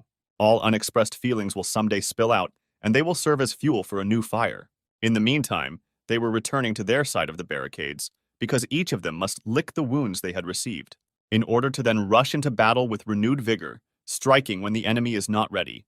This will be the start of a new era, with another new player joining the game. No one knew what consequences this would bring, but some still guessed about the upcoming events. Not less than 2 years have passed since then. Do Kyung stood at the foot of a stone on which the waves were crashing. He liked to come to this place from time to time because here he thought better, and it's the same now. He took out his blade and thought about the recent events that their organization had to face. His instinct told him that this was just the beginning, but he did not know what to expect from the enemy next. In the end, there was only one priority for him: his loved ones. The main thing was that everything was okay with them. He stood there for some time until Jin Woon got out of one of the cars that came with him. He turned to the director, saying that all preparations were completed, and Do Kyung nodded to him. The guy thought that this time everything would finally end, and perhaps victory would be theirs again.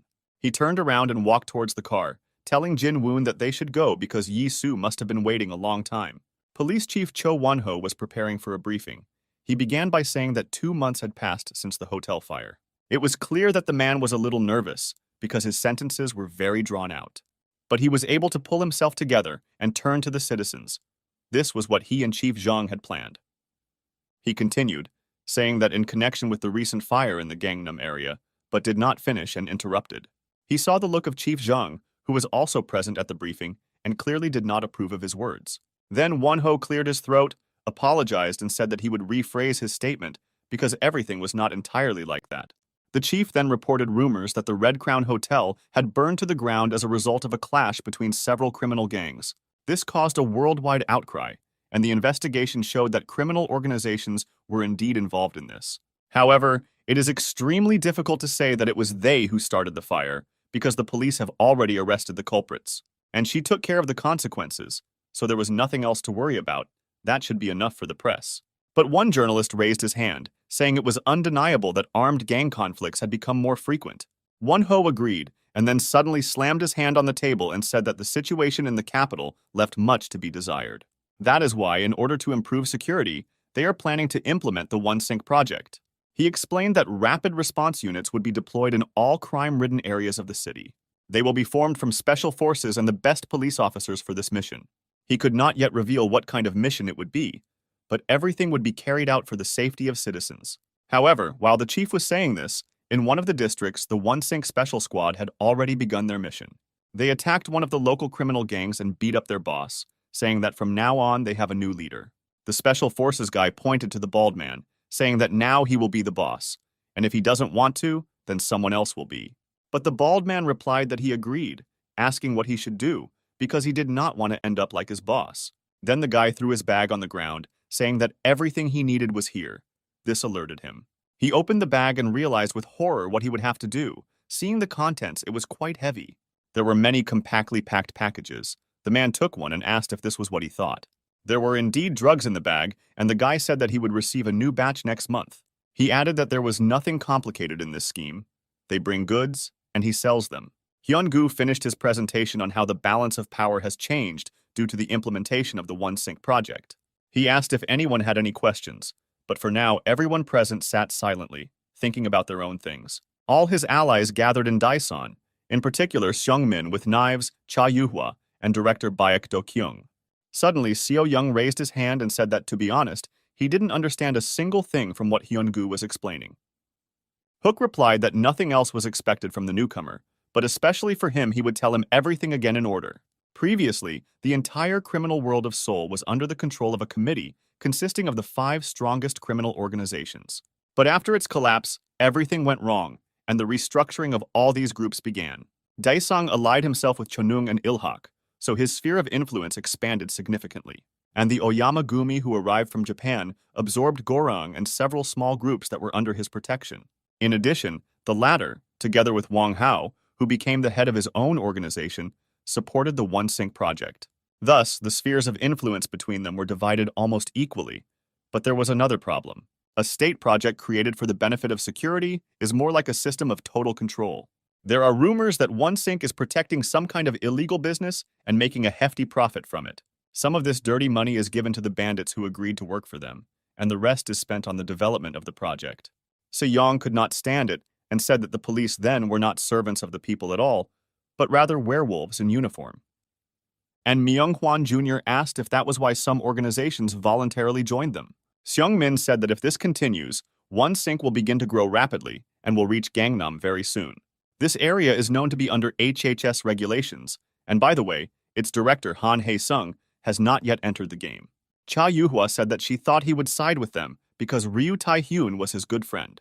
But that day he never showed up for the meeting at the hotel, so Seung-min asked what if they made their move first. He said that if they took over Gangnam before the cops, Zhang's people would be outnumbered. Do Kyung responded that HHS wouldn't like it, but Seung-min said they would try to avoid direct confrontation. He asked if they forgot that he still has some privileges and looked at Hyun-gu. He realized that the chairman wanted his explanation and said that Chonan, Gorang, and HHS were once subordinate to Ilhak. And now, albeit formally, Ilhak dominates Daesun, which has allowed him to return to his former glory. He was referring to the fame that his grandfather, the former chairman of Ilhak, was once able to earn. Gangnam is full of small groups that used to be part of their organization. All that remains is to send the knives there to collect and join them all. Do Kyung admitted that this is not a bad strategy, but they tried to figure it out, and besides, not all organizations fully recognize Ilhak's legitimacy. However, Do Kyung still agreed with their plan, only saying that this time they would act separately. While Seung-min and the knives will try to achieve their goal peacefully, he and Yi-soo will go ahead. And these were not easy words, in fact. Today they have already begun to translate this plan into reality. At this time, screams were heard on Apujang Street in Gangnam District, as if someone had escaped from prison. It was a familiar bald man who was now the new boss in his organization, but he was not happy about it. He actually ran away from someone and then hid behind the house in the hope that this bastard wouldn't find him here. The man panicked. He wondered what kind of guy this was. Were all the members of One Sync really that strong? He took out his phone, intending to call someone, when suddenly a guy came out of nowhere and grabbed his face. With enormous force, he hit him against the wall of the house so that the man even had a mark from his hand on his forehead. The phone fell out of his hands, and he sank to the ground, because the attack happened unexpectedly and very quickly. The person who attacked him turned out to be Baek Yi-soo, who was sent by Do Kyung to carry out their plan. He explained that at first he was against it, but his brother's fists were itching, so he persuaded him. However, Seung-min said that it was too reckless and early, and Do Kyung was surprised from the last. The director replied that in fact, they were in the midst of a war here, and it was better to attack them first. Moreover, he added that Shion was with his brother, so there was nothing to worry about, because they could handle it. But Yuhua noticed that only 2 months had passed, and his wounds had not yet healed, so it was dangerous. Then Do Kyung replied that it was useless to stop his brother anyway, because he was still full of anger. So he needed to be alone for a while and let off some steam, and this was a good opportunity. Yi-soo himself didn't mind. He threw the phone at the man, telling him to call the person he was going to. Because of fear, he did not understand who exactly he was supposed to call and asked the guy about it, but then regretted it, and Soo stepped on him, pushing him even further towards the wall, saying that he didn't care who. The main thing was some big shot. After all, he had no idea who was in charge there, and this made him very angry. He told the man to move. And then he added that Baek Do-kyung, no, Baek Yi-soo wants to talk to his boss, and the man shouldn't keep him waiting. Hyun-gu stamped his foot, calling them to silence. He said that now a professional will put everything in order. During this time, he managed to become the head of the operational training headquarters, albeit a self-proclaimed one. Sitting in front of him were 2 of Ilhak's new knives, to whom he told them that they knew nothing about the dark side of Seoul. First of all, they should get a proper idea of the strength and power of all the known gangs. He said that you need to know the enemy by sight, so he specially developed a unique rating system. Then Oh Myung-hwan Jr. could not stand it, saying that the man should stop suffering from bullshit, because that's not what they came here for.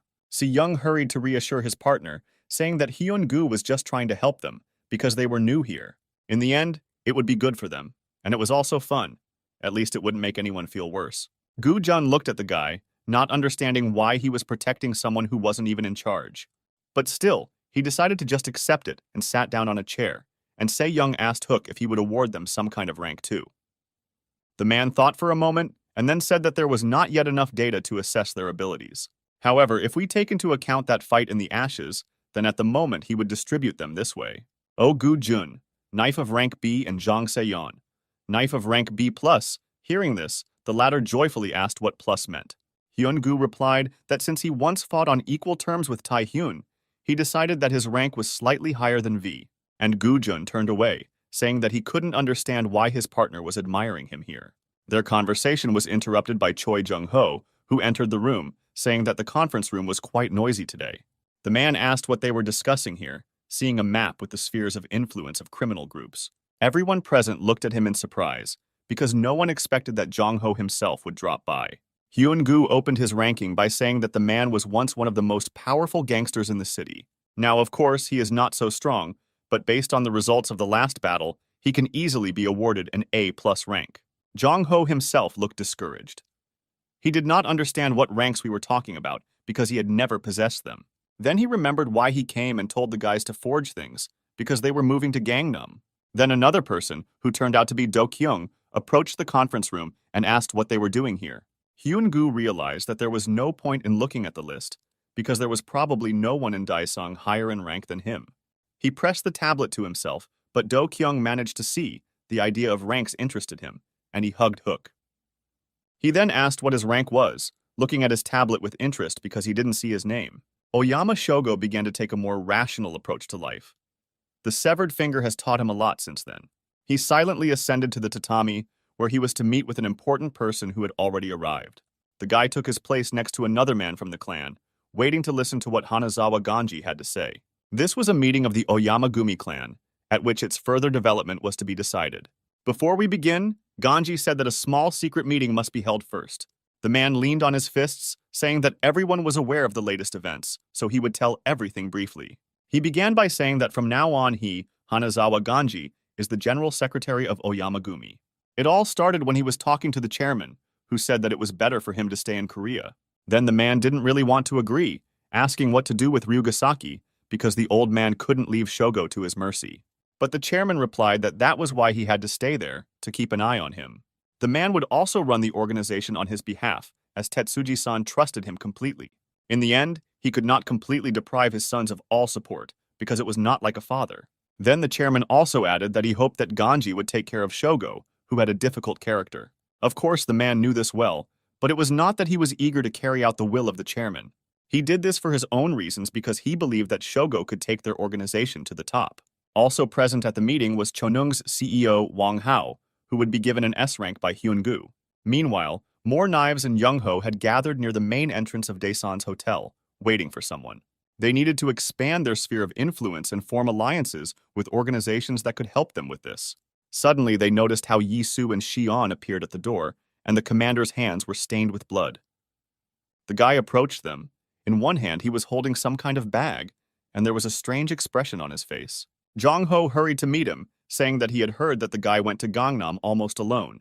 Yi-soo nodded and threw the bag on the floor, saying that it was a gift from one small gang of thugs. Now all this has passed into their hands, and they will not be able to break away from them, even if they want, because they are bound by these documents.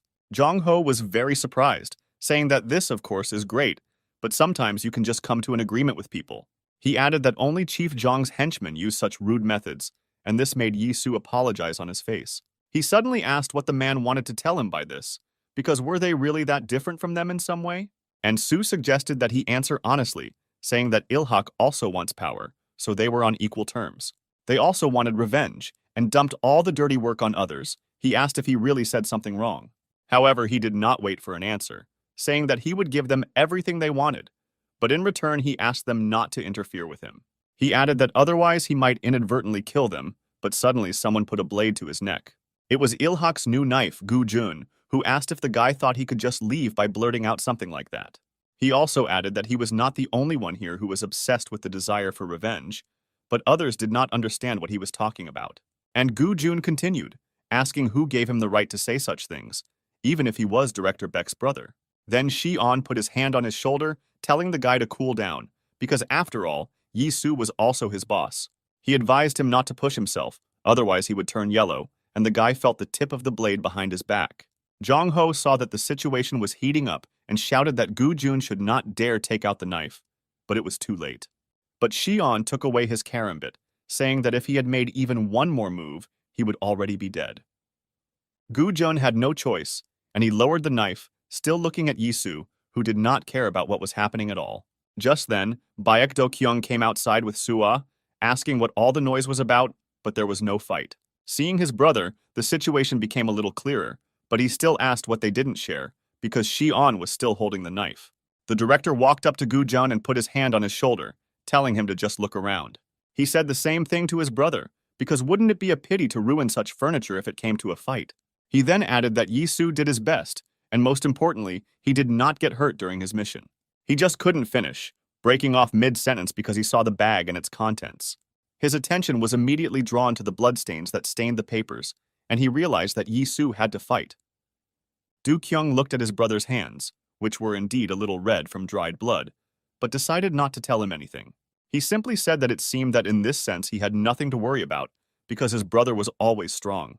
However, doesn't it seem to him that this was already too much, even if he, as the director, gave him a free hand for this? Yi-Su turned to him and asked, "So what?"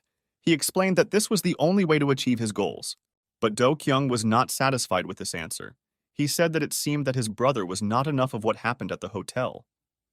This began to irritate him, and he asked if the guy thought it would be better if they killed them all. Then Yi-Su also could not restrain himself, saying that everything was exactly like that, because it would greatly simplify the task. He added that they should have thought about this earlier, and now he himself will kill them all. But Do-kyung suddenly hit him. Yi-Su didn't expect this from him, so he couldn't defend himself and fell, and Do-kyung told his brother to watch his language. He hit his head pretty hard, but Do-kyung didn't really care. He asked if his brother really wanted this. Was he really going to kill them all and go after them, because the same fate awaits him? If they both looked at the ranking that Hyun-gu compiled, Do-kyung would be listed there with an S+ rank. But Baek Yi-Su was marked with rank X, which was quite obvious. He was the shadow leader of Daesung. Jung-ho ran up to them, trying to stop the director, and Do-kyung asked what kind of snowstorm his brother was talking about. He said that it was impossible not to hit him, but at that moment a response came from Yi-Su, who also hit. Do-kyung didn't even have time to blink an eye when he jumped to his feet and also swung at him in the face. The blow was not weak. Jong-ho told the guys to stop, because this was no longer funny. They were both their directors. But the brothers could no longer be stopped. Do-kyung said that it had been a long time since he beat the crap out of him, and looked with a predatory gaze. But Yi-Su replied that he could try if he could, because now he was not inferior to him in skills and experience. Then Su-ah got involved in their quarrel and asked if Yi-Su really wanted to send his brother to the hospital bed again, but he only recently left her. Do-kyung liked the secretary's words, saying that she was right. But Su-ah also turned to him, saying that recently he was going crazy at the thought that he could lose his brother, and now he was beating him. Do-kyung justified himself by saying that Yi-Su started it first, but the girl was not convinced, and Jong-ho and the others decided that it was better for them to leave. Meanwhile, it was already evening in Tokyo, but the lights were still on in Chairman Oyama Tetsuji's country hotel. He was assigned a guard of 2 men, who however did not look like worthy opponents for him. One of the guards recognized him and was surprised, saying that he had heard he had a lot to do in Osaka, but for some reason he came here. But the man replied that he had already sorted everything out, and besides, he also had some business to do here. After all, how could he not come when something was going on here that rumors were heard even in Osaka? He asked where Tetsuji was now, and when the guard said that the head asked not to let anyone in, he put his hand on his shoulder. The man said that he didn't care. Besides, this rule did not apply to him. He was determined. Chairman Oyama, meanwhile, was finishing another cigarette. Today, he was not expecting guests. The old man was sitting in front of a coffee table on which a game of shogi, his favorite game, was laid out. Suddenly, he heard footsteps that interrupted his thoughts. It was a little annoying, and he wondered who it could be. The man who entered said that he thought he would see the majestic head of the clan here, and not a decrepit old man. Tetsuji replied that he had long ago lost all his majesty, and changed the subject, asking if he had not retreated to Osaka. The man who sat down opposite him suddenly turned to him, calling him brother, and added that he need not worry. After all, he, Muto Taiga, had already completed his conquest of this prefecture in the name of Oyamagumi. After all, he was his right hand. Hearing such a report, Tetsuji smiled, saying that it was in his repertoire, but it was not bad. Then Moto leaned over the table, asking if he was really analyzing the previous game of shogi. Then, without waiting for an answer, he offered to play, and a strange spark of excitement appeared in his eyes. Tetsuji didn't mind, asking if he wanted to continue from there, but Toigo said it wasn't fun at all. He added that they would play differently, and Tetsuji smiled again, saying that it seemed like his brother was playing better. But he asked whether skills matter, because you can't drink away experience, and even if he dies here, he still won't win it. This wording puzzled Tetsuji a little. He asked what he meant by saying that he would die here. Then Moto added that once a year the stick shoots, and if he still turns out to be the winner, he will leave the clan. With these words, he made his move, and Tetsuji raised his chip up, asking why this was happening all of a sudden. Moto replied that he was going to do it for the sake of his student, which made the chairman tense up. And the brother continued, saying that Shogo again did not share the inheritance with Ryugasaki, in which case someone should support him. But Tetsuji didn't want to hear any more about it. He said that the Oyama clan was no longer affected by this showdown. He gathered all his chips into a fist and added that he ordered no one from the clan to interfere in these feuds. But Moto crossed his arms over his chest, saying that this is why he is leaving the clan, so don't let his brother fume. Tetsuji said that they had a draw because he ran out of pawns, and Moto continued his thought. Everything went wrong from the very beginning, because as soon as their delegation flew out of Korea, Shogo's brother abandoned him to his fate. It was somehow not very fatherly, because he made a choice in favor of Ryugasaki and neglected his own son. But he, Moto Toigo, will remain on Shogo's side, because he was his student, and the best in wielding a katana. Then Tetsuji replied that the others wouldn't like it, and he didn't like it either, but Moto just laughed. He asked if he would have to defy his brother to leave, but it was too much even for him. Tetsuji slammed his fist on the table, scattering the pawns on the board, and Moto was surprised, because before that he was just joking. However, as it turned out, his brother's reaction was caused not by his words, but by the situation on the board, because he lost. Tetsuji himself also did not understand how it happened, but one had to assume that the game was over and Moto had won. Seeing this, his brother got up to go, but at the door Tetsuji suddenly said that they had a draw, so don't let him relax. The old man grabbed his head, but it was unclear whether it was because she was sick or because of a feeling of despair. He added that he was grateful to his brother for taking care of Shogo, although he did not even call his son by name. And Moto replied that he didn't have to thank him for it at all, because he did it on his own whim. These were the last words of the man before leaving.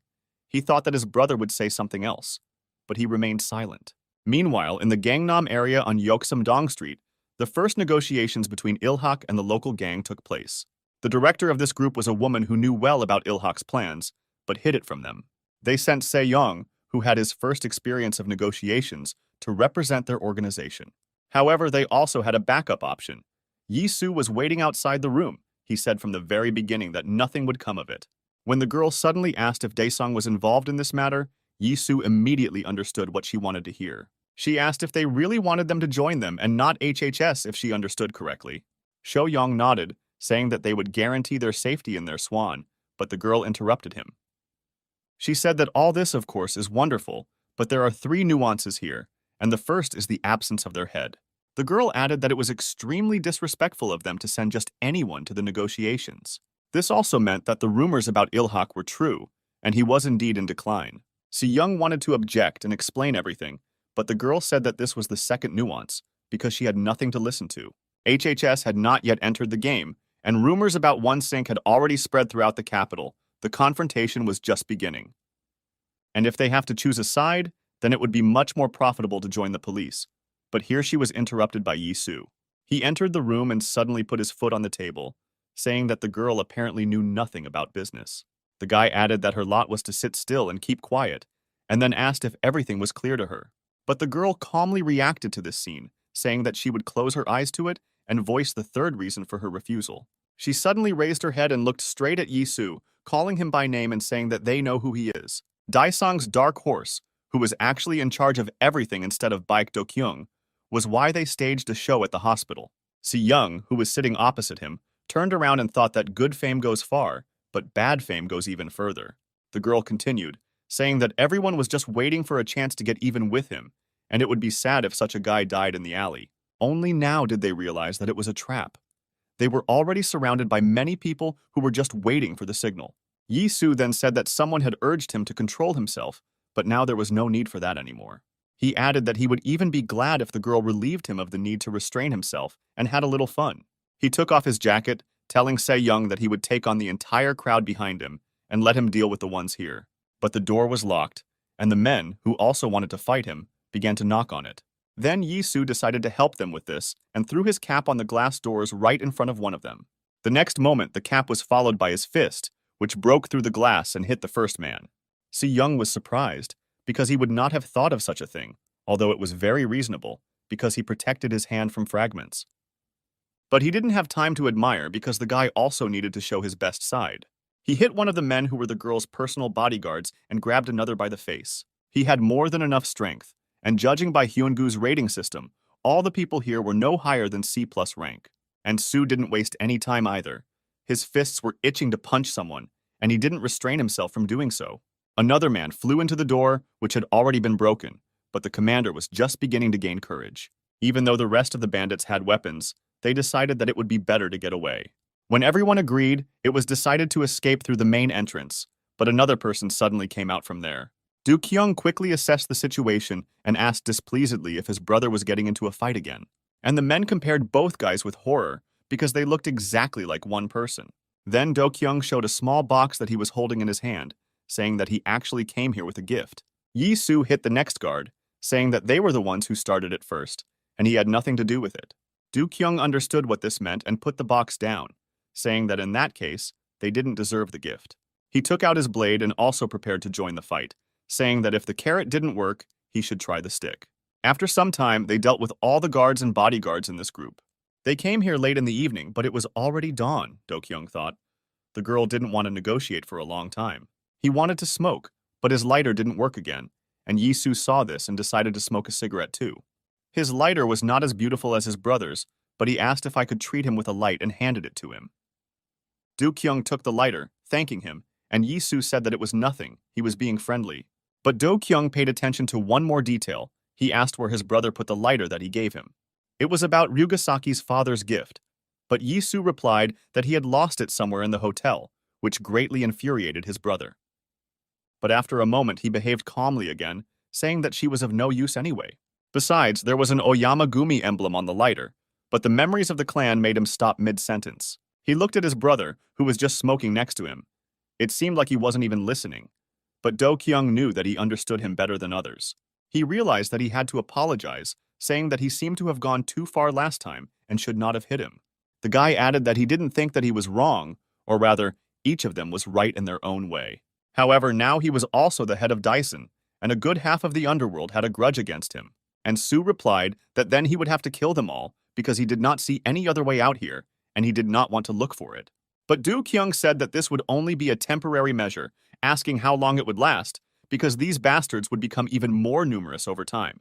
Although, in the end, he is their boss, so he decides what to do, and they are just his subordinates. He added that they needed a strong leader who could stand up for himself, but Yisu understood what he was getting at. Meanwhile, it started to rain outside, but Seung-min had already arrived at the place. It was the building of a real estate agency. He took off his jacket and looked at the map of his country. It was the Gangnam region, and he didn't come here to look at the land. While he was waiting in the hallway, a man who apparently worked as an agent there asked him to come into the hall. He added that the boss would come over soon and served him some tea, and Seung-min thanked him. The man said that he would have suggested that he walk around the area and look around, but it was raining heavily outside. Then the chairman explained that everything was in order, because after all, that's not what he came for, which surprised the man. He leaned forward a little and said that he came from Ilhak, and then asked if that meant anything to him. Hearing about Ilhak, the real estate agent said that now everything was clear to him and turned around. And behind there was another door, apparently for staff, but it turned out to be open, and soon someone came out of it. It was a man who had previously been sitting at a table in the next room, discussing something with other guys. Hearing that the agent who apparently worked for them mentioned Ilhak, he stood up and walked over to Seung-min. The man asked whose it would be since he came here himself, because one in the field is not a warrior, unless of course he is one of the knives. But Seung-min did not react to this. He said that as he remembered, the boss of this organization was much older. Then the man leaned over to him, saying that he was replacing the boss today. But Seung-min, apparently, had no idea where he ended up. The chairman did not have time to answer, because the front door opened again and another person entered the hall. It was Ogu Jun, who said that the reason he volunteered to accompany him was because it was dangerous here. The man was surprised when the guy called Seung-min the chairman, and he turned to Gu Jun, saying that things wouldn't work that way. He asked how he could prove to these people that he came in peace if he stood over his soul and escalated the situation. However, that's why he asked him to stay on the street, but it was already too late. The man approached the guy. He said that he thought they were funny guys, but Gu Jun suddenly put a knife to his throat. The guy added that if he was so curious about what they could do with him, he might check it out. However, this no longer suited Seung-min, because his plans included resolving everything peacefully. He asked Gu Jun to put the knife away, and the guy instantly obeyed, and the man realized that they were not to be trifled with. Gu Jun still decided that he was not forbidden to speak, and told everyone in the room to sit down and listen silently. After all, his chairman will speak. But the man shuddered again at this word. For some reason, he smiled. And then he clenched his fists and shouted that to hell with listening to anyone. He'd better count their teeth right away. At that moment, another man entered the building and suddenly shouted at him to stop.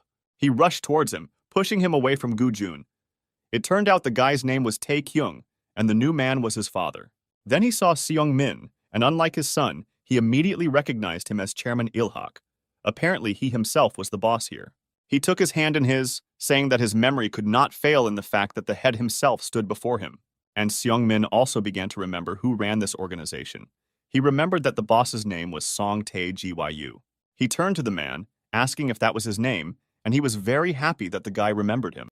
They sat down on the couch and Tae Kyu spoke first, saying that he couldn't wait to meet him in person. Seung-min replied that he also did not expect to ever meet a man again, especially at such a time. The man was a little confused. He said that a lot of time had passed since their last meeting. He added that he remembered him as a baby and even how he walked under the table, and then Seung-min hastened to interrupt him. He asked him to get to the point, and the man said that he had heard about Ilhak's return, but did not expect to see him as chairman. Tae Kyu then pointed at Ogu Jun, saying that they even collected new knives, and this young man is very similar to his father. Seeing that the man was again moving away from the point, Seung-min said that he would be glad to chat with him more, but not now. However, Tae Kyu replied that he could guess what he wanted to talk about, and then said that it was not that simple. They were just a small organization from Kwanak, and were forced to hide in the shadow of HHS all this time. But he believed that one day Seung-min would come to them, so all he could do was be patient and wait. The man finished by saying that the future of their organization is in the hands of Seung-min, and from now on it belongs entirely to him. He then showed a large scar on his neck, saying that he owed everything to his grandfather and would never remain in debt.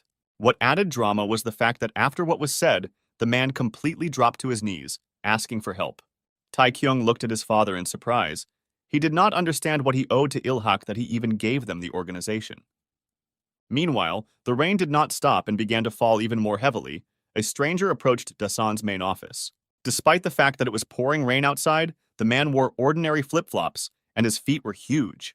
Moto was angry with himself for not checking the weather forecast before the flight, and now his suit was wet to the skin. He approached the very doors where two guards stood, who asked how they could help him. But Moto didn't understand anything because he didn't know Korean. He only saw that the men didn't look very friendly. Then one of them recognized the Japanese accent and reached for a knife, saying that the man must be from Oyamagumi. However, this was the only time he managed, because a second later, Moto kicked him so hard that he broke the doors. Thus, the Japanese was able to enter. He noticed that it was quite cozy and well-groomed here. But the good mood was not enough. The members of Daesun, who were free, stood in his way. But Moto was not bothered by this at all. He walked through them as if not noticing, and asked where Ryugasaki was. Seeing that the Japanese wanted to get upstairs to their boss, one of the guards decided to stop him and took out his blade. However, this only angered the Japanese. One blow was enough for him to fly the man 2 meters away. Another second, and his fist was near the next victim, and the men did not understand who they were facing. Moto hit another one of them, who flew up and immediately lost consciousness when he landed. Tonka, another man, tried to attack him with a knife from behind, but this attack did not pass by the Japanese. First he dodged, and then, when the enemy was ahead by inertia, he hit his head on the floor. However, the members of Daisen did not plan to give up so easily, even though they were not as great fighters as their bosses. Another man tried to hit the Japanese with his foot, but Moto anticipated this and grabbed his leg. He suddenly pulled the man towards himself so that he fell and looked more like some kind of belt in his hands. And Moto was already starting to get annoyed by this fight. He threw the man at his comrades, and he asked how they could fight like that. Was it possible that they were hired for a job based on an advertisement, which seemed very likely, since no one could resist him? The men themselves already realized this, but they were all loyal to their boss, so they would never give up without a fight. Then Moto told them to call their leader, and then someone on the stairs replied that he was already running and stumbling. The Japanese looked up at the person who said this. It was Jin-un, who was already good at sarcasm. Among the Oyamagumi, Ha-Jin-un was known as the unshakable yakusha, which meant hard as a wall. He asked who Moto would be. Was it really from Oyamagumi? And he replied that formally, he was no longer a member of the clan. He didn't want to go into details, but asked if Jin-woon would fight him if he answered positively. Meanwhile, the girl, who was the only one whom they did not touch, agreed to their conditions and accepted the gift. This decision of hers pleased Do-kyung, who sarcastically told Yisu that the main thing is to choose an approach. And the girl continued, saying that maybe it was for the best, because what was the point of staying at the lousy HHS? In fact, they don't really have a roof right now.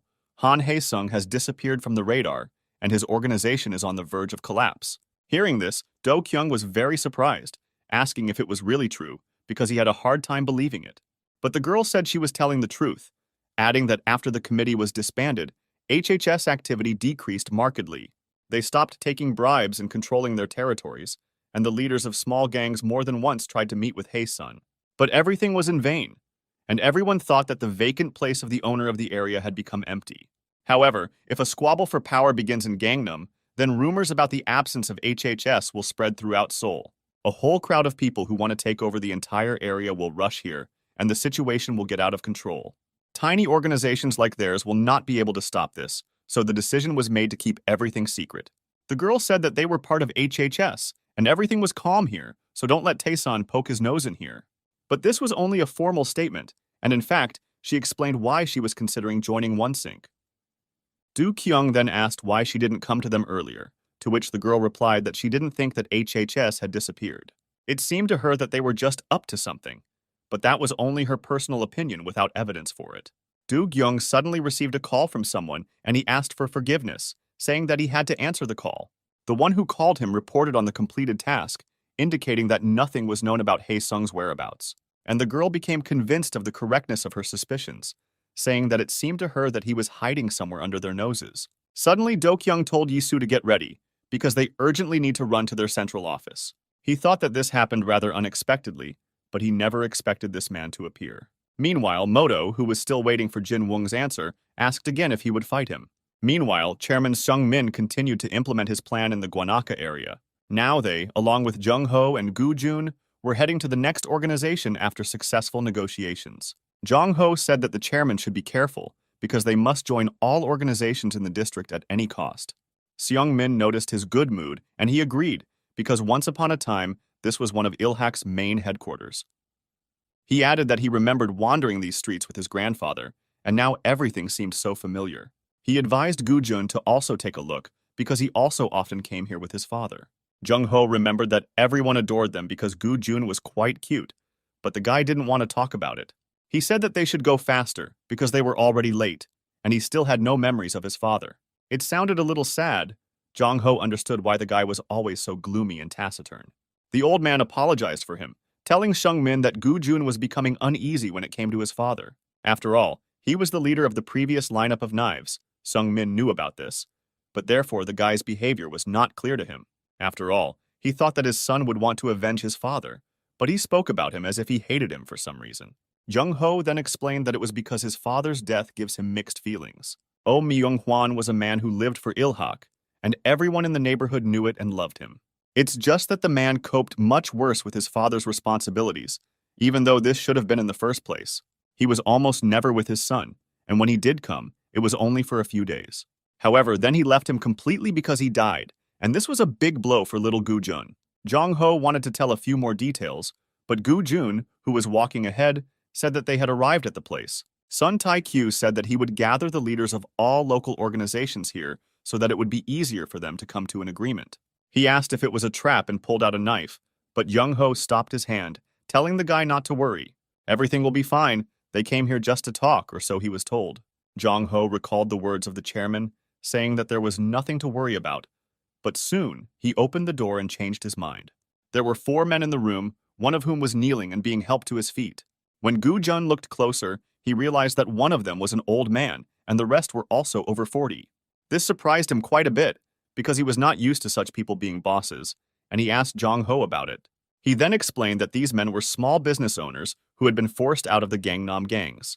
They just got together and formed their own organization, but they have no real power. Among them was President Song, whom they already knew, whom Jong Ho also knew and came up to say hello.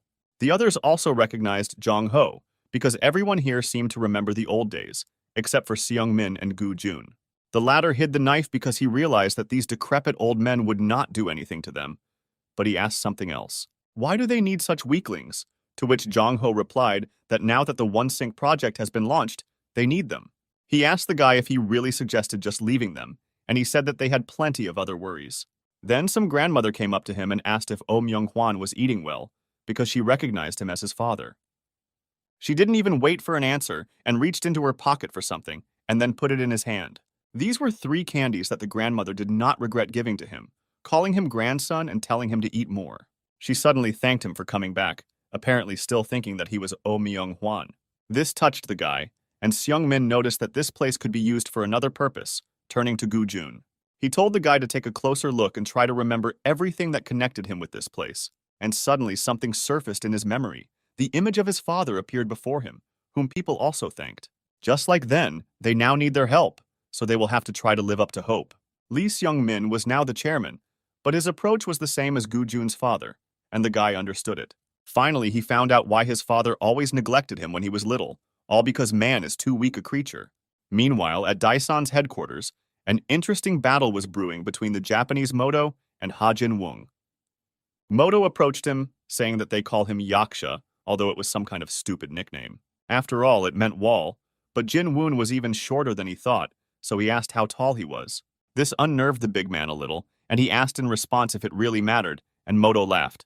He said that the man was acting funny because he was saying that he was not bothered by the difference in weight categories. This was already a direct insult towards him, and Jin-woon took a swing at him to demonstrate the difference. The Japanese didn't expect him to start first, so he couldn't block in time and got punched in the face. Another person would have fallen long ago and perhaps lost consciousness from such a blow, but Moto only jumped back. He said that they had a good start, but Jin-woon's hand was heavy, but he could have spared no effort. And the big guy thought that the Japanese had poor endurance, because he turned his head for a split second and missed the blow. But Moto was not bothered by his analysis. He attacked him, saying that now let him catch an answer from him. The man hit him in the stomach, and he hit him hard, so that all the members of Daesan who were watching thought that this was the end. However, they all soon watched happily again as their director championed, which surprised even Moto. Jin-woon asked if he really didn't expect him to stay on his feet, and then added that he hit rather weakly. But this only made the Japanese laugh even more. He said that of course that was not all, but now he remembered. It was not for nothing that they called him the unshakable Yaksha, because he was unusually strong not only because of his size. Moto added that he had to admit, the big guy was no mistake, because he almost broke his jaw with his blow. However, this was only the beginning, and now he will show his strength, which he is also sure will be able to surprise him. The man was about to attack Jin-woon when suddenly someone called out to him from behind, calling him by name. The voice seemed familiar to him. The Japanese turned around and saw Rugasaki, who asked what he was doing here. Do Kyung added that he was no longer a member of Oyama, so the man might start treating him as an equal. Then Moto said that he also left the clan, telling the guy not to get excited because they were on equal terms. This news was unexpected for Do Kyung. He asked why the man did this, but he did not give a clear answer. He turned to leave, saying that he paid him a visit out of politeness, and now he must go to Shogo. Do Kyung quickly understood everything, asking if the man was really going to side with his stepbrother. And Moto didn't even think about hiding it. He said that the guy was right, and next time they would be enemies. He also added that this also meant that he would finally be able to face Rugasaki in battle. And now he had to leave them. It's good that it wasn't far to go. And with these words, the man headed towards the exit. As he walked higher into the street, Jin Woon couldn't hold it in any longer and fell to one knee in immense pain. The Japanese blow still turned out to be incredibly strong, and all this time the big man simply endured this pain in his stomach. He asked Do Kyung who this man was, because he had never encountered such monsters before. He added that the man was definitely very dangerous and should be avoided. Meanwhile, Moto, who was already walking towards the place where Shogo was staying, suddenly saw a familiar face. He had never encountered him in real life, but the man remembered the photos that were provided to him well. He called out to a guy who passed him in the direction of Daesan's main office, and he stopped. And Su only managed to notice that the man was somewhat similar to Jin Un, but was clearly superior to him in speed. A surprise attack is an attack that takes the enemy by surprise, but Moto Taigo did not like such prejudices. He believed that only weaklings use such techniques, so he shouted out to Bak Yi-su instinctively. This is what saved the guy. He managed to put his hands out to protect himself, and the blow hit them. His strength was incredible. Even a block hurt, and the commander was surprised, wondering who this man was. However, it was also clear that he was now opposed to him, so Yi-su had no other choice. He raised his hand to hit back, but the man suddenly asked him to stop and began to apologize. Yi-su was surprised by this behavior, but the man said that it was his first time in such a situation, and he was a little confused. Still, he assured the commander that it was a mistake, but Yi-su did not approve of such jokes and raised his hand to retaliate. This time, he managed to reach his opponent with his foot, but the guy did not expect that such a large Japanese man would have time to block. More precisely, he simply put out his hand and caught his leg, although the guy hit him quite hard. The man suddenly said that since he was doing this, there was no point in apologizing anymore, because now they were even. But Yi-su did not listen to him. He still wanted to get the man, so he jumped and swung his other leg. But Moto put up a block, and this time, despite the fact that the commander hit not weakly, he still could not touch him.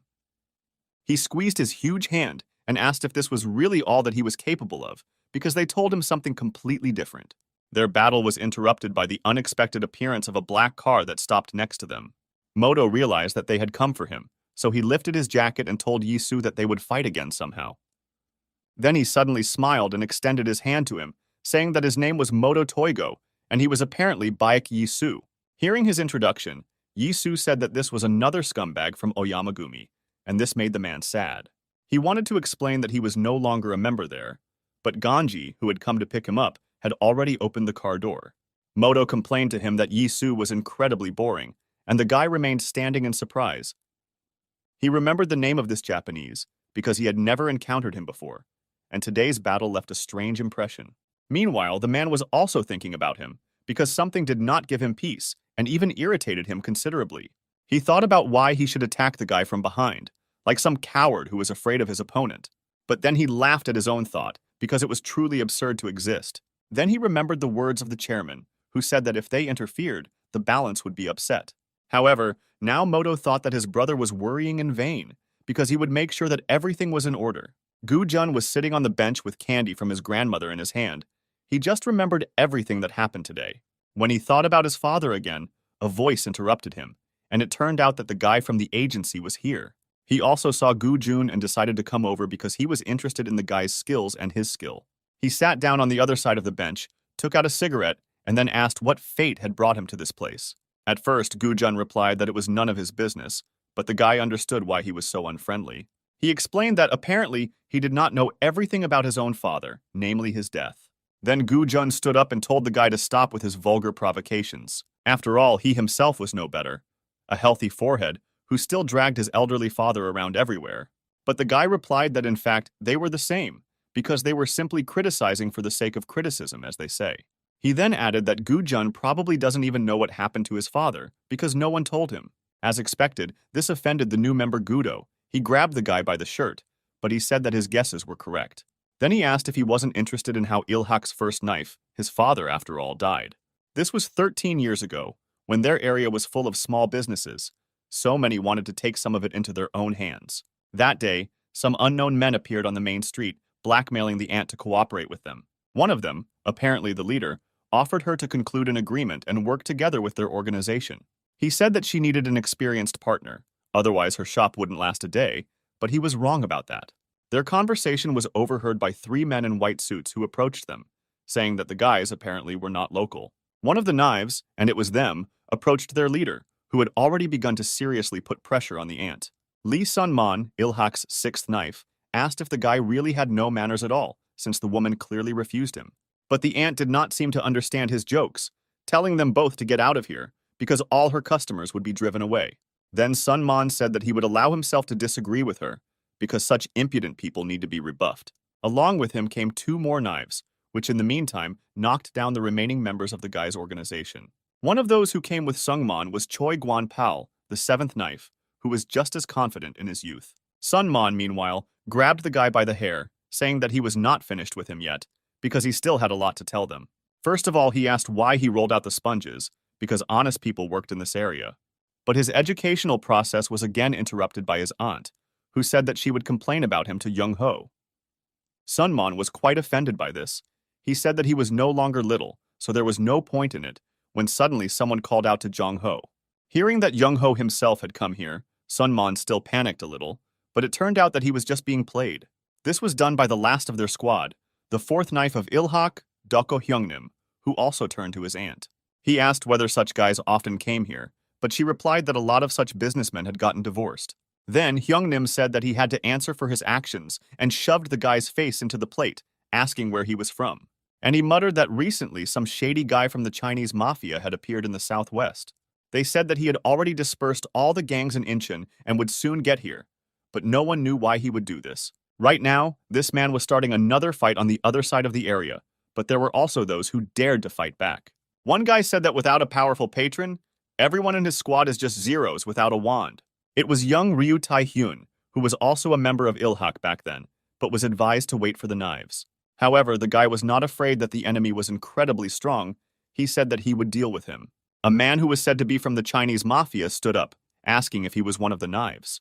However, he didn't wait for an answer and immediately started attacking the guy, who managed to dodge at the last moment. Tai-hyun was very surprised because he thought that the element of surprise should have played into his hands. But everything turned out to be quite the opposite, as if the enemy knew all his movements in advance and used it. Suddenly, he punched with a roundhouse, and despite the fact that Tai-hyun put out a block, he could not stand on his feet and almost fell over. And the man said that he had nothing to talk about with a loser like him. It was young Wang Hao. However, the situation soon took a completely different turn, because one of the 9 knives finally came to the scene. Everyone noticed this except Tai-hyun, who rushed into battle again, but his attacks were unsuccessful, and the man decided to intervene. He said that he was one of the 9 knives that Wang Hao spoke about, so let him tell what he wanted. Who knows, maybe they will be able to do without assault. It was Ilhak's first knife, Oh Myung-hwan. Lee Sung-hak posed for his new campaign poster because everyone thought the previous one was too strict. Back then, Jong Ho was still in his prime. He said that such things required a serious face.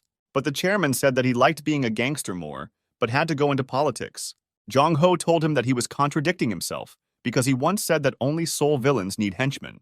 The old man thought for a while, remembering when he said this, and then added that they still have to get their hands dirty. Then Jong Ho replied that he understood his feelings, but it was he who made people out of them, so they would be loyal to him in everything. He just had to let them help him change this city for the better, so there would be no room for scoundrels like them. The man also added that the old man should not forget the words of his grandson, who called him too soft. The chairman then asked if he was too old in Jung Ho's opinion, but he was quick to say that he was not. He then headed towards the exit, also saying that brother Oh Myung-hwan was currently dealing with some matters in Gwanak. But there was no need to worry, because no matter how strong the opponent was, Myung-hwan never lost. Meanwhile, Wang Hao attacked the new opponent, thinking that he was no better than Ryu Tai-hyun. Myung-hwan immediately noticed that his weapon was unusual, which indicated that he belonged to the group. They both jumped back, and Wang Hao thought that this opponent was quite smart and experienced. However, this did not stop him from attacking again, this time with a knife, and Myung-hwan had to defend himself with a chair. It turned out that this was not a bad idea, as the blade got stuck in his crooked forms and Wang Hao was disarmed. Then, Ilhak's first knife pulled the chair towards himself, and then shook it in different directions and threw it away with the knife. But Wang Hao most likely expected something similar, so he immediately connected with body blows and swung his leg. The blow was not weak and hit Myung-hwan right in the jaw, because he did not expect that everything would happen so quickly. But the guy didn't seem to have received any damage. He quickly came to his senses and counterattacked him. Now it was Wang Hao's turn to be surprised, because the first knife turned out to be incredibly strong. His hand was heavy. Seconds later, Wang Hao was lying unconscious on the floor, and Oh Myung-hwan told the other guys to get out of here. He then turned to Ryu Tai-hyun, asking if he happened to be into boxing, and the guy nodded his head. Then Myung-hwan advised him to behave more calmly during the fight, but his punch was already good. Tai-hyun was flattered because he had just been praised by the strongest of the 9 knives. He thanked him. These were the last things Oh Myung-hwan said, after which he suddenly took Wang Hao on his shoulders, intending to carry him. It was already evening when Wang Hao woke up, but to his surprise, he was in an unknown place. At first he tried to get up, but he realized that for some reason his body was hurting, and he instantly remembered the whole day. He said that he couldn't lose to that guy from knives, but suddenly a familiar voice answered that he was at his house. It turned out that Myung-hwan dragged him straight to his home and was now finishing cooking. Seeing that Wang Hao began to panic, he took out his machete and told him to stop, because he had already made a fool of himself. He added that he would let him go, but he had to answer a few questions, and he really didn't like that. He said that the guy was too self-confident, and that time he was just lucky, but he replied that he still won. So Wang Hao should have listened to him, or simply not started a fight while he was eating. But this situation did not suit him. Wang Hao threw everything off the table and approached the guy, saying that he had better get up if he didn't want to die sitting. However, such a threat had no effect on him. Myung-hwan stood up and asked if he really thought that he could defeat him. They attacked each other again, or rather, Wang Hao attacked first, and Myung-hwan decided to simply defend himself. But their fight did not last long, because with their screams they woke up another little person in the house. It was Gu Jun who came out of his room, yawning sleepily and asking if Dad was fighting again. This conclusion was not difficult to draw, because right before his eyes, Wang Hao managed to hit the guy in the jaw again. Then Myung-hwan wanted to strike back and even swung, but then he saw his son and could not finish the attack. He didn't know what to tell the boy, because he simply couldn't explain what was happening in the house now. And then something happened that he never expected. Gu Jun squatted down and began to collect the scattered food. He said that Dad himself said that he should listen to the teacher and get along with his friends, and then Mom will come back. Wang Hao wanted to correct Gu Jun and said that he was not his dad's friend, but Myung-hwan said that he agreed with his son. He put his hand on Wang Hao's shoulder and added that they don't fight anymore, because Dad can't help but follow his words.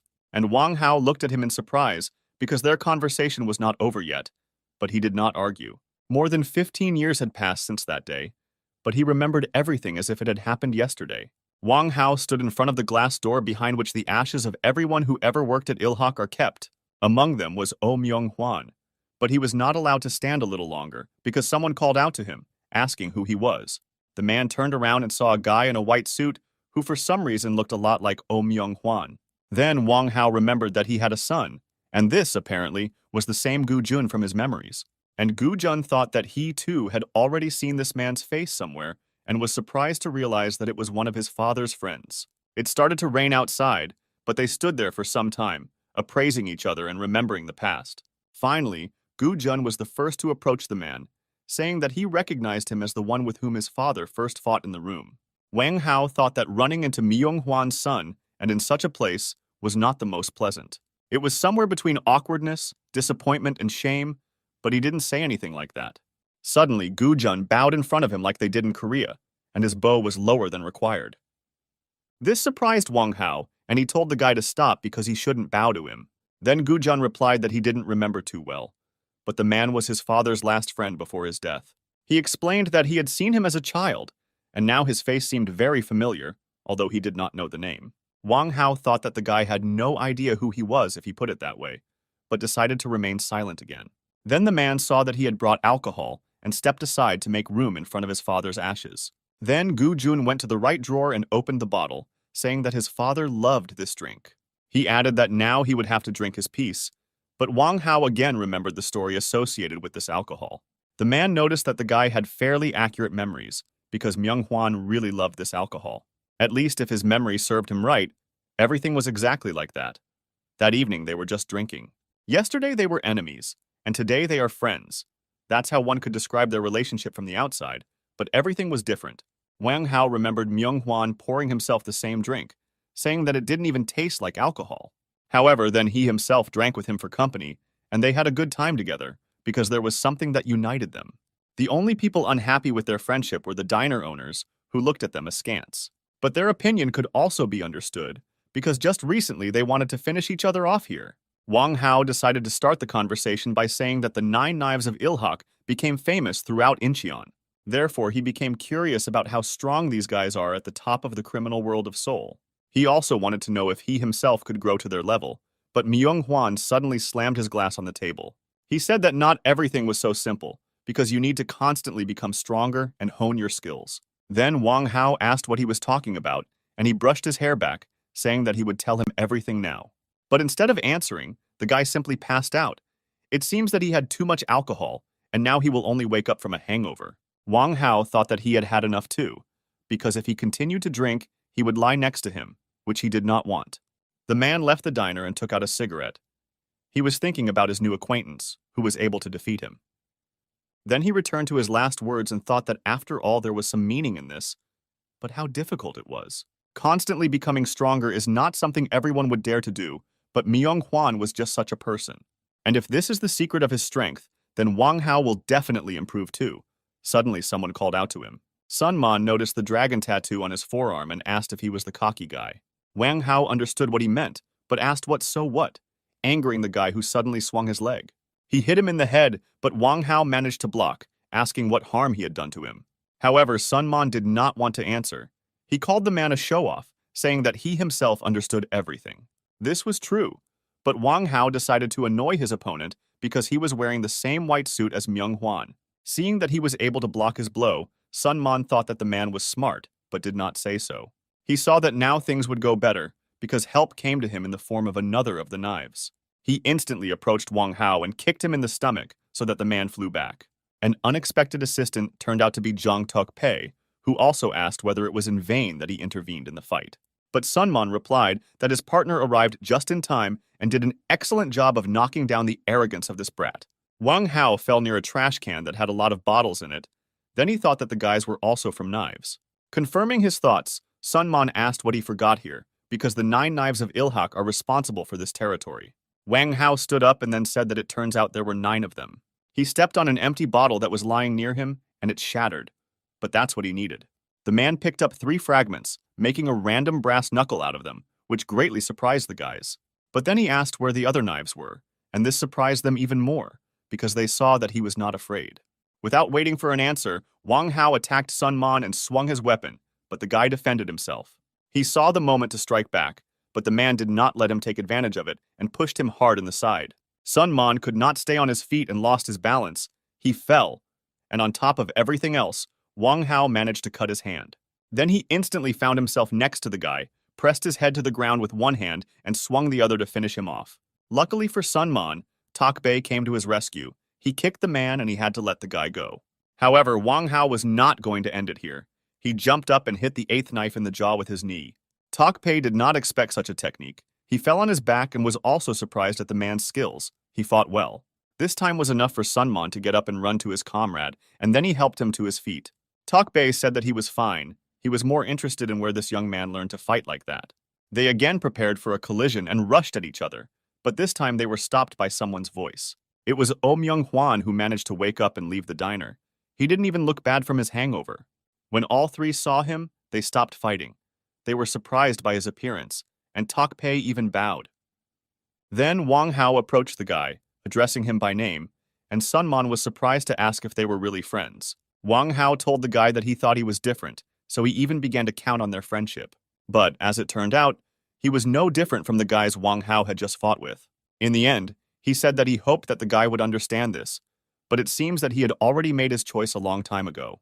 He turned around to leave when suddenly Myung-hwan called out to him, saying that the young man never said his name. He also added that he forgot his blade and gave it to Wang Hao, but he just silently accepted the machete and turned around. After thinking a little, he stopped and said his name, and Myung-hwan replied that they would meet again. The next day, Sun Man and Myung-hwan sat in the chairman's office and reported this to Wang Hao. Sung Man said that he was currently hanging out in Incheon, and if he is not stopped, he will definitely cause trouble. The guy asked Lee Sung-hak to just give the order, and they would capture the area, but the old man did not share his methods. Then Myung-hwan said that he would sort everything out himself, and when the old man asked if he was sure, he replied that he was not going to fight. Suddenly, someone knocked on the door, and a tall guy entered the room and apologized for interrupting them. Seeing Oh Myung-hwan, he bowed, saying that he had heard about him, and Seong-hak explained that this was their new employee. The old man added that he didn't know how Myung-hwan was going to deal with Wang Hao, but this guy is extremely smart. Consequently, the chairman thought that he could help him, so he specially called him here. Myung-hwan nodded, as if to say that he understood everything, and then stood up and extended his hand to the guy in greeting. He introduced himself as the head of the strategic planning department, who turned out to be young Han Hae-sung.